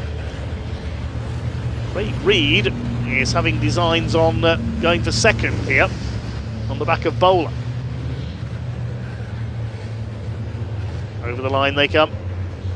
Red is the colour this year, isn't it, in British Truck Racing Championship. Everybody going to red liveries. Great to have Craig Reed back in the championship and racing in the Dutch Championship over the last couple of years, along with his brother Simon.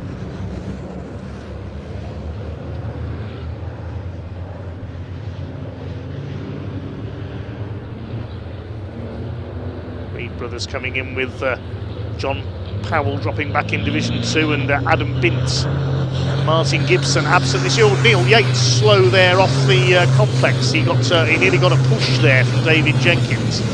That's created a bit of a gap. John Bowler is under intense pressure from Craig Reed now for second place. It's a tricky circuit to pass on Thruxton in the wet, unless your name happens to be David Jenkins. It was race 2 yesterday when he was carving past everybody.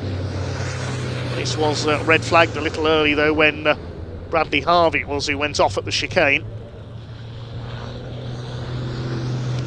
I think Yates has pulled away again from David Jenkins there, and he's reeling in the trucks ahead of him.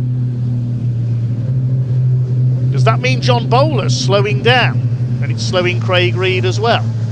We'll wait and see as they come up to the chicane, because they're all going to be backed up into one train here for second place. There's Smith leading, Bowler second. And you can see how Yates has closed up again on Craig Reed. Yates slowed earlier on, perhaps he missed a gear coming out of the complex. That's what's backed everybody else up behind him.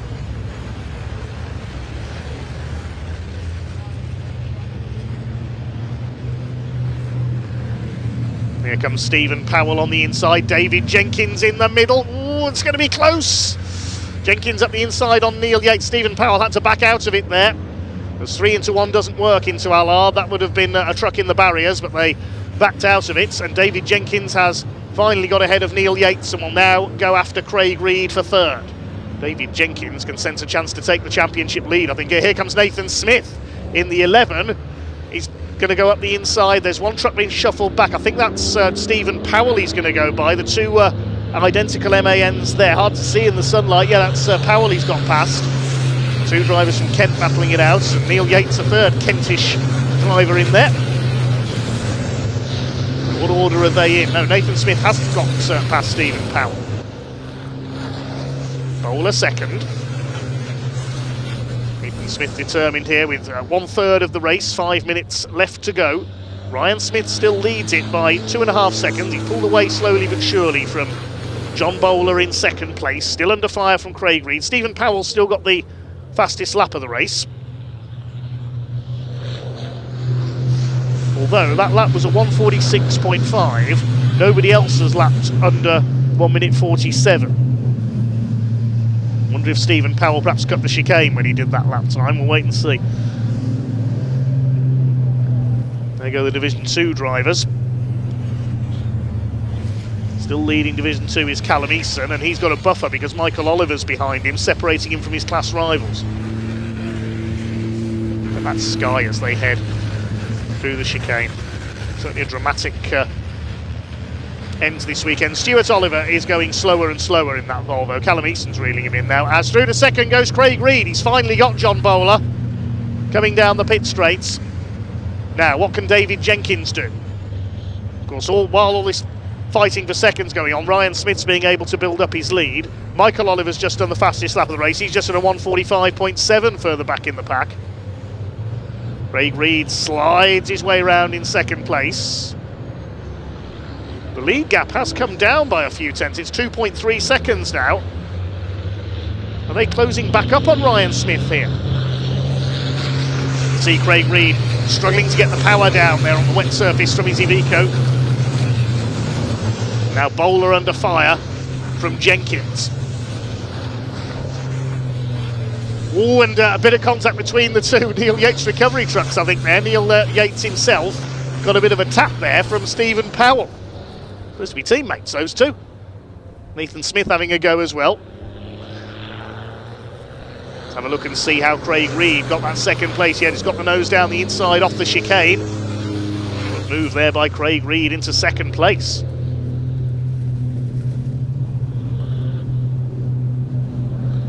There's our Division 2 leader. There he is. Sandwiched by Team Oliver. Callum Eason. And up to second in Division 2 now is No, that's Ricky Collett, sorry, that's not Bradley Harvey. Similar looking truck from a distance, apologies there. So it is still Evans second ahead of Bradley Harvey. Ricky Collett next in the order. Through the chicane they come, 2.5 minutes to go. So 2 laps to go this time. Nathan Smith bounces over the curbs there. There's Eason. Here comes David Jenkins now. He's attempting to attack John Bowler. No, you don't, says John. Oh, yes, I do, says David Jenkins, and tries to keep the nose down the inside. Can't quite do so. You see him drift across the track there to take the line for the complex.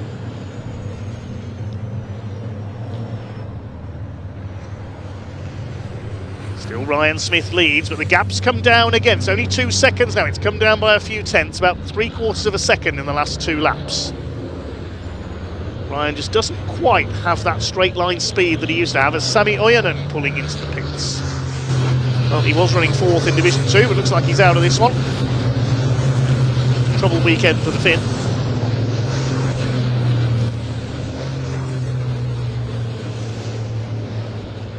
Neil Yates still ahead of his teammate Steve Powell in the battle for 5th position.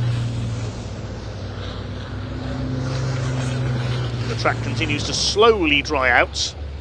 David Jenkins a little bit sideways there. There's Bradley Harvey, number 96, so he's 3rd in Division 2. That's John Powell's old DAF that he's driving. David Jenkins still can't get past John Bowler. John will have to be careful here, otherwise David Jenkins, I hope he doesn't get too impatient, else he'll bowl him out the race. Coming round to start the last lap of the weekend here at Convoy Thruxton. Ryan Smith and Craig Reed has cut the chicane there. Off goes Stuart Oliver. In the background, Stuart Oliver's gone sliding off. Michael Oliver cuts the chicane as well. There must be some fluid down on the entry to the chicane. They're all sliding about. Yeah, Ricky Collett got sideways there as well. I wonder if Sami Ojanen, that's why he's pulled in, he might have dropped some oil. Because Ryan Smith was out of shape there as well. And Craig Reed was right with him. Smith gets his foot down and keeps the lead. Yeah, the red flag is coming out. There must be oil down the chicane. Yeah, that must be why Sami Ojanen pulled off. And that's a disappointment because we were about to see a bit of a showdown there, I think, between Ryan Smith and Craig Reed around that final lap. But with the red flag coming out at the start of the final lap, Ryan will be the winner.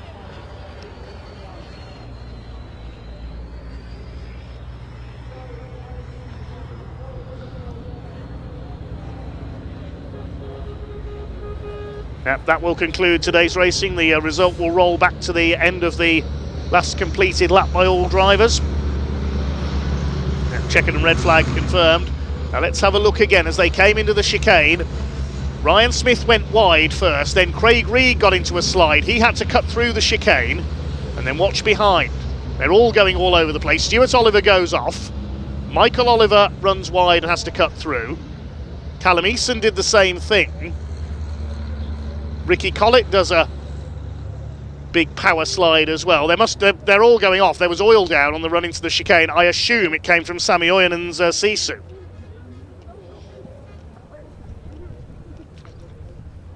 And with those conditions, it would have been too treacherous with everybody piling into that chicane for the last time under green flag conditions. So the race being stopped by the officials.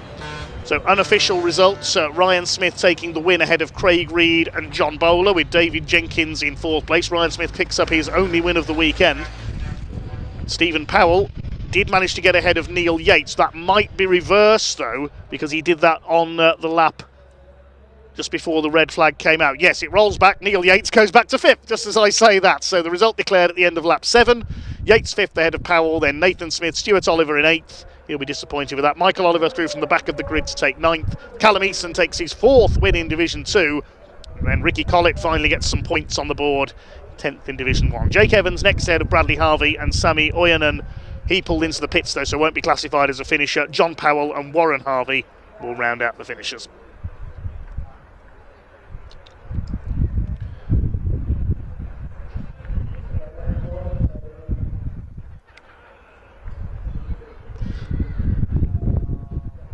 So the result declared then, and that does conclude our 21st and final race here at Convoy Thruxton. Final round of applause from the fans and a nice bright rainbow to finish things off over the Thruxton circuit. It was Ryan Smith who got the final pot of gold of the weekend. Ah, look, the rainbow's right over the beer tent on the far side. That'll be where our camera crews are heading, I reckon. They've certainly earned a drink this weekend. Well, that's about all from me, Dave Goddard. Thank you to everybody here at Thruxton, everybody from the BARC and all the drivers there at Entertainment. I'll see you at Pembrey next month for Convoy Cymru in the south of Wales. British Truck Racing back in action, plus the pickups and lots more in support. That's about all from me. I'll hand you home to Pointy and Ian for the final word.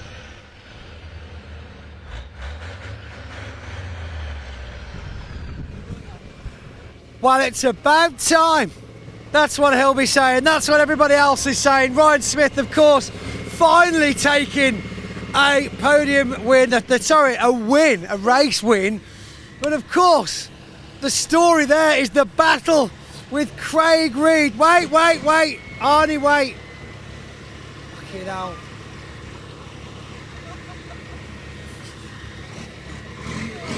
I'll just wave it in. That's it. Wave it in. You're doing good. Oh, wait, there we go. That was me parking up Craig Reed because I'm cool. And then over here, we should hopefully have somewhere. John Bowler's come in totally the wrong place. So yeah, they're just wondering about Ryan, about time. Squeaky bum time that was. I bet it was. What was down on the track? I don't know, but everybody was going all over the shop that last lap. That's why they called the red flag. I think there was definitely something down by what was happening further back. Listen, great way to end the weekend. You know, as I say, I can't give these guys enough compliments. They're flying. Everybody's flying, and we've got to step up as game. You've got Stuart, you've got Dave, you've got the Reeders, you've got Michael Oliver's flying. Yeah. You've got Steve Powell getting a win at the championship. It's been a great mix. Let's be honest. It's been a great mix, and that needed a little bit of a calm down. Almost done it. That was crazy. I was like, coming into the chicane, I was like, oh, I can't stop. Oh dear. Oh, I can't steer. Yes. Oh no, we're in trouble. There was certainly a lot of use of the runoff area on that chicane. Was everyone doing that? Oh yeah, absolutely everyone. Yeah, I mean, people were going all over the shop. For our sponsors, Neil Yates, who sponsors, and Partick, and everybody else who makes it possible for us to race here, and our mechanics who work tirelessly. You know them personally. You're within the paddock. Without them, none of it. We're just the people that get the trophies. Exactly. But they do all the hard work. But no, congratulations to everybody on a great weekend, and we look forward to Pembrey. Has the groove now been refound with the Daimler? Yeah, well, look, let's get it away from here. Let's go and look at it. What the problem is? Is it the Daimler got a problem, or is it everybody else has upped their game? That is a trick. Yes, it's tricky to know at this stage. Who knows, but Craig? Don't change too much. Great result for Craig Reed. John, come on in. John Bowler in third. Good job, buddy. Good job. Let's get you. So, Craig, how are we? Yeah. Well, I feel like I've not seen you at all this weekend. I know. I've had a crap weekend. But it's okay because you're taking it home. Yeah, it's all right. You waited till the dead end. That's it. Yeah, I did too. Like I say, yesterday was too wet for me. The Ivy Coos don't like that, but right. that was just right. And to be honest, it was just the drivability of the truck come in, and I struggled in the dry, to be honest with you, to find the setup, but it was just perfect. Felt right. Just felt Goldilocks race conditions. That's it, mate. It's always of you. We're literally dancing on ice, and I don't want to knock John off at all, but it's like such a slip up, But no, it was. But speaking of John, I mean, that was a battle. There was pressure going both ways for a lot of that race. John, again, about time. It's great to see you on that podium. I mean, third place, last race of the weekend. You got to be happy. Oh yeah, over the moon with that. Great performance of the truck. It was real wet out there. I can all agree with that. Huge amounts of pressure from Dave Jenkins there in those last couple of laps before the red flag. You were looking for Craig at the same time. I mean, with those conditions, it's got to be touch and go. Neil was really struggling to get the grip out the corner, and I knew if I don't get past Neil, Dave's going to have me. Dead simple. So that's why I thought I'm making a movie. And then, like you say, I could see John round the backside struggling, and literally it was like, there's nowhere safe. This is really only on the start-finish straight is really safe. Right. But even that's not safe. So yeah, but it was good. But you obviously you felt safe. You're just cracking on. So I'm going to do it. I'm here. Yeah, that's it. When Craig just managed to get the inside of me coming around that just onto the pitch straight there, we'd missed a gear. I got a gear and it lit the back tyres up, and it's like nothing's going right. But we managed to battle it off, and then that last couple of laps was horrific. Yeah. Did you notice what was going on? Why there were vehicles sliding off every side? Well, I was just guiding Craig, and as sliding off. That's out of the Urban Dictionary. I seen Craig coming round churches as I came round. I seen his back end going. I thought something's amiss there, because every previous lap it was fine. And as I come in, I just braked a little bit, and as I did, I think Dave wasn't anticipating the brake, and we had a bit of a love tap from Dave. It's okay. And then we put him back in his box, and then we carried on, didn't we? Put him back in his box. You heard it here first. Oh, John Bowler, well done. We'll get some silverware handed out shortly. You go speak to the circuit comms now. I know, famous. Ian, hi mate. Hello. You proud of Dad for winning a trophy? Yeah. Yeah. Could you give him any advice to continue this streak of trophies? Yeah. Yeah. What would you tell him to do to win another one? Get past Ryan. Get past Ryan. That is good advice. Well done, buddy. Fist bump. John Bowler's son there. Ian. That was great advice. It was great advice. Get past Ryan. Although, get past Ryan for the first time this weekend, wasn't it? I said to you actually in the media sense during that race, that if Ryan Smith doesn't win, okay, he has, but if he didn't win, it would have been the first weekend I've ever been at Trucks and he hadn't won a race. Yeah, unnerving. And he said it as he got out, actually, didn't he? A bit of squeaky bum time. Yeah, there, it's like, please, he held on, please, he did. please. We know Ryan, he held on. Great driver. Yeah. And I think, we've had a couple of pretty serious incidents with the other championships this weekend. I think everyone's okay though, aren't they? As far as I'm aware, yes. Yeah, we did have a couple of drivers go off to get checked out at the medical centre, but I believe everybody is okay, which is the best news ever. Also, just one thing, if you don't mind pointing. Yes. These pictures we bring you live, of course, on the Truck Sport YouTube channel, the BARC YouTube channel, of course, TCR UK. They're completely free for you to tune in and watch, and we really appreciate you tuning in. But there are a team of people who spend the entire weekend out in the driving rain, in the sunshine, whenever it comes. So I just want to say a massive thank you, first of all, to Ray, who's been holding the camera, walking around with us all weekend. Thank you very much, Ray. I won't take the camera off you to show you, Ray. No, but thank you, Ray. Thank you, Ray. I want to say a massive shout out to around the circuit, Richard, Catherine, Jay, Sam, Jimmy, of course our producer Dan, and of course you, Pointy. Oh, thanks, Ian. I want to say thank you to you as well. Well, I want to say thank you to everybody for watching. Massive shout out to the marshals. That's just some of them, but everybody around the circuit, the recovery crews, the medical staff. What a job they have done this weekend. I'd like to point out on that subject actually that we were chatting to the people in the assembly area, and we were an hour behind schedule. We even had a few more issues with yellow flags later on. We were worried about making curfew actually. We were 3 minutes late starting that last race. 3 minutes. That is phenomenal. Credit to the organisers as well. A wonderful weekend. It comes to a close, but we do head to Pembrey next month, don't we? Come on.